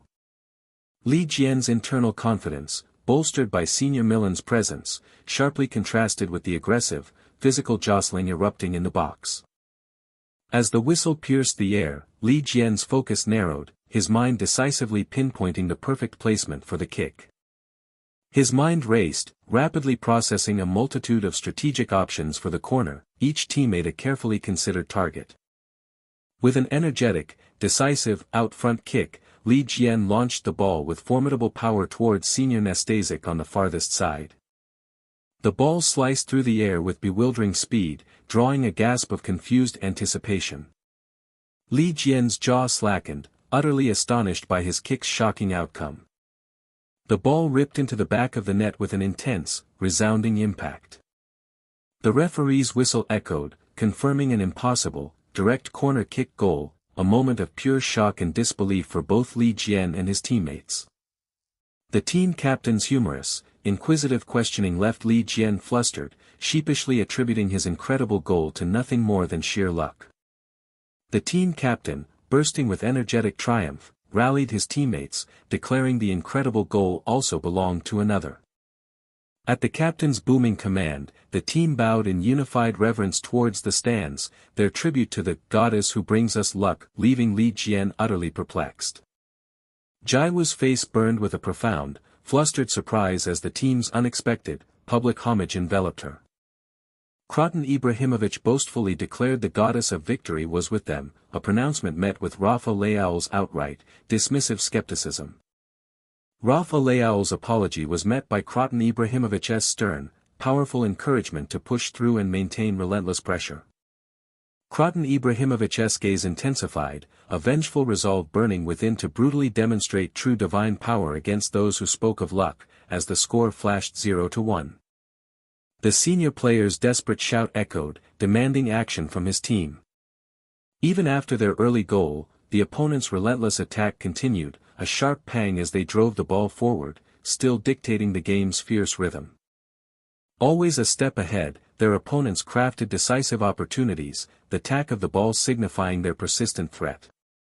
They conjured moment after moment, yet each audacious attempt, punctuated by a soft BBA, found itself somehow misdirected.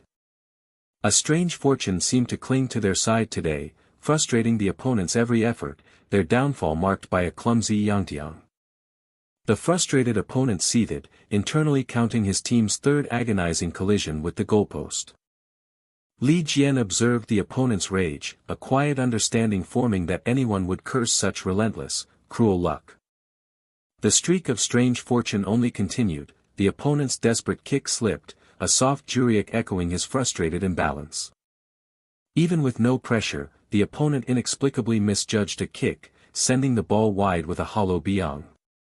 Every deflected pass, every errant kick, now seemed to gravitate towards them, a bizarre fortune that left Li Jian pondering their incredible luck as a faint tone marked its trajectory.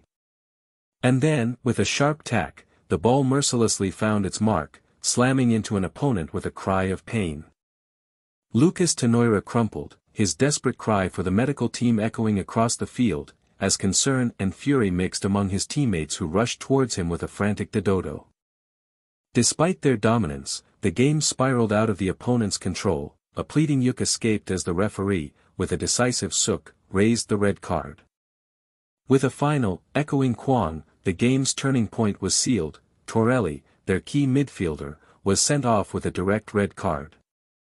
The man with grey hair mused that while luck might be a factor, this expulsion had definitively shattered the opponent's hard-won momentum. Li Jian's mind reeled at their absurd fortune, wondering if Jiwoo truly influenced it, even as a tiny, cheerful teammate chirped that Senior Tenoira was fine. Regardless, the game was now undeniably going their way, as Lucas Tenoira jubilantly kicked the ball, a victorious jiak sounding as an opponent cried out in despair. Lucas Tenoira blazed down the field, a confident Bianjik in his stride, declaring his goddess-blessed pass was coming for Jian, a wide joyak of a smile on his face. Lucas Tenoira executed his goddess pass with a flamboyant pack, leaving Li Jian utterly dumbfounded, wondering if his senior had perhaps played one too many matches. Despite their undeniable good fortune, Li Jian felt an odd unease, even as his kick echoed with a resounding quang. But then, another missed opportunity, the ball struck the goalpost with a hollow taoyang. A persistent, unsettling feeling gnawed at Li Jian, making him lament each squandered chance, wishing for another goal that should have been theirs. The older man with grey hair observed the predictable shift, acknowledging that with a player down, the opponent had no choice but to adopt a defensive posture. The coaches, however, found the specific substitution puzzling, noting that neither Kroton nor Leo were players known for their defensive prowess.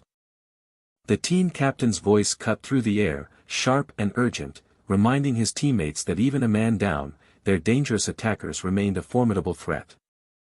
He galvanized his team, demanding they remain vigilant and ruthlessly exploit every vulnerability, a command met with unified shouts of affirmation. With a powerful pwack, the second half commenced, laying bare the opponent's undeniable weakness. They were down a man. The seniors executed a deliberate strategy, rotating the ball and engaging in physical battles to systematically drain the opponent's stamina. As he ran across the field, a hollow tiang of thought echoed in Li Jian's mind, questioning if this calculated fatigue was the source of his persistent unease. While exploiting a legitimate red card seemed natural, a conflicted cook escaped Li Jian as he watched his teammate dribble past a struggling opponent. A wave of frustration washed over Li Jian, the advantage feeling unearned, as an opponent gasped with a soft hook, "Heek" at the now porous defense. Despite the arrogance of the thought, Li Jian pressed forward with the ball, his name called out in the open space. With a determined shout, Li Jian unleashed a powerful kick, the ball whistling with a pong, then a sharp twiuk, past the sliding opponent. A teammate voiced his concern, noting Jian's sluggishness compared to the first half, eliciting a mumbled apology from Li Jian. The bald teammate, with a firm tuk-tuk to the shoulder, sternly questioned Li Jian's sudden lack of drive, accusing him of premature complacency. A crimson-tinged intensity burned in Li Jian's eye, a sudden shift of understanding blossoming within him. Ricardo Sahurara playfully cuffed Li Jian with a friendly jack, promising another goal for the goddess of luck, a declaration that left Li Jian flustered with a soft huyuyuke. Though he scoffed at the goddess, Sahunara's words resonated deeply, sending a sinking UK through Li Jian's chest. As his teammates fiercely engaged, a desperate qua and a strained hook marking their efforts, Li Jian reflected on his own arrogant thoughts, questioning his professional commitment. With a renewed internal resolve, Li Jian surged forward, directing his teammates with urgent commands, a series of ta, tang, hyuk, pak, chua echoing his invigorated focus on exploiting the opponent's every weakness. A discerning man with dark hair nodded, a simple phrase of approval confirming player number 20's undeniable talent. The older man with dark hair, renowned as a Milan legend, calmly articulated the grim reality, trailing at home and a man down, passive defense was not an option, a thoughtful poo escaping him. If player number 20 could orchestrate such a passing movement, the defense would inevitably collapse, pulled out of position by every deceptive pass. Inevitably, a vast expanse would open, leaving the entire left side undefended, as Li Jian's powerful kick, a resounding pong, sent the ball precisely there. He expertly threaded the ball wide to Senior Sahunara, then surged forward, accelerating with a desperate quang. Li Jian found it profoundly unsettling, the entire central space lay exposed, beckoning him forward without resistance. A soft, disbelieving huyu escaped him, not a single soul seemed positioned to thwart his advance. He felt an exhilarating certainty, no one could keep pace, as the ball flew with a confident pong under his control. Receiving Sahunara's cutback pass with a soft pack, completely free and now one-on-one with the goalkeeper, Li Jian suddenly understood the root of his persistent unease. The goalkeeper roared a challenge, readying himself with an intense chua, quack, utterly unaware of the dramatic irony, as the path before Li Jian was now eerily clear. A spectral determination radiated from Li Jian as he unleashed his shot, every ounce of his being channeled into the strike. The ball slammed into the net with two resounding quang-s and a soft suk, but the overwhelming advantage had rendered the game strangely, disappointingly, boring. Ricardo Sahurara, with a self-satisfied tatadak of his foot, turned back triumphantly, reminding Jian to just trust his instincts. Li Jian felt a surprising lack of elation from his goal, muttering an awkward, yes, well. To the older man with gray hair's stunned congratulations, marked by a soft big. Li Jian's irritation simmered, while Ricardo Sahurara, with a confident whining and a deliberate tiobiak, sauntered away, internally questioning his own blatant arrogance. Following the second goal, even the formidable Leal and Croton were substituted, a stark acknowledgement of their team's concession. As a defeated Swa and Kung echoed the stadium's collective sigh of lost aggression, Li Jian, with newfound resolve, refused to let the remaining minutes slip away meaninglessly. Li Jian, determined to maintain his professional intensity, resolved to find a new focus, until a sudden, betrayed his surprise. A double heek of realization escaped Li Jian as he suddenly noticed the opposing number 19, drenched in sweat, a new target for his reinvigorated focus. With a determined pack and a rapid tata-tatak of his feet, Li Jian shouted to his senior, signaling a new, urgent play. Theo Hernandez, their number 19, was bewildered. Why was opposing number 20 suddenly shifting to the side? The opposing fullback, who had tirelessly dominated the right side in the first half, poised for his next move with a swift wick. With a resolute peek and a sharp heek, Li Jian had found his true mission for the remainder of the match, leaving a defeated opponent in his wake. Li Jian justified his seemingly malicious strategy by recalling rigorous training with coach Luca, a determination that left an opponent baffled by his muttering. With a definitive peak, Li Jian vowed to make this moment utterly agonizing for his opponent. Driven by a childish yet potent mission to avenge the seniors, Li Jian launched the ball with a powerful pong, a sharp chua and a gasping heek from his bewildered opponent marking his progress. 8 intense minutes remained, a final, resonant dung echoing the urgency reflected in Li Jian's determined gaze. Two men watched, their anticipation palpable, as Li Jian prepared for an unexpected offensive surge. In his thoughts, the man with gray hair acknowledged that Jian was typically a master of tactical understanding in spatial play. Though Jian occasionally broke through on counters, the man with gray hair mused that such a brazen one-on-one challenge was rare for him, marked by quick, deliberate touches. The man with gray hair found a thrill in Jian daring to confront the league leader's wingback head-on. Within the coach's mind, a fierce shout echoed, urging Jian to push beyond his limits as Jian skillfully evaded an opponent, his determination burning bright. The opponent's mind raced, a sudden, precise touch sending his thoughts spinning into disarray.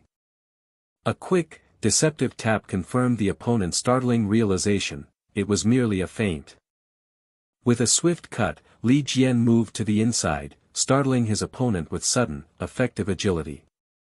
Li Jian acknowledged his opponent's quick reflexes, even in exhaustion, and began to formulate his next move. A fierce internal challenge ignited in Li Jian, then he vocalized his intent to go inside again, executing a sharp, decisive touch. The opponent stumbled, completely bewildered by Li Jian's rapid change of direction, his balance thrown off by the jolt. Though half a beat behind, the opponent gasped, straining with fierce determination not to let Li Jian escape his grasp. With a quick, precise flick, Li Jian adjusted the ball, catching his bewildered opponent by surprise. Li Jian once again swiftly shifted inside, his quick, decisive turn throwing his opponent off balance for a third time.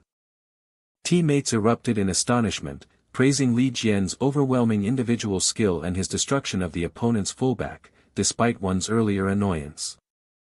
Li Jian pressed on, his powerful dribble leaving the frustrated opponent struggling in his wake, a truly refreshing sight.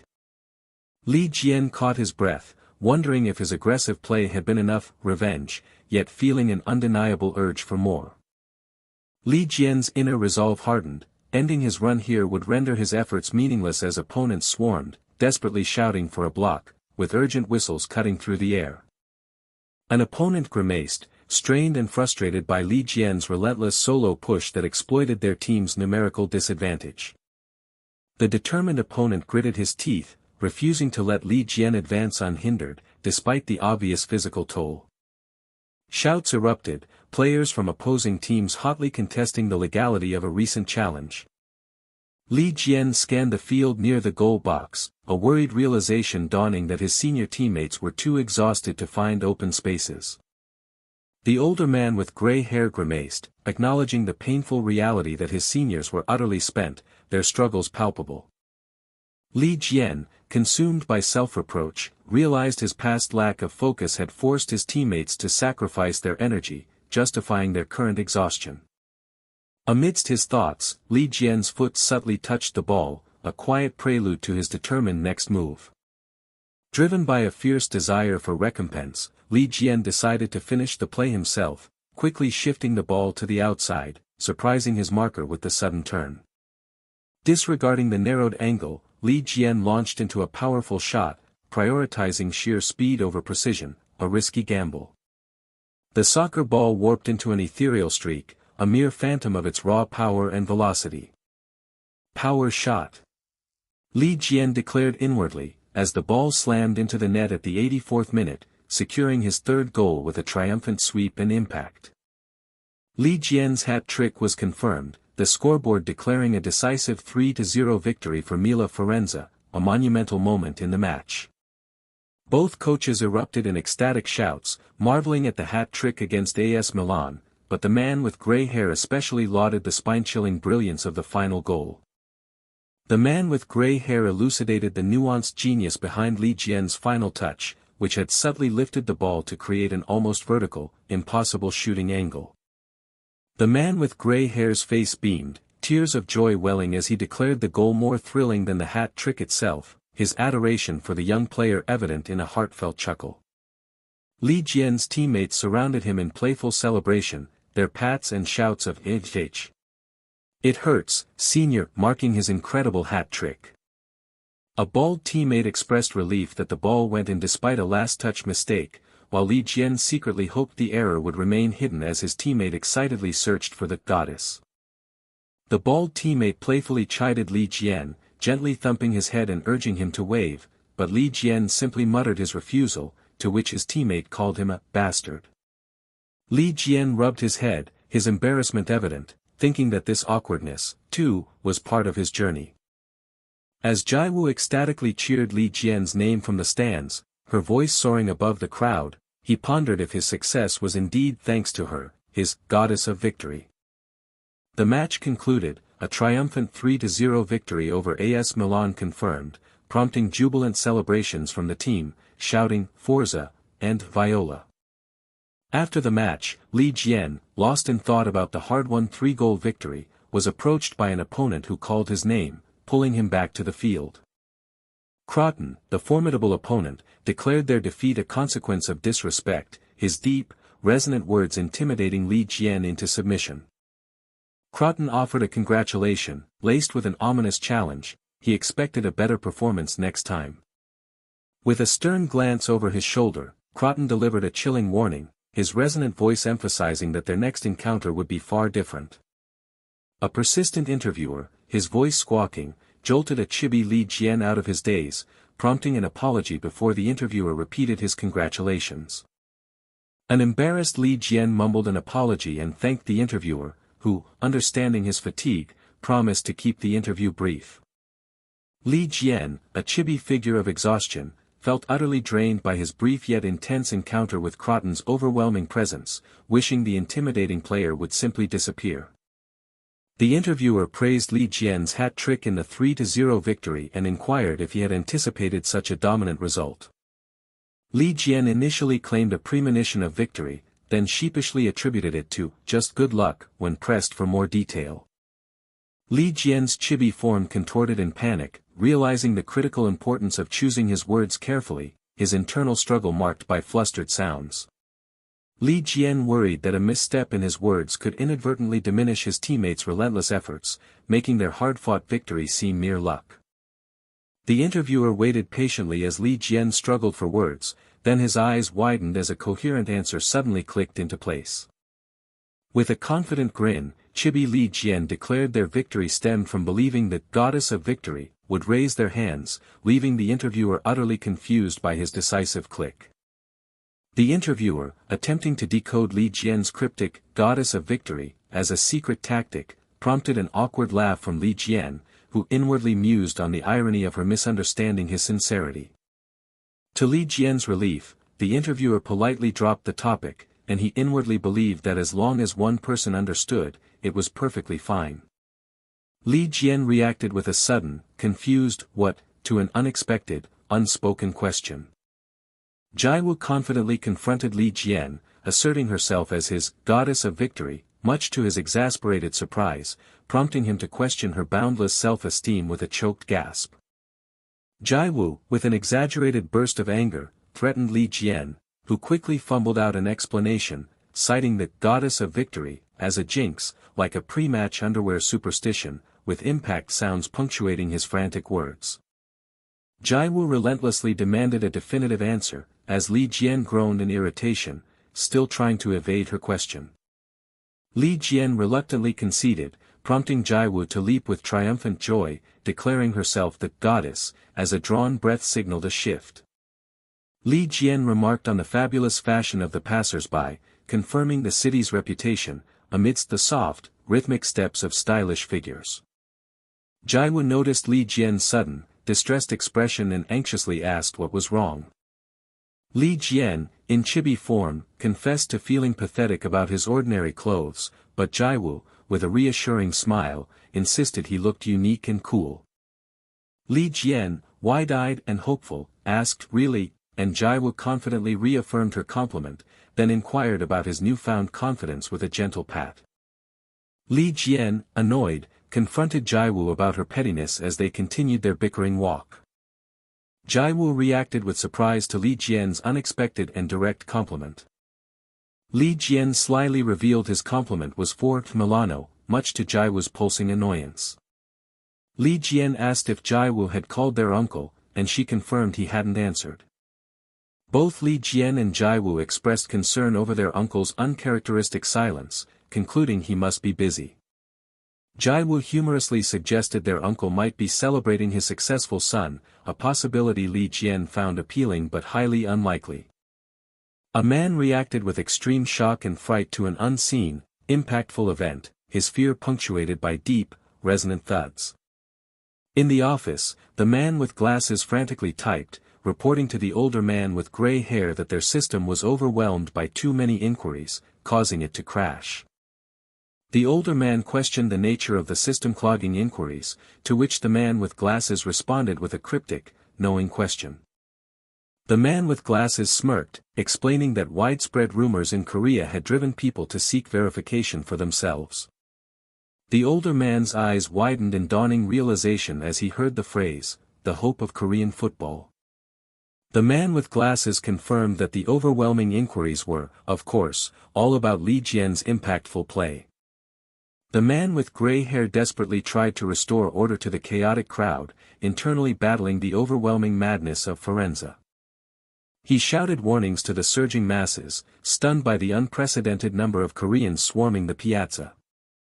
The man with gray hair, perplexed, wondered if this entire phenomenon was truly the legendary Li Jian effect, before turning to address a passerby. Li Jian's father, startled by the man with gray hair's abrupt question about his son's address, asked why such information was needed.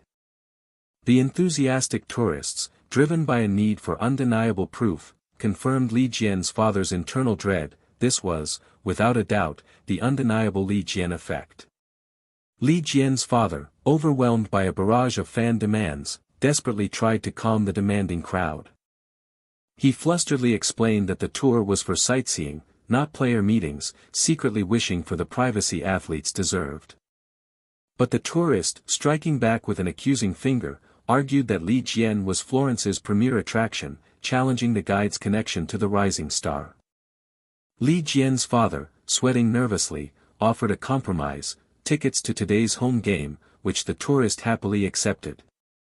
At the stadium, a teammate exchanged celebratory high-fives as Li Jian entered the match with only 10 minutes left in the second half. The tourist, trembling with a renewed fury, exploded in frustration, refusing to believe he had traveled so far for such a fleeting appearance. With a furious abruptness, the angry tourist dragged his companion away, leaving a distressed Li Jian's father reaching out in futility. Li Jian's father looked down, consumed by anguish over his son being unfairly blamed for the fans' unreasonable expectations. Back home, Li Jian's father mused on the bittersweet irony of missing his son's games due to the very success he was celebrating. Looking at his phone, he resignedly acknowledged that Li Jian's continued brilliance meant the Korean public would never leave him alone. In a sparkling fantasy of regret, his chibi self punched the air, lamenting missing Li Jian's glorious hat trick against AS Milan. An unexpected click shattered his reverie, making Li Jian's father turn quickly, wide-eyed with surprise. Li Jian arrived home to an overly enthusiastic greeting from his father, who rushed forward, arms outstretched. Li Jian's father explained, with a warm smile, that colleagues had graciously allowed him to leave work early for a rare day off. His father beamed with pride, offering congratulations for the victory and especially the hat trick, to which Li Jian responded with an awkward, shy laugh. An uncomfortable silence stretched between father and son, palpable in its awkwardness. Li Jian, eager to escape the lingering discomfort, quickly excused himself to shower, his father animatedly urging him to hurry. Watching his son go, Li Jian's father worried that such shyness even about positive achievements made him vulnerable to future pressures. In a flurry of worried thought, his chibi self fretted over the immense pressure rising expectations would bring, quickly refocusing on summarizing Champions League results. Diligently taking notes, Li Jian's father observed that his son, beyond playing, showed no real interest in the broader football world, noting a team's recent losing streak. He reflected on his routine of compiling football news, then wondered why a particular young player had suddenly come to mind. The narrative shifted to a somber tale of a young Korean boy, once a promising talent for Barceloneta, who ultimately failed to make the first team and was brutally labeled a failed player. The crushing weight of that label was all the more tragic because the boy was only 19.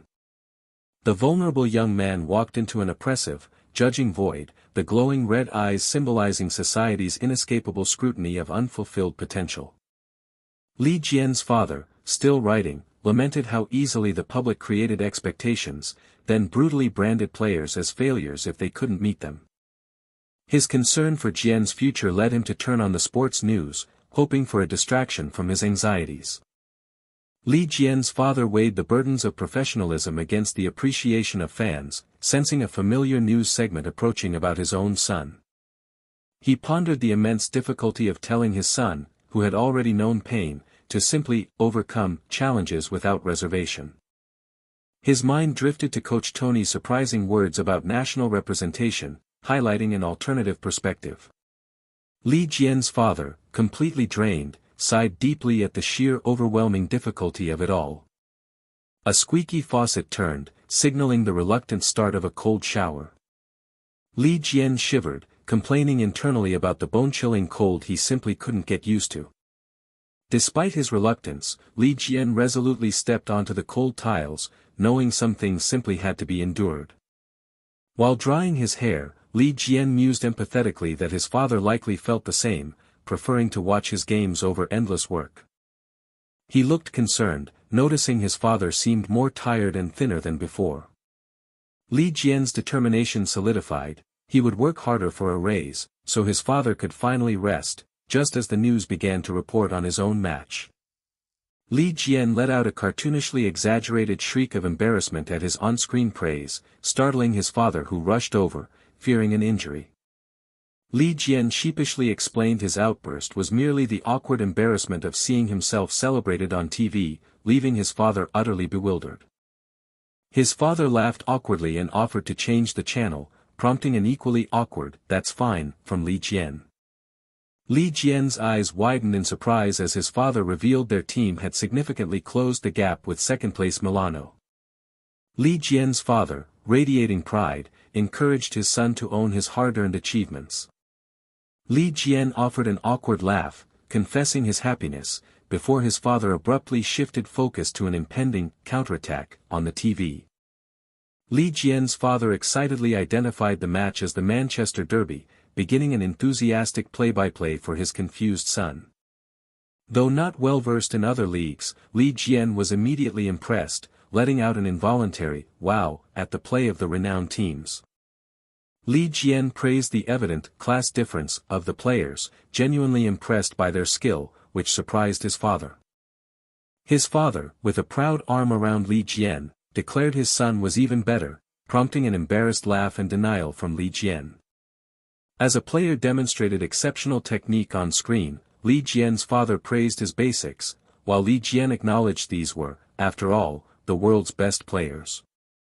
His father innocently asked if players on the field chatted, while Lee Jian, blushing, secretly pondered their immense salaries. Lee Jian's father's voice cut through his thoughts, startling him into fumbling a response about the high salaries of famous players. Lee Jian's father grew confused by the sudden salary talk, while Lee Jian internally panicked, realizing he had accidentally spoken his thoughts aloud. Lee Jian awkwardly tried to clarify, insisting he was merely speculating about famous players' high incomes.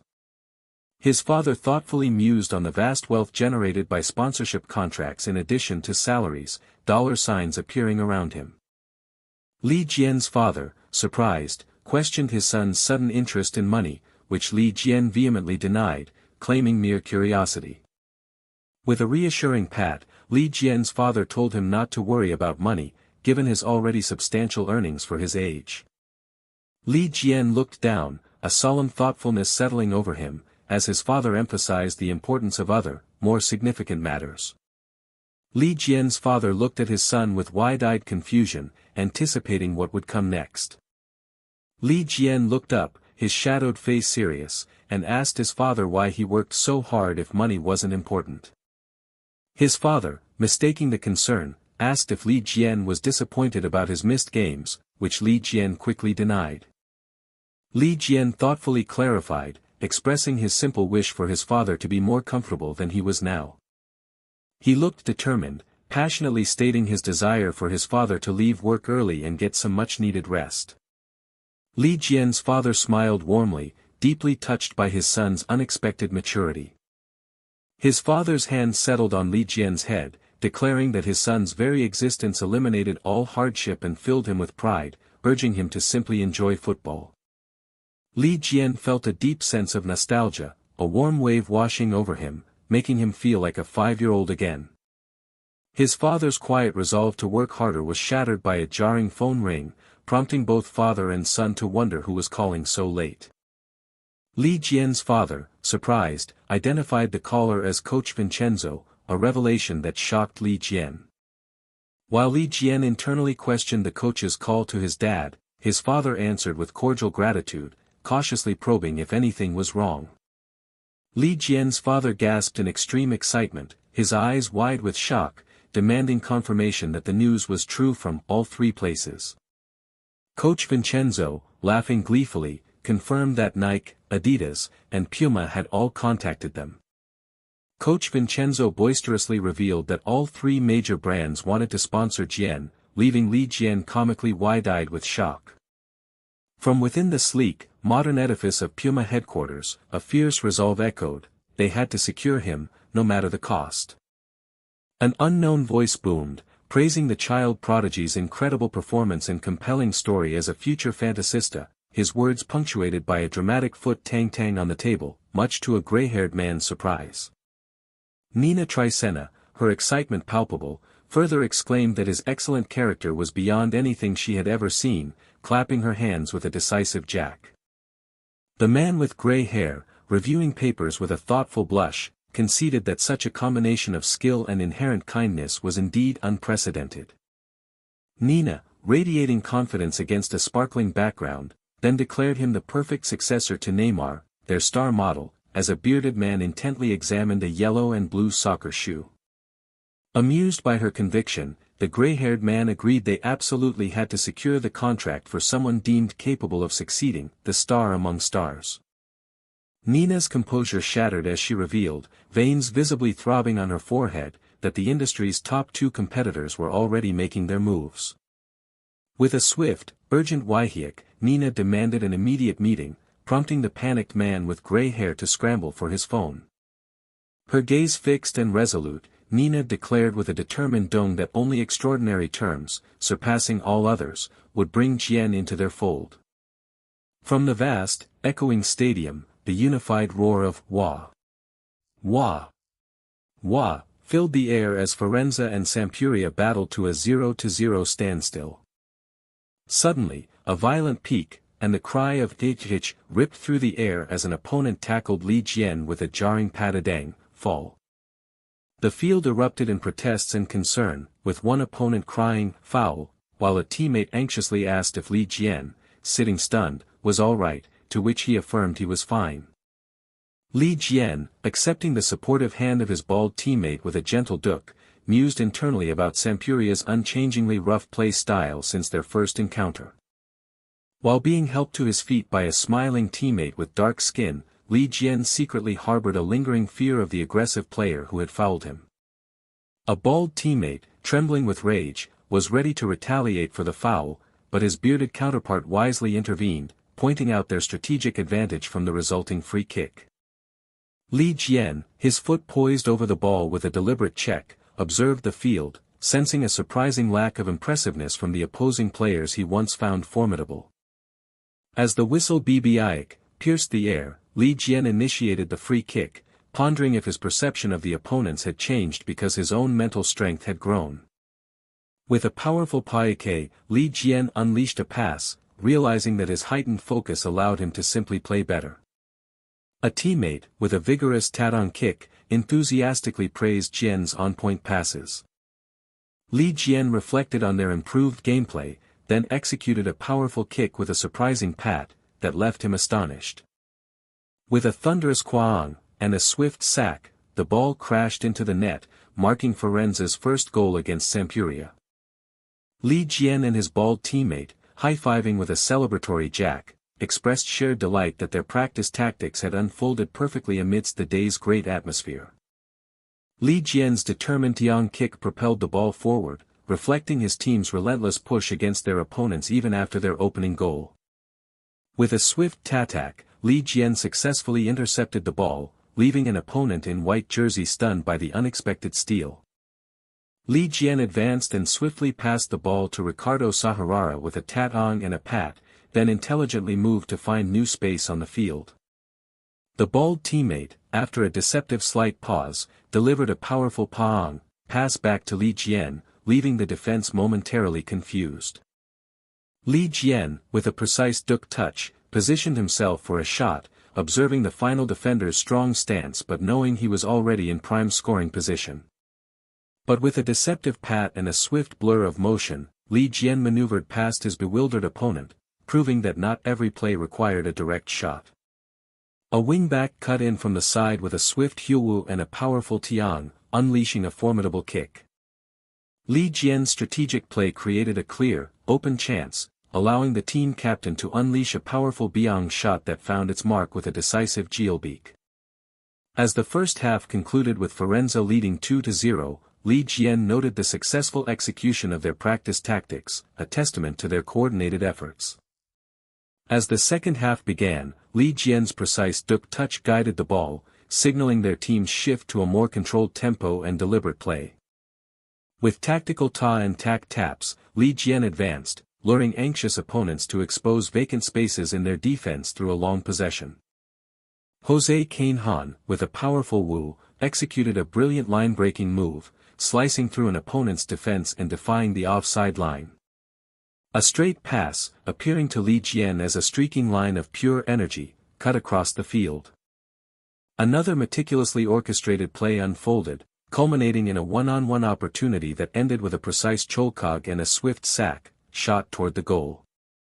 Firenze celebrated another goal, solidifying their 3-0 lead, a feat even an opposing player acknowledged with a simple, stunned, nice. A thoughtful, older man with gray hair, observing from a high vantage point, recognized the profound significance of the 3 goals scored that day. 3 teammates, Li Jian among them, celebrated with a joyous jack high five, embodying the success of thoroughly planned plays over individual brilliance. Coach Luca, while acknowledging the planned plays, inwardly understood that their execution was only truly possible because Jian was on the field. Coach Luca instructed a substitute to prepare for Jian's replacement, much to the young player's eager excitement. The excited young man declared a genius was replacing a genius, leading Coach Luca, visibly annoyed, to humorously ask for him to be silenced. After 66 minutes and 2 assists, Li Jian was substituted out, high-fiving his confident replacement with a simple, "Yeah, good luck." Li Jian, slightly flustered, walked off the field waving, acknowledging the appreciative cheers and thanks from the spectators. A woman with long dark hair, her confidence in Jian reinforced, smiled thoughtfully, as Jian's chibi mother happily called out his name with tears of joy. A male student, wide-eyed and blushing, looked on in awe at Li Jian's performance. The woman with long dark, the scoreboard declared. Li Jian's father's voice, brimming with sincerity, resonated over the image of a grand, luxurious mansion. The senior agent, animated and excited, shared the news that global companies were fiercely competing for Jian, asking if he was already aware. Li Jian shyly admitted he'd heard a bit from his dad, who then internally quipped that such significant news couldn't be grasped so casually. With a humorous koruruk, suyuke, and kohuk, Li Jian's father offered the overexcited agent a drink, hoping to calm him before they spoke further. The agent, taking a deep hup breath, admitted his excessive excitement, laughing it off with a slightly embarrassed air. The agent, triumphantly laughing with hands on his hips, boasted about how the conceited brand managers had been completely humbled during their briefings, feeling empowered by the experience. Li Jian's father, curious, asked about the outcome of the conversations, prompting the agent to suddenly realize he had forgotten to share the most important news. With a soft sukuk, the agent presented several documents emblazoned with famous brand logos, laying out the proposed conditions. Li Jian, wide-eyed and bewildered by the papers, turned to his father, who paused, ready to explain the complex details. The agent, smiling warmly, offered to simplify the complicated proposals by highlighting the main points. He broke down the offers, noting Adidas's generous financial offer, Nike's extended contract duration, and then paused dramatically before revealing Puma's. The agent announced Puma's astonishing promise to launch a soccer shoe featuring Li Jian as its main model, leaving Li Jian speechless with shock. Li Jian, a chibi representation of his shock, exclaimed about the soccer shoe launch while his father, with knowing it. The agent, looking surprised at a shoe, revealed that its sales had unexpectedly surged, all thanks to Li Jian. To a bewildered chibi Li Jian, the agent explained that people were buying the shoes he wore because they admired him.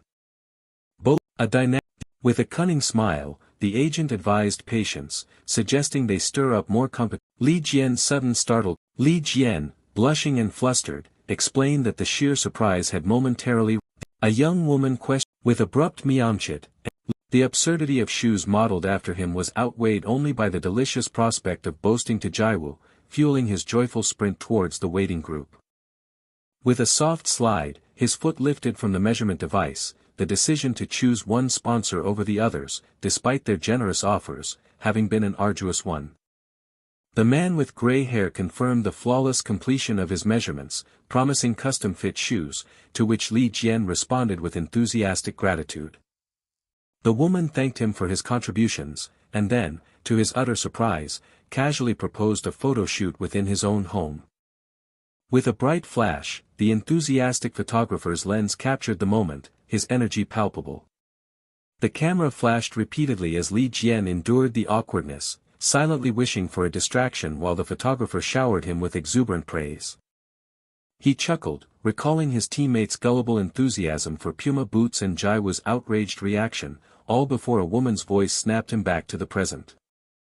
The woman offered sympathetic words, acknowledging the photoshoot's rigors, to which Li Jian, with an awkward laugh, reassured her he was simply fine.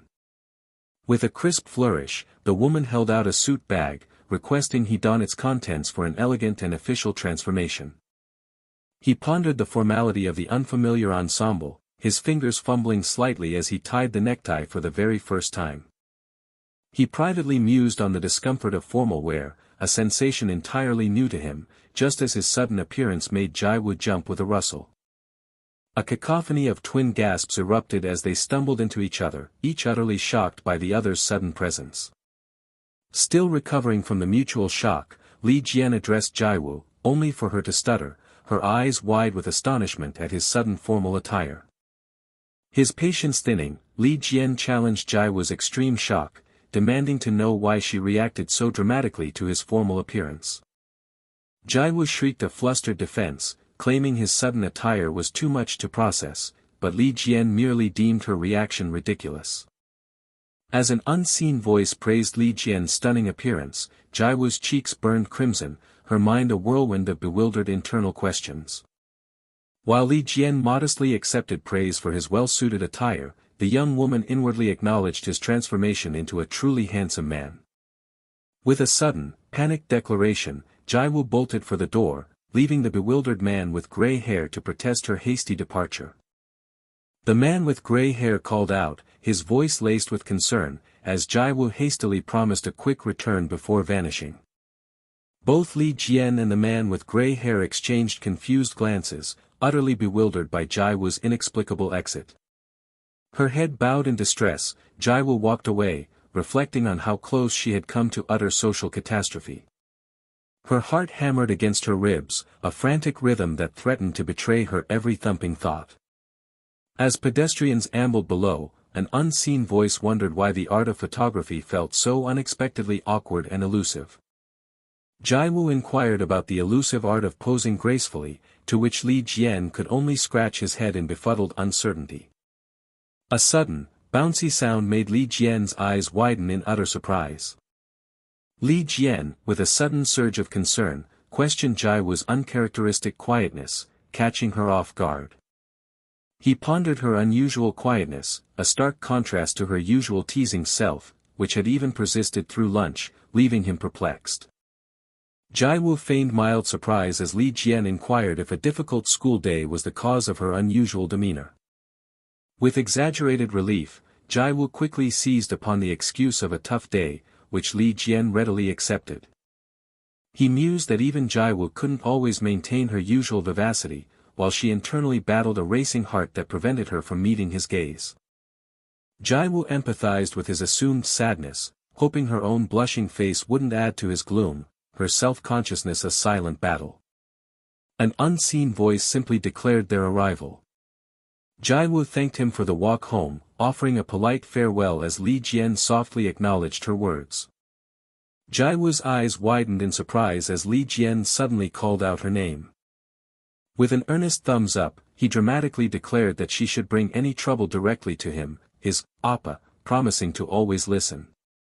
Attempting a grand gesture, Li Jian stumbled dramatically backward, while a shocked Jiwoo could only stammer a question about his sudden use of Appa.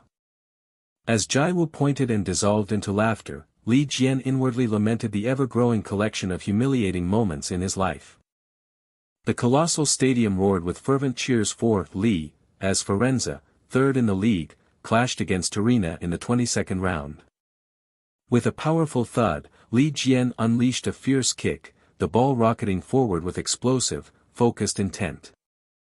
Ricardo Sahurara surged across the pitch, a vibrant blur of focused energy, the ball touched lightly as he moved. With an urgent hup, Sahurara struck the ball, eliciting a shout of approval from the sprinting team captain. With a sudden whir, Li Jian unleashed a low, lightning-fast cross, striking the ball with a solid thud that sent an opponent reeling in surprise. The ball sharply deflected off the defender, sending Li Jian sprinting instinctively after its unexpected rebound. With a series of crisp taps, Li Jian masterfully headed the ball, baffling an opponent with his unexpected directional control. Li Jian expertly chest-trapped the ball with a soft touch, while his opponent frantically pressed close, desperate to prevent his turn. A light thud punctuated the opponent's bewildered, wide-eyed gaze. Li Jian, a blur of motion, effortlessly weaved past the startled opponent, leaving him reeling and speechless. With an explosive strike and a satisfying swish, Li Jian netted the first goal, sending his chibi teammates erupting in a triumphant wave of "WOAH." The young woman beamed, declaring her foresight correct, as the chibi sub-coach confirmed Li Jian's in-person performance was truly astounding. Despite internal skepticism regarding the contract scale, her conviction remained unshaken. Li Jian, she knew, was destined for even greater stardom. Beyond the game, she aimed to brainstorm video ad concepts, while, in a whimsical vision, the chibi sub-coach eagerly urged Li Jian to display his golden foot. His foot, encased in a vibrant pink custom boot, radiated with sparkling significance, as if filming its own impressive, silent advertisement. Coach Tony thoughtfully hummed, observing the game, while a chibi young woman in his mind declared her effusive adoration for player Jian. Chairman Gabriel, Coach Tony, conceded that Li Jian's live performance was undeniably enticing, believing the young talent might just solve a profound footballing issue.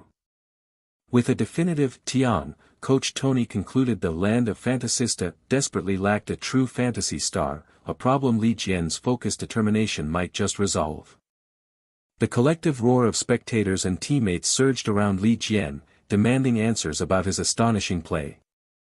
Li Jian's humble claim of pure luck was instantly, playfully dismissed by his incredulous teammate.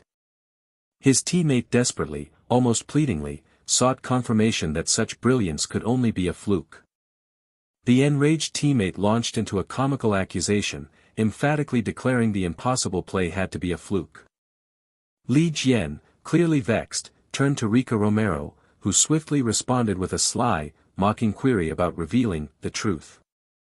With an exaggerated wink, Li Jian claimed his magic was purely due to Puma technology, leaving Rika utterly dumbfounded. Li Jian continued his conspiratorial tale of a cheat key, eliciting a comically furious outburst from Rika. As Rika ambled off, Li Jian pondered if his recent brilliance was genuine skill or merely a fortunate fluke. His mind, a complex web of strategy, usually meticulously calculated each move based on probabilities. An instinctive, uncalculated play felt alien to his methodical self, challenging his very definition of skill. Just as he questioned the replicability of his talent, a teammate's sudden, enthusiastic shout confirmed a new, impactful play. Back in a stark, monochrome memory, Coach Luca's fierce words echoed, "There was no room for luck." Galvanized by the memory, Li Jian roared his own name, unleashing a determined kick into the fray. Mid-air, a powerful kick propelled the ball with immense force, begging the question, was it a direct shot? The ball rocketed into the net with a triumphant, confirming a second score for Firenze and sealing Jian's undeniable skill.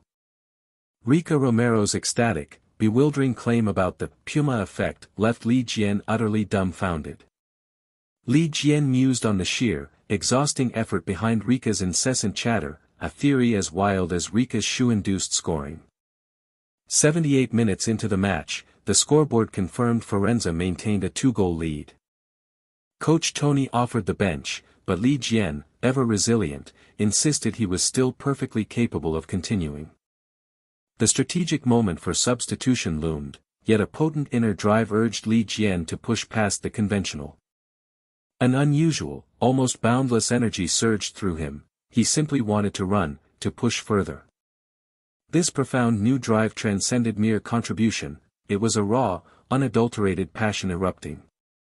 A primal cry escaped him, fueled by an insatiable yearning to simply play more.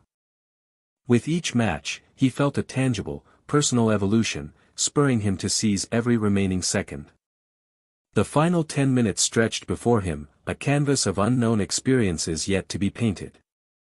Dribbling past a defender, he humbly acknowledged the vast, mountainous scope of his untapped potential. A powerful heralded his resolve to push boundaries, eager to absorb every possible lesson.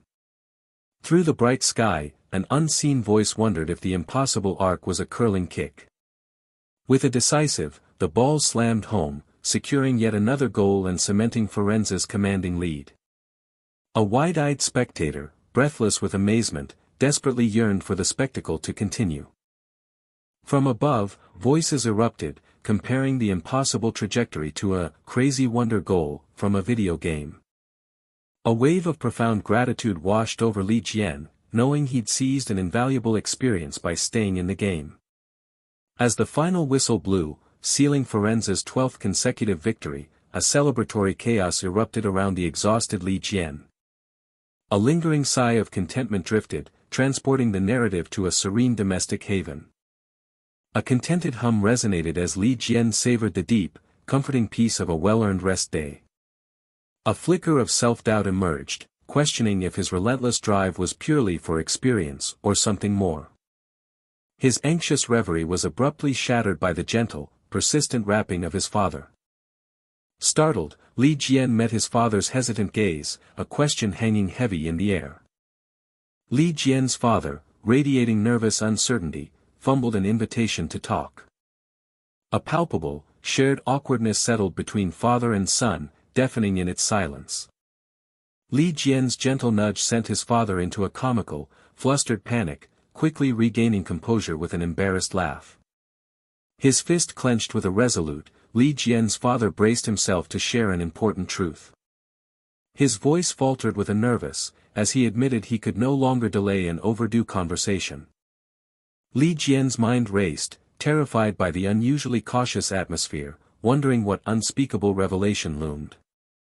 His thoughts spiraled into a humorous panic, imagining his father revealing a new girlfriend, then quickly trying to self-soothe. His father wrestled with internal anxieties, ultimately resolving to prioritize Jian's feelings above his own hesitation. With an air of solemn resolve, Li Jian urged his father to speak freely, eliciting a startled reaction. Li Jian's frantic, trembling declaration of preparedness left his father utterly bewildered, wondering what horrors he envisioned. His father, shrugging off the awkwardness, decided to dispense with further pretense and just speak the truth. The of his father's words landed like a bombshell, the national team had called. Li Jian's face registered utter, profound disbelief, his world momentarily halted. The news, less shocking than an imagined girlfriend, rendered Jian comically broken, eliciting a concerned stutter from his father.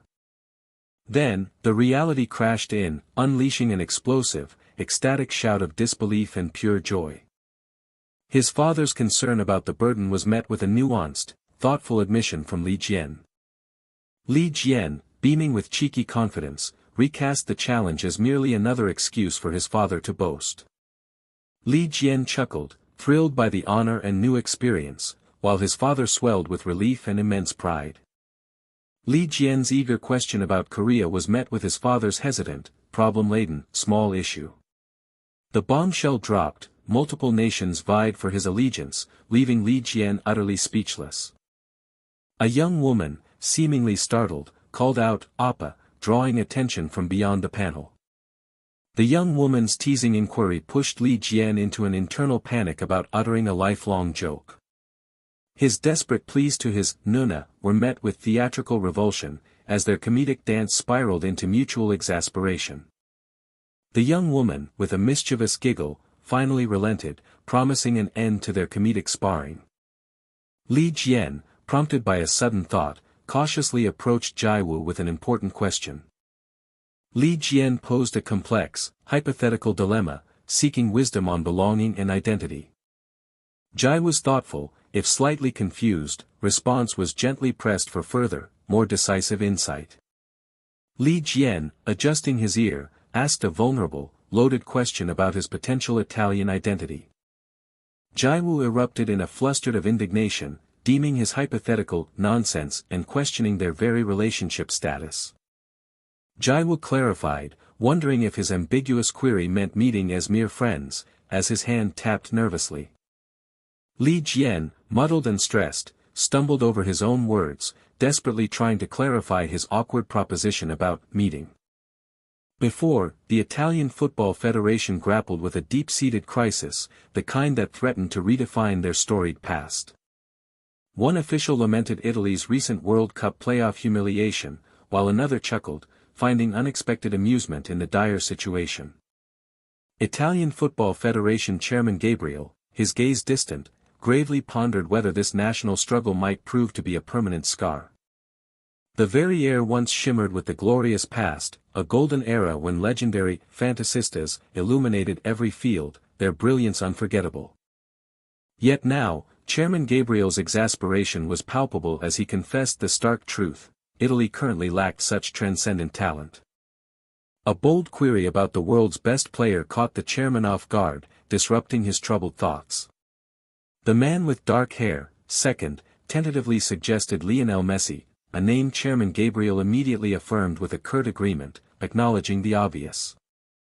The chairman pointedly declared Lionel Messi the undisputed titan among all players born in '87, his conviction unwavering. But when Chairman Gabriel challenged him to name the '05 generation's prodigy, the man with dark hair, second, stammered, unsure of such young potential.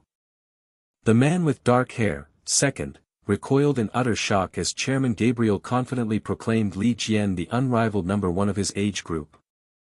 The man with dark hair, second, humbly protested that our Jian isn't at that level yet, but Chairman Gabriel countered, coolly listing Li Jian's impressive Serie A debut at age 16. The chairman rattled off Li Jian's astonishing statistics: 15 games, 17 goals, 8 assists, affirming his undeniable genius far beyond mere potential. These are facts, Chairman Gabriel stated, his voice ringing with absolute certainty. A faint hook escaped the man with dark hair, second, as he watched Chairman Gabriel rise, a sudden shift in the room's dynamic. Chairman Gabriel, leaning forward with fierce resolve, declared their unwavering commitment to provide Li Jian with all-out support. With a decisive "suk" of his pen, the chairman highlighted the complex hurdles faced by non-European players, particularly Koreans with military obligations.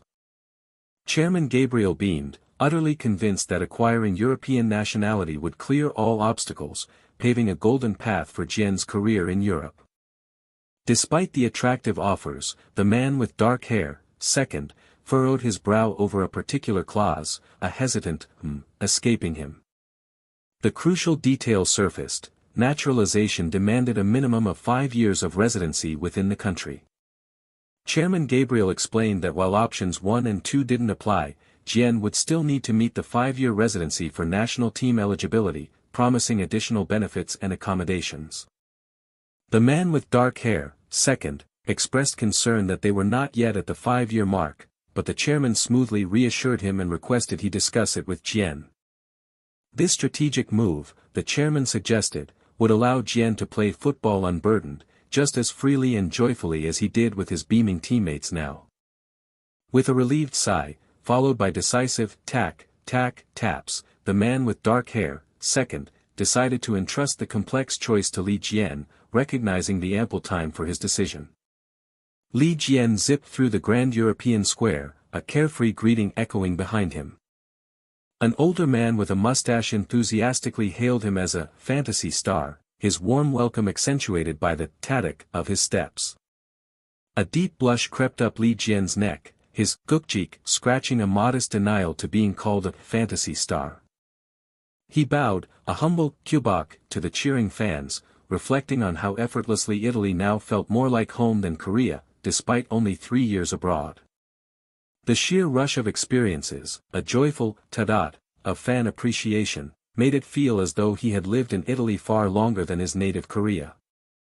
A profound hesitation, a jukam, in his stride, marked his growing internal conflict. The monumental decision of representing Korea or Italy weighed heavily on his mind. Yet, beneath the weight of this great thing, he grappled with a confusing sadness, wondering why it troubled him so deeply. A sharp heek escaped him as he realized his ambiguous position, visually torn between Korea and Italy, belonging neither here nor there. Li Jian, his eyes wide and bloodshot, confessed a suffocating urge, a deep hook, to unburden his complicated story to someone. His tumultuous thoughts were abruptly shattered by a sudden, unseen voice calling out a sharp "Hey." Jiwoo bounded towards him, arms wide, and a joyful cry of "Li Jian," her sudden appearance startling him. Li Jian stood utterly dazed, a bewildered, marking his comical surprise. Then, a soft physic escaped him as his bewildered expression melted into a gentle, relieved smile. "Have you been waiting long?" Jiwoo asked playfully, setting off a light-hearted banter, with Jian claiming "forever" and Jiwoo calling him a liar. As Jiwoo excitedly declared, "Let's go shopping," and pulled him along with determined tobak footsteps, Li Jian felt the lingering shadow of his loneliness finally begin to lift. The faint buckjack dash of the bustling street hummed around them, a lively backdrop to their renewed energy. "Hey, Li Jian," Jiwoo murmured, her eyes widening in surprise at something unseen. With a dramatic "pabum," Jiwoo shrieked in astonishment, "What's this?" "This is crazy," as she discovered Li Jian's massive advertising poster. Jiwoo, with a sly smirk, accused him of orchestrating their trip to show off the ad, prompting an embarrassed, "Dang Huang" and "Cook" from Li Jian. "It's still cool," Jiwoo conceded, as Li Jian, secretly delighted by his plan, mischievously suggested a commemorative photo.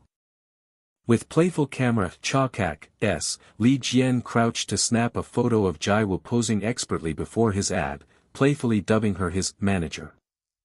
Despite the whirlwind of new experiences and fame, a profound internal realization settled: he, at his core, remained unchanged.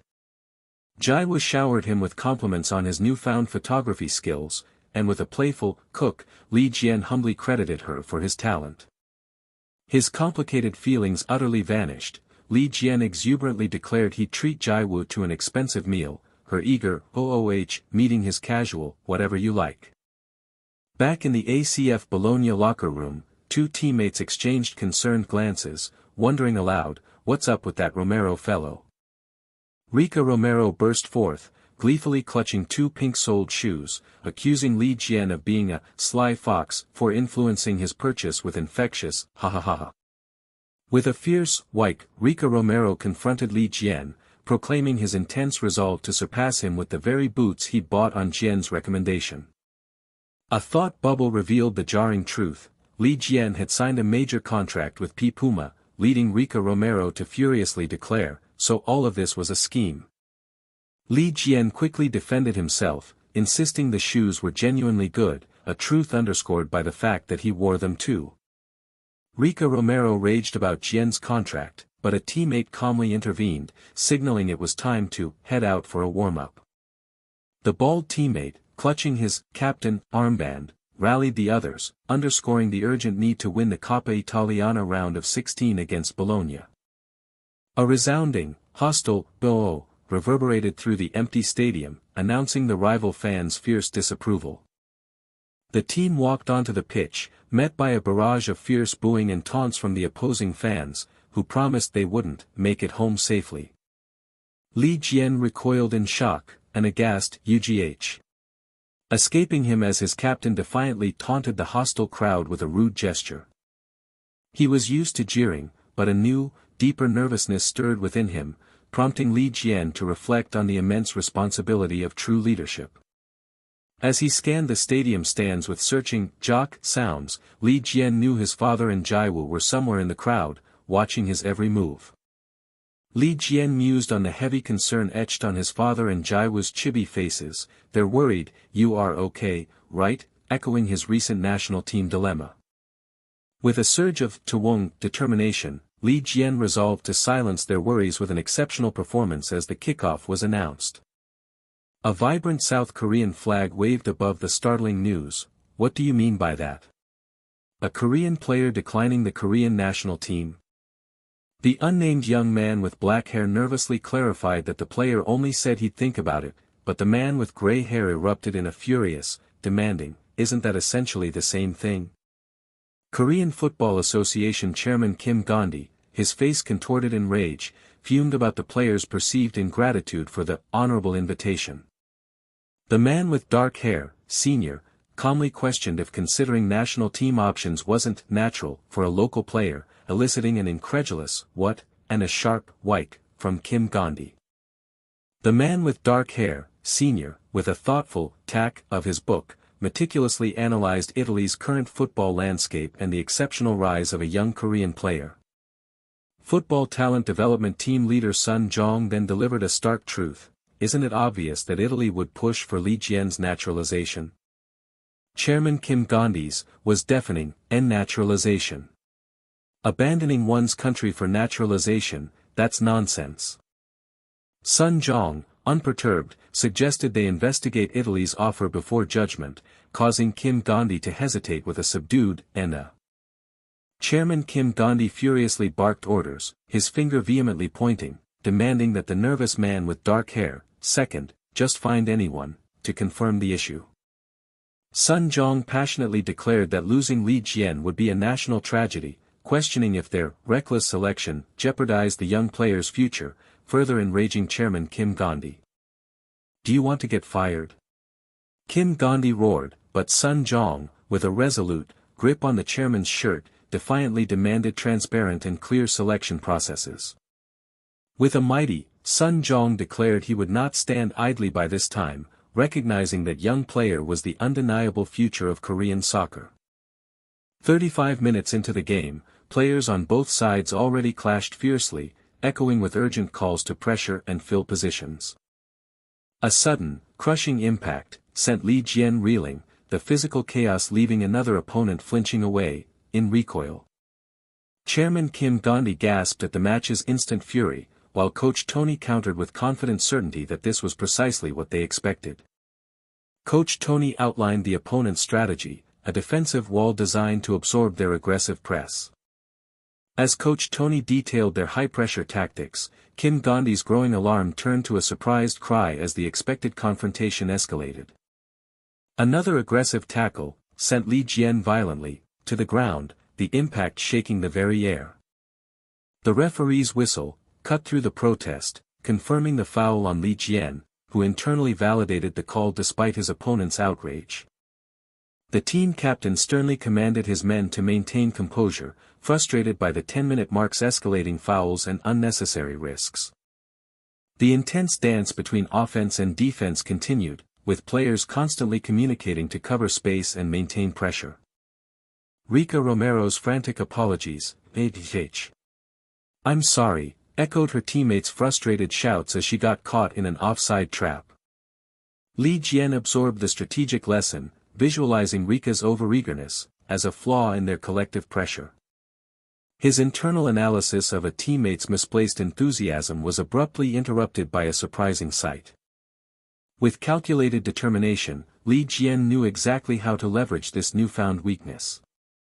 He masterfully feigned a breakthrough, maintaining a precise distance as he ran, drawing his marker close without committing.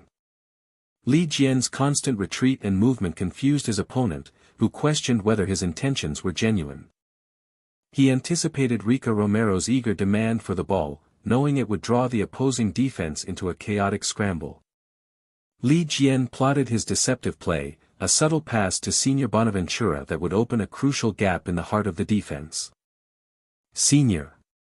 Li Jian cried, a sharp pass, from his teammate already connecting as he dashed into the newly weakened defensive line. Li Jian celebrated the perfect return pass, while opponents screamed in frustration, realizing they'd been outmaneuvered, and frantically tried to close the gaping holes.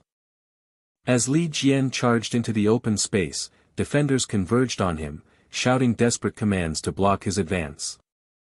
Li Jian's mind raced, a tactical blueprint unfolding as he observed the defensive shift, recognizing a new opportunity on the flanks for Rika Romero. Rika Romero's frustration mounted, demanding to know why Li Jian wasn't passing the ball and why he seemed so distracted. With a sigh of resigned determination, Li Jian accepted the inevitable, knowing he had to take control so close to the box. "How cocky," opponents exclaimed, shocked and angry as Li Jian decided to attempt a solo breakthrough against their entire defense. Li Jian internally reassured himself, his seemingly audacious charge was a meticulously planned move, not recklessness. "Forward!" Li Jian shouted, his momentum carrying him past another defender with explosive speed and grace. After strategically drawing their focus to the ball, Li Jian swiftly sliced between two converging defenders. Li Jian's face contorted with intense focus, his body a blur of motion as he drove deeper into the opposition's territory. He reflected on the preceding moment, admitting that his daring dash had been met with overwhelming force, leaving him momentarily stalled. "Jian!" an opponent cried, as Li Jian was tackled with a sudden, violent impact that sent him sprawling. Rika Romero rushed to his side with concern, but Li Jian quickly reassured her that his fall was part of a larger plan. A confident hand unfolded, revealing the true intention, a meticulously prepared Plan B all along. The referee's whistle confirmed the penalty kick, sparking celebrations and praises for Li Jian's clever play. Li Jian, though slightly hesitant, explained his calculated risk to Rika, who playfully challenged his necessity, deeming the whole maneuver a resounding success. Senior Bonaventura, the designated penalty taker, held the ball with a thoughtful expression, contemplating the weighty moment. With a knowing smile, the senior praised Li Jian's effort, then handed him the ball, entrusting him with the shot. Li Jian's face flushed pink with exaggerated terror, utterly shocked to find himself chosen for the penalty. Li Jian protested the decision, but his senior insisted, reassuring him that no one would blame him even if he missed the deserved shot. The teammate winked, explaining his true intent was to give Li Jian valuable experience, dismissing his protests with light-hearted encouragement. Holding the ball, Li Jian confessed his deep-seated aversion to the solitary pressure of penalty kicks. Li Jian reluctantly shuffled towards the spot, feeling the weight of the moment, while his teammates suddenly expressed concern. As Li Jian crouched to place the ball, he imagined the crushing weight of jeers from all directions, an isolating roar, amplifying his dread. His vision warped, Li Jian's mind screamed with paralyzing anxiety over the terrifying prospect of failure. A younger Li Jian stood tiny before a vast goal, his back to the world, the heavy moment already etched in time. "Jian, you must score," his father desperately yelled from the stands, pleading for him to seize their only chance. The weight of scoring means extra time, failing means losing, press down, making Li Jian tremble, with overwhelming fear as the whistle pierced the air. The fate of his team rested squarely on his young toes, a climactic moment as the ball was finally struck. The football spun wildly, a distorted blur against the sky, as it soared through the air. To a young Li Jian's crushing disappointment, his crucial kick sailed high over the goalpost. His teammates offered comfort, but a young Li Jian stood stunned, his wide eyes reflecting the bitter taste of their semi-final elimination. Li Jian was jolted, back to the present, his lingering fear dissolving as Coach Tony's voice shattered the memory. His parents' enthusiastic cheers echoed from the stands, a powerful surge of support breaking through the stadium's roar. A determined glint in his eye, Li Jian recognized that this moment was fundamentally different from his past failure. His pink cleats moved with renewed confidence, buoyed by the knowledge of teammates who would cover his mistakes. Li Jian drove forward, dribbling the ball with power, feeling the collective cheers now dwarfing any lingering fear of the crowd. Fueled by his parents' unwavering support, Li Jian wound up for the penalty kick, the decisive moment now within his control. With a powerful, decisive strike, Li Jian sent the ball rocketing toward the goal. The goalkeeper made a desperate, surprised dive, flailing wildly as Li Jian's shot blurred past him. His mother's joyous praise, "Jian, that was amazing," filled the stands, while his father stood utterly speechless, bursting with pride. Li Jian's father, sweat beading, sighed, with immense relief, recalling Jian's long-standing fear of penalty kicks. His father watched, beaming with pride, realizing too late they were surrounded by opposing fans as his wife gasped, "ACK," in embarrassed surprise. Li Jian's father swelled with pride for his son, while his mother playfully reminded him of her own close bond with Jian. From off-panel, Rica Romero grumbled about Li Jian not taking the penalty, while Li Jian playfully insisted his goal counted the same, prompting a teammate to question his scoring ability. Rica Romero emphatically declared her 2 goals and Li Jian's 1 meant a tie between them, her voice rising in competitive triumph, leaving Li Jian stunned. The team captain's exasperated shout cut through their bickering, reminding them of their decisive victory and their advancement to the quarterfinals. Rica Romero passionately defended her pride, while Li Jian bowed, with exaggerated deference, subtly mocking her continued protest. Rica Romero stared in confusion as Li Jian maintained his silent, deeply bowed posture. The captain grabbed Rica, angrily chastising Li Jian for his petty behavior, while a bald teammate wisely observed the team's dynamic. Li Jian started, his eyes wide with confusion, as an angry silhouette violently burst through the locker room door. Coach Tony's face was a mask of pure rage, his muscles trembling, with suppressed fury as he clenched his fist. Coach Tony's glowing eyes fixed on Li Jian, screaming about the penalty kick, leaving the player bewildered by the sudden shift from victory to terrifying confrontation. A sudden, dramatic awareness illuminated Ricardo Sahara's thoughts. A teammate's startled cry pierced the air, jolting Ricardo. Ricardo questioned the sudden alarm, only for his teammate to confess he had mistaken Ricardo for the coach. Ricardo bristled at the comparison, asserting his superior head shape, but his teammate humorously countered that they're both just eggs, though. Ricardo observed that his teammate seemed to have endured a harsh scolding, which the teammate confirmed had just happened again. Unbeknownst to them, the coach's fury stemmed not from their performance, but a deeper concern, leaving one young man to internally dread seeing more bald heads. Coach Tony's enraged voice tore through the air, demanding to know who authorized Bonaventura to change the kicker.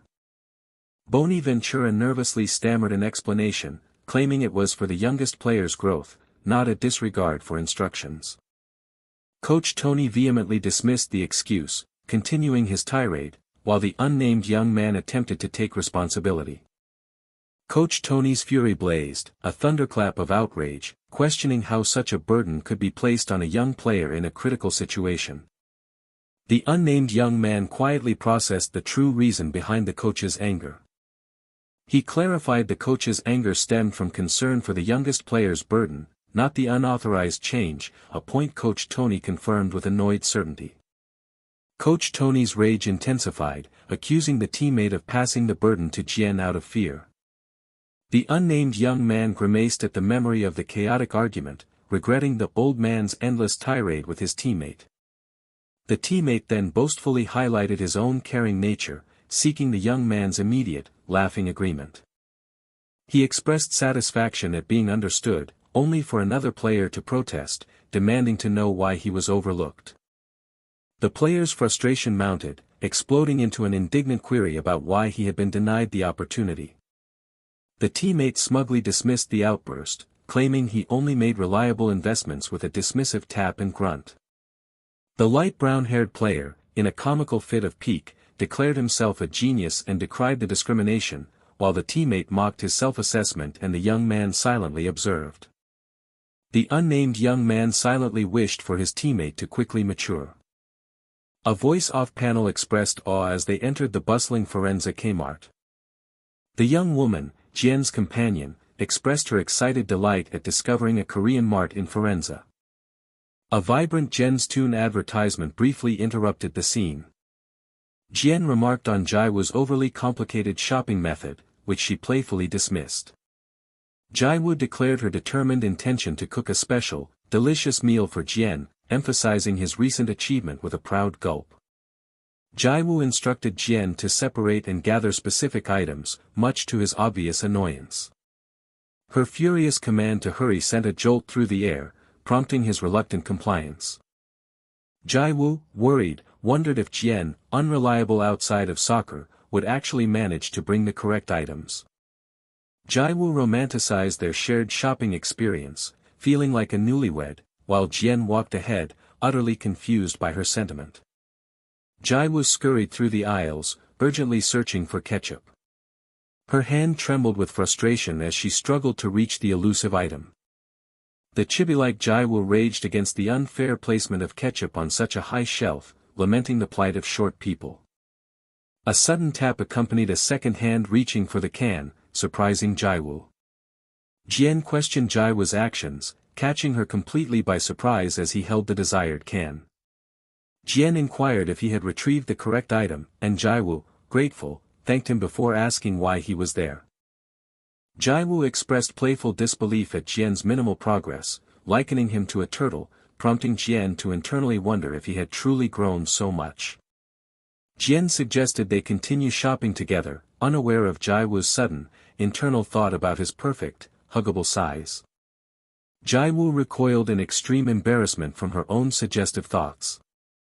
Jian called out to Jiwoo, pulling her from her reverie, and she, panicking, asked him to repeat his question about the shopping list. Jiwoo, flustered, quickly remembered onions, attempting to cover her embarrassment with a nervous laugh. Jiwoo, leading the way for onions, secretly found their height difference surprisingly heart-fluttering, a silent, dramatic revelation. Coach Tony's furious shouts echoed across the Firenze training field, demanding to know why everyone was so slow. Coach Tony's face burned with intense rage, as he furiously exhorted his players to focus and not rest on their recent victory. With a crucial league match against Lazio looming, players trained with a furious rhythm under Coach Tony's relentless, injury-warning commands. Ricardo Sahurara, panting from exhaustion, expressed concern for their worsening condition, a sentiment his teammate quickly denied. A bald teammate with a mustache complained about his deteriorating stamina, with a visceral gasp, as narration revealed Ricardo Sahurara, who had shaved his beard to avoid comparison with the coach, seemed to suffer even more. The exhausted bald teammate suggested easing up, but his dark-haired teammate sternly told him to stop complaining. The dark-haired teammate, exhaling with determination, rationalized their tough training, asserting that continuous success was a privilege of strong teams, proving their own growth.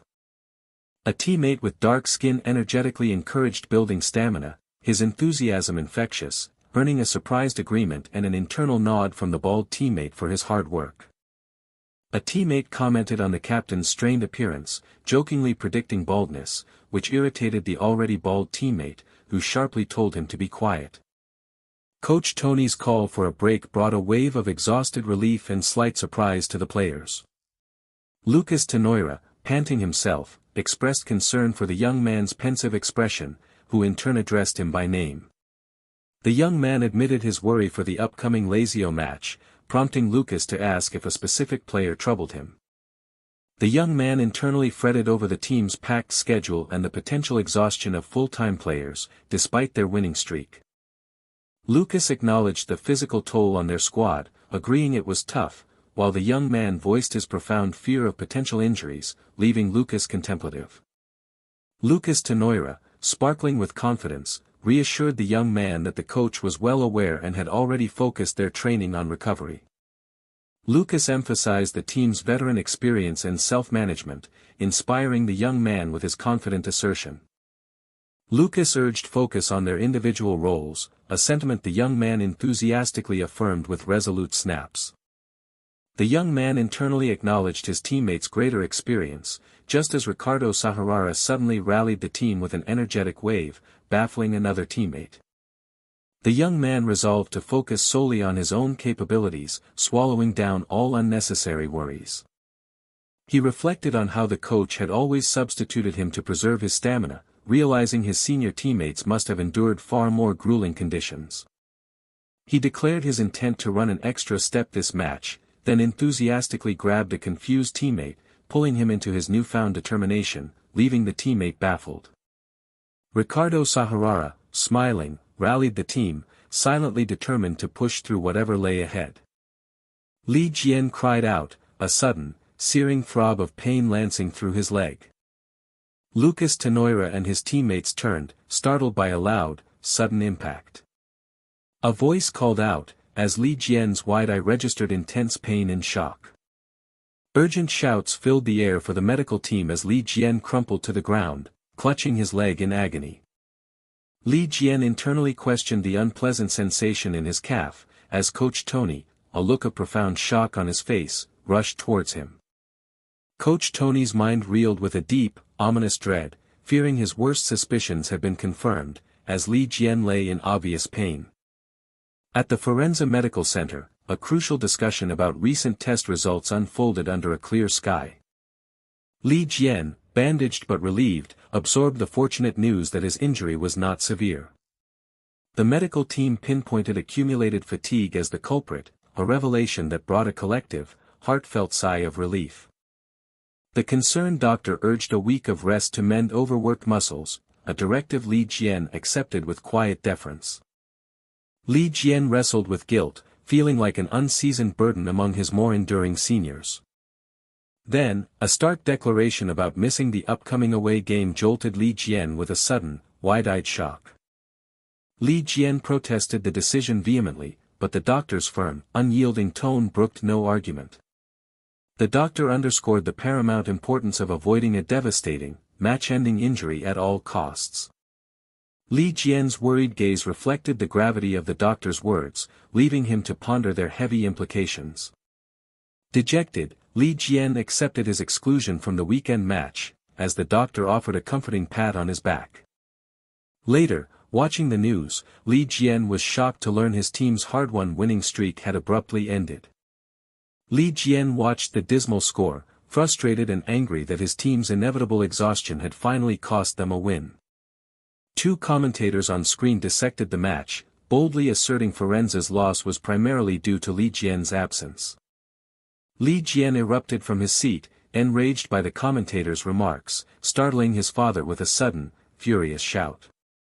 His eyes burning, Li Jian seethed internally, bristling at the notion that the team's loss rested solely on his shoulders.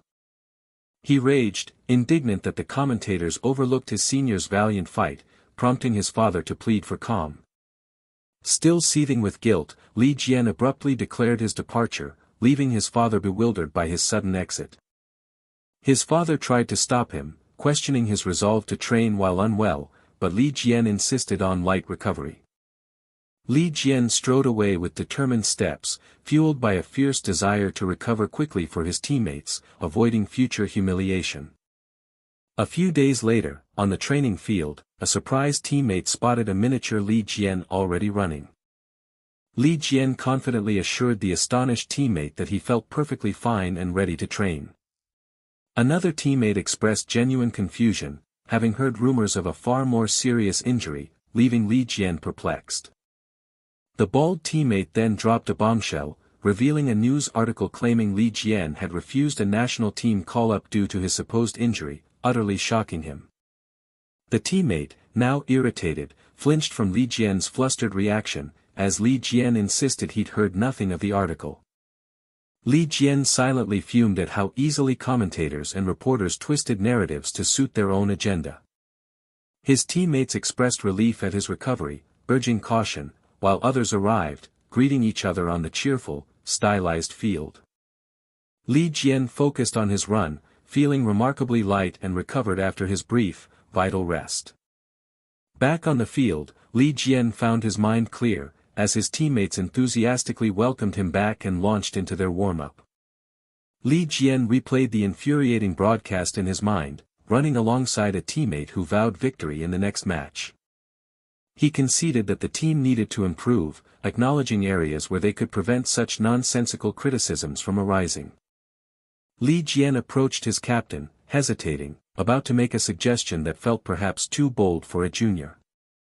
The captain's concern shifted from Li Jian's leg to his words, as Li Jian quickly clarified his well-being was not the issue. With a serious gaze, Li Jian revealed his intention to discuss his specific role within the team during matches.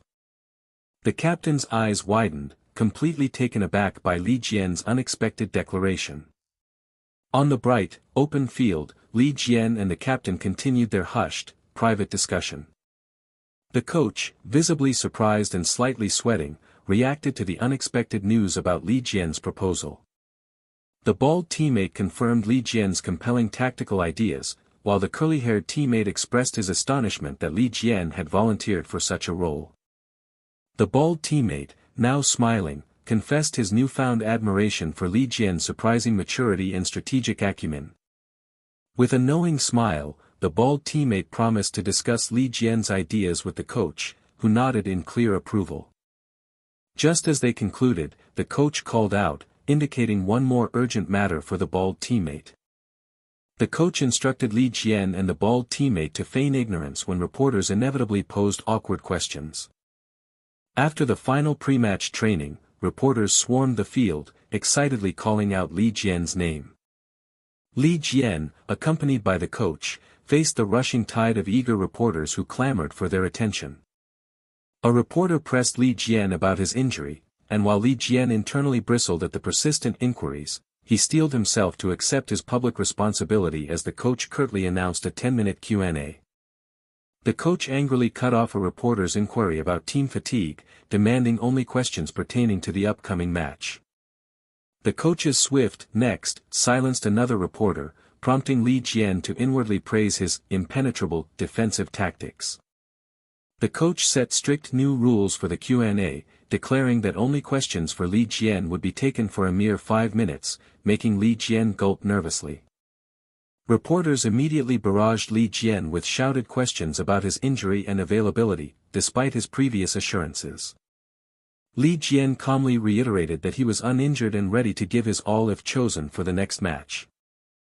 The coach fiercely shouted, "Next," once more, cutting off a reporter's question about a potential summer transfer, much to Li Jian's amusement. Impressed by the coach's decisive control, Li Jian followed his lead as the coach sweatily called for the next question. A reporter's declaration that Firenze's performance was very poor without Li Jian utterly shocked him. The reporter continued his relentless attack, citing Firenze's poor record against Atlanta and the opponent's confident boasts. The smirking reporter then quoted the opposing coach, who attributed Li Jian's perceived talent to his teammates' deficiencies, before the coach attempted to interject. Li Jian recoiled, his face obscured by a wave of distress, as the reporter stared, surprised by his reaction. Despite his profound discomfort, Li Jian resolved to respond to the reporter's brazen insinuation, preparing to speak his mind. Li Jian declared that his growth and the attention he received were entirely thanks to the immense support and lessons from his senior teammates. With fiery conviction, Li Jian proclaimed his deep insult at the reporter's remarks, asserting that his identity was forged by his coach, his seniors, and their devoted fans. Enraged, Li Jian slammed away the reporter's phone, his anger palpable in the sudden, sharp impact. Li Jian delivered a stern warning, demanding that reporters refrain from spouting baseless nonsense to everyone present. The following day, an off-panel voice playfully remarked on Li Jian's fiery interview from yesterday. His teammates teased him mercilessly, mimicking his angry declaration, making Li Jian squirm with embarrassed protests. The bald teammate, the captain, rallied the team, stressing that another loss would confirm the reporters' insulting words about them being low-level seniors. With a pumped fist, the captain rallied his team to fight for Li Jian, vowing to show their detractors that Firenze remained an indomitable force, to which the team roared their unified agreement. The scene shifted to a bustling stadium under a bright sky, as cheering erupted for League Round 25, Firenze vs Atlanta. Atlanta coach Jean-Pierre, clearly rattled, expressed his shock and frustration that Li Jian was in the starting lineup, defying his expectations of a longer recovery. Coach Jean-Pierre questioned Mario's ability to mark player number 20, but Mario confidently assured his coach of success. Mario smirked, claiming he understood Li Jian's temperament from his interview and planned to subtly provoke him throughout the game. As Li Jian walked onto the bright field to the roar of adoring fans, Mario inwardly vowed to teach the talented 16-year-old a brutal lesson. Mario's menacing smirk betrayed his anticipation of the merciless reality awaiting Li Jian on the field. A sneering opponent challenged Li Jian's physique, his words a quiet swoosh of mockery that left the young player utterly stunned. The opponent continued his provocation, brazenly questioning why other teams had failed to contain such a tiny player. Li Jian bristled, acutely aware the jibe was meant for him, while Kim Gandhi's sharp question, punctuated by a solid step, underscored the brewing animosity. Kim Gandhi bristled, ready to confront the taunter, but Li Jian frantically protested, the soft squish of his plea betraying his urgent need to prevent an escalation. A low swoosh of irritation confirmed Li Jian's simmering annoyance with number 14. The opponent in yellow jersey confidently rallied his teammates, his words echoing a fierce determination to claim victory today, even before kickoff. A powerful kick erupted, signaling the official start of the match. With a nimble dribble, Li Jian felt a surge of momentum, only for an unseen opponent's sharp challenge to break his focus. A sudden zoom of proximity, and number 14's taunt cut deep, instantly ratcheting up the palpable tension.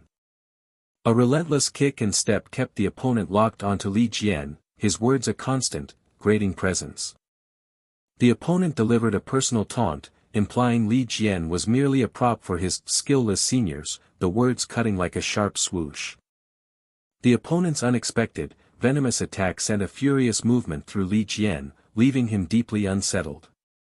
The opponent continued his mocking, while a teammate, anticipating the trap, desperately warned Li Jian not to fall for the bait, the ball making a sharp kick.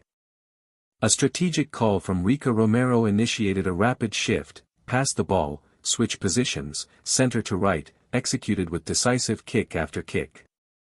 The opponent aggressively seized Li Jian, his physical demand punctuated by a harsh impact and Jian's startled cry, escalating the confrontation. Li Jian's intense glare met the opponent's unseen threat. No matter his movement, the opponent vowed to prevent any shot attempt. The opponent's aggressive determination was clear, he would be an unyielding barrier. Li Jian recoiled in surprise as the opponent's aggressive move landed with a sharp kick and sudden impact. A mocking laugh, followed by an exerted gasp, dismissed Li Jian's efforts as insufficient. The opponent's aggressive surge declared Li Jian's current efforts utterly inadequate. Amidst the challenge, Li Jian acknowledged number 14's skill, realizing his provocations weren't just empty words.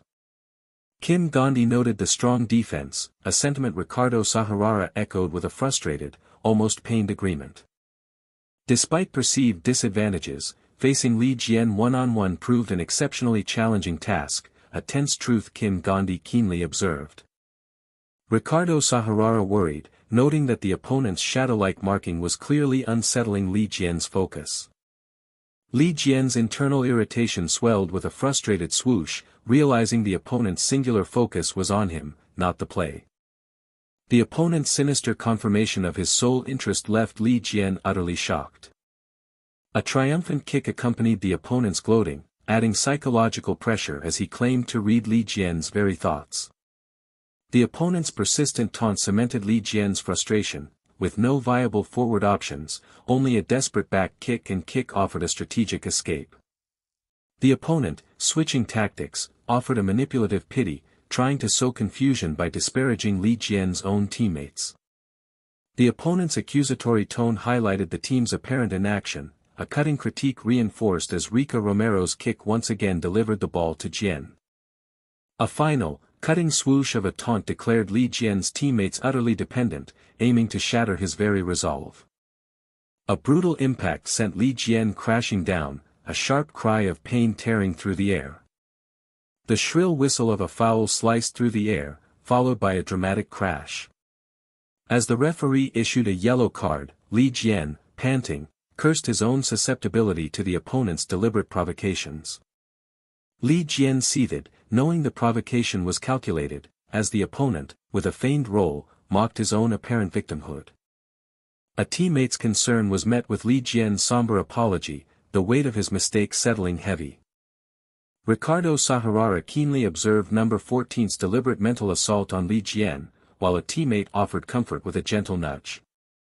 Ricardo Sahurara, urgently seeking a strategic solution, called out to Bairashi, startling the young teammate. A sudden tap of realization struck Kim Gandhi. He understood the unexpected instruction. Awe struck Ricardo Sahurara with a resonant clang as he recognized the coach's profound strategic brilliance. Coach Tony's urgent command sliced through the air with a decisive swoosh, demanding Li Jian switch to Plan J. The abrupt mention of Plan J left Li Jian reeling in surprise and sudden concern. Kim Gandhi outlined the tactical shift's physically taxing demands, but Li Jian's calm assurance underscored his readiness for the challenge. Li Jian's resolute determination burned brightly, acknowledging the immense difficulty ahead, yet committed to fortifying his team. With a fervent declaration, Li Jian unleashed a powerful kick, visibly embracing his new, deeper strategic position with energetic resolve. Li Jian's unexpected tactical shift left the opponent surprised, questioning his intent to bypass him directly. Li Jian's determined new strategy emerged. Personal breakthrough was secondary to intercepting critical passes. The opponent's relentless pursuit, punctuated by aggressive kick after kick, declared his unyielding resolve to follow Li Jian everywhere. In a tense face-off, Li Jian challenged the opponent, recognizing the inherent risk in his aggressive, high-pushing defense. A sudden swoosh of realization hit Li Jian, shocking him at the opponent's aggressive, powerful move. A stark tactical diagram illuminated the players' positions, revealing the developing strategic landscape. A sudden shout for Romero and a collective gasp of surprise revealed a critical strategic flaw. Mario's reckless push had left a gaping hole with a soft swoosh. Urgent shouts of "push through" and "attack" spurred the team forward, a rapid series of kicks echoing their aggressive intent. A frustrated swoosh of self-reproach escaped the opponent. His overexcitement had led to a critical error. Kim Gandhi analytically pondered the ultimate truth: a goal required a finisher, and only one player on his team possessed that crucial ability. Kim Gandhi's urgent, climactic cry, punctuated by a sharp kick, singled out number 20 as the sole hope for a shot. With a resolute kick and firm stop, Li Jian internally refuted the narrow assumption about his team's capabilities. Li Jian's surprising kick deflected expectations, revealing his trust in 9 other teammates, leaving the opponent utterly bewildered. The goalkeeper, tense with anticipation, braced for Romero's shot, despite the awkward angle, knowing his playing tendencies. A sharp kick confirmed the goalkeeper's utter surprise. Another unexpected pass had been made. The goalkeeper, in dramatic anticipation, recognized the approaching figure, none other than Firenze's most dazzling presence, the bald head himself. A triumphant roar and a thunderous kick confirmed his claim, sending the ball rocketing towards the goal. From the deepest back, the goalkeeper's fierce organizational power radiated, matching the defender's silent, body-sacrificing intensity. The midfielders, fiercely energetic and committed, burned themselves out in relentless attack and unyielding defense. Rica Romero's selfless play, creating assists for the team, earned profound appreciation. And senior number 8, reliably stepping up in crucial moments, epitomized dedicated team play. Li Jian's heart swelled with passionate pride, fiercely refuting the notion of weakness, knowing 11 determined players made Firenze an indomitable force. As a triumphant swoosh heralded the undeniable goal, the team captain's jubilant shouts of "Firenze is strong" echoed Li Jian's fierce, unspoken defiance. The older man, tapping a small ball, wondered if age was making him unexpectedly sentimental. His chest heaved with quiet sobs. The older man questioned why a mere leading goal had brought him to such a fervent, tear-streaked state. The older man's mind raced, baffled by his own tears, while on the field, Li Jian's triumphant celebration with his jubilant teammate echoed through the stadium. His tears streamed freely as the older man's heart pounded, utterly overwhelmed by Jian's incredible impact on the game.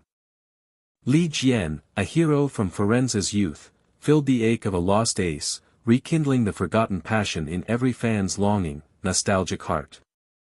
The older man's fist clenched, a primal response to the boyhood spirit rekindled within his own aged, reawakened soul. With heart-wrenching sobs, the older man cried openly, acknowledging Jian's profound power to pull fans into a flood of past, cherished memories.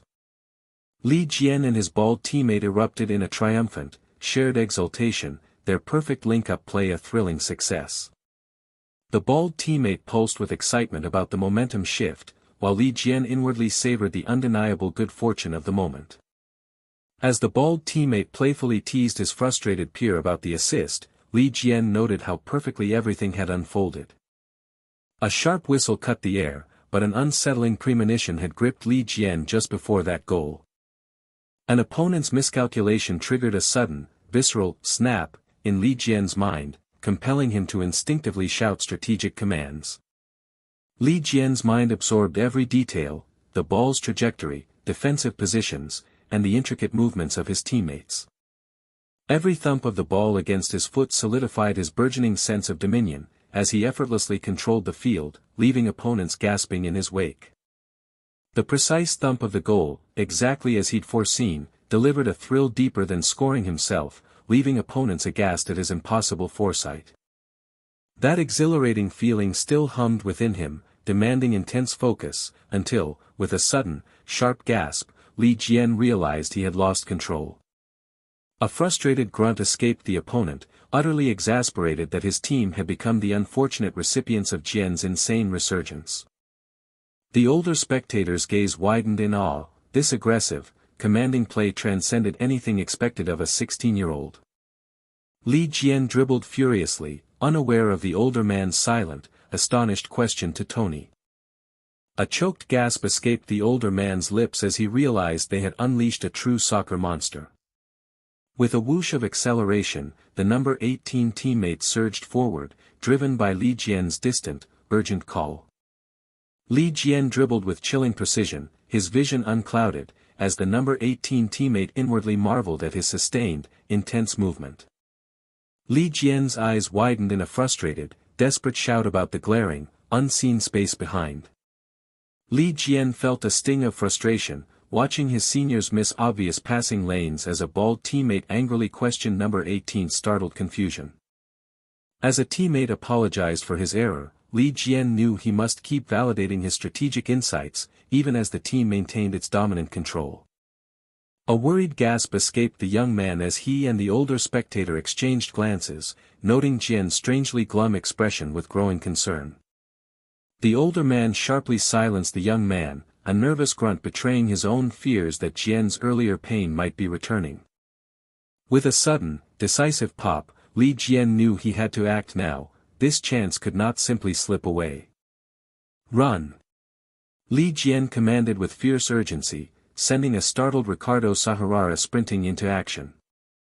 A wave of sudden panic washed over Li Jian, realizing he had shouted informally at his senior, his strategic vision too clear to ignore.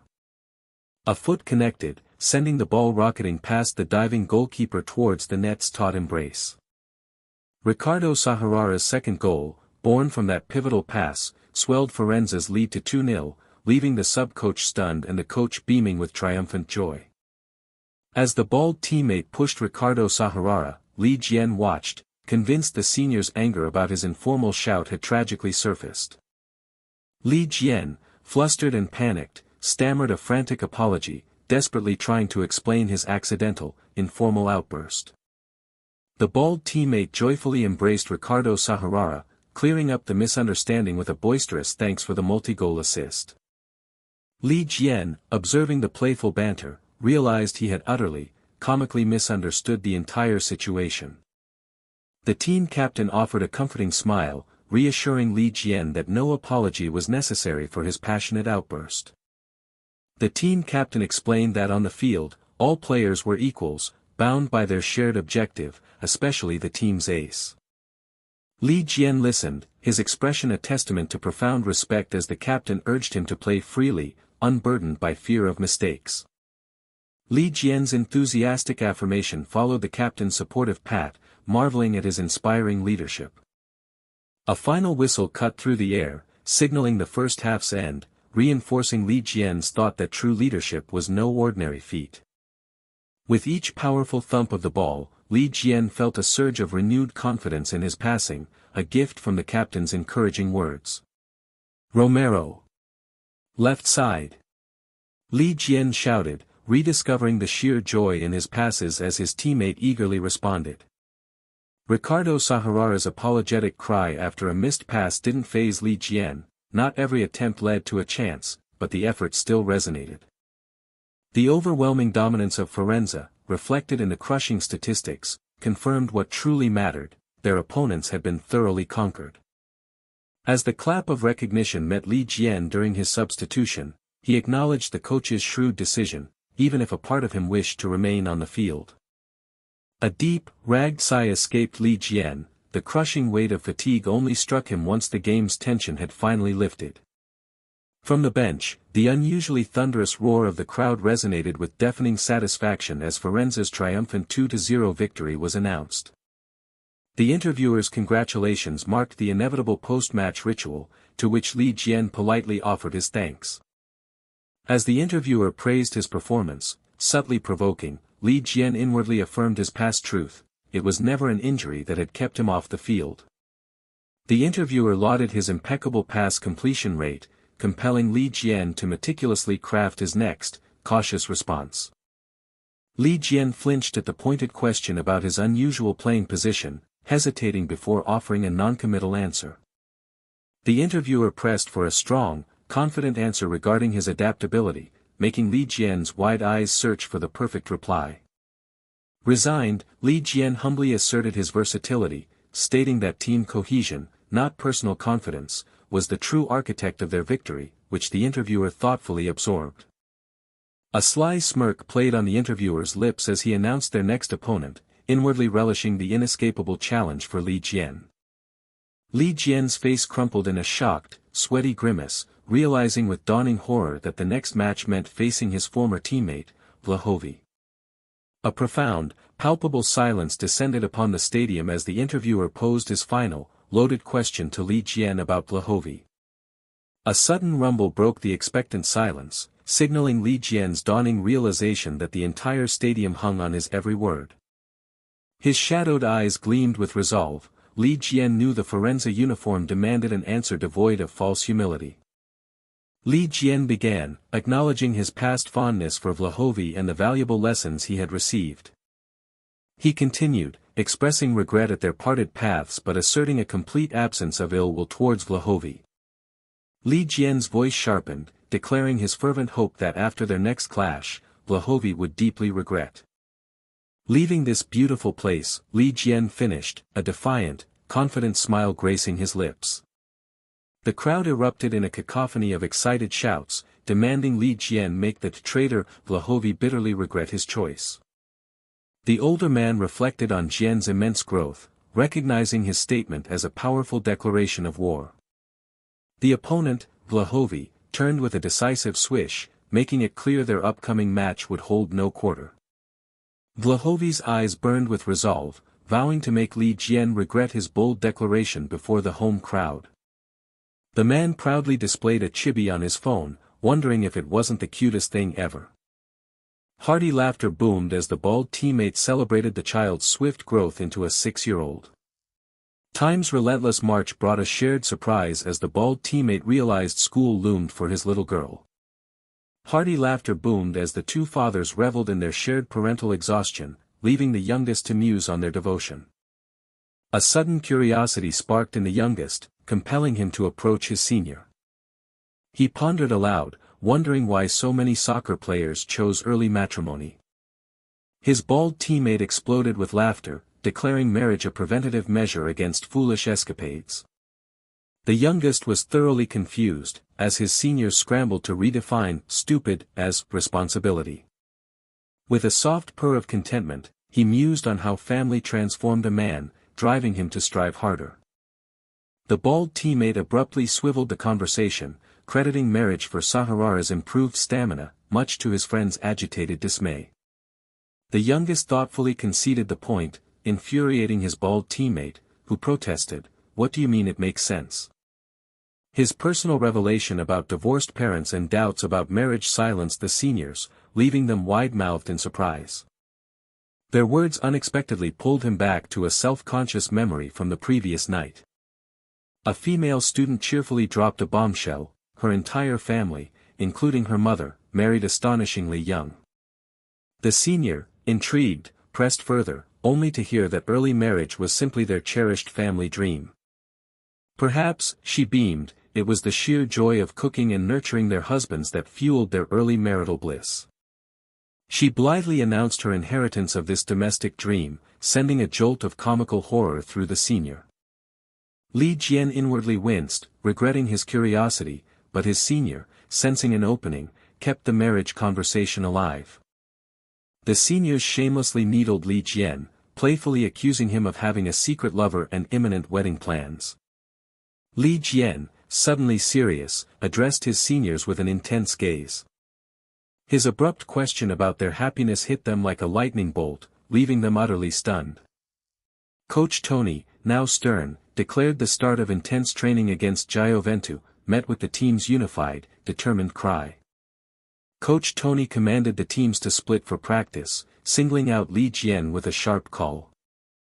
Li Jian was instructed to embody the home team's forward during attacks, regardless of the team divisions. And when the away team attacked, Li Jian would shift roles, becoming their forward as well. A sudden burst of understanding hit the teammates: they were to become the simulated Jian themselves. The bald teammate enthusiastically assigned legendary roles, proclaiming, "You are Chiellini, and you, Delict." With theatrical flair, the two teammates declared themselves Jian's invincible center-back duo, making Li Jian visibly cringe. Li Jian wondered at their antics, then quietly asked if he could finally don his jersey. The match burst to life as a foot solidly kicked the ball. With his training volume effectively doubled, Li Jian intensely surged forward, commanding his teammates to move up. This dual role forced constant strategic assessment, sharpening his game sense, as he urged everyone forward. Alarmed shouts echoed across the field, warning of a sudden side breakthrough. Observing the tactical weakness, a wide gap in the four backs, Li Jian calculated his next move precisely. With fierce intent, he blasted the ball toward the half-space. The defenders urgently scrambled, correcting themselves as he surged into the half-space with the ball. The right fullback and center-back rapidly narrowed the gap, attempting to cut off his relentless advance. His cunning strategy meant the center-backs would inevitably widen their critical gap. With a forceful strike, he sent the ball to Saharara, urgently commanding him to run. He passed to Saharara in the middle, then swiftly repositioned right, barking instructions to Romero. In a seamless exchange of positions, Saharara fluidly passed the ball right back to Li Jian. He deftly received the ball, noting the defender's attention remained fixed on Saharara's re-entry. A perfect through pass, precisely into the defender's blind spot, sent Romero surging forward, leaving opponents flabbergasted. Romero launched into a spectacular overhead kick, demanding a climactic finish. Furious shouts met a pained apology as the missed shot intensified the on-field frustration. The ball, still free, sparked a fierce, urgent race for possession. Again, Jian drove forward, his movements a dynamic blur. With his forwards too advanced, another tactical maneuver felt untimely, demanding a new approach. From this point, personal skill would be his sole reliance. Li Jian defiantly called out to Senior Milan, ready for the challenge.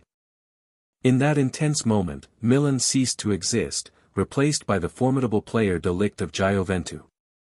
This was the obstacle he had to explosively break through.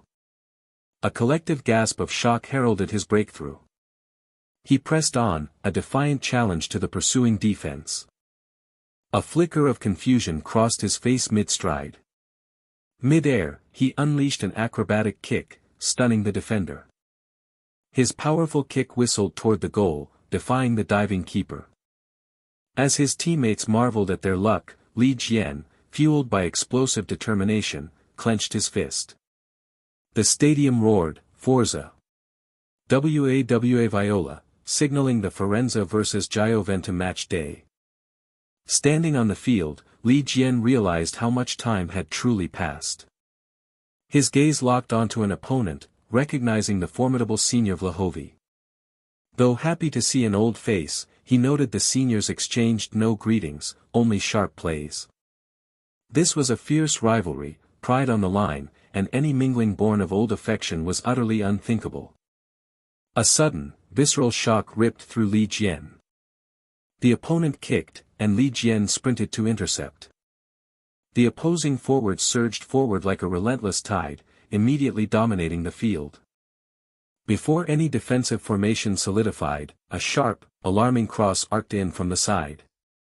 With a resounding thud, Vlahovi claimed the opening goal. Dismay washed over him, an early goal, all due to his lapse in concentration. The opponent's footsteps approached, his words a harsh challenge to Jian's focus. With a sharp, commanding tone, the opponent ordered Jian to keep his words. Overwhelmed, a suffocating panic seized Li Jian. A searing accusation, "You traitor," lashed out from the enraged opponent's grimace. Vlahovi sighed, never expecting a warm reception in this familiar place he'd long returned to. From unseen corners, furious shouts assailed Vlahovi, confirming his inner thought that this persistent hostility was only natural. His former teammates' indifference, though stinging, surprisingly allowed Vlahovi to maintain his composure. Still, Vlahovi worried about that kid, acutely aware of the terrifying power hidden in his seemingly gentle demeanor. A whistle pierced the air as Vlahovi tapped the ball, vowing never to reveal his fear. As he fiercely crashed into an opponent, Vlahovi declared his intention to utterly dismantle Firenze as a Gioventu player. Li Jian wondered why his former teammate had chosen Gioventu, especially as they fiercely clashed on the field. Li Jian pondered Vlahovi's choice of Gioventu, which now forced them into a painful rivalry on the pitch. Li Jian's troubling thoughts about his rival had lingered, right up until the opening kick signaled the match's start. But within minutes, Vlahovi's powerful header loudly demonstrated why he'd chosen Gioventu. Li Jian stared, startled, as the senior whose presence once reassured now became a formidable force. Vlahovi, now a sharpened spear, aggressively pierced Firenze's defenses, his shouts echoing across the field. A powerful kick sent the unseen ball flying with a resounding impact. "Ugh, what a pity!" Vlahovi cried in frustration as his thudding shot either missed or was blocked. Li Jian reflected on their coach's aggressive strategy, to push forward with overwhelming pressure, a truly dangerous gambit. He wondered how the coach interpreted their strategy's utter failure. Coach Vincenzo, already exasperated by Vlahovi's early goal shifting momentum, muttered about the noisy complaints from his players. Li Jian watched in surprise as Dabila, opponent number 10, confidently declared his clear sight of numerous offensive opportunities. Coach Vincenzo, with a frustrated grunt, instructed a player to operate as an attacking midfielder, not merely a forward. Li Jian wondered if Vlahovi alone could carry their front line. Meanwhile, Vlahovi himself frustratingly declared, "Ugh. I can't win in a physical battle." Frustration mounted among Li Jian's teammates as number 1 cried for Dabila to be marked, while number 4 despairingly insisted they could do nothing. Li Jian angrily warned that marking Dabila would leave Vlahovi in a dangerous one-on-one situation, demanding if they were truly alright with that risk. Li Jian shouted about the defensive dilemma, then thought the problem itself was the choice between blocking alone or cooperatively. Li Jian analyzed Dabila's deeper positioning, which effectively overloaded their defense, making it impossible to apply pressure as if the opponents always had an extra player. Attempting to cover Vlahovi's defensive gaps felt overwhelming, Li Jian thought, given Vlahovi's individual brilliance and teamwork, as Vlahovi aggressively shouted instructions mid-slide. The intense pressure of facing senior Vlahovi as a direct opponent weighed heavily on Li Jian. Li Jian realized they could only offer each other desperate encouragement with every step, as a teammate cried, "Nice cut, Nastasik."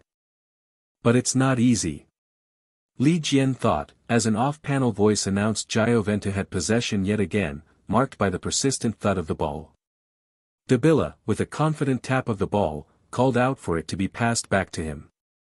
As the ball flowed to Dabila, their attack's vital link, Li Jian's intense eye caught Vlahovi making yet another sharp, decisive move. Vlahovi, with precise timing, stepped back to avoid offside as the defensive line faltered, then sharply re-entered the play, causing an opponent to grunt and fall. Another perfect infiltration, Li Jian thought with mounting alarm, recognizing the immense danger of Vlahovi's impeccable timing. A mighty kick sent the ball thudding toward the goal. Vlahovi's eyes widened in shocked realization, a shot. The goalkeeper plunged into a desperate dive, meeting the ball with a loud thud. Vlahovi's shouts of, "So close! Nice shot!" were met by Li Jian's analytical thought, if only the ball had been passed to Vlahovi, it would have been a guaranteed goal. "Huh!" Li Jian uttered, his eyes wide in sudden surprise. The player flinched, startled, as someone nervously called out, "Senior." Li Jian, slightly worried, caught a fleeting glimpse of disappointment in Vlahovi's eyes as he quickly turned away. As Vlahovi walked away with heavy steps, Li Jian felt he was reliving their shared plays from the past. Li Jian realized with a jolt, they weren't alone in feeling that empty space. "Romero, move up!" Li Jian commanded urgently, eliciting a surprised but understanding "oh" from Romero. With a determined snap, Li Jian ran, realizing Vlahovi felt the same loss. The goalkeeper, comprehending the strategic exchange of Romero moving up and Jian coming down, shouted "short," and launched a booming kick. An opponent shouted aggressive commands, coming in short. "Pressure and take it away." The goalkeeper knew a moment of hesitation with the ball meant immediate crisis, as the game's intense booming pace continued. "Don't hesitate, continue the planned pass," the goalkeeper urged himself, as powerful passes echoed across the field. "And there's Jian," the goalkeeper thought, as Li Jian swiftly kicked the ball. The ball whooshed to Li Jian, and his focus sharpened instantly upon reception. Within his mind, Li Jian vividly mapped every opponent's position. "Romero!" Li Jian shouted, delivering one more sharp signal before powerfully ripping a pass his way, all while mentally mapping the field.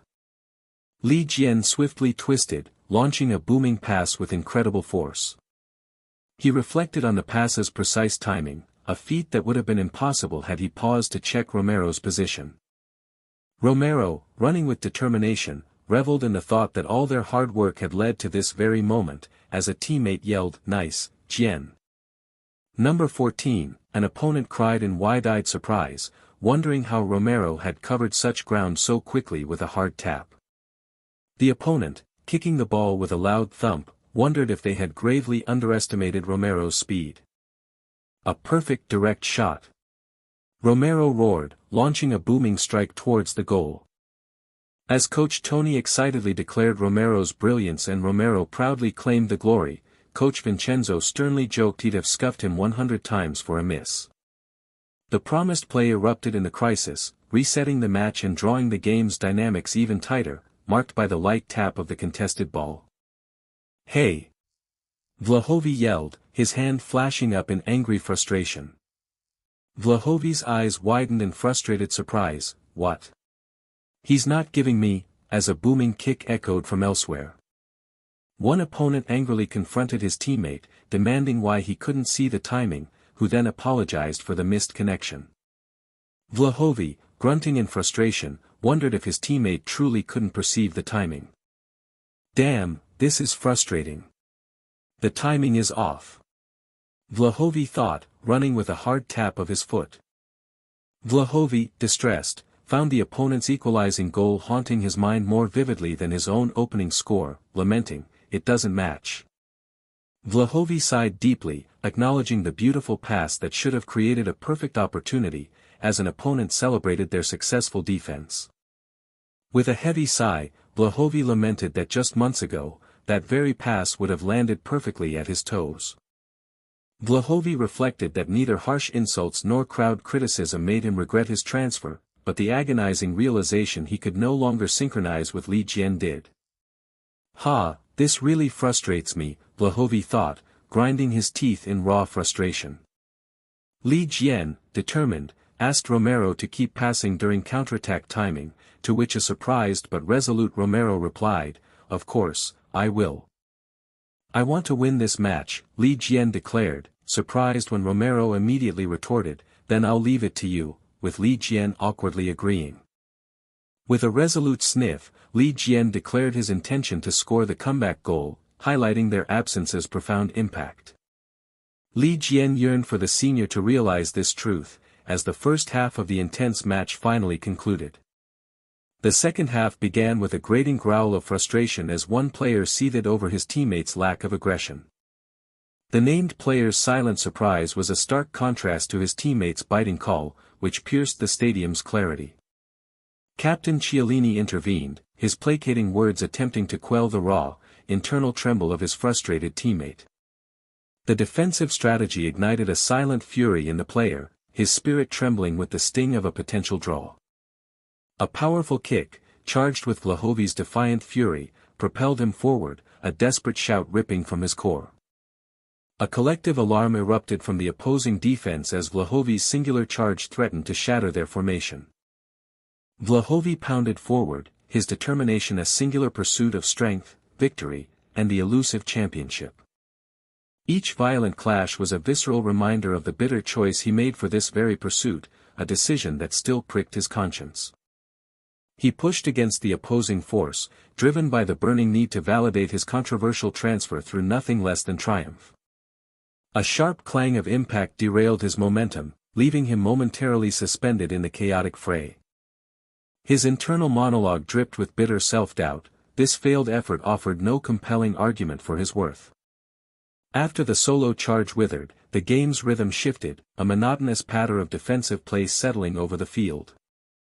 He drove the ball forward with a decisive kick, savoring the bitter irony of the top team's struggle while urging his own squad onward. The coach's raw exasperation mirrored the silent, simmering frustration of his colleague, caught in the tactical gridlock. A heavy thud of disappointment settled in his chest, reflecting the agonizing struggle to even control the ball.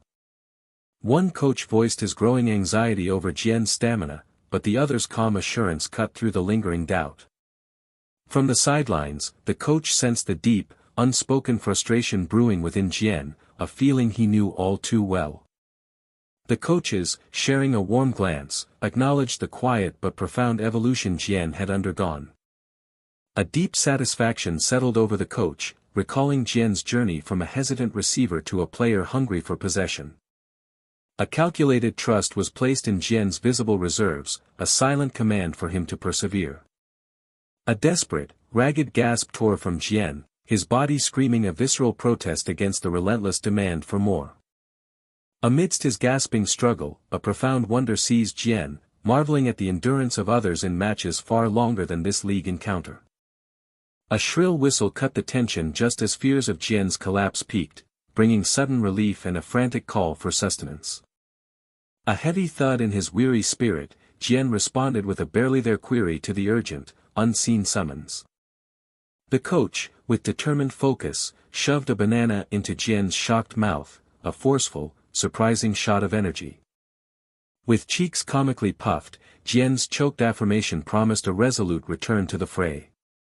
As Jian dashed back, still comically muffled, the coach's booming encouragement spurred him forward, a stark motivation.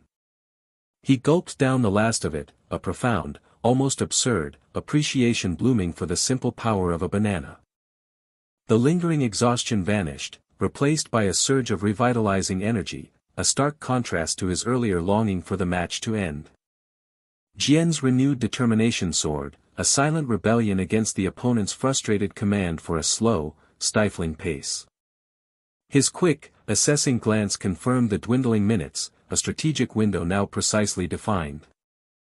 Amidst the universal struggle, a sudden, explosive certainty ignited within Jian, a chance was imminent. His internal cry resonated with furious refusal, the top team would not surrender to such an unsatisfying end. Vlahovi, a blur of motion, unleashed the exquisite skill that had been meticulously scouted, a decisive move past his defender. The urgent patter of quick steps portended an impending, decisive strike, the game hanging in the balance. A desperate cry of frustration tore from the defender, his reach falling agonizingly short in the critical moment. A sharp thump echoed as the defender, suspended mid-air, connected with the ball in a frantic, split-second block. A thud resonated as Senior Milan's aerial defense drew ecstatic shouts of praise, a crucial intervention in the surging attack. A heavy thud signaled a powerful kick, launching the ball with startling force as Jian's awareness sharpened. Tenoira stood poised over the ball, his concentration a palpable force in the brewing tension, identified by Jian's urgent call. Jian's desperate shout of "chance" spurred a sudden, powerful kick from Tenoira, a pivotal, impacting moment. With a heavy thud of renewed purpose, Jian seized the precise, precarious timing for a counterattack against the vulnerable opposition.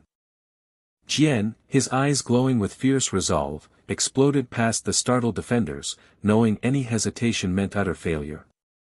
A frustrated sliding lunge marked the opponent's failure to contain Jian, whose impossibly quick changes of direction were a maddening blur. The rapid patter of his dribble accompanied a single-minded determination to shatter the midfield barrier with pure momentum. Only the formidable, unyielding presence of the league's most terrifying centre-back duo, Chiellini and De Ligt, remained. A heavy, internal thud of apprehension struck Jian, their grim, conceptual shadows momentarily eclipsing his resolve. He dismissed the fleeting fear with a sharp mental pivot, his confidence reasserting itself with an energetic turn of the ball.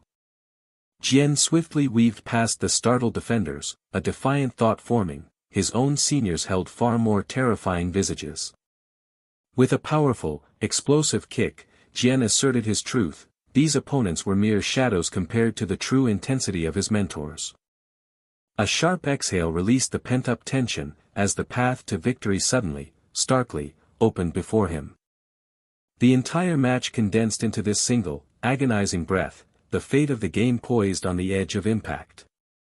He accepted the crushing weight of the moment, knowing the team's triumph eclipsed all personal burden. His gaze burned with an unwavering commitment, ready to embrace whatever destiny demanded for that ultimate victory. With a resounding thud, he unleashed the strike, his whole being resonating with fierce readiness to shoulder the immense weight. The ball found its mark with a decisive thwack, sealing a pivotal, game-altering goal beyond the goalkeeper's desperate reach. Jian erupted in a triumphant leap, the scoreboard blazing the sweet reality of their hard-fought victory. A wave of pure dopamine washed over the field as players roared their joyous disbelief in another hard-won triumph.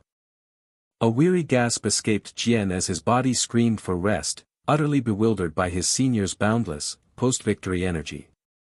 A reverent awe, tinged with a nervous grunt, stole Jian's breath as Senior Vlahovi's imposing figure loomed over him. Vlahovi's rare, slight smile carried genuine praise, catching Jian utterly off guard, leaving him with a bewildered query. A broad, genuine grin stretched across Vlahovi's face, a powerful, unspoken affirmation of Jian's performance. A sudden blush warmed Jian's face, a silent gasp of flattered surprise escaping him as the gesture registered. Jian's excited praise was met with Vlahovi's booming, playful laughter, sealing their bond with a firm grasp. Vlahovi's unexpected, light-hearted suggestion sparked a chattering nervousness in Jian, leaving him utterly bewildered. A flustered gasp escaped Jian as he frantically stripped off his sweaty jersey, Vlahovi silently musing on his endearing fuss. Vlahovi offered a parting, playful warning, a casual tap sealing the exchange with a humorous flourish. As Vlahovi walked away, Jian contemplated his retreating figure, realizing the uniform was merely a surface change for the inherently good player. Holding the jersey, Jian offered a silent, hopeful wish that Vlahovi's journey would be free of any gnawing regret. Then, a triumphant shout ripped through the air, proclaiming him the Golden Rookie, bathing him in sudden, exhilarating light. A surging wave of overwhelming joy swept over Jian as his teammates hoisted him aloft, celebrating Firenze's hard-won triumph. Jiwoo found his heart still racing long after the match had ended, a lingering echo of victory. The thrill of winning a rival match was truly exhilarating, a memory of pure, childish triumph that still made him ecstatically flail. Despite the dopamine surge, his body had given out, every muscle aching as he admitted his legs cried out for rest. Just as he resolved to rest, a sudden bang announced Li Jian's arrival, startling him completely. A breathless Li Jian demanded he get ready, announcing that his win meant they absolutely had to go shopping. She punctuated her promise of a special meal with a confident snap, a gleeful challenge to his palate. As Li Jian walked briskly ahead, Jiwoo's steps followed, his curiosity piqued by her mysterious intentions. Jiwoo's arms wobbled under the absurd number of shopping bags, prompting him to wonder if they were preparing for a feast, but Jian simply told him not to ask and just eat. He eyed her suspiciously, fearing she'd cook something that might fail a drug test, while she retorted by recalling a past culinary masterpiece, mint chocolate mackerel sandwiches. Jiwoo silently agreed that the person Jian mentioned was indeed far from ordinary. Then, Li Jian abruptly shifted the topic to the match, catching Jiwoo completely off guard. She teased that he looked like his uniform had been completely robbed, sparking an indignant shout from Jiwoo. Jiwoo, with a slight blush, earnestly explained it was a uniform exchange, a gesture signifying mutual respect between opponents. Jiwoo's frustration mounted, knowing she wasn't even listening as he tried to correct her use of the word snatched, which brought back old memories. He recalled a 5th-grade memory where he saved her from bullies, a memory Jian's chibi form met with an annoyed, ugh. Jiwoo was utterly flustered by her teasing, while Jian simply smirked, telling him not to pretend he didn't remember. Jian continued to snicker, delighting in her tease that he had been bawling his eyes out, a claim he vehemently denied. Jian smiled, commenting on how much he had grown, which earned her only a resigned, ugh, from Jiwoo. But when Jiwoo mentioned she had been completely boyish then, Li Jian erupted in sudden anger, demanding to know if he wanted to die. Jiwoo asked for her reason, prompting Jian to recall a chaotic flashback of mornings with 3 girls in the house, where washing and drying hair was a desperate battle against being late. Jiwoo realized she cut her hair short for convenience, a memory that made Jian smile, acknowledging the comfort it brought and how long ago it had been. He then innocently asked why she had grown her hair long again, earning a startled, "What?" from Li Jian. Li Jian looked utterly annoyed, wondering aloud if Jiwoo still hadn't figured out the reason. Kim Jiwoo, at 11 years old, defiantly asked what Li Jian was looking at. 11-year-old Jian confronted him about his persistent glancing, leaving young Jiwoo to gasp and stammer, trying to explain his reaction. Young Jian, hands on her head in frustration, shouted at him to hurry up and speak, making young Jiwoo flinch. Embarrassed, young Jiwoo managed to explain that it was simply his first time seeing her with such short hair. Young Jian then asked if her new haircut looked weird, prompting a hesitant, non-committal response from young Jiwoo. Young Jiwoo tried to explain that from behind, she simply looked like a boy, which caused young Jian to yell and deliver a swift thump to his head. Young Jiwoo protested being hit, but young Jian quickly silenced him, ordering him to get ready for class with a decisive tap. Young Jian, head bowed, internally acknowledged her hair was indeed too short, a consequence of the endless morning battles over the hairdryer. She recalled the disastrous haircut, where the hairstylist was distracted on the phone, giving young Jian a bad feeling that materialized into an unintentionally short bob. Her head bowed, young Jian silently insisted that she never intended to cut it so short, a truth Jiwoo remained blissfully unaware of. Young Jian, pouting, mentally called Jiwoo a dummy for his cluelessness. Back in the present, Li Jian took a deep, deliberate sigh, trying to hold in her bubbling frustration. She awkwardly laughed it off as being in the past, trying to lighten the mood, much to Jiwoo's utter confusion. Jiwoo questioned her unexplained laughter, but Jian, with a sly smile, declared she would keep those fresh memories to herself. Li Jian chuckled, giving Jiwoo a pat on the back as she offered unsolicited life advice, leaving him thoroughly bewildered. Jiwoo tried once more to clarify that his uniform wasn't snatched, but Jian promptly interrupted, asking if he was less bothered after starting soccer. He explained that athletes generally weren't bothered, while internally realizing Li Jian had no intention of listening to a word he said. Then, a sudden, "oh," escaped Li Jian as she realized why he always wore that uniform, a statement Jiwoo found entirely confusing. The word uniform hit Jiwoo with a sudden, thumping realization that brought a sweat to his brow. Li Jian, smiling excitedly, asked if he still had that old uniform, a question that made Jiwoo nervously gasp. She reminded him it was the uniform she'd given him when he started soccer, leaving Jiwoo to gasp and struggle for a response. When Jiwoo flusteredly admitted he didn't know where it was, Li Jian's reaction was a furious, echoing roar of, "What?"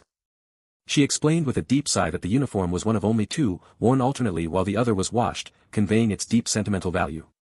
Filled with a determined whine, Li Jian declared she would find that tear-soaked uniform somewhere, running off and leaving Jiwoo to sigh in her wake. Jiwoo observed Jian's determined and slightly annoyed expression, acknowledging it with an internal gasp. With a gloomy, downcast expression, Jiwoo realized he could never joke with her about certain things. Deciding to lighten the mood, Jian announced she was going home briefly and would be right back, a statement Jiwoo met with mild surprise. He watched her go, a perplexed gasp escaping him as he wondered if she'd forgotten to unplug something. After a prolonged absence, Jian's voice suddenly cut through the air, asking if she had been quick, just as Jiwoo was about to question her extended wait. His eye widened in utter shock. Li Jian giggled playfully, revealing a shirt emblazoned with the words "HWA Young." She then stood triumphantly in the old uniform, shouting, surprise, at his shocked expression. Jiwoo ran towards her, demanding why she had lied, but Jian merely smiled, confirming she had kept the precious uniform safe all along. She looked at it fondly, thinking of it as the first gift she had ever received from a friend, a memory made sweeter by his recent match victory. She wondered if it still fit, perhaps only a bit short, while hoping her surprise had landed well with Jiwoo. When Jiwoo began to say it was too small, Jian angrily thumped him, warning him that he wanted to die, all while a mischievous happiness +1 notification appeared. Jian then casually asked if he was free to go shopping on Thursday, a suggestion Jiwoo began to consider. Jiwoo apologized, explaining he had a must-see match that day, which initially annoyed Jian until he offered to treat her to a meal on Friday, to which she enthusiastically agreed. Suddenly, Jian let out a panicked scream, realizing she'd left the bread at home, leaving Jiwoo to question her hasty departure. Thursday arrived, a day of quiet shame for a missed opportunity. As Jiwoo watched the screen, the news broke of Milano and AS Milan's early elimination from the European Champions League, with Juventus also knocked out in the round of 16. This devastating news shattered Serie A's pride, leaving Jiwoo with wide eyes as he thought that, indeed, Europe was vast and full of true monsters. The strong Juventus was helplessly defeated by a mid-tier La Liga team, a score of 3-0 against Villarreal confirming their Champions League exit. Jiwoo sat contemplating the match, leaving him both scared and curious about whether his own football would be effective amidst the geniuses of the European Champions League. With a resolute gulp, Jiwoo clenched his hands, knowing there was only one way to truly find out. He sat up, his eyes narrowed with a fierce determination, declaring he had to go out and play in the European Champions League himself. The sudden mention of the Champions League cut through the open air, demanding immediate attention. Li Jian, his eyes wide with a question, pressed a senior player about their team's history in the Champions League, only to receive a hesitant confirmation. The senior player's exasperated confession that their last Champions League appearance was 13 years prior hit Li Jian like a comedic shockwave, reminding him he was just 3 years old then. As a senior player lamented their collective failure to reach Europe's elite stage, Li Jian, undeterred, envisioned a future where they could achieve it together next year. One of the senior players questioned the assumption that none of them had ever played in the Champions League, catching Li Jian's curious gaze. An excited senior pointed out the captain and Tenoira had indeed played in the Champions League, sparking awe in Li Jian, though Tenoira seemed distinctly uncomfortable. Tenoira clarified his Champions League experience was with a different team, not their current one, but Li Jian's admiration for his achievement remained unshaken. Li Jian, eager and wide-eyed, leaned in to ask Tenoira what it felt like to play on such a grand stage, receiving a heartfelt answer about the honor of fulfilling a dream. With sparkling enthusiasm, Li Jian then turned his bright gaze directly to the captain, eager to hear his own Champions League memories. The captain's response was a furious glare, his face contorted in a silent, sweating shock. Two senior players found endless amusement in Li Jian's innocent question, laughing heartily as the captain seethed, his fist trembling with barely contained rage. One of the laughing seniors, wrapping an arm around a confused Li Jian, explained that the captain held a very painful memory regarding the Champions League. The senior player sought permission to share the story, and the captain, with a groan of annoyance, grudgingly consented, confirming its painful truth. With a theatrical flair, the senior launched into his tale, revealing the captain's lone spell at Milano the previous year, leaving Li Jian gasping in shock. The narrative shifted to a darker, more dramatic tone as the senior player recounted the captain's ill-fated Champions League debut with Milano. The senior continued, describing how the captain was utterly overwhelmed from the very start, spectacularly defeated by an opposing fullback. Li Jian gasped in disbelief, unable to fathom how a fullback, not a striker, could have inflicted such a devastating defeat. The captain, his back to them, uttered a pained murmur as the nightmare of that day once again resurfaced within him. The senior player continued, his words casting a looming shadow as he revealed the formidable opponent was Dortmund's Hakami, a player of unimaginable speed, a memory the captain desperately wished to forget. Li Jian, wide-eyed, gulped nervously as the captain, with a pained expression, confirmed the severity of the defeat, comparing Hakami's speed to a Ferrari. The captain, frustrated and exasperated, dismissed any excuses about his own lack of speed, knowing it wouldn't explain such a ridiculous defeat. The senior player went on, detailing the 3-2 loss, where their team's striker had managed to score 2 goals despite the overall defeat. With a pained expression, the captain admitted he had conceded all 3 goals, 2 of which were scored by Hakami alone. Just as the senior player attempted to reveal Milano's swift move to sign Hakami after that shocking match, the captain lashed out, silencing him with a swift punch. The captain and the senior player immediately erupted into a shouting match, their physical and verbal altercation leaving Li Jian wide-eyed and shocked. Li Jian observed the casualness with which the seniors fought, reflecting that while the past event was now a source of humor, it still sent a slight chill down his spine. Li Jian, his thoughts lost in wonder, acknowledged the captain as a formidable pillar for their team, yet found it astounding that one player could so utterly destabilize him. He marveled at the sheer skill Hakami must possess, briefly considered cheering up the captain, then called out to him, startling him. The captain reacted with shock when Li Jian mentioned Hakami's name, while another senior player sniffled sadly in the background, overcome by the memory. Romero, a senior player, launched into an intense analysis mode, assessing Hakami's current status in Paris, despite never having faced him himself. Romero confidently declared Hakami to be a top 10 player in his position, emphasizing his assertion with a decisive hand gesture. Li Jian pondered the implications of playing with such geniuses, wondering what it would truly feel like. He confessed, with a slight blush, that he would likely feel intimidated by such immense talent. Li Jian humbly described himself as a frog in a well, unknowingly offending the 3 senior players listening in disgust. Romero angrily scolded Li Jian for his self-deprecating remark, causing the younger player to flinch in surprise. The captain, with fierce conviction, declared his vast experience playing against many of football's most renowned players throughout his career. He then challenged the group, asking them to identify the single hardest person he had ever faced on the field. The captain's unexpected answer, that the hardest opponent was Li Jian himself, left the young player utterly stunned. The captain asserted that the entire team agreed with him, promising that the world would soon recognize Li Jian's genius if they reached the Champions League next season. With a confident grin and a pointing finger, the captain emphatically declared that the world would then truly know who the real genius was. The captain, suddenly invigorated, rallied his team to train intensely for the Champions League, leaving 2 senior players to speculate that Li Jian's presence had reignited his ambition. Li Jian reflected on the captain's unexpected faith in his ability to perform on the world stage, an idea that filled a chibi version of him with enthusiastic excitement for training. As Li Jian ran, still pondering the world stage and his top 10 potential, his eager chibi counterpart urged him to quicken his pace.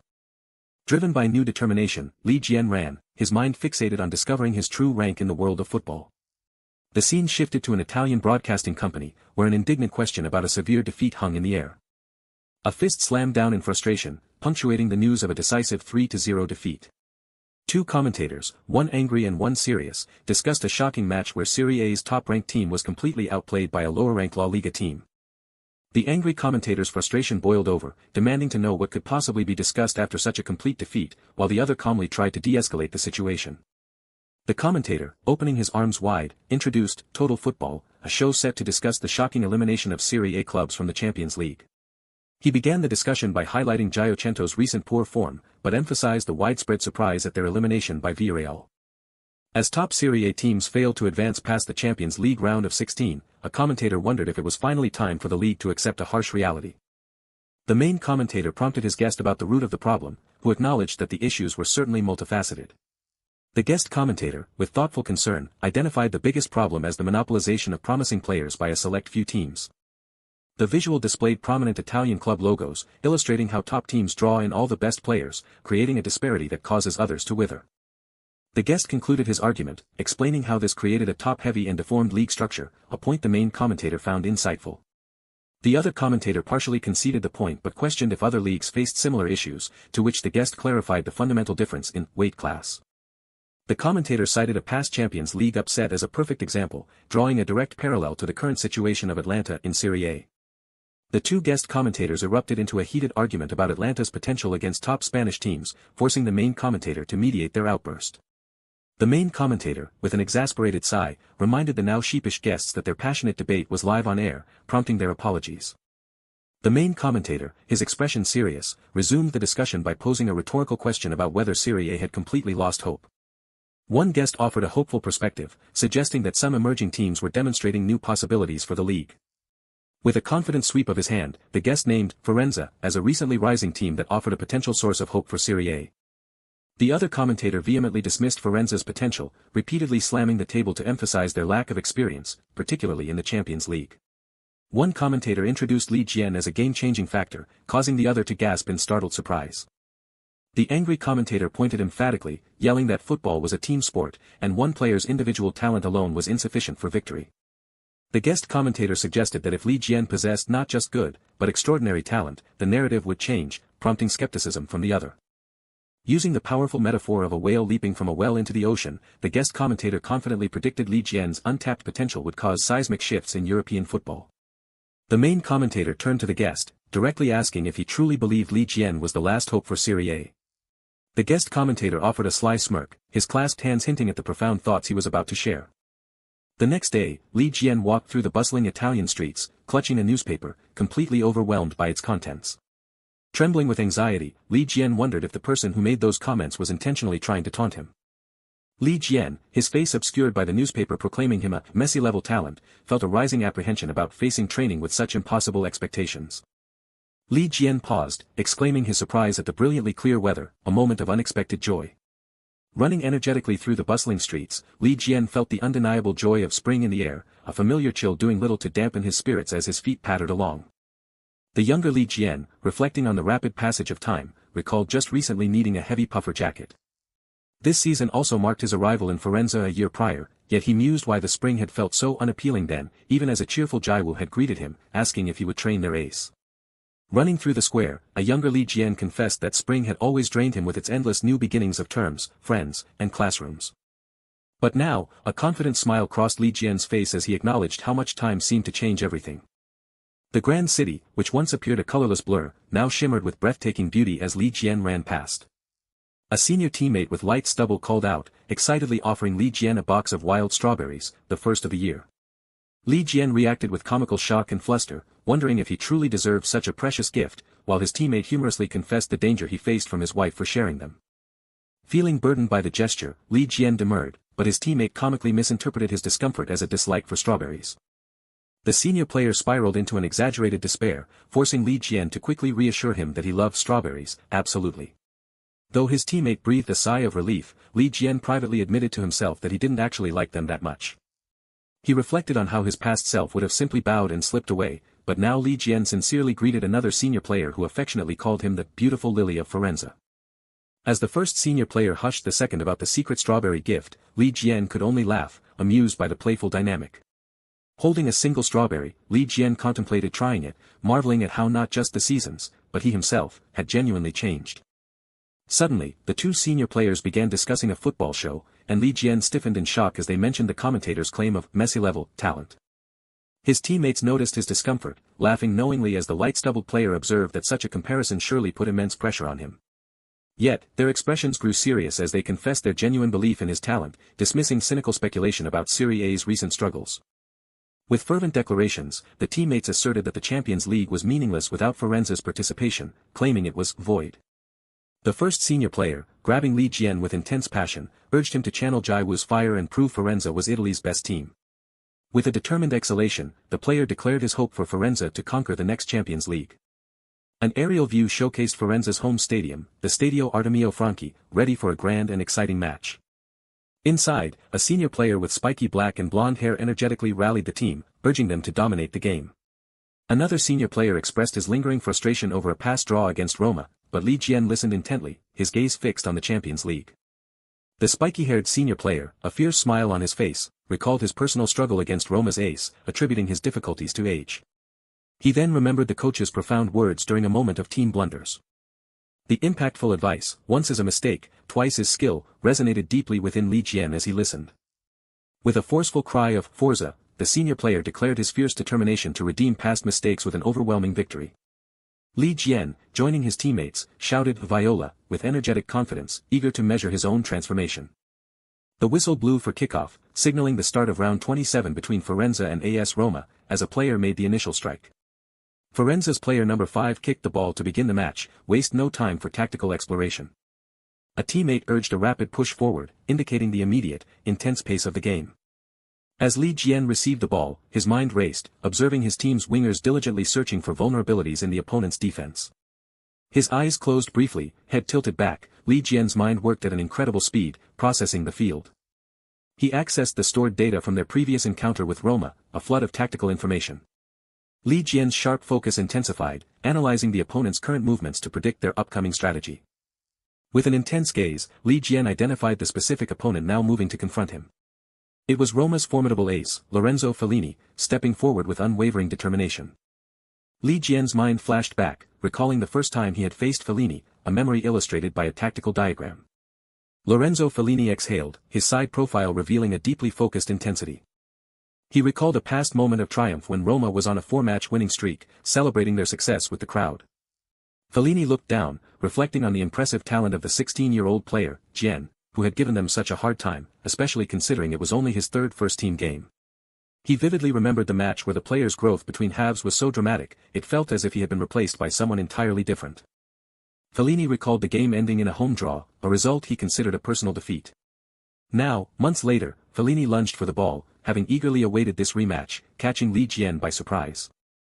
As he fiercely challenged for the ball, Fellini wondered if he and his team had been in a slump since that pivotal match. With a powerful kick, Lorenzo Fellini vowed to repay that past draw with a decisive victory today. Fellini stared in disbelief as Li Jian, with astonishing agility, leaped over him. He broke through. Fellini exclaimed in shock and admiration, acknowledging Li Jian's successful evasion. Frustration etched across his face, Fellini realized with regret that Li Jian's move was too swift to even attempt a foul. A teammate shouted, "Sayonara," as he passed the ball, while others humorously noted their youngest player's sudden informal speech. Player number 10 struck the ball with conviction, declaring that a player's skill overshadowed any hierarchy. Player number 8 made a powerful play, instructing his teammates to maintain the tempo and create an opening for Bonaventura. A tactical diagram illustrated the intricate ball movement and player positioning within the penalty area. Player number 5, holding the ball, strategized a brief pause after his next pass to disrupt the opponent's defense. A player, identified as Kane Han, received a nice pass and rapidly headed towards the opposite side of the field. Lorenzo Fellini, eyes wide, analyzed the situation, realizing from the current angle that the incoming shot would miss its target. But then, a sudden, chilling sensation crept up behind Fellini, alarming him. Fellini stumbled, knowing instinctively that Li Jian was the approaching presence, as the young player soared past him. A defender's leg decisively blocked the attempted shot, completely closing off the angle. What? Fellini gasped in surprise as Li Jian, with astonishing agility, unexpectedly leaped. A player shouted, "Sayonara," and with a powerful strike, launched the ball towards the goal. Just 3 minutes into the match, Firenze scored, making the score 1-0, as the team celebrated Kane Han's triumphant goal. Lorenzo Fellini looked down, filled with regret, realizing that his initial mistake of letting Li Jian break through had led to their disadvantage. Apologizing, Fellini vowed to focus, reassured by a teammate that there was still ample time left in the game. Composing himself, Fellini planned to calmly work towards an equalizer, only to suddenly gasp in surprise. Li Jian, with surprising speed, successfully stole the ball, leaving Fellini in utter shock. Fellini and another player exchanged surprised glances, wondering if Li Jian had developed far more than they had anticipated over the elapsed time. Fellini mentally replayed the moment, baffled by how the skill gap had widened so drastically, leaving him no time to react. Lorenzo Fellini stared, his eyes wide with profound shock and disbelief. With a powerful kick, Li Jian struck the ball, leaving Fellini to question how much the young player had grown in just a few months. Only 7 minutes into the first half, Firenze scored yet again, pushing their lead to a stunning 2-0 against AC Roma.